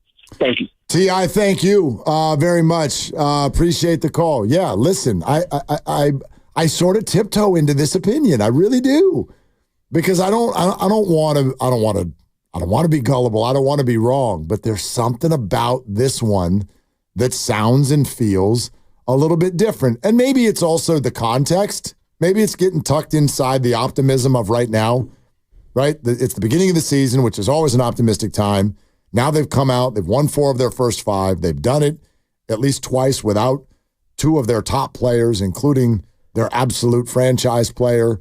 That leads to a moment of relaxation for the players and for the fans. So here's where I will almost battle back with myself, is I don't think Draymond has been confronted yet with what will be the most difficult times. You mentioned already, there are other players around the league that know damn well how to do this, how to get into Draymond's skin. Can you do it on the road? They haven't had a close game on the road yet against a veteran team. Can you do it when you're losing 3 in a row? Can you do it later in the season when your body's not feeling well? I think all of those challenges are still to come. But there's something that feels good about it right now. Yeah, it's early, and I'm happy about it because I understand what it takes, and it takes just a one day at a time mentality. And yeah, you go to Houston on Saturday, and that's going to be a difficult game because Houston is young and up and coming, and they've got some size, and Draymond will be challenged. And then you go to Washington, and you go up against your old buddy, your former little brother, Jordan Poole, who's actually playing pretty well so far through early days in Washington. Then you go to Boston, you take on the defending champs, and you know that's going to be emotionally charged, and the Boston crowd's going to be all over him, and blank you Draymond chants may pop up again. Then you go to Cleveland, then you end up with OKC. Not an easy road trip. There's going to be some adversity on this trip, but I hope that he keeps that one day at a time mentality because he can get through it. Let's go to Burns in South City. Burns, before your Draymond point, what is your favorite Halloween candy? Damn. I'm thinking gummies, y'all. Anything gummy-wise, you know what I mean? I'll take off. That's adult Halloween, Burns. Yeah, right. I mean, okay, all right. You thinking up the name with the selection. I hear you, but yeah, okay. Let's get ourselves some gummies. No, you're right. Yeah. I got you. Okay. Anyway. Yeah, you're right. Go ahead, Burns. What's up? All right. I got a question for y'all. What do you say the morning after you put a disappointing Warriors season to bed? What do you say the morning after you put a disappointing Warriors season to bed? It's a new day? It's a brand new day. There you go. You're close, yeah. Well, it was a good shot. I shot my shot. That's all I got. Yep. No, you're close. You're close. You when you mentioned day earlier, I thought of it. Anyways, I think the difference between why this feels more impactful is that I don't think anyone's expecting Draymond to say anything. You know what I mean? Like, after the suspensions, we're all on the edge of our seats waiting for a response. And to be honest, it was a flat response. Like, we see, like, okay, you're going to counseling, you're going to anger therapy, but, like, those weren't, like, real words coming from the heart, from a place of reflection. And I think you mentioned it earlier, like, he's humanizing himself, and he's humanizing referees, and he's humanizing his younger players that he's looking over. And I was at the game last night, right? And it was great to watch because I wasn't bothered by anything that Draymond was doing on the court that wasn't basketball related, right? Like, the only thing I was bothered by, I was like, Draymond, shoot the three, the Bonte stat, right? And he ended up shooting it, and we ended up winning, right? So that being said, I'm gonna take what he said with a grain of salt. You know what I'm saying? I'm gonna hope for the best. And, like, I think that Boston game is going to be the gauge, the thermometer for Draymond, the new Draymond turning a leaf, because they're going to go at him. I swear, fans, players. But I'll watch it all play out with a grin on my face because Warriors are cooking. The Warriors are cooking, boys. And thank you for your time, guys. Love y'all. Burns, thanks. Yep. Appreciate it. Okay, this is a really good point that he just made. And I would love to highlight this. I wonder, did you all catch what I think was the core of what Burns just said? The reason that what Draymond's saying is landing this time is because he's not forced to say it. He's not holding a press conference after getting reinstated or after getting kicked out of a game. It's sort of like in the past, Draymond has been that person that apologizes to you after you look at them and go, you owe me an apology. Right. Well, that's not as authentic. The apology is going to land a lot more if you're still mad and the other person just stops you right there walking down the hall and goes, hey, I want to tell you I'm sorry. I messed up. I was out of line. Draymond is bringing this up at a time when no one's asking. Or at least no one's triggered by it. Nobody's worried because there was no tech last night. There has not been a suspension. And Draymond's mind is there when it doesn't have to be. I think that's a tremendous observation by Burns. Yeah, and it's something that certainly can come early in the year and something that he's obviously thought about in the offseason. And he mentioned it in that cut that he had a bad year last year, not only in how he played, but in how he acted. And so, yeah, I'm going to give him the benefit of the doubt that he has gone out and had some reflection. And if he goes out and something happens again, well, it doesn't mean that I'm necessarily off the bandwagon because there's going to be some hiccups and some missteps. 888-957-9570. Keep them coming. Sabrina in Oakley. Hi, Sabrina. Thank you for calling. What is your best Halloween costume in your life? I've had some many. I guess Wolverine. I did a Wolverine. Okay. Costume, like a studio. It was pretty fun.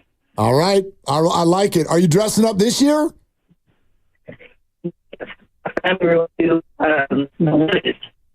Oh man, I'm gonna put you on hold, Sabrina. Hey, Lucas, can you work with her and see if you can get her to a better spot? I would love to hear what she has to say, but right now I can't hear. Let's go to David in Watsonville. Hi, David. Thank you for calling. What's up? What's going on, man? I just wanted to talk a little bit about J.K., the way he's been playing the last couple of games, man. I've never seen him have this IQ before. I know last year he had that run of scoring, but, man, it just seems like these last couple of games, he's really seeing the floor. He's making the right decisions. He's playing Warriors basketball, and I feel like he deserves his flowers for that. Well, David, he made some of the best passes I've seen him make in his career in that first game against New Orleans this series. David, hold right there because I know you wanted to say something about Draymond too, but I'm glad you brought up Jonathan Kuminga. Dibs, you and I obviously spent the majority of our show talking about Kuminga and the reported sort of at least frustration that he was feeling about being moved to a role off of the bench. I thought he threw water on the whole fire with one exchange last night. Right. One exchange. This was perfect. This was absolutely a clinic. And he's sitting there with Kareth Burke, who asked the right question, which is, what do you think of what's going on? But the way she phrased it was, what do you think of your role change? And listen to what Jonathan says. I don't think the role I've changed. Well, just coming off the bench versus starting, regardless. I mean, it don't matter. It's, we all still playing out there, so it don't really matter. It's just going out there and being a professional and just playing as hard as you can. All the minutes you get, no matter if it's 2 or whatever minutes you get, you just gotta go out there and just perform at the highest level. It don't matter what it is. And, just perform at the highest level. That's what you get. That's when you get all the minutes you want, but just going out there and not taking anything for granted, just playing as hard as you can. I mean, that whole thing was about 35 seconds, but 5 seconds in, I was already like, we're done here. Yeah. Phenomenal. He's like, the role hasn't changed. No, he's just about playing and being a pro, and that's what Zaza Pachulia told us on Tuesday when I asked him what advice he would give to JK and all younger players, and he said just be a pro, and that's it. And I do think that Jonathan, in his last 2 times he spoke after games, he used that same phrase. So he's focused on that. And it doesn't matter if you play 2 minutes or 28 minutes or whatever you play. You go out there, you do your best, you contribute, you entertain, you perform, and that's it. Well, and actually, though, I do think I get what he's saying, but it would matter if he was only getting 2 minutes. The issue here is he's still getting between 25 to 30 minutes, even though he doesn't start. And so I loved his 2 answers. The role hasn't changed. And then she said, well, what about not starting? He said, it doesn't matter. We're all just playing. And no minutes in the game are less important than the other minutes, unless you're up by 20 with 2 minutes to go. Right. Those don't matter. Pat Spencer's minute. Exactly. And Beekman's minute. And Guy Santos and his minute. Those minutes. Yeah. Those are the ones that don't matter. All right, back to David, though. Did you have something you wanted to say about Draymond, David? Yeah, I just think that the way Draymond's handling this season and his emotions, it reflects on how the younger guys play too, because he could play more of that leader role if he's easier to listen to, in my opinion. If he's that last year's Draymond where he's going crazy, where he's getting suspended every other game, but this season he's himself. And these younger guys can really look up to him, to his full potential. I think it's great for the team. And I think that it's reflecting a lot on JK, too. David, thanks. Yeah, I mean, I would hope. I mean, that's one thing. We talked about that a lot last year with regard to Jonathan Kuminga trying to come into his own and doing it at a time where this is the example that Draymond is setting and sort of worrying about the way that this is filtering down to the young guys. Obviously, throw the Jordan Poole punch into this whole thing. Like, you're Jonathan Kuminga, you're year 2, and you're looking at this, and you're like, this is what the leaders on the team are showing me. Not good. Not good. Whatever that storm was, though, at least in this moment, those 2 players look like they've weathered it. Yeah, it also looks like the overall locker room culture is better, not only because of Draymond and Steph, and maybe it's because Clay and his negativity is gone. Whatever is not there anymore. If Draymond can be what we've seen, which is out on the floor, coaching up 5 guys and, giving attaboys to Moses Moody at the foul line, even though he made a mistake on defense that caused Draymond to commit a foul. Leadership, mentorship and coaching and all the rest of it, that's only going to make younger players feel better and play better. Sabrina's back. Let's see if she got to a better Let's spot. go, Sabrina. Hey, Sabrina, you there? Yes, I'm here. Can you guys hear me? Woo! That voice sounds good now.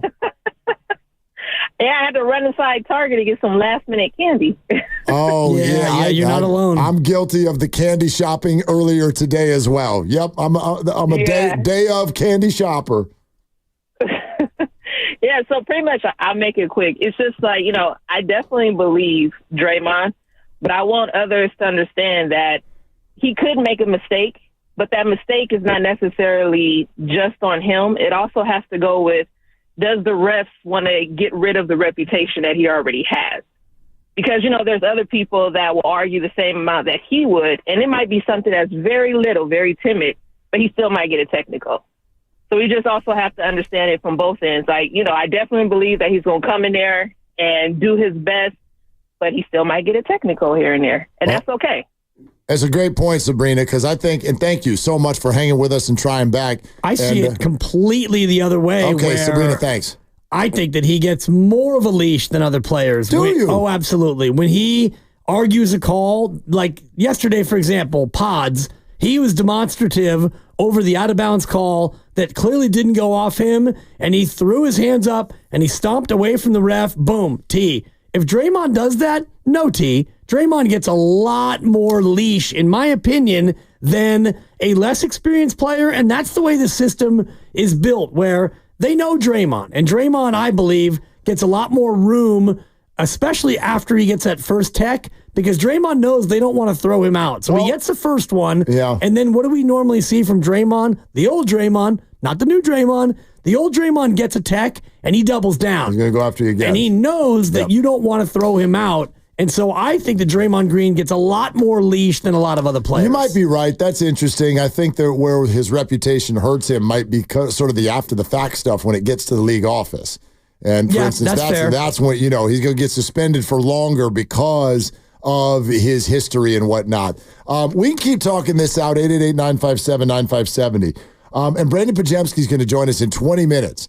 But there's also this. I got to ask a Buddy Hield related question. And in particular, if you've ever rooted for the Sacramento Kings before, will you please be listening closely and be prepared to call in? Because there is flat out something I don't get. And we got to talk it out. And we'll do that next. We're presented by Fremont Bank, celebrating 60 years of full-service banking with no compromises. And we're brought to you by Crystal Geyser, Alpine, Springwater, Willard, and Dibbs. What makes Crystal Geyser Alpine Spring Water different? We always bottle our Alpine Spring Water less than 1.5 miles from the spring source, and all our...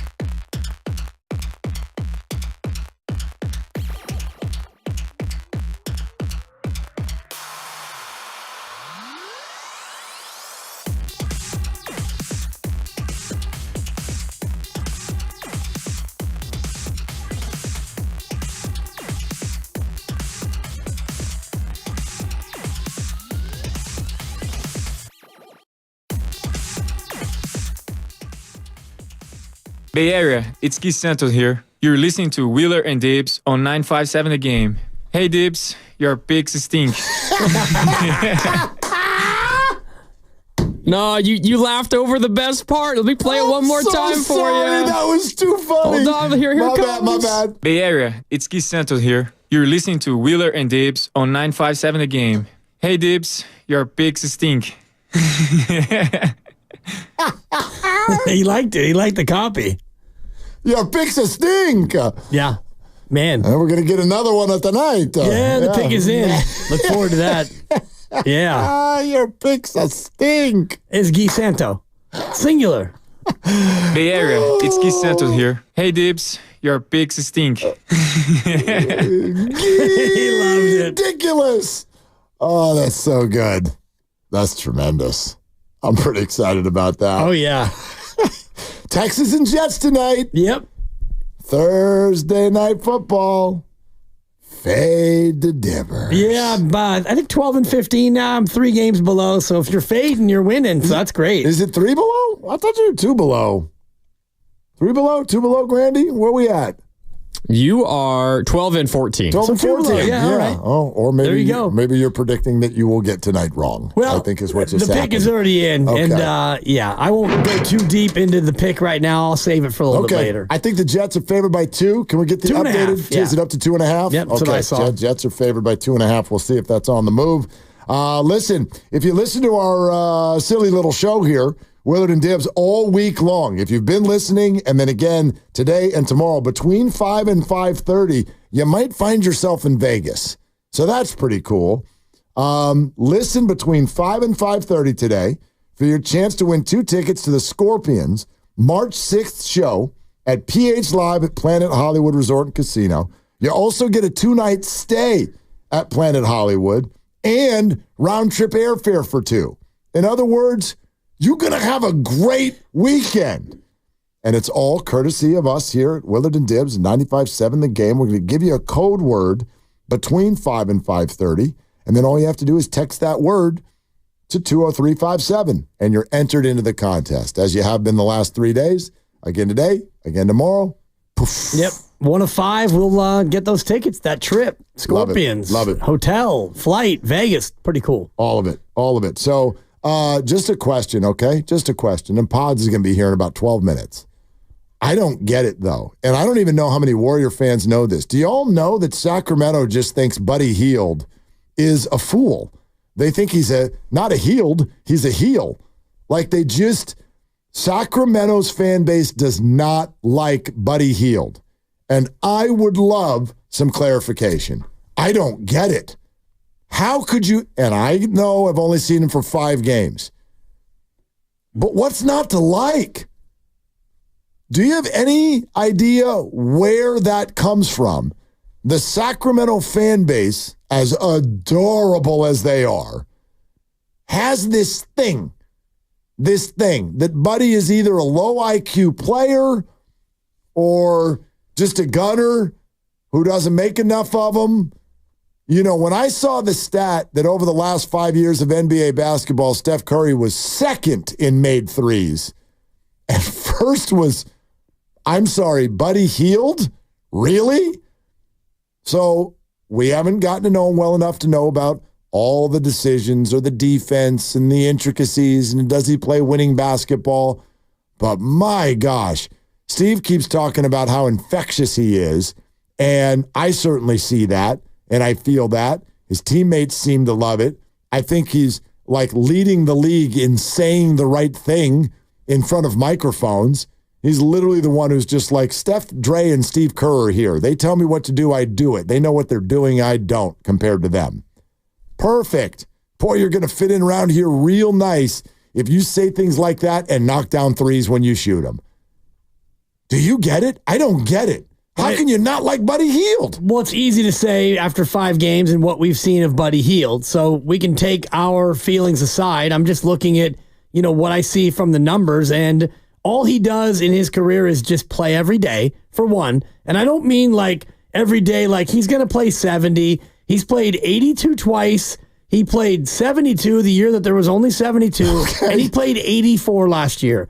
84, which might be the all-time high. Should be. In a season. Yeah. Because he got traded, and he didn't miss a day, and he got traded, and the next day he played for his new team. So he's a guy who shows up. And I look at his Sacramento numbers, and they're very much commensurate with his overall career. 40% three-point shooter, doesn't shoot it a ton. He shoots it a lot, but he makes it a lot. He plays every single day. He scores. He's not a great defender, and he's a little bit, I don't want to say aloof as a negative, but he's a little different. He's a little goofy. Like, how do you see it? Like, his personality is just a little bit different. I think Buddy's a little bit of a different cat.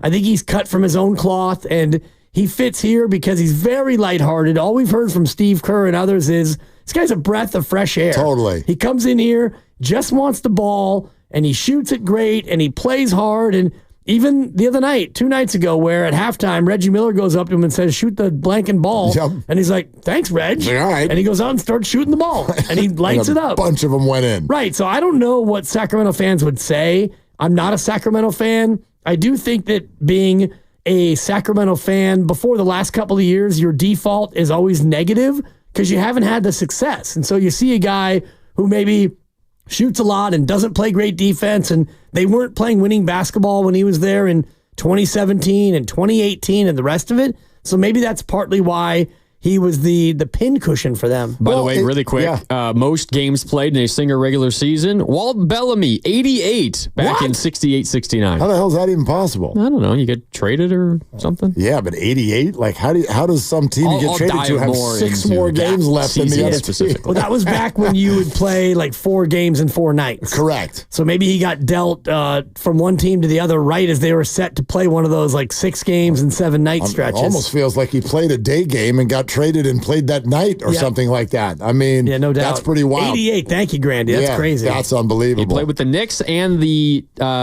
Pistons that year. Okay. 53 games with the Pistons, 35 with the Knicks. That's a lot of games. That's tough to do. That's a lot of games. And he used to walk from one city to the other in between games, too. And it was uphill both ways. Yeah, both ways. Buddy Hield, career playoff games. The total is 4. And all 4 of those were last year with Philadelphia. So when he was in Sacramento, they made 0 playoff appearances. Well, you're probably tapping into what's going on here, which was that he was a lottery pick and the expectations. This is something that, we've talked about it a lot more now because of Brock Purdy. But this is not new. The idea of draftism can go both ways. Like, you're drafted late, so it takes a while for people to accept that you're actually good, or you're drafted early, and so even if you're good but not great, that's held around your neck. And it's like, well, wait a minute. You see guys have a really good career, but they were drafted 3rd overall. And you're like, no, that's good enough for like 16th overall, but not good enough for 3rd overall. And where was Buddy, by the way? 6. Number 6. Number 6 overall. So the Kings put franchise hopes around Buddy Hield. I don't think he's that kind of player. He's not a 1.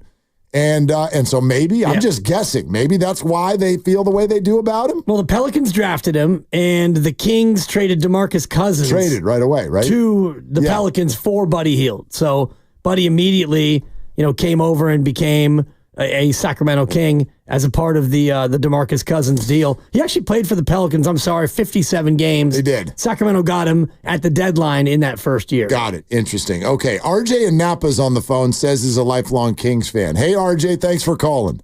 Hello, gentlemen. Yeah, so you guys have hit on some of the points.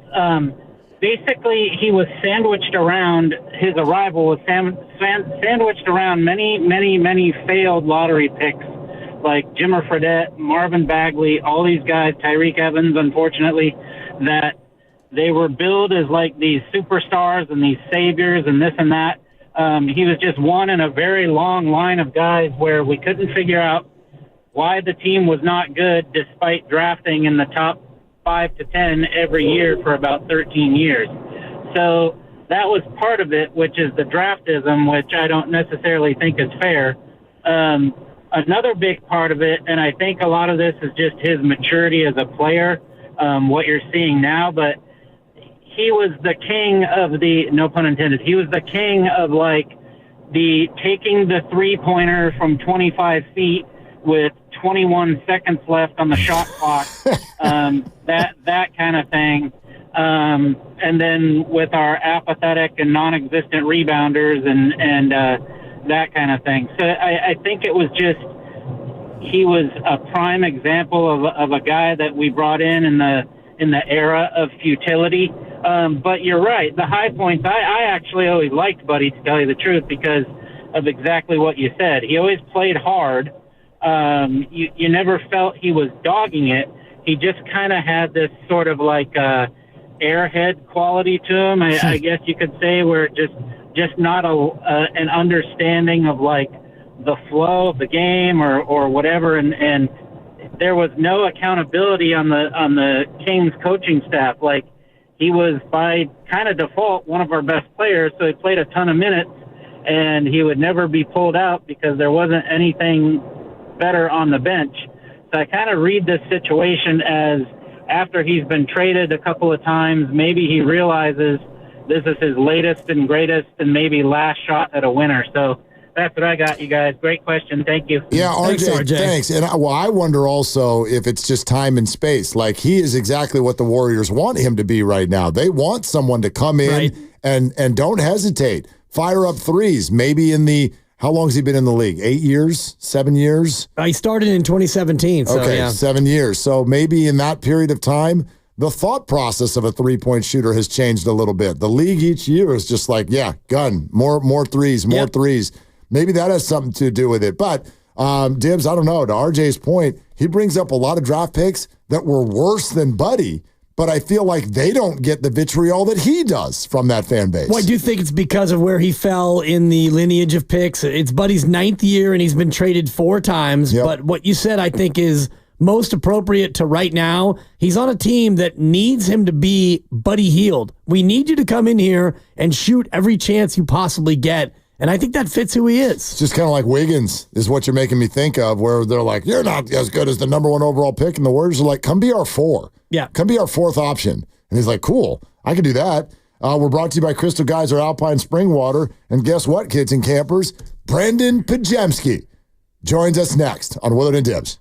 What makes Crystal Geyser Alpine Spring Water different? We always bottle our Alpine Spring Water less than 1.5 miles from the spring source.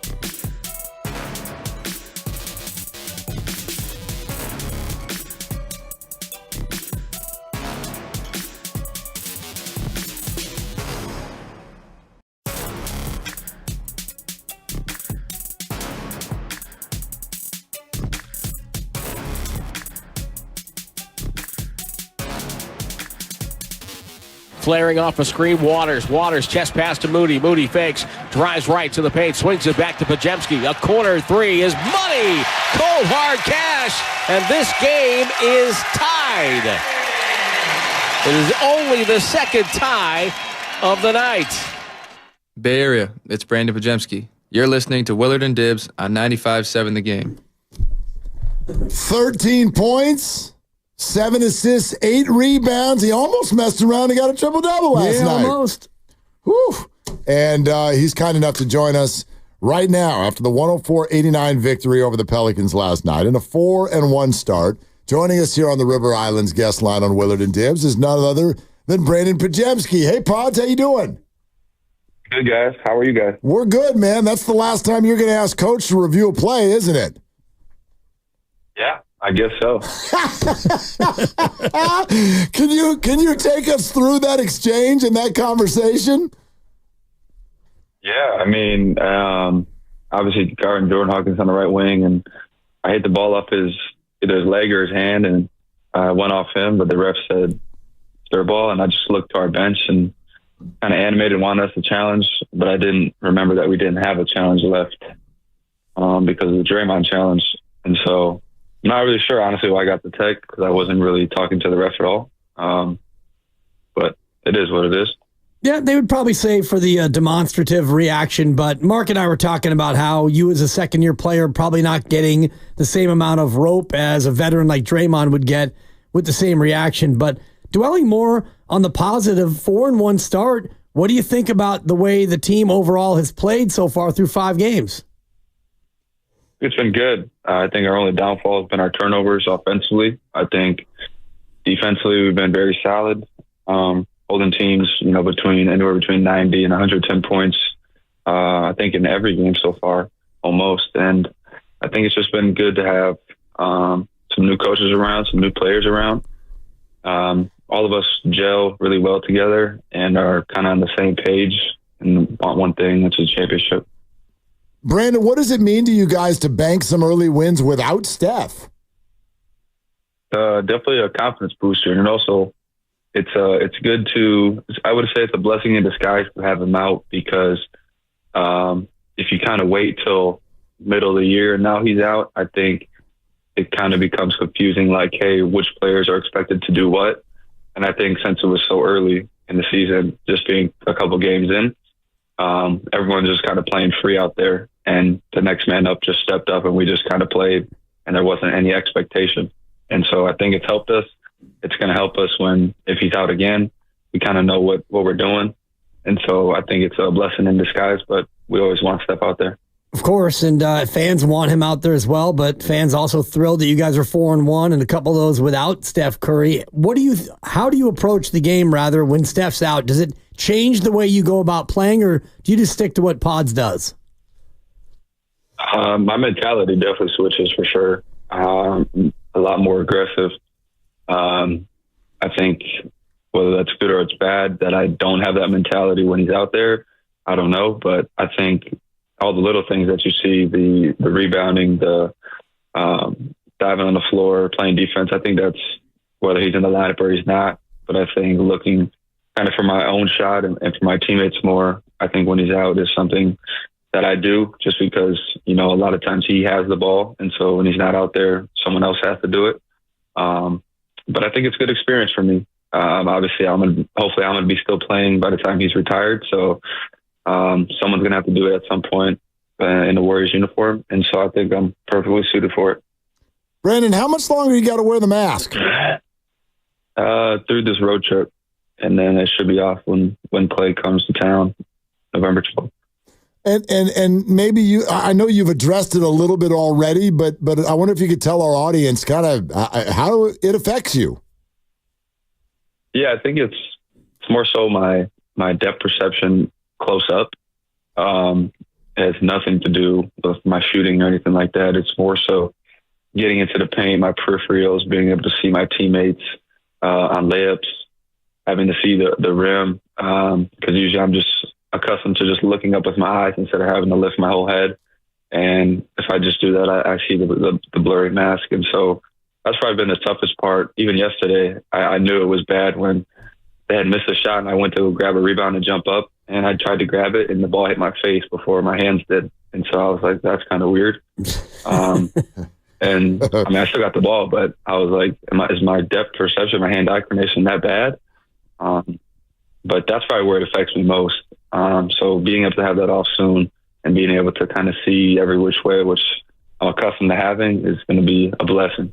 Yeah, a blessing, but it feels like, I'm not to jinx it, but it might be somewhat temporary because of the way you go about playing. Does it make you pause at all with the way you play? Because you throw your body all over the place like a crash test dummy out there. No, I don't think so. Whether I have the mask on or I don't, I think I'm always going to play the same way. I don't really, ever go into a game thinking like, oh, I don't want to get hit in my face or I don't want to get hit. Like, I just don't kind of have that mindset. And so I just want it off just solely for the fact on offense that I can help my team be better. Brandon Pajemski is with us here on Willard and Dibbs, 95.7 The Game. Hey, Pods, Draymond's name came up earlier in this conversation. He said something super interesting on the postgame last night to the effect of really turning over a new leaf and wanting to be different around officials. And maybe I wonder, different around you guys. Do you see a different Draymond this year, and how would you describe it? 100%. Definitely a big swing from last year to this year. He's done a great job being a leader, both in practice, in the locker room, during games, in halftime, during timeouts, all kind of things that the old Draymond before last year was bringing to the team. And he's been great. And I think just to see him, how he handles the officials and stuff like that now, how that's changed has been super impressive. And it's led to, the officials giving him more calls. Obviously, he's 4 out of 5 with his challenges this year, which is pretty good. But it's just been impactful, I know, for our young guys still to see what he brings to the table and what he's providing for us on a daily basis from a motivational standpoint and also a skill standpoint. It's been incredible to see. And what's the locker room vibe been like? Not to talk about, last year versus this year, but just in general, the culture and the climate. You guys were 6-0 in the preseason. Now you're 4-1. And I know those games don't count for the standings, but the winning feeling has got to carry over, right? It sure does. And it's just a bunch of high energy, high life guys that just care about winning. And it's easy to say, when you're winning, but even after the Clippers loss, the feeling that we had from last year to this year, I think it was very different. Obviously, everybody's upset that we had lost to the Clippers, but you could just feel that it was different than a loss last year. And we understood what we could have done better. And it was our turnovers against the Clippers. It wasn't our defense. Our defense was good enough to win that game. But I think everyone just brings a winning mindset. And, you look at guys like Kyle, who against New Orleans, not yesterday, but the day before, went 0 for 9, but had 5 steals and was a plus 10 or something in the plus minus. And it's just little things like that you don't need to score to impact winning. We have a bunch of guys like that. Pods, you guys are clearly focused on defense, and so far it looks so much better. To what do you attribute that? I would say Jerry Stackhouse. I think everybody's buy-in. Combination of those two things. I think the beautiful part about Jerry is he played in the NBA. He was a good defender in his own right. He was a college head coach. And so him bringing what he's learned and experienced through, whatever level that may be at, has been really good. And I think because he's had experience in the NBA, guys like Steph and Draymond have kind of accepted what he brings and entrust him to a degree.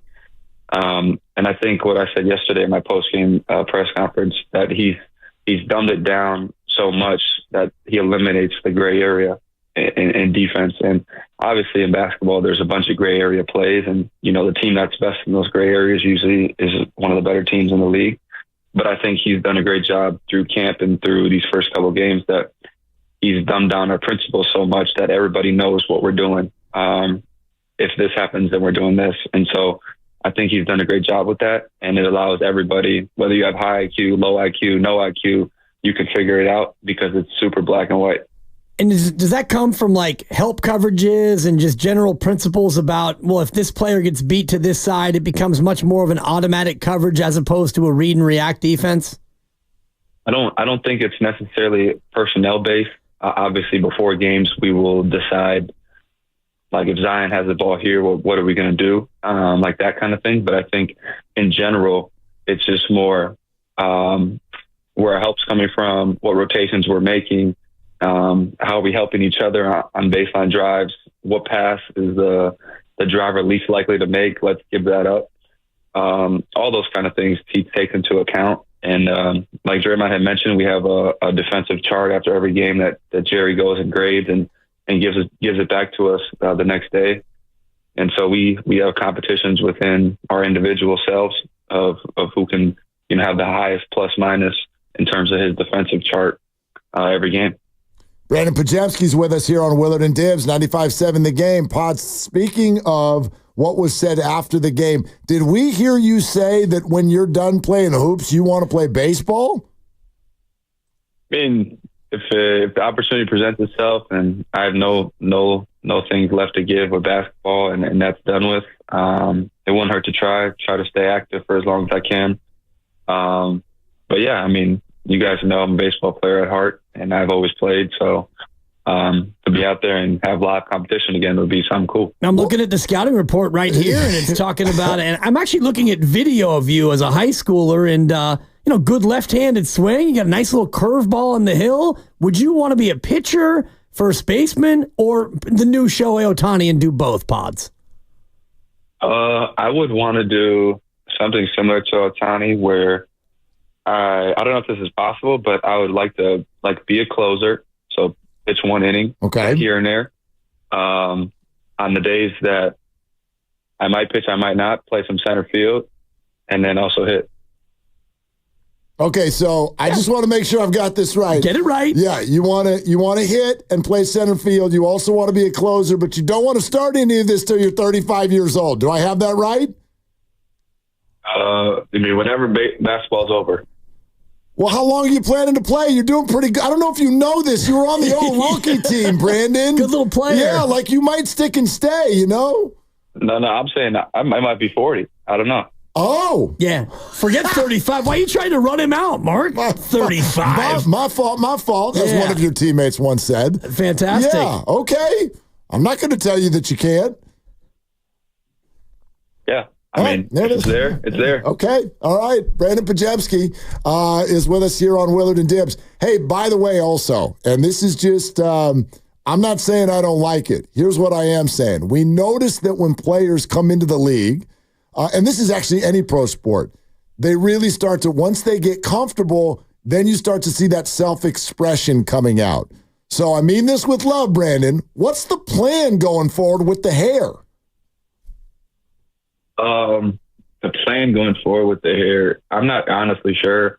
It actually is funny you brought that up because I get at least 6 or 7 text messages in my DMs from random people after every game that say, let me braid your hair. Let me do this with your hair. And so it's a cool little thing. I love my hair. I know I am young, but I'm not going to have it forever. You're not kidding. And I'm blessed. I'm blessed with healthy curls from my mom and my dad. And so I don't know. I just like them. It's a part of my personality. I know a bunch of kids dressed up like me as Halloween. Mike Dunleavy, his kid at school, one of his friends was me for Halloween, and you could just see the hair. So I think it's just a staple to who I am. And when kids see me, they think of my hair, right away. And so I think I'm going to keep it. Dude, you answered my question before I asked it. I'm like, I know for sure if someone was going to dress up as a Warrior for Halloween, it's going to be you because of the hair. Yeah. A bunch of people texted me pictures of their kids. Obviously, Mike sent a picture of one of his kids' friends at school. And so it's been really cool to see just the impact that my hair alone and how my play on the basketball court has impacted the community.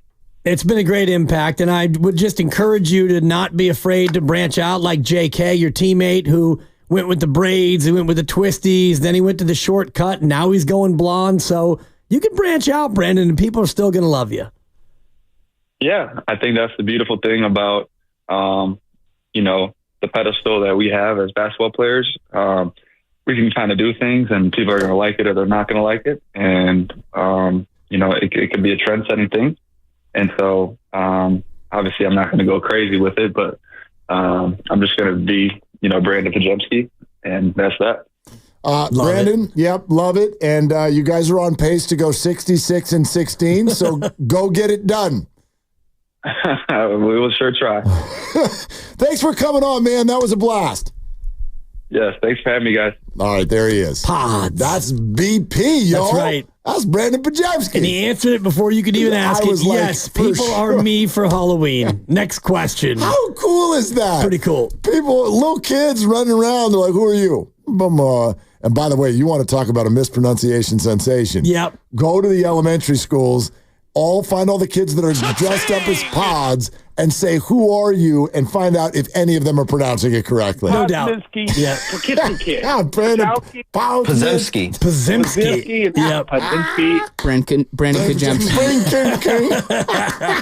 I feel like good. I missed an opportunity with my 2-year-old daughter because they share the same hairstyle. I've shown you pictures of my mom. She's not pods tonight? She should be pods. What is she, by the way? She's a pink kitty cat, which is her choice, not mine. What do you want to be? I want to be a pink kitty cat. Okay. I'm going to give you one guess at what Jude is today. Jude is 10 years old. This is his last elementary school Halloween. He's a 5th grader. Oh, this is the peak year. I'm going to give you all of you. You too, Grandy, Lucas. You all get one guess at what Jude is today. I would guess he's going to be Brock Purdy. That'd be my guess. He's going to be Brock Purdy.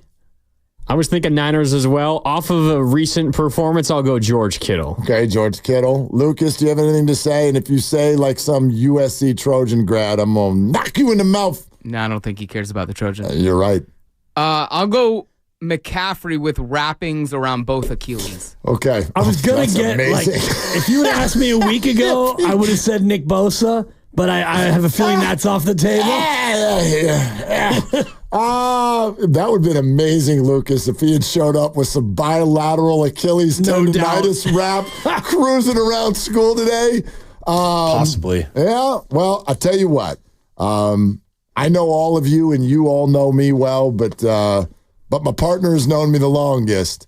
And Jude is Brock Purdy. Yeah. There we go. Brock Purdy today for Halloween. There we go. Play the hits, and it's really good. He could have been nuanced and gone with a Dominic Pooney, Well, it's not that give love to the line. He did put his own sort of stamp on this because he already had the jersey, and we own a Niner helmet, and he's got socks, and he's got the whole thing. So we went on Amazon to find some Niner pants, and they don't really make the ones that you see them wear. Yeah. At least I couldn't find them. You could buy a whole uniform, but then you're buying all the stuff that we've already got. And so anyway, I did find a pair of gold football pants. Okay. And then his older brother has hand-me-downs. He's got black football pants. So those two options were both denied so that he could wear red 49ers sweatpants. So he is absolutely red head to toe from the bottom. So he's Brock Purdy with red pants. And he got dressed for Halloween, and you walked over and said, those are not team-issued sweatpants. Yeah. Go take those off. You've been fined. Brandon Ayuk. That's right. Exactly. You've been fined. Not wearing red shorts. Right. And he's like, yes, I am. And so he is. And this is the peak year. This is a big year. This is a 3-hour trick or treat when you're a 5th grader. That's the best year because it's a 3-hour trick or treat. And you're still young enough to be cute and go door to door. But you're old enough to go do it by your damn self. For the most part. Yeah. Just gonna sit over there at the lovely Christie's house. Maybe have a cocktail, hand out some candy, and buddy, you know where to find us when you're done. And just check in every 30 or 45. That's Let me know you're good. Yeah. With a 2-year-old, we're trying to make it through all 10 houses on the cul-de-sac. I don't like our chances. Her chances. By the time I get home at 7, it's going to be done and dusted. But See if little My can make it through 10 houses. I will tell you this. Not 6, not 7. Yeah, the over-under is 6.5 houses that she makes. I'll take the under. Yeah, I'm going to take the under. I'll go over Kukush. That's a damn 5. That was amazing. Perfect, Grandy. You're at the age, and I hated this. I love Halloween. Yep. I don't want to be. I'm not Scrooge here, but I always offered to take the kids out trick or treating, depending on what sporting event was on that night. Yeah, fair. So Abe was 3 years old when the Giants were in their first World Series. And many of you will remember this, that the Mad Bum game, that game 4 against the Texas Rangers was on Halloween. It was on Halloween. Game 4 was. Game 4. The Giants are up 2-1, and Game 4 is in Texas, and Number 4. 21-year-old Mad Bum is towing the rubber, and I got a 3-year-old and a 1-year-old, and I live in Southern California. And I'm telling you, Dibs, look me in the eye. I was in agony. Yeah. Agony. Well, they were 3-1. Following these little kids around while the Giants are playing in the World Series, and they'd never won. They'd never won in my lifetime. And they're going to Game 4 and throwing someone who was a teenager a year and a half ago out on the hill. And we're going door to door, and I'm just like, please, put the Reese's in the bucket. Let's get out of here. It puts the Reese's in the basket. Let's wrap it up. When does Halloween? Son, a 3-year-old and a 1-year-old, that's a quick trip. I mean, you're not going deep into the night. Not that quick, buddy. Not that quick. Yeah. And that game starts at 5 o'clock. That's a good point. So, I mean, it's not like I was going to miss the end, but I was going to miss the first 6 innings. And that's kind of like the whole. That's hell. Yeah. I was always the home team on Halloween. I was the candy distributor. It was a distribution situation for me. Thank you for not doing it. That was, I didn't do it. That was me. No, it's that was fake. That was an error. You set it up. That was Kuminga You in left the block. your feet. That was an error. You left your feet. I'm with Gonna Grandy. need to review it. No. You're Brendan You guys just Pajemski. inferred right now. It's a turnover. It was an inference. It's a turnover. Just take it. I'm not taking it. Tell me to review it. I don't care. Yeah, totally. Play ball. I can't wait to ask Steve about that. Oh, my God. That was so good. I mean, I hope that there's a lot more of that coming because I love pods, but, dude, just play. Okay, the ball went off his leg. Now what? We're going to really review that? And they did have a challenge, pods. I don't think that they were out of challenges They at weren't that out point. of challenge. They had a challenge. Draymond's challenge came after that. Right. I believe on the same possession or the next possession. Well, and if you correct me if you use your challenge, but it's right, do you get another one or no? What's the rule on that in the NBA? Yeah, do you get another one if you're right? Kerr challenged twice yesterday. Yeah. 2 separate Draymond challenges. Hey, if you get it right, I don't think you're like out of challenges. That was nice of him to tell me. Oh, sorry, we didn't have a challenge. yes, they did. Yeah. All right. Look, we'll get back to your phone calls. Draymond Green says it's a new day. Do you buy it? Do you believe him? We're presented by Fremont Bank, celebrating 60 years of full-service banking with no compromises, and we're brought to you by Crystal Geyser Alpine Spring Water. Also want to throw this in. Jesse Sapolu is going to join us in about a half hour. But there was something else. Something else happened at a local watering hole establishment last night during the Warrior game and during the World Series that I think we need to address for a second. And so we'll do all of that coming up next. This is Willard and Dibs. What makes Crystal Geyser Alpine Spring Water different? We always bottle our Alpine Spring Water less.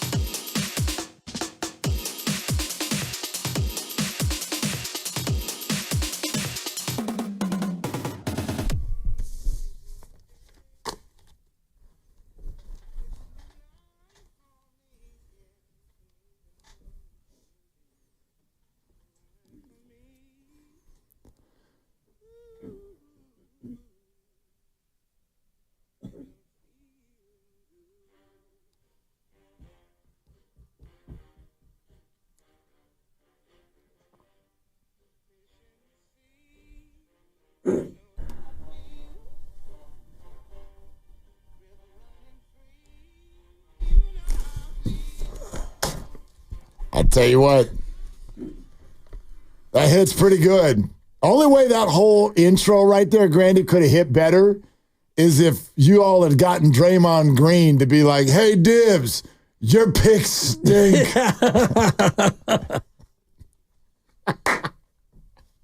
You got a good fake laugh. Thank you. That was a good fake laugh. Good job. You're welcome. Mine's real. Anyway. Well, he wouldn't have done that if he really had turned over a new leaf, because that would be mean-spirited, and he's not doing that anymore. No, it's a new leaf. Wait a minute. No. You can still, poke fun.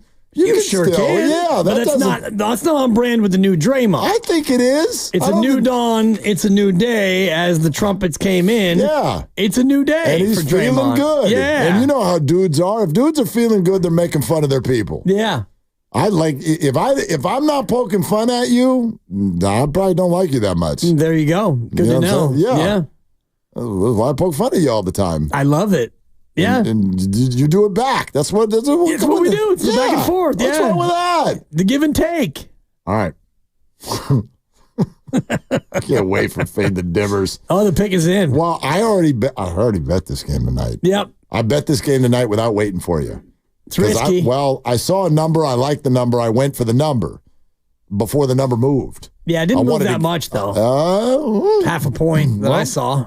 Yeah. So, anyway, we'll see if what you do jives with what I did, but we won't find that out yet because we're still hanging it out, talking it out with regard to a few of the Warriors' topics that are on the table. Draymond Green said this last night, NBC Sports Bay Area, talking to Fitz and Kalena, and said this. Yeah, absolutely. Like you said, it's a fresh start. I know coming in, I had an awful year last year. It was just not right.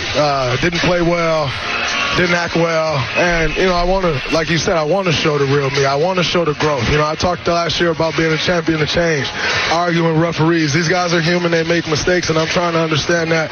Such an emotional game. I play, one of my best attributes is playing with my emotions. And so taking that next step and learning how to play with those emotions, but knowing where to channel those is a big, important step for me and something that I'm really focusing on this year. And I'm willing to be the one who has the egg on the face. I hear that, and I believe it. Yeah, me too. I believe him. I believe that something is different this time around. And I actually want to give credit to one of our callers earlier, Burns, who said, I think the reason this is landing, at least for some people, is the fact that Draymond's not forced into this statement right now. Normally, when Draymond is covering this topic publicly, it's because he's, punched or kicked someone. Been suspended or something, choked a guy. Right. This came up now with a 4-1 basketball team and no problems. In fact, he's patted a ref on the arm already. Right. This year. Hey, buddy. All right. Thanks for the clarification. Well, I'm going to go down his tech was one of the softer techs in his career. It was just a conversational tech where he had, I guess, belabored his point too much, and he got teed up, and that was the end of it. 888-957-9570. Let's go to Ivan in West Oakland. Hey, Ivan, thanks for calling. What's up, gentlemen? Thanks for taking my call, Dibs. And Willard, it's Ivan, a.k.a. Yvonne. How you guys doing? Yeah, good. Yeah, I just wanted to check in to let you guys know, to keep it simple, that Draymond is a product of his environment. He's from Saginaw, Michigan. He's blue nose. Like he says, wears his sleeve, his emotions on his sleeve. And, he's not territorial. You know what I mean? It's like me at work. I'm territorial. I have to, urinate like a four-legged animal that's a male wherever I roam, because to claim, dominance and whatnot, and, in his job, just like I do in mine. Sometimes you do run into an individual or somebody that, rebuts, that's the action. And, it's now up to him to react, wisely and calmly. But, that's yet to be seen if that situation may arise. You know what I'm saying? So basically, I kind of believe him, but I don't, because, the old adage, you can take the person out the hood, you can't take the hood out the person. Not everybody's like that, but, he seems to be that type. You know what I'm saying? Yeah, thank you for the call. I actually do think, to a certain degree, everybody is like that. A product of their environment. Yeah, I love when people, he's a product of his environment. Sure, of course he is, and you're not wrong. And I also don't think that Draymond saying he's turned over a new leaf means that he's just going to, boy, his elbows are going to be off the table at dinner now, and, he's just going to, please and thank you every time he speaks to a ref. I don't think that at all. I think that he's still going to be himself. This is about rounding out the edges, not making new corners. This can be a subtle adjustment for Draymond Green, which is just simply finding that thing that for a lot of us is really hard, which is when the emotional moment hits, when the trigger point hits, are you able to take a breath and then harness? Even when you're like, I'm so mad right now. But can you twist it so that that next word that comes out of your mouth to whoever you're talking to doesn't necessarily sound that way? And you can stay rational even in the midst of being frustrated. But it's more difficult than just that for many people. And I would put he and I in the same bucket. I think we're cut from the same cloth that way. And you can talk about what you need to do and what you tried to do, and what he said yesterday with Fitz and Kalena is absolutely right. He's going to try to be better, and he's understanding more about where the refs are coming from and all the rest of it, but he has to go out there and do it every single night or every chance that he gets. And I give him a lot of support, and I give him a lot of appreciation over the fact that he's acknowledging it and he's trying to make those changes. And I do think that he's a very self-reflective guy, and he looks at last year, and it was disappointing for a number of reasons, but he looks squarely at himself and says he didn't play well and he didn't act right. And so this year he wants to play better and act right. And if he does that, then the team's going to be better and they'll have a better chance of getting where he wants them to be. I mean, I think about it even like last night, right in the middle of that game. And I was doing because this is what mattered to me more. The Warrior game mattered more than the World Series. Yeah. So during commercials and during halftime, I'd click over, and I knew the game was coming down to the end. I saw Mookie hit the sac fly. Oh, my God. And the Dodgers take the lead, and then the Yankees threaten in the bottom of the eighth, and they don't score. And I'm like, okay, that internal clock is like, clock, checking in just to see what happens. And literally at one point, the Warriors went to a timeout, and I went, click, over to the other game, and Buehler threw one pitch. Yep. And that was it. And then click, right back to the Warrior game. Back to the Warriors. Yep. You didn't see more than about 3 seconds of celebration. I'm not watching those fools run around and jump on each other. Yeah. Good for you. I'm out. I had the same experience. By the time the catcher got out to the mound, I was like, okay, that's, it's good. It's good. Well, I'm gone. For me, the bigger takeaway was the way that the Yankees absolutely choked in the fifth inning, and I'm not afraid to call that a choke. It was bad when you baseball. have a ground ball to first and the pitcher just decides to not run over and cover. That is a absolute mental gag. Mm-hmm. Even though you might think that the first baseman should be able to take it himself, that is 999 times out of 1,000, the pitcher runs over there. Even if you don't get there, just run to first. Just run over there. Just run over there. Yeah. And he took 2 steps and froze. And it was like, uh-oh. And then you kind of knew what was going to come after that. Freddie Freeman with a little muscle job base hit for a couple of runs, and now we got action. See, you watched more of it than me. I'm not going over there. I'm not going into that house. I was over there, and when I was in the car for all that, and then I got home, and it was 5-5, and it's like, all right, I'm going to 2-screen it. Oh. So I had the Warrior on the TV, and I had the game on the laptop, just because I wanted to see if the Yankees could get off the deck after that, and they couldn't. And then they retook the lead. They took the lead again. Yeah, but that's a game that you absolutely have to win when you're up 5-0 at home. I believe it was a must-win, Dibs. It was absolutely a must-win. Yeah. Well, I'm not going to say it got to me, but lovely Christy takes her daughter out to dinner last night to a place that's a restaurant but also has a little bar, and there are a number of TVs banked on that bar. And she reported to me that as they were dining in the midst of Game 5 of the World Series, that establishment got hot. It got energetic. People were engaged. It was loud. they were jamming in there on Game 5 of the World Series. And I know that this may sound stupid because two brands like that in an elimination situation in the World Series versus Game 5 of the NBA season, there's no question which one's more dramatic. But I don't know about you. This is the Bay Area, and I know which one I cared about more. I cared way more about the Warriors against the Pelicans than I do about experiencing the Dodgers playing the Yankees. Because, oh, by the way, even if the Yankees win, like, that's wonderful because I cannot stand the Dodgers, duck the Fodgers till I die. But it's not like I'm over here celebrating the idea of the Yankees winning a World Series either. I don't like them either. I don't want to see them do well either. So I get the glitz and the glamour of the whole thing. But there was a piece of me that was like, I don't know, did you guys use one of your TVs at least for the Warrior game here in San Francisco Bay Area rather than watching the Dodgers play the Yankees in the World Series and running around and acting like we're all fans all of a sudden or caring about that? I would imagine, I don't know how many TVs are at this restaurant bar. A small handful. Right. So you probably had the majority of it on the baseball, and the baseball is two gigantic brands, and it's an elimination game. And Game 5 in an NBA season, if I wasn't, working in this job, would I be as dialed in on the game as I was? Probably not. It's the same team you just played. It's Game 5, and you don't have Steph Curry. So if you think about it from a neutral fan or just a casual fan standpoint, that game didn't have a ton of juice. If you wanted to see Zion, you got to see him the night before. You're not going to see Steph. You just saw this matchup a day before, as opposed to this is the World Series, New York and LA. It's a classic old-time rivalry. So I don't begrudge them for putting up the baseball game because for me, the baseball game was a bigger event yesterday than Game 5 of the Warriors season. I don't begrudge them, and clearly they were right. I get that I'm in the minority here. I just know which game had my emotions. The Dodger game, I don't want those emotions. I'm not here to hate watch stuff.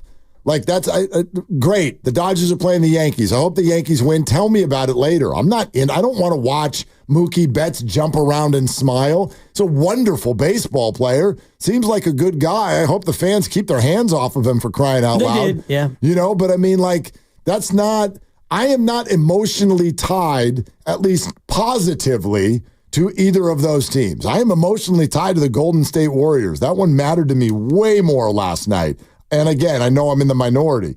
You're listening to 95.7 The Game, KGMZ FM and HD1 San Francisco, and Odyssey Sports Station. And oh, by the way, home of the damn Warriors. Always live on the free Odyssey app, Twitch and YouTube. Powered by First NorCal Credit Union for a low-rate auto loan. Apply online or just ask for First NorCal financing at the dealer. Yeah, Grandy, what's up? Well, you guys, we were at a Chase Center, Thrive City last night for the show. After the show got done, I hopped inside a Chase Center and did Warriors pre and post. And I can tell you, while the Warriors game was going on, there was a group of, I'm not going to name names, a group of the established media that cover Warrior games consistently that in the middle of the game took off to go down to the media lounge to watch the World Series game over the game they were covering. Any of them work for us? Oh, of course not. Okay. That's good. Whit would never. She wouldn't. If the Royals were playing, she might have. But not the Yankees or the Dodgers. Listen, I get it. This was a fancy World Series. Super fancy. This is as fancy as it gets. Right. And if you are not a fan of either team or you're not a hater of either team, the amount of appeal in that game is dramatic. Each team has 4 or 5 super mega stars. And so if you're just a sports fan and you don't hate the Dodgers or you don't hate the Yankees or love either team, that's an exciting watch because there's people who are playing who you know about and you've heard about. I also feel, though, and this is just me, remember Guru yesterday was like, oh, we got action, like the Yankees. Maybe the Dodgers will be the first team to blow a 3-0 lead. I'm like, no. I will tell you when I watched this series with that unbelievable Game 1. That Game 1, what night was that, by the way? Was that Friday? Yeah, because they wanted to avoid Sunday. Last Friday. So ain't nothing else on. So it's Friday night. And these teams are throwing haymakers at one another in the 8th, 9th, and 10th inning, right? They're going to extra innings, and it's going back and forth. And you end up with the bases loaded and 2 outs, and the Yankees up by a run, and Freddie Freeman sees one pitch, gone. I'm like, the series is over. The series is over. The Yankees aren't coming back from that. There are people crying everywhere. This thing is cooked. Freddie and his son and his dad and Shohei and Mookie and blah, blah, blah, blah, blah. This thing is over. So whatever emotional reaction I had to the World Series and the stupid Dodgers winning it, it happened that night. I sat with it that night already. So like for me, there was very, very little in terms of an emotional reaction last night. I know that I went to Twitter and wrote congratulations to the Dodgers on their first World Series since 1988. And people are like, either you're trolling or what the other answer I got, oh, you salty, you mad. No, actually, I'm not. First of all, I knew that it would get all of you mad. And you may say that's trolling. That is trolling. It's like the epitome of trolling. But except for this point. I don't care that you disagree with me. I actually believe that. Right, but the reason why you did it was because you wanted to get a reaction. You believe it, but no. The only reason you put it out on Twitter was to get a reaction. Why would we put anything out on Twitter? Because we want to share news, or you want to, and I want to share. I want to share where my head is at in this moment. And first of all, I'm a Giants fan. I don't hide this. Right. I think it's funny. You don't have to care. You don't have to hide from the fact that you were trying to troll Dodger fans. I'm not, because to me, trolling is if you're saying something that's inauthentic. And I actually, truly believe that what happened in 2020, though a thing, is not the same as all the other things. I truly believe that, and I really don't care. But it can still be trolling even if you firmly believe it. And I just wouldn't use that word. Well, you can use whatever word you want. I don't feel like it was trolling. We have many people in our governance who believe things, and they put out their beliefs, and it comes across as trolling, even though they firmly believe the idiotic things that they're saying, and they say it because they believe it. Did you just call me an idiot? No, there are idiotic things that people say. What you said is not idiotic. I don't agree with it. You're entitled to your opinion. I just think that you put it out there because you wanted to get a reaction and you wanted to stick it to Dodger fans. I mean, part of it, yes, I'm a Giants fan. It's my job to stick it to Dodger fans. However, at the same time, I think this way. When people look back on the career of Clayton Kershaw, don't tell me he was champion. Don't do it. Two-time champion. Not a two-time champion. First of all, he didn't pitch this year. Yeah, he did. He pitched this year 3 or 4 times. No, I'm talking about in the playoffs. Okay, but he gets a ring. Yes, he gets a ring. Good. Patrick McCaw has 3 rings. So does the equipment manager. Whatever. And don't tell me in 2020, which, by the way, he pitched horribly in 2020. And secondly, it's not the same. You can call it a ring. He got 2 rings. Great. Yeah. Yeah, he has 2 rings. But, don't put him next to Madison Bumgarner. No, but Timmy got a ring in 2014, right? And he was terrible. Well, again, you get a ring. Kruk and Kipe have a bunch of rings. And all they did was connect with us. But Kershaw gets one this year, even though when he pitched, he pitched terrible. But I didn't say he didn't get a ring. I said don't put him next to other people who are the definition of a champion.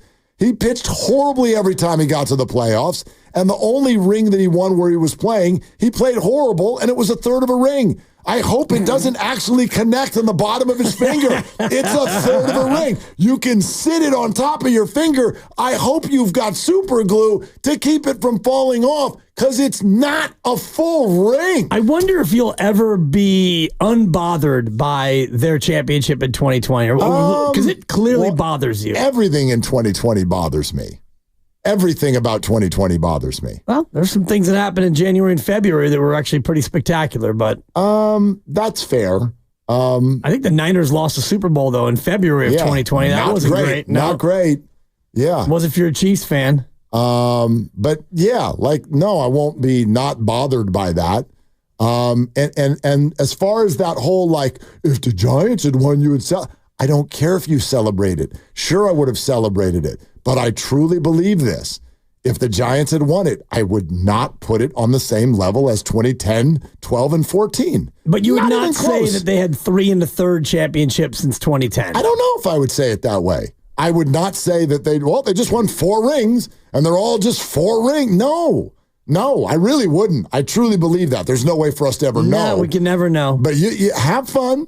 Have a virtual parade on Zoom. Do whatever you want. I'm never going to change that opinion. It's not the same. It actually feels wild to me that anybody thinks it is. Mark, you out here sounding like a hater, my brother. Well, then you know what? I'm going to eat it. That's fine. That's fine.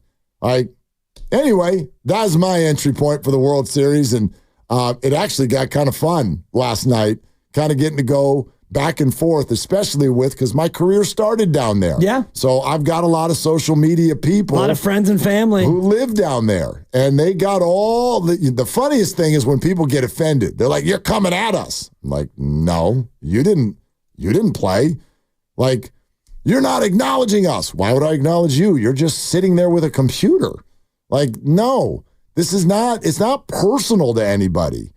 Whoever won the title that year won a thing that is different than all the other things that people win at the end of baseball seasons. So congratulations to the Dodgers, because this year they actually won a real World Series. And it was very impressive. And you want to know what's under the covers that I really hate about this year? I don't even hate these players this year. They're all kind of likable. Freddie Freeman's out here with his kid and his dad. And then you got Shohei, who is just a spectacle, even though I still don't believe the gambling story for 1 iota of a second, but fine. I gamble too, so I'm not mad at you. And Mookie, are you kidding me? Mookie with the smile, and they're just phenomenal baseball players. Dave Roberts is the nicest guy ever, and he's worn the Giants uniform. Max Muncy, Walker No, forget Buehler, him. No, Max Muncy. Teoscar Hernandez, Kike Hernandez. What? I mean, these are some quality dudes right here. Kike's annoying, and Max Muncy can play in traffic. But the rest of the guys, what, Grandy? You want to know the stat of the day when it comes to World Series? Probably not. A. Will Smith has won 5 consecutive World Series. A. Will Smith. Yeah, How about that? Including 2020. That's not true. That's true. A. Will Smith has won the last 4 and a third World Series. See, he'll never get over it. It's not that I'm not over it. I'm just never going to acknowledge it. You don't sound over it. No, he'll never get over it. And do I look mad? Am I a happy guy or not? Not on this subject. No. You drilled down. Am I smiling right now? You immediately went to Twitter and had to debase the effort of professional athletes in the middle of a pandemic. First of all, based on the fact that they happen to be geographically in a place that you don't like. Athletes don't care what I say, nor is there any chance that any of them even see it. Mookie Betts doesn't follow me. I'm not worried about how it affects them. My job as a Giants fan, I was raised at Candlestick Park. My job. You on the payroll? I was raised at Candlestick Park, and when you see a Dodger fan, you give him the business. That's the deal. Well, bring that same energy next time you see FP, the guy who played for the Dodgers. And the Giants. Right. And is a Giants fan. Right, but he's a Dodger. The dude wore the blue. Well, but he's a Giant. But he was a Dodger, so that's a job. And your job is to rip the Dodgers. Dodger fans. Right. I'm not. Did I rip the Dodgers? You just said that those Dodgers could go play in traffic. That seems a little mean-spirited. Well, Max Muncy is an awful human being. He owned Bumgarner. Actually, I've never met the guy. Drove Bumgarner out of town with that. No, he didn't. Get that out of the ocean, Bumgarner. What a beaut. Come on, man. That's what I'm getting at. It's funny that you you're angry. I'm fascinated by, the way that you drill down on that. But if you can't have fun with this, what are we doing here? We can have fun with it. That's all I'm doing. This is a rivalry. I think it's a little bit more than that. No, this is a rivalry. I will wake up every day and find whatever angle I can to get under the skin of a Dodger fan, because that's what we're doing here. That's what we're doing here. What else are we doing here? We're talking about sports and doing it in an uplifting, positive way. Except this one subject. I thought Buddy Hield and Jonathan Kuminga were phenomenal last night. Fantastic. They're phenomenal. All you guys ready to come around on Kuminga? Lucas, Grandy, those of you trying to run him out of town after 3 games? Don't you do that. Nobody's trying to run him out of town. I'll go to the phone thread. I was on your side, Dibs. What are you doing? I'll go to the thread. Nobody said trade him. Nobody. Did Lucas? Lucas might have said to trade him. Nobody said trade him. Go to the thread. I told you I was down on him. Stop shooting threes, dude. Go to the bucket. Guess what he's doing? Yeah. Going to the bucket. Yep. Go get a bucket. Okay? Buddy Buckets. Brought to you by Crystal Geyser Alpine Spring Water. Eat it, Dodger fans. Eat it. You got to eat it today. It is Halloween. I probably will eat it. Yep, no doubt. All right, Jesse Sapolo joins us next on Willard and Dibs. I'm going to eat it. What makes Crystal Geyser Alpine Spring Water different? We always bottle our Alpine Spring Water less than 1.5 miles from the spring.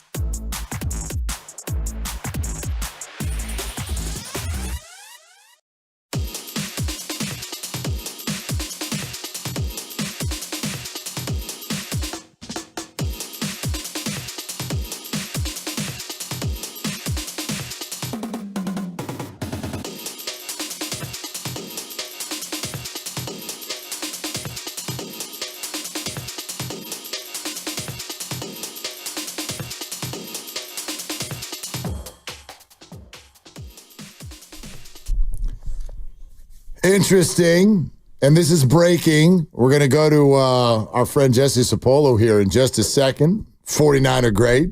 But you fantasy football enthusiasts, try this one on for size. Just a couple of minutes ago, Rams wide receiver Puka Nacua scheduled for his weekly press conference, but was not able to do it because he left practice with another knee injury. Oh, no. He will be listed as limited on the injury report. Sean McVay next speaks tomorrow. Man. Puka. Did he play one game or two? One game. One game. And he wasn't even supposed to play it. Then they activated him. He played pretty good. Went for over 100 yards. Yep. Unbelievable. So we'll keep you up to date on that as the NFC West turns. Injuries aplenty for sure. But let's talk a little Niner football and then also just something that's really good. We have been blessed to get to know the people with the Golden Heart Fund along with the San Francisco 49ers. Basically, 49ers taking care of their own. All of the former 49ers, many of whom are not the big famous ones with big bank accounts and all of that stuff, who need help after playing years of such a difficult game. And their fourth annual Golden Heart Run, presented by Cisco, will be at Levi's Stadium this weekend on November 2nd. Patrick Willis will be the official starter of the 4.9K run. Get it? 4.9. And so all of that is happening this weekend, and Jesse Sapolo is a part of it, and he joins us now on the River Islands guest line here on Willard and Dibs. Jesse, how are you? How you guys doing? Pleasure to be on with you on your show today, and thank you for having me on. Yeah, pleasure to have you on as always, and we'll get to some of the Golden Heart stuff for sure, and would love to talk that out to you and what it means to you, but would love to start with the Niners season as a whole, which has certainly had all kinds of twists and turns. And what's your perspective on where they are and what you think they still have ahead of them? I think, it's kind of similar to, the ring that I wear the most almost every day. It's my first choice to wear. It's the ring where we started 5-6. And we blew a 23-point lead in Arizona. And, at that time, it was before social media, but we felt like a lot of the people jumped off the wagon at that time. But we had some players-only meetings, and we got together with the coaches, and we turned our season around and went on to win Super Bowl 23. Yeah, and that's the kind of story that Niner fans want to hear about this team, Jesse, because they're sitting at 4-4, and I don't think that people are getting off the bandwagon just yet, but there is some concern. What would you say to fans who are nervous about the first 8 games they've played? Well, I'm more nervous from the standpoint of the injuries. Some of our key offensive players are out. It's a shame with Brandon's injury. Because he was coming into his own. It's been a kind of a season that, we sputtered coming out of the blocks, and part of it because we had some holdouts, and I know that because I held out twice in my career, that it doesn't matter how great you are as a player, there's nothing that you can do at home that replaces training camp. And I just felt like, I think that Trent is playing well now. He's hitting his stride, but it took him a few weeks.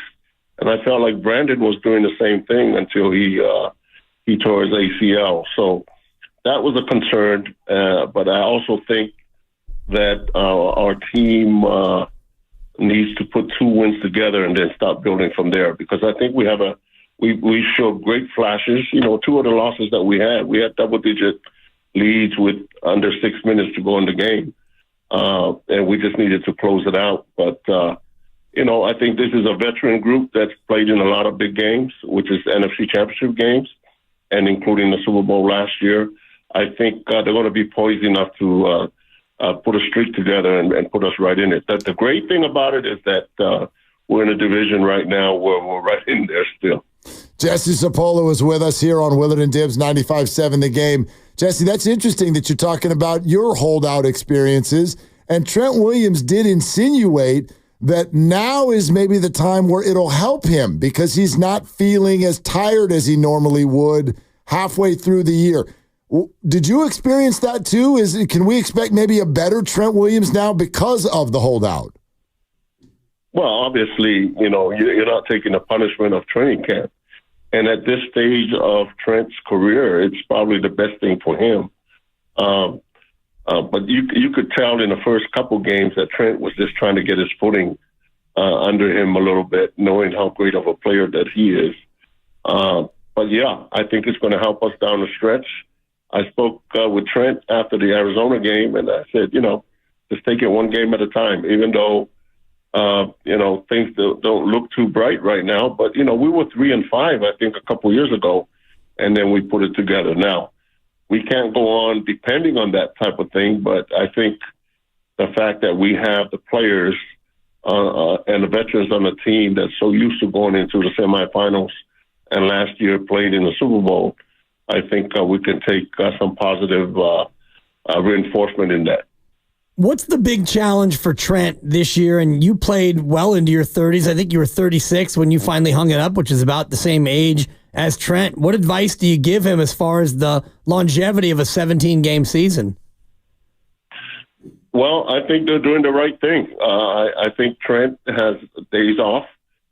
For me, and I joke about it now, is I never conditioned on Monday my last 3 years.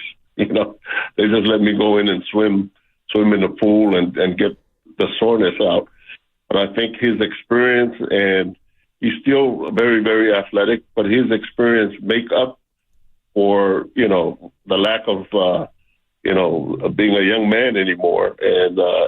But his experience and his leadership will help that line.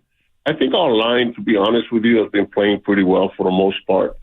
And, of course, I think we found a gem in Dominic Pooney that's helped us a lot this year.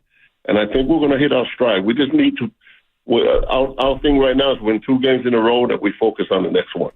Jesse, I love that you brought him up. I wanted to ask you about Dominic Pooney, especially since he played one of the positions you used to play. What do you think of him? A pleasant surprise.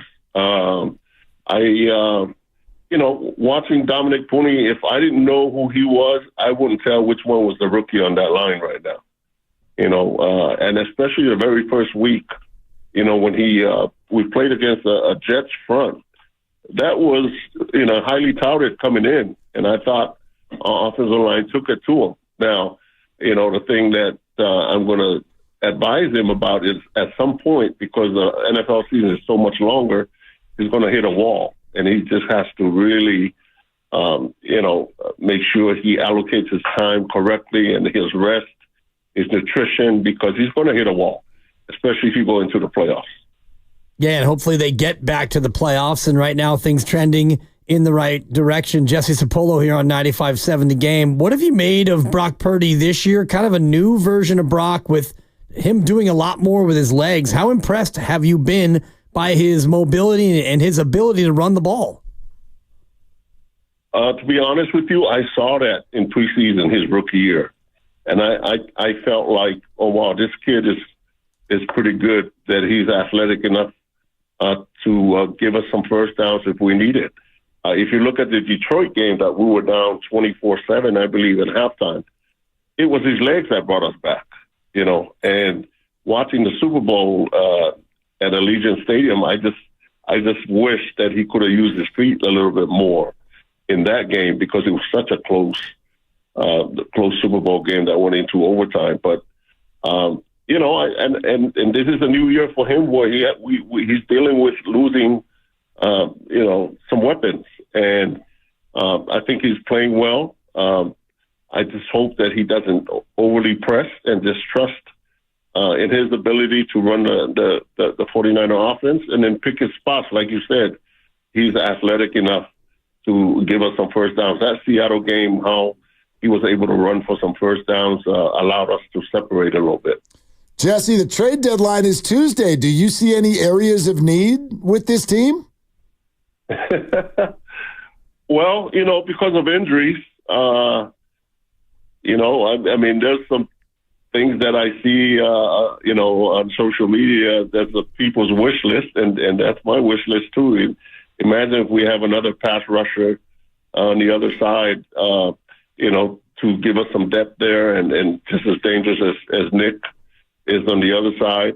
I felt like we lost a little bit of bulk and height inside, and then Hargrave being hurt, is hurting our depth inside a little bit. And I think that's one of the main reasons why a lot of people are saying our defense is not quite the same. But I think we have the players, to do it. They just got to come together chemistry-wise. We might not have the 6'7" DeForest Buckner or the 6'7" Eric Armstead, but we got good enough guys that if they play together and have the right flow and the right chemistry, we can get it done. Which of those body types gave you more trouble, the bigger, taller Armstead or the shorter, stockier Javon Hargrave? Well, honestly, one of the best players, two best players I played against was a guy named Leon Lett from Dallas. They used to call him the Big Cat. He was 6'8". Yeah. And then Minnesota had a real slippery pass rusher named Keith Millard from the Bay Area. You remember those Minnesota defensive lines that came, and one year they came to us during the playoffs. They had 71 sacks coming in.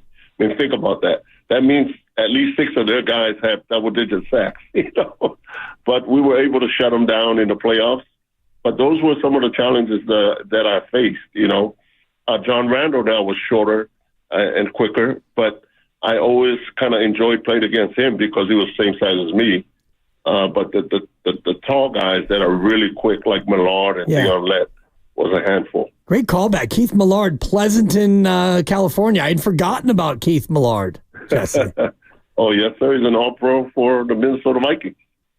Jesse Sapolo with us on Willard and Dibs. All right, the Golden Heart Run coming up on Sunday, or is it on Saturday. On Saturday morning. And again, gates open at 6:30 a.m. The kids run is first at 8, and then the 4.9K race is going to be at 8:30.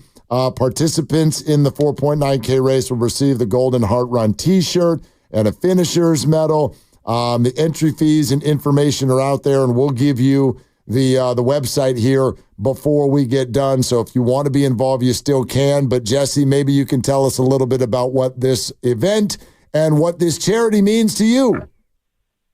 Well, it means a lot. I mean, this is a chance for our fan base to help our own.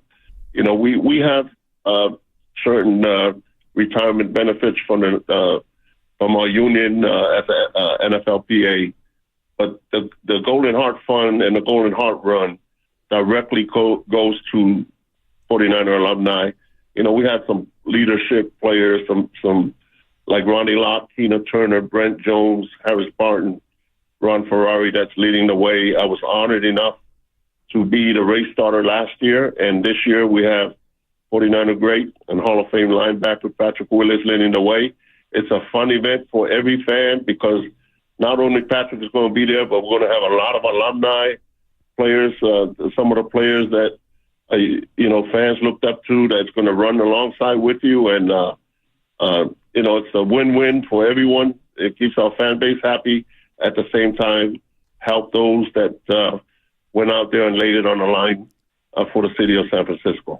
Jesse, best of luck with this event. We are huge fans of the Golden Heart Fund and everything that the organization does. We love the fact that we've heard constantly that other organizations around the league are all trying to sort of mimic what the 49ers have done here, because I know it's the first of its kind. So congratulations to you on your role in this, and best of luck with the event on Saturday, and we're going to send everybody your way. Thank you so much. Thank you, Willard and Dibs, for having me on, and appreciate your support of the San Francisco 49ers.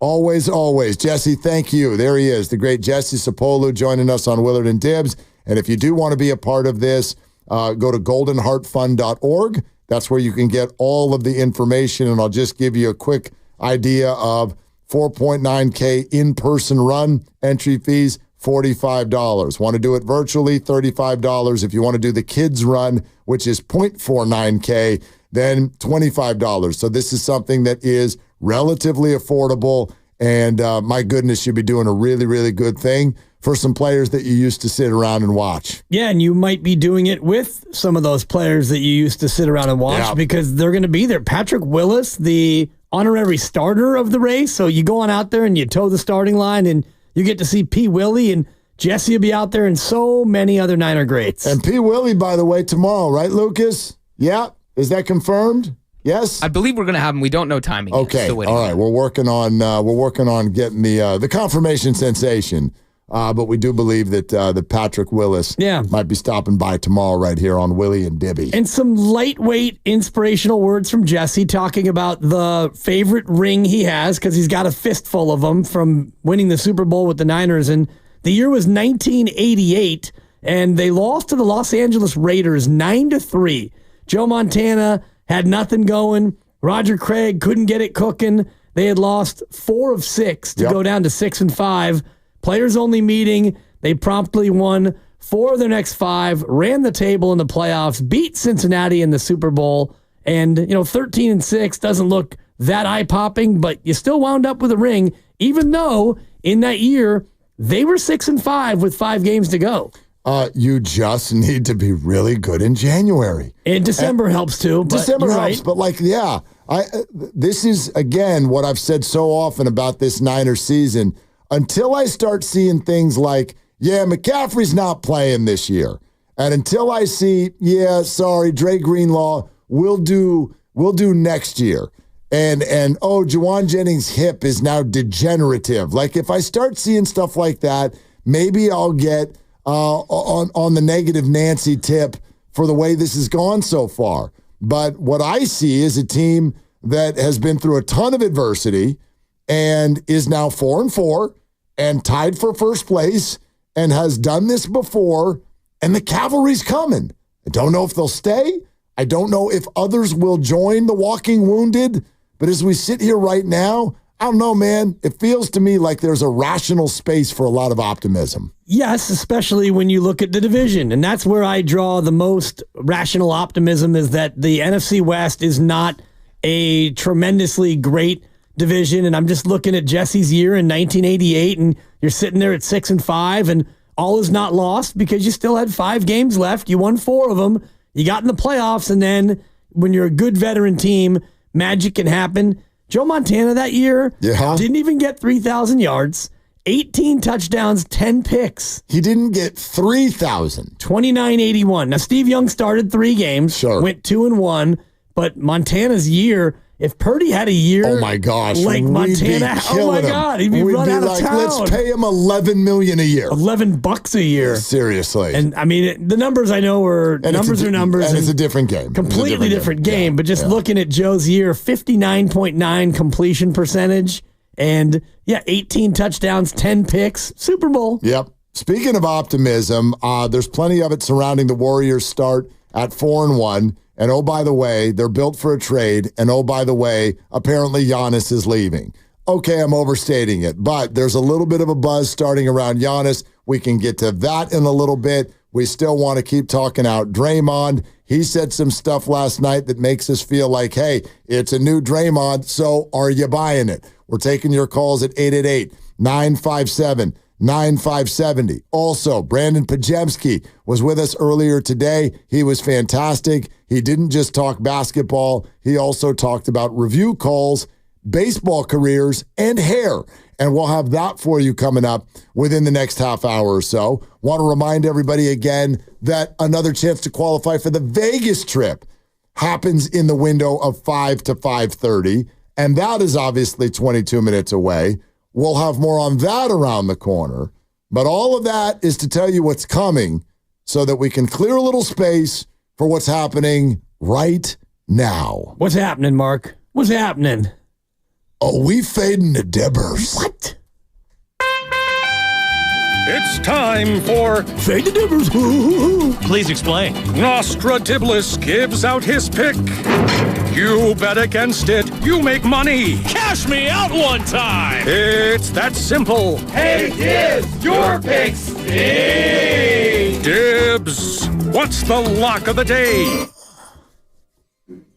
All right, allow me to set the table as it is wide receiver survivor, the Houston Texans. No Nico Collins, no Stephon Diggs. The New York Jets, no Alan Lazard. He is heading for IR as well. However, Devontae Adams, he's in. Tank Dell, he's in. Garrett Wilson, he's in. Are you in? Dan Dibley, the Jets are laying 2.5. I'm in, and I'm in because I have to be in, but I'm actually in because I do think that this is a solid pick. You look at these teams, and the Texans are, by most measurements, a better team. But I look at the Jets at 2-6, and I think, well, you're better than 2-6. You should be better. And if this isn't a must-win for the Jets, and I don't believe that it is mathematically, emotionally, and from a realistic standpoint, the Jets need to get something going here. You want to get something started. Mama say, mama sa, mama makusa. Yeah. This is a Michael Jackson special for the Jets. They want to be starting something. I think they will be starting something. Give me the Jets and the 2.5. Cuckoosh. Well, you're not. Cuckoosh. I'll lay the 2.5. Thank you. I was going to say, you don't get the Jets and the 2.5. You have to give the 2.5. You have to send the 2.5 out the door. You have to send it to Houston, Dibbers. I'll take the Jets and I'll lay the 2.5. There you go. And if you lay the card, you need to play the card. I'm on the Jets. Yeah, 2.5 is to me. It's nothing. And this is one of those classic lean into it, Dibs. Not only that, but lean into this is it's a hold your nose special because the Jets are more likely to disappoint again. Maybe, but honestly, home team on a Thursday night, the Texans have to travel, and the Jets, I honestly do think that they've got to be the more motivated team. Okay. Because their season's not over. When you and I started this show, what did we promise each other? Authenticity. Okay. So I'm going to do something that I don't normally do. Oh, this is awkward. Because it's authentic. Yep. I sat down last night, and I looked at the number. I go, hey, what's the fade to Dibbers dealio for tomorrow? And I looked at the number and I went, ooh, that's a lean into it. And for those of you who don't speak gambling, what a lean into it is when you look at a spread and you're like, why the hell is that the spread? Why would that be the spread? Why is a 6-2 team a dog to a 2-6 team? That doesn't make any sense. So when you see that, there's a reason, lean into it. So I saw that last night, and Dibs, I didn't wait to fade. I didn't wait for your answer. It's not like you lose every game. I don't. I'm barely below 500. And I saw it. When I saw it, it was only 2. It was only 2. Okay. So I saw it and I went, oh, I love the Jets in this particular spot. So tonight, the segment name does not change. Okay. But my action does. I will not fade to Dibbers. Yeah, because you already made the bet. I believe you have made a wonderful selection. I'll fade him for you. All right, thank you, Candy. I want somebody to win some money around here. Come on. Well, if you do want to fade me, you may want to wait a few minutes because I see it in some shops at 3. It's moving. It is. So it might move to 3. Yeah. ESPN has it at 3. Yep. I think Vegas is listening to this segment and they're going to adjust accordingly. Hang on. Sources telling me it's now 5.5. It is now 5.5 after that selection. No, I do. I think the Jets are going to win the football game tonight. Watch, they'll probably win by 1. Anyway. So from 5 to 5:30 today, your chance to win 2 tickets to the Scorpions March 6th show, PH Live, Planet Hollywood Resort and Casino, 2-night hotel stay there as well. Round trip airfare for 2. All because we're going to give you a code word and you're going to text it to 20357. But that'll happen between 5 and 5:30. So make sure you're ready for that. We're presented by Fremont Bank, celebrating 60 years of full-service banking with no compromises. We're also brought to you by Crystal Geyser, Alpine Spring Water. 888-957-9570. Your calls now. Draymond says he's a new man. You believe him? We'll take your calls next on Willard and Dibs.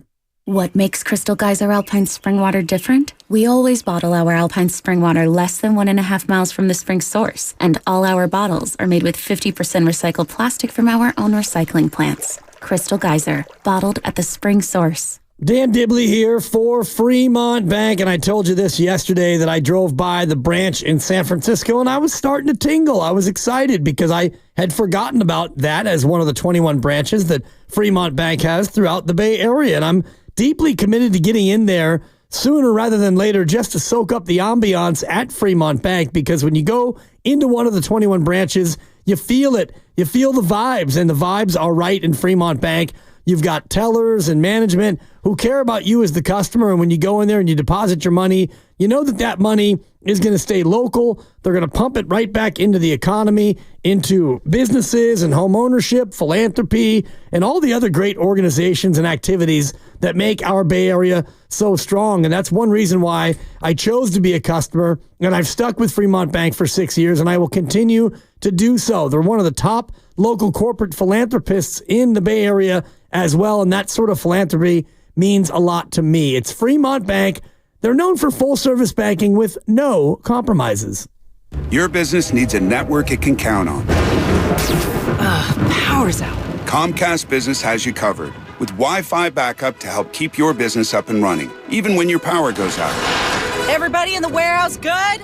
Lights are out, but the Wi-Fi's up. Let's power on. It's from the company with 99.9% network reliability.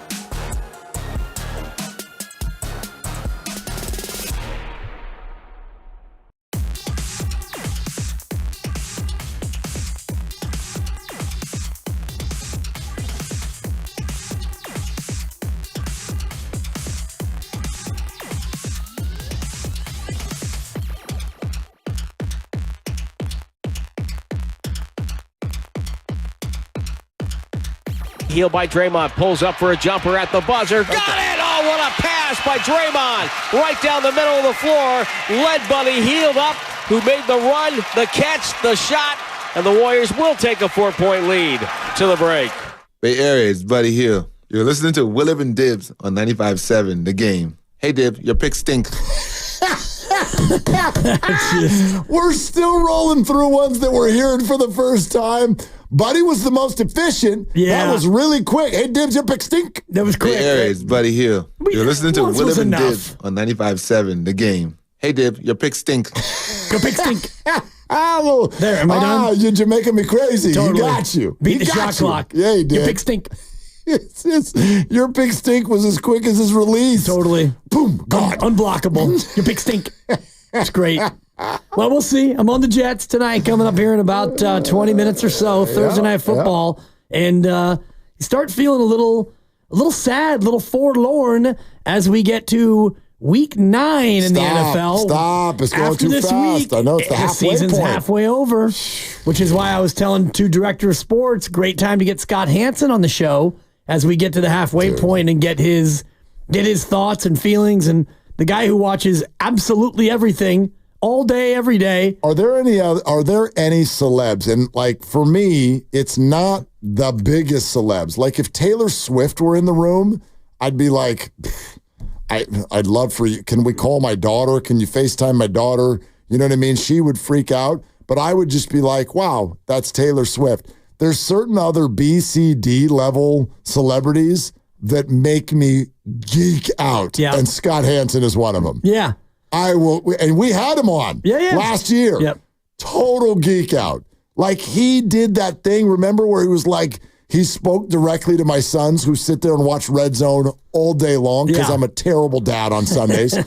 And you should have seen their faces lit up when they listened to it. They literally were starstruck. That's pretty cool. By Scott Hansen. Well, he's a big figure in their life. Yep. 1/7 of the week, they spend probably 7 hours. 7 hours. 7 hours. With Scott Hansen. Well, right. And there's still something about being on the person's TV. Like, especially the kids. Yeah. They're like, he's in that little box. Like, oh my God, this is a big deal. You and I could sit here on the radio for 1,000 hours a week. But when we go do a TV appearance for 5 seconds, the kids are like, oh my God. Yeah. Yeah. Like, oh, it's big time. Yeah. So, anyway. For me, it's probably Kevin Harlan, even though we've had him on, and even though I've. Right between the eyes. I've done like lower level what he does, the things that he does, and the travel that he gets to do, and all the big games. Like tonight, undoubtedly, he'll be doing the game on the radio, the Thursday night game, and I just really, really enjoy the way he approaches it because it's information, but it's also just hilarity. The dude is hilarious. He's fantastic and a very, very nice man. Oh, great guy. Yeah, great guy. I love this game tonight. This is going to be a fun one, Jets and Texans. So check this out. Look, nobody's looking at the standings in the NBA a week in. That's silliness, right? But I don't want to undersell what the Warriors have done right now. They're 4-1 in the Western Conference. Only one team has a better start. That's the Oklahoma City Thunder. They're 4-0. Technically, the Warriors right now are the 2 seed. Now, that doesn't mean anything. That's silly. That's not the point I'm trying to make.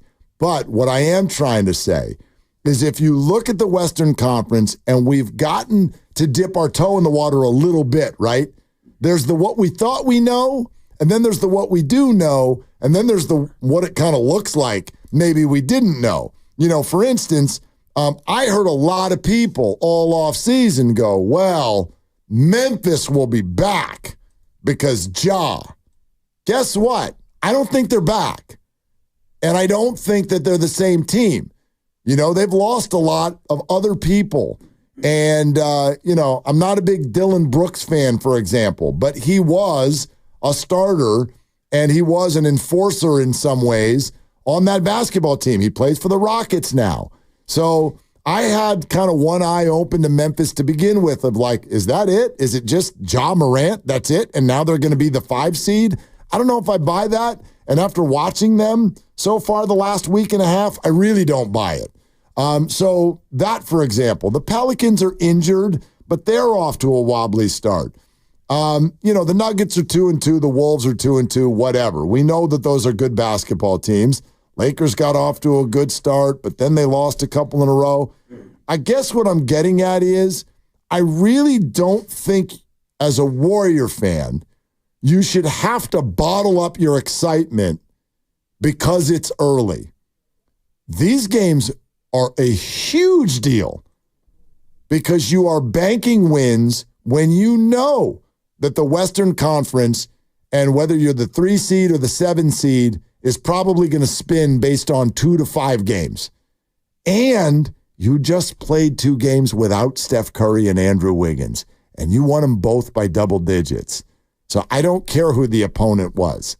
I think that this is a really big deal, and we are only another, week away from really being able to let the excitement out of the bag if you want. Well, we'll see how the 5-game road trip goes. And when they come off the 5-game trip, if they come back 3-2 or better, then yeah, you can continue to be excited because that is not an easy trip.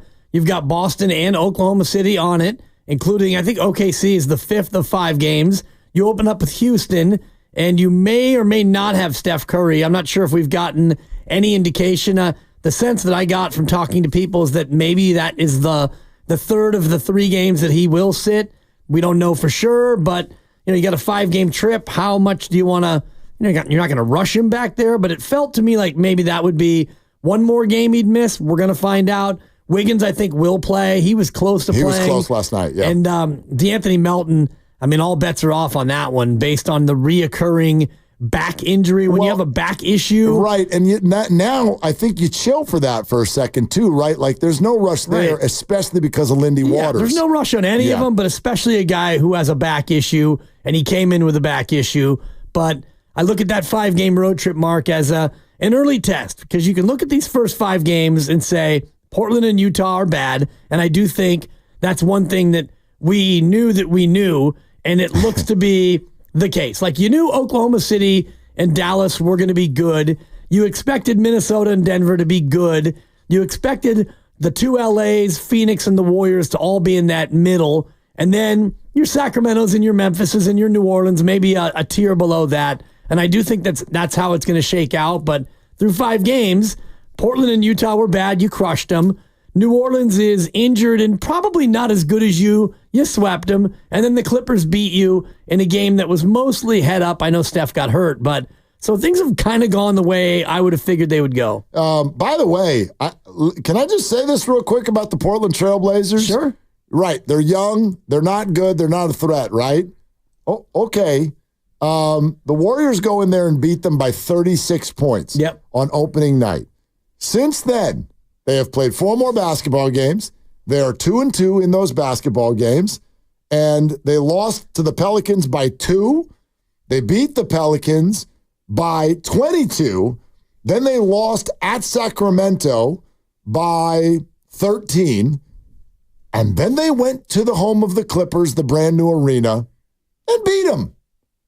So this is what I'm getting at. I'm certainly not sitting here trying to tell you that the Portland Blazers are a good team. What I am telling you is that this is the NBA, and you cannot just flick off the idea of the Warriors blowing these teams out.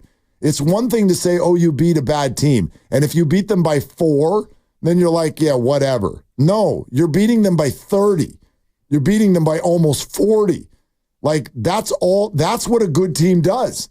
To me, you can see a good team, which is when another team comes in that's a weakling, you blow them off the floor. You don't even let them get started.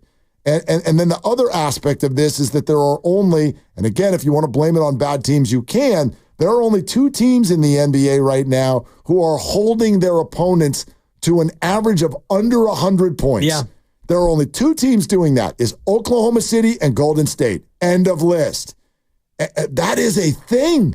That is a thing. The recipe that the Warriors have right now, the roster is not ready to go win a title, and who cares about that? That's so many months away. But the way they're playing, the recipe, the style of play, man, I do not think it's too early to say they're onto something. I think they're onto something, sure. And you could look at their point differential. They're number 1 at plus 20 per game, 20.4, and a lot of that is a byproduct of who they've played, but the other number you mentioned, 99 points a game allowed, is a thing, and it's a focus. And they came into the year telling us that they wanted to be better defensively. They wanted to play faster and also be good defensively. And I asked Steve if that's possible, and he said absolutely. And it comes down to live ball turnovers and also just being dedicated to transition defense and getting back if things don't go your way on offense. And so far through 5 games, they've done that. They've shown a dedication to defense, and I think last night was a great example of that.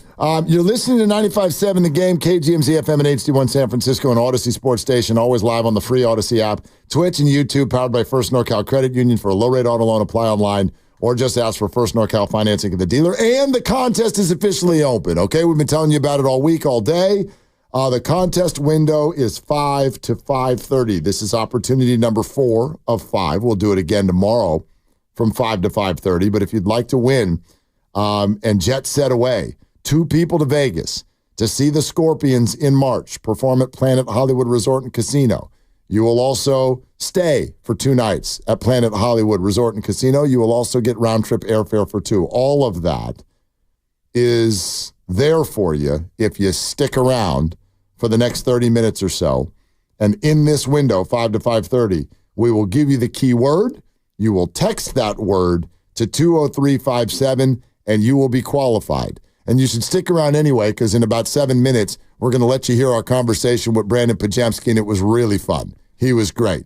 And so that's coming up in a few, and all you got to do is hang out and listen to that. So that's your assignment. Do it. Do it well. It's Willard and Dibbs on 95.7 The Game.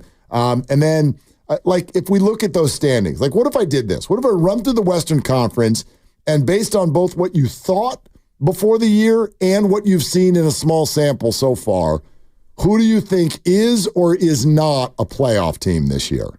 Can we do that? Sure. All right, Utah Jazz. They're not. Okay, they're you could not. just do yes or no, right? I agree. San Antonio Spurs. No. Memphis Grizzlies. No. I'm with you. See, already. I mean, play in, but not play off. They got a play in potential, but they've got a lot of work to do. And you look at how young they are. Yep. All those guys we remember from Memphis, other than Ja and Triple J's, they're all gone. Jaren Jackson Jr. Well, and again, so dive into their schedule and go, okay, they're 2-3. They beat Utah by 2. They won a home game against Orlando by 13. They lost by double digits at Houston.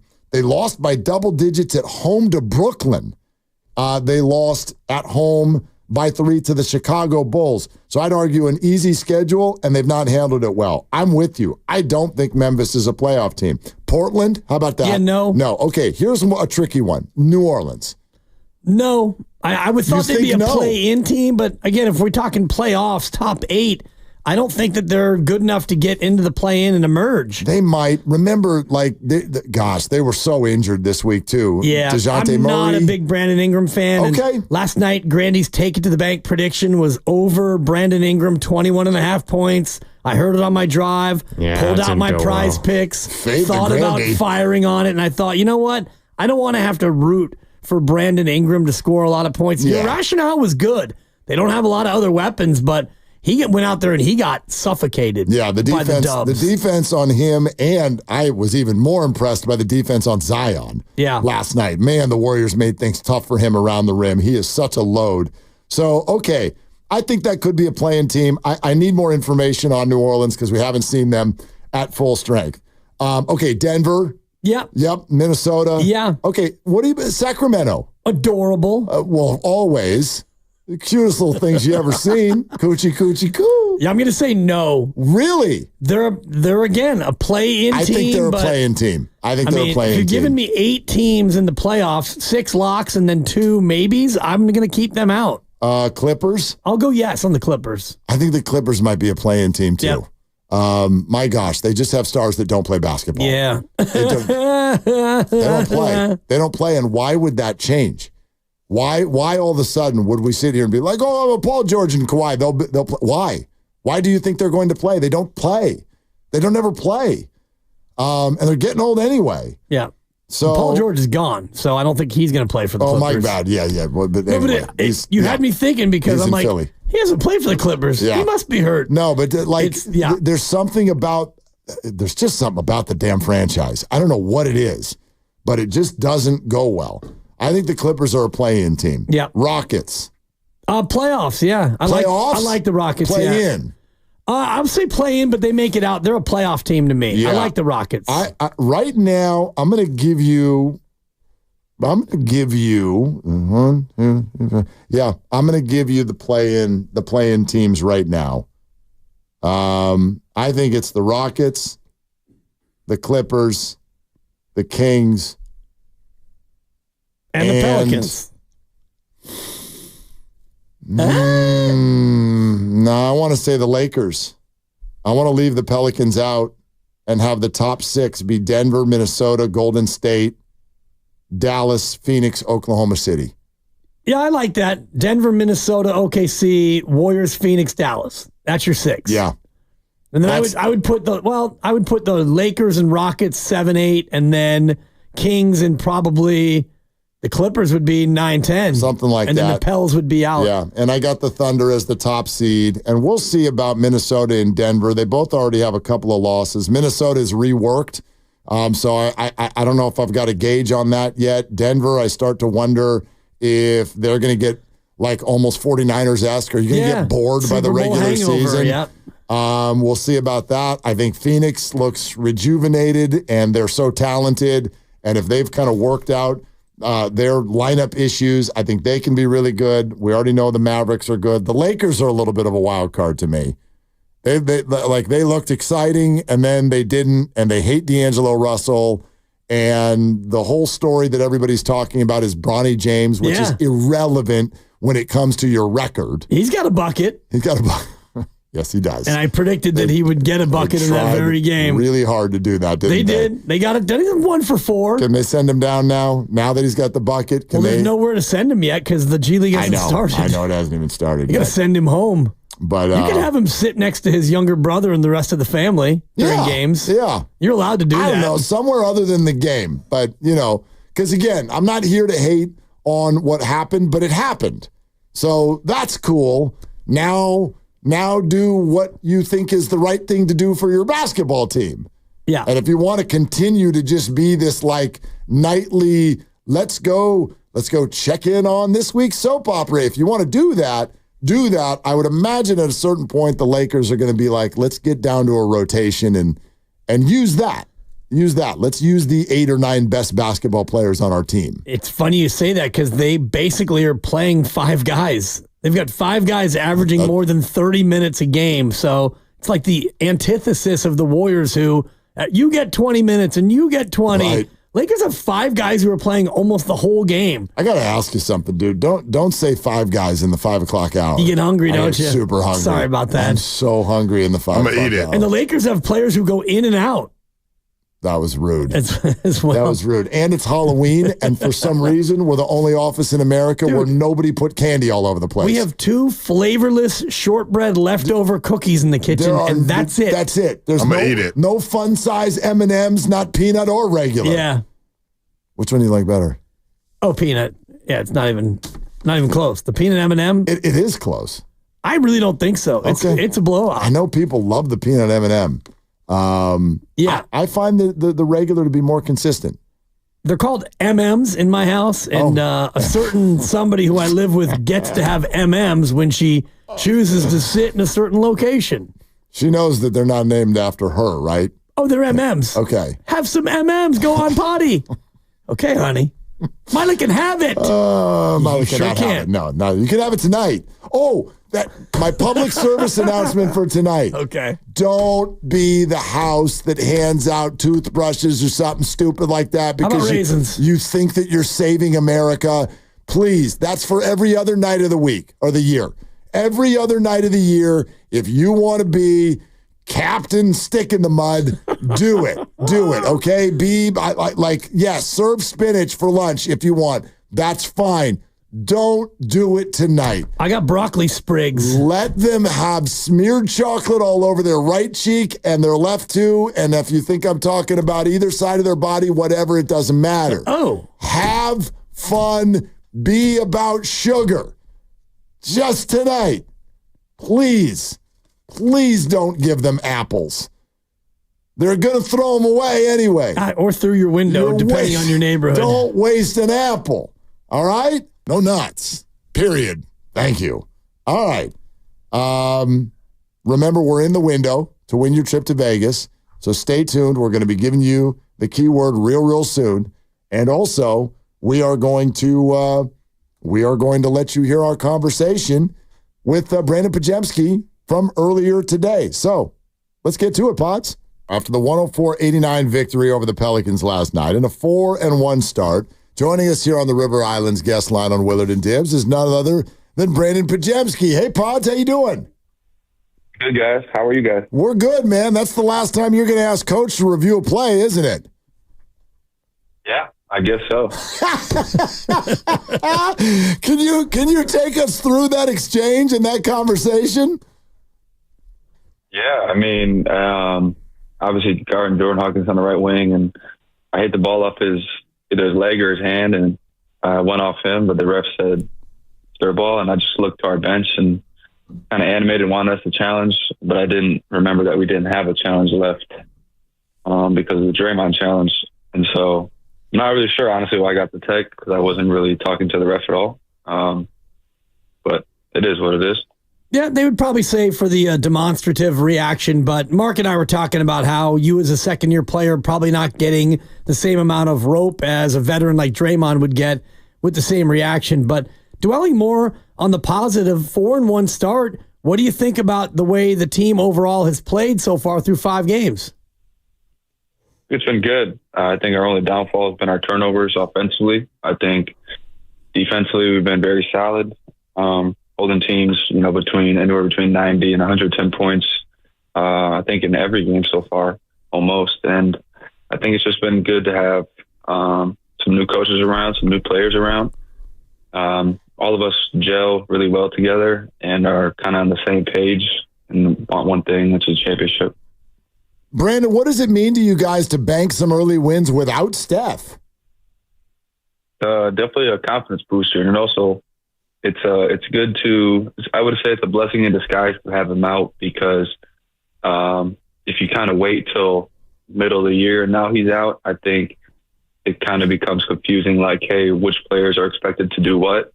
And I think since it was so early in the season, just being a couple games in, everyone's just kind of playing free out there. And the next man up just stepped up and we just kind of played and there wasn't any expectation. And so I think it's helped us. It's going to help us if he's out again, we kind of know what we're doing. And so I think it's a blessing in disguise, but we always want Steph out there. Of course, and fans want him out there as well, but fans also thrilled that you guys are 4-1 and a couple of those without Steph Curry. How do you approach the game, rather, when Steph's out? Does it change the way you go about playing, or do you just stick to what Pods does? My mentality definitely switches for sure. A lot more aggressive. I think whether that's good or it's bad, that I don't have that mentality when he's out there, I don't know. But I think all the little things that you see, the rebounding, the diving on the floor, playing defense, I think that's whether he's in the lineup or he's not. But I think looking kind of for my own shot and for my teammates more, I think when he's out is something that I do just because, a lot of times he has the ball. And so when he's not out there, someone else has to do it. But I think it's a good experience for me. Obviously, hopefully I'm going to be still playing by the time he's retired. So someone's going to have to do it at some point in the Warriors uniform. And so I think I'm perfectly suited for it. Brandon, how much longer you got to wear the mask? Through this road trip. And then it should be off when Clay comes to town, November 12th. And maybe I know you've addressed it a little bit already, but I wonder if you could tell our audience kind of how it affects you. Yeah, I think it's more so my depth perception close up. It has nothing to do with my shooting or anything like that. It's more so getting into the paint, my peripherals, being able to see my teammates on layups, having to see the rim, because usually I'm just accustomed to just looking up with my eyes instead of having to lift my whole head. And if I just do that, I see the blurry mask. And so that's probably been the toughest part. Even yesterday, I knew it was bad when they had missed a shot and I went to grab a rebound and jump up and I tried to grab it and the ball hit my face before my hands did. And so I was like, that's kind of weird. And I mean, I still got the ball, but I was like, is my depth perception, my hand-eye coordination that bad? But that's probably where it affects me most. So being able to have that off soon and being able to kind of see every which way, which I'm accustomed to having, is going to be a blessing. Yeah, a blessing, but it feels like, I'm not to jinx it, but it might be somewhat temporary because of the way you go about playing. Does it make you pause at all with the way you play? Because you throw your body all over the place like a crash test dummy out there. No, I don't think so. Whether I have the mask on or I don't, I think I'm always going to play the same way. I don't really, ever go into a game thinking like, oh, I don't want to get hit in my face or I don't want to get hit. Like, I just don't kind of have that mindset. And so I just want it off just solely for the fact on offense that I can help my team be better. Brandon Pajemski is with us here on Willard and Dibs, 95.7 The Game.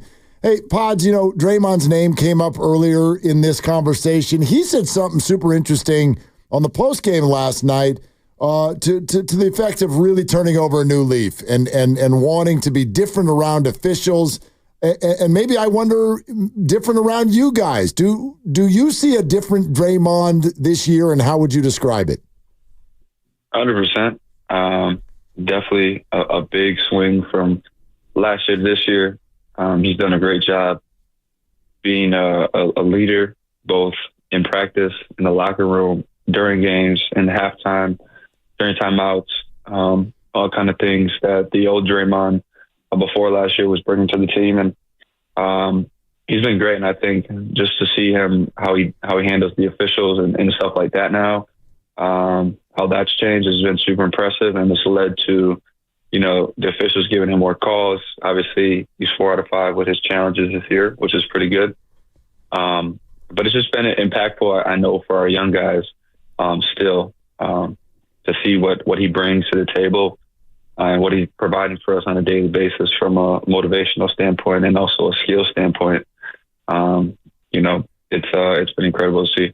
And what's the locker room vibe been like? Not to talk about, last year versus this year, but just in general, the culture and the climate. You guys were 6-0 in the preseason. Now you're 4-1. And I know those games don't count for the standings, but the winning feeling has got to carry over, right? It sure does. And it's just a bunch of high energy, high life guys that just care about winning. And it's easy to say, when you're winning, but even after the Clippers loss, the feeling that we had from last year to this year, I think it was very different. Obviously, everybody's upset that we had lost to the Clippers, but you could just feel that it was different than a loss last year. And we understood what we could have done better. And it was our turnovers against the Clippers. It wasn't our defense. Our defense was good enough to win that game. But I think everyone just brings a winning mindset. And, you look at guys like Kyle, who against New Orleans, not yesterday, but the day before, went 0 for 9, but had 5 steals and was a plus 10 or something in the plus minus. And it's just little things like that you don't need to score to impact winning. We have a bunch of guys like that. Pods, you guys are clearly focused on defense, and so far it looks so much better. To what do you attribute that? I would say Jerry Stackhouse. I think everybody's buy-in, combination of those two things.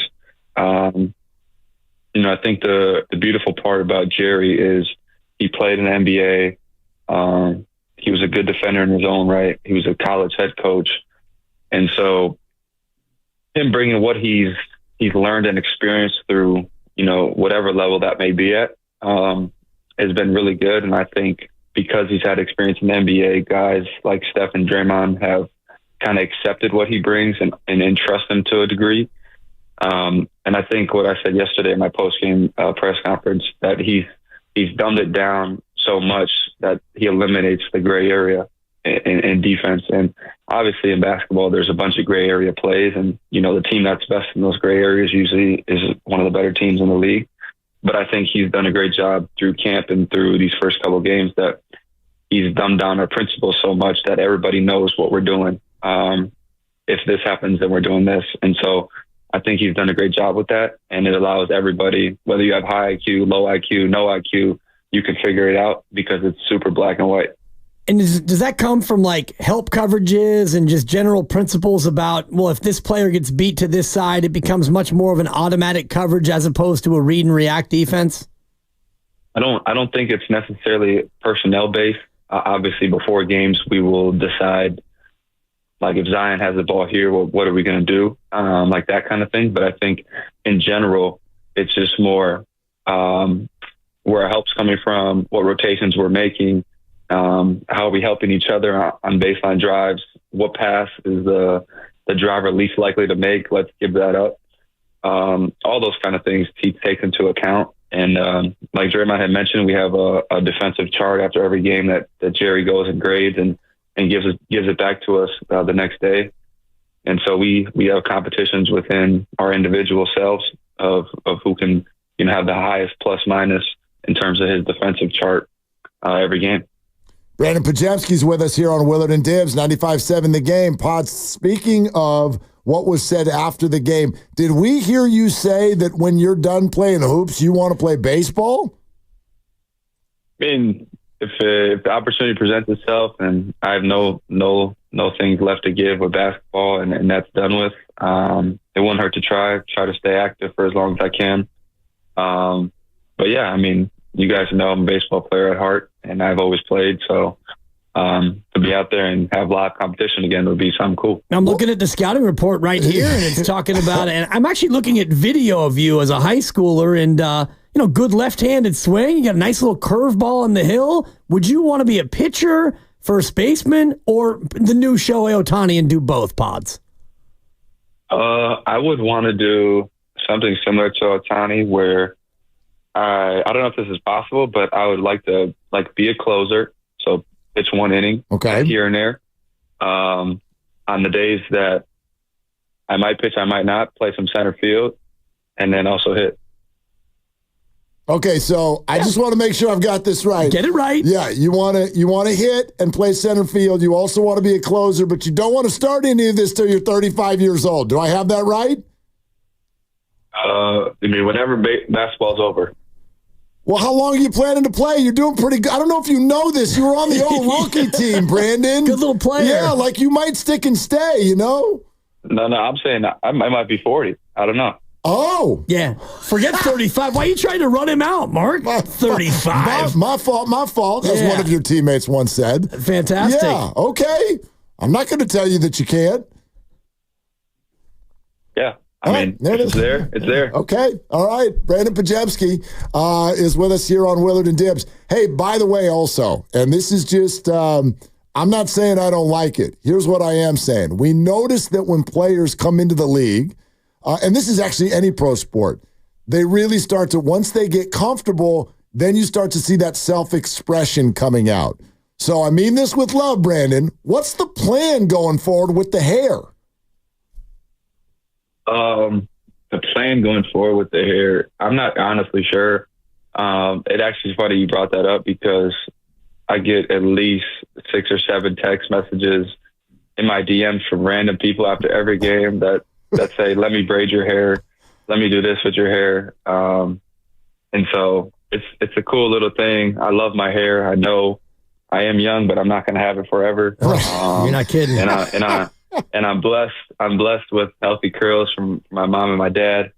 And so I don't know. I just like them. It's a part of my personality. I know a bunch of kids dressed up like me as Halloween. Mike Dunleavy, his kid at school, one of his friends was me for Halloween, and you could just see the hair. So I think it's just a staple to who I am.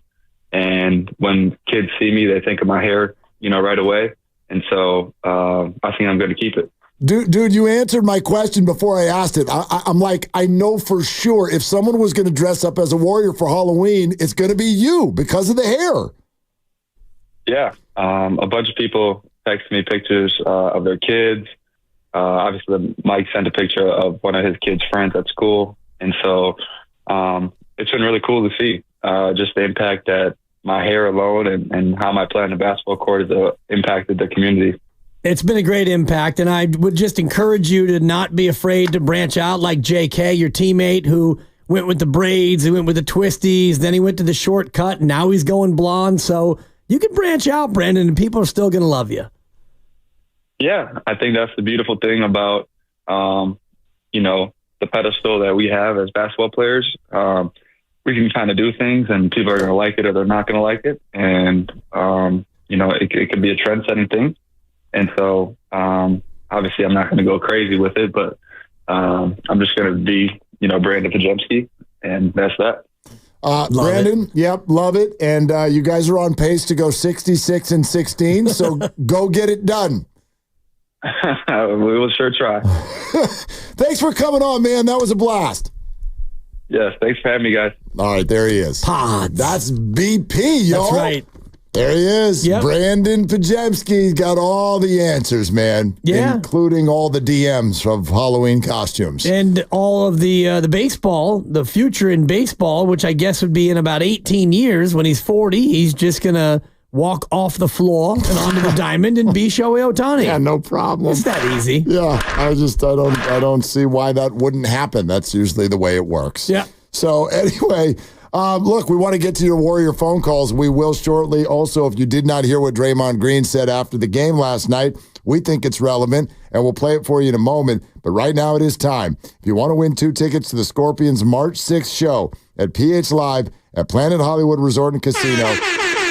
Yeah, and a 2-night hotel stay at Planet Hollywood and round-trip airfare for 2 to Vegas. This is your chance. We're about to give you the key word that you need. Once you have it, you're texting it to 20357. Again, we'll give you the word. You text it to 20357. You do that, and you're entered into the drawing to win the flyaway to Vegas. And then you'll have another chance, your final chance again tomorrow between 5 and 5:30, which, by the way, just confirmed that's when Patrick Willis is going to join us at 5:15. So now you got 2 reasons to be listening between 5 and 5:30. So, are you ready? The key word to text is dynamite. Dynamite. Dynamite. All right. Text the word dynamite to 20357, and you will be entered to win. Good luck. And even if you do that today, yes, you can do it again tomorrow and increase your chances for victory. Yeah. Okay. DYNAMITE. Just in case you are spelling challenged. That's right. That is the spelling. And it's a song by Scorpions. Dynamite. Yeah. It's also the key phrase of a character in a very old show called Good Times. That was spelled a little bit different because that was dynamite. Completely. Shout out to all of the people who have had their 45th birthday. That's probably how old you need to be to get that reference. At least. Anyway, dynamite to 20357. Good luck. I thought this was dynamite because for some reason, this time, I believe it. Draymond Green after the game, NBC Sports Bay Area. Yeah, absolutely. Like you said, it's a fresh start. I know coming in, I had an awful year last year. It was just not right.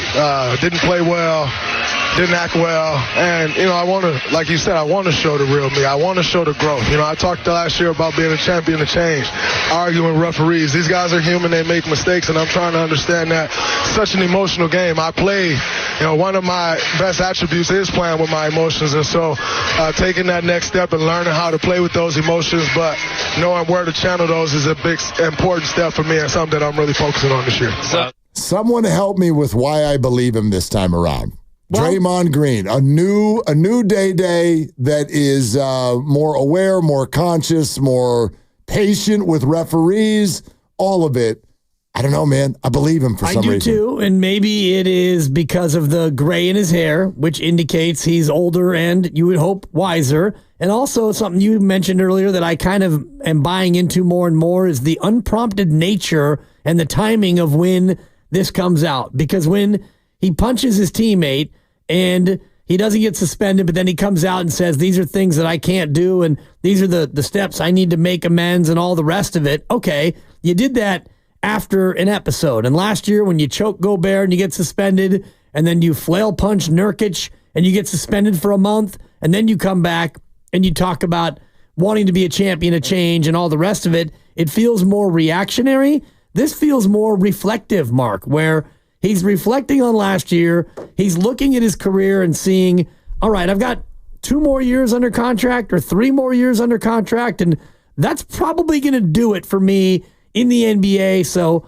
I do see a more appreciative individual. He's more reflective, and I think that he does want to improve in these areas that have been a struggle for him. So we're taking your calls on it. When you hear that from Draymond, do you buy it? Like, is there a new Draymond that you think is going to be sustainable? Let's go to Jason in the city. Jason, thank you for calling Willard and Dibs. What's up? Good evening, gentlemen. I'd have to agree.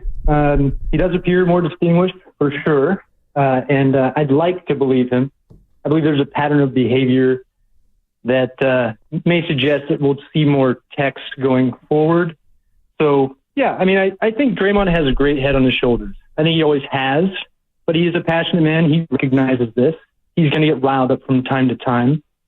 He's quoted as saying, he understands last year was bad. I mean, the smack on the Bosnian, the chokehold on the Frenchman, probably not acceptable behavior. But, going forward, he received a tech in game 1, or was that game 1, game 2?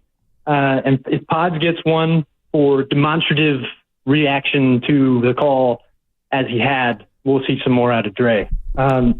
So I want to believe him. I think we'll see more techs as we have in the past.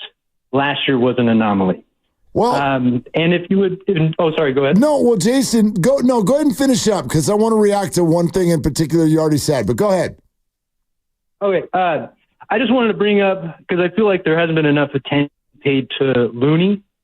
I know we talked about, or the announcers had talked about how he's fasting and he's paid a lot of attention to his health over the offseason, but I think that he's looking great. He's looking fresh or fresher than last year. We're looking at, I think, a Looney of the 2021-2022 season. I think we'll see production on those levels. Like if you were to make the minutes match, we'll get that level of production. You can really see his jawline now. He's looking like a Chad. I mean, did you see the guy? He spun. A couple games ago, he tried to spin to the basket. I just thought that was so cool. He does look better offensively. You're already in a short sample. Jason, thank you very much. I just want to add this, though, because he's saying I do think we're going to see more technicals. I don't mind a few technicals. Right. I don't think that's what this is about. When Draymond says I need to be more aware of the officials, I need to act better, sure, part of that is technical fouls, but a few of those are fine. And he's right. Pod's got one last night. I'm not bothered by that. Got a technical foul. Draymond Green is going to get some technical fouls. What I think you need to see is when you get a technical, what do you do next? And when another player gets under your skin, what do you do? Keep your hands and your legs off of the other players. Right. Don't get suspended. Don't get tossed out in the first quarter of basketball games. Things like that are going to be the things that tell me that Draymond Green is indeed a new guy. Ejections and suspensions for me are the two big ones. Technical fouls are going to happen. Steve Kerr is going to get them. Even Steph Curry got a couple last year, and that is just the natural part of being in a competitive game where there is a back and forth with the officials that's allowed, and you go too far, you get a tech, fine. It's just getting thrown out of a game where they need you still to play basketball and then getting suspended either because you reach the technical limit or you do something egregious. And I'm just afraid, I'm not too worried about it this year, but I do know if it happens, another incident where his leg or his arm or something gets into another player, he's more likely to get a stiff penalty based on his past. We know that. 888-957-9570. J-Dub in Concord is next up. Hi, J-Dub. Thanks for calling. Hey, thank you. Long-time listener, first-time caller. I just want to say I think that, the Warriors coming off the big three, letting Clay go, sends a quiet message to Trey like, hey, listen, they're not afraid to let one of the big three go. I think Curry showed some frustration last year with both Clay and Draymond. Steph wants to win, so I'll take the response off here. Thanks. J-Dub, thanks. Interesting. I mean, I think we're still early in this, and I think I've already learned that we need to tiptoe a little bit into the whole, Jordan Poole's gone, Klay Thompson's gone, now everybody's happy. You know, like I don't think that that's how they feel. There is something organic about this particular group that clearly seems to be very, very pleased with the vibe and how they feel about all of it. I think it's going to be a difficult putt for the Warriors, but I think they're trying to get that point across without having people translate it as we're happy that Klay's gone. And it's impossible to draw the distinction between the two things and not tie it back to Klay, especially when you know that Klay was mostly unhappy last year, or at least grumpy or dissatisfied. Whatever he was, you could see it, and it did permeate the room. And when you've got an NBA team with 15 guys on an active roster and you're traveling together, we got a 5-game road trip coming up, which I think spans 9 days.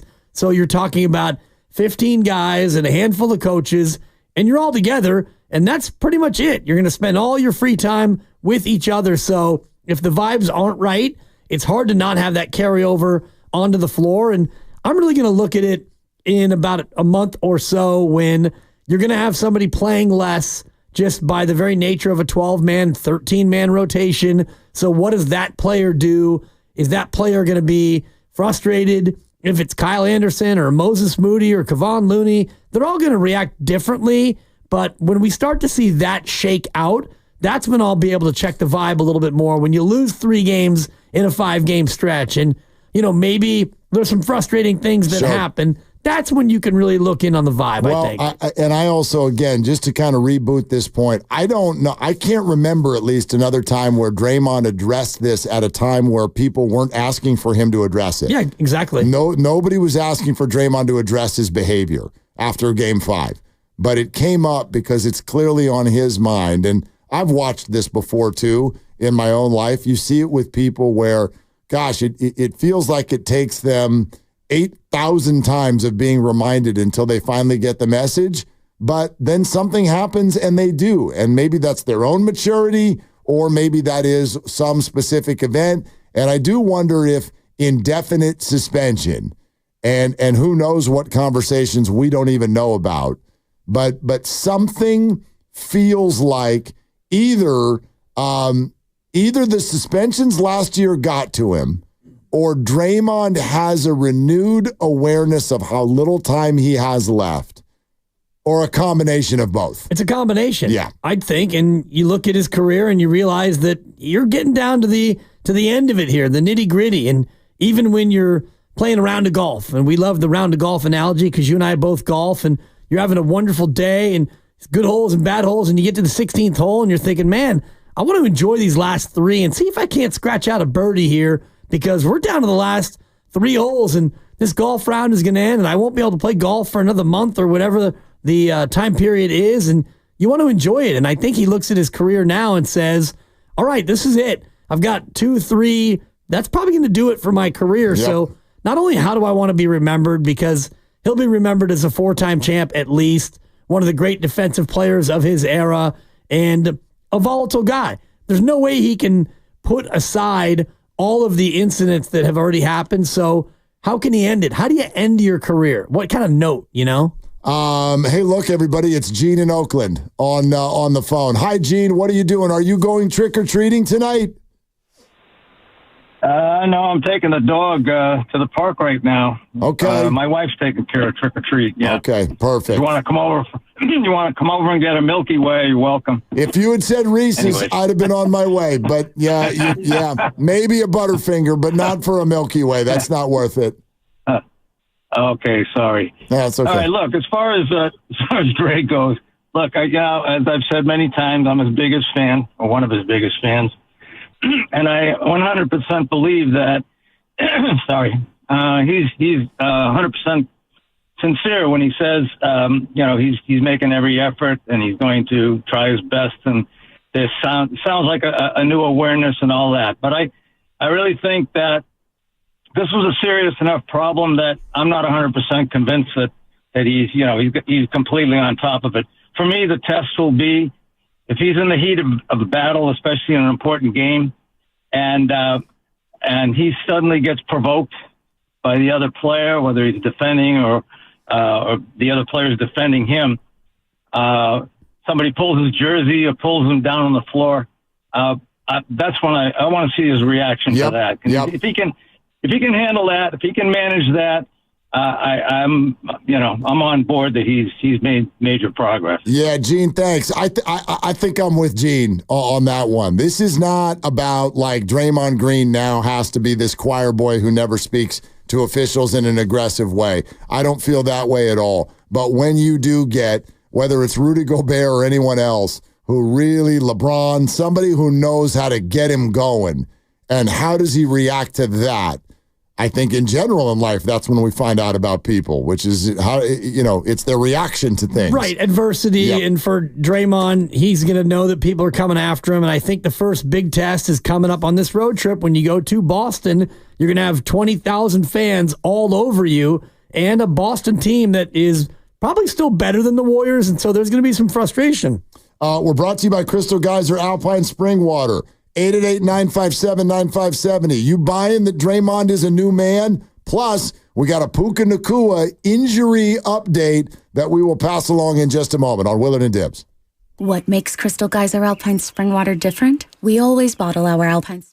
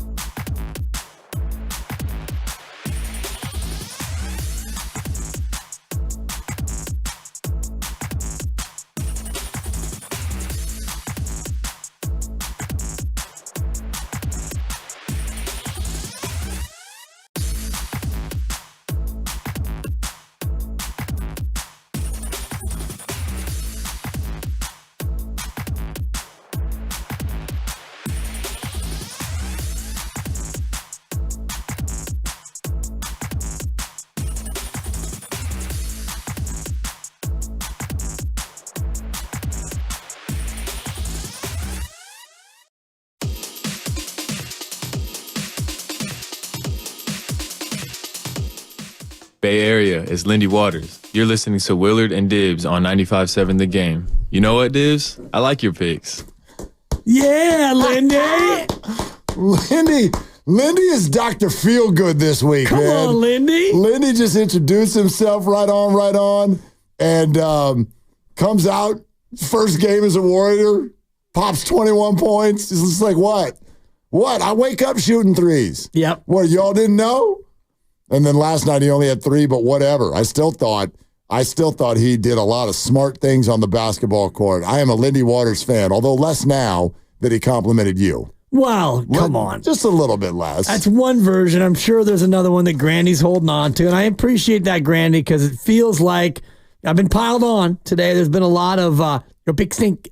Yeah, thanks, buddy. No. And it's nice to have a Warrior have my back here, especially as my current pick doesn't stink yet. Not yet. Although. Not yet. There is a certain stench to it. Well, it's early. Yeah, but my God. The stench is 2 ways right now. Yeah, exactly. There's just the whole game is stenchy. I mean. But Aaron Rodgers is done. I don't know if anybody. Aaron Rodgers is now a problem. He might be the problem. Right? Not so much just him, but the commitment to him, the handing the reins to him that the organization has done, the firing the coach, the plucking out all of his favorite receivers and seemingly playing fantasy football with Aaron and making that be your actual team.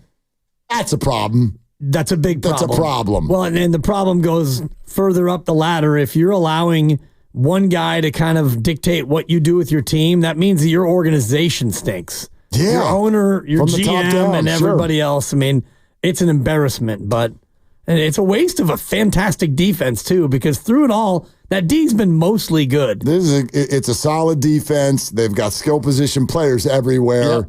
Yep. They got a lot of stuff, but they got a leadership problem. Yeah.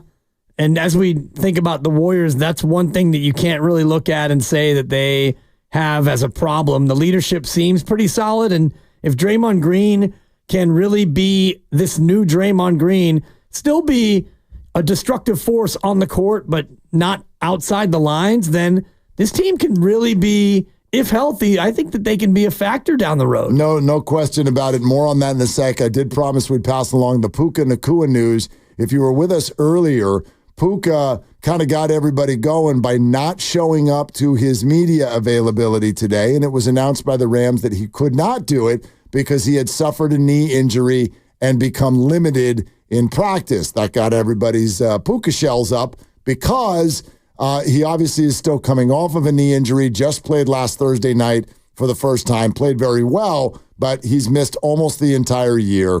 And when you can't even show up for the media availability, it was like, oh my God, did he re-injure it? Is it bad? Adam Schefter has now followed up with, it is not believed to be serious. That does not mean that he's automatically in for this week. That is still TBD, but it is not believed to be a serious injury that is going to keep Puka out for a long period of time. So that's great news. That's good news for the Rams and good news for all of you Puka fantasy owners out there. And you have him on at least one team, I have him on a team. Mark Grandy over here has got him on 2 teams. He's got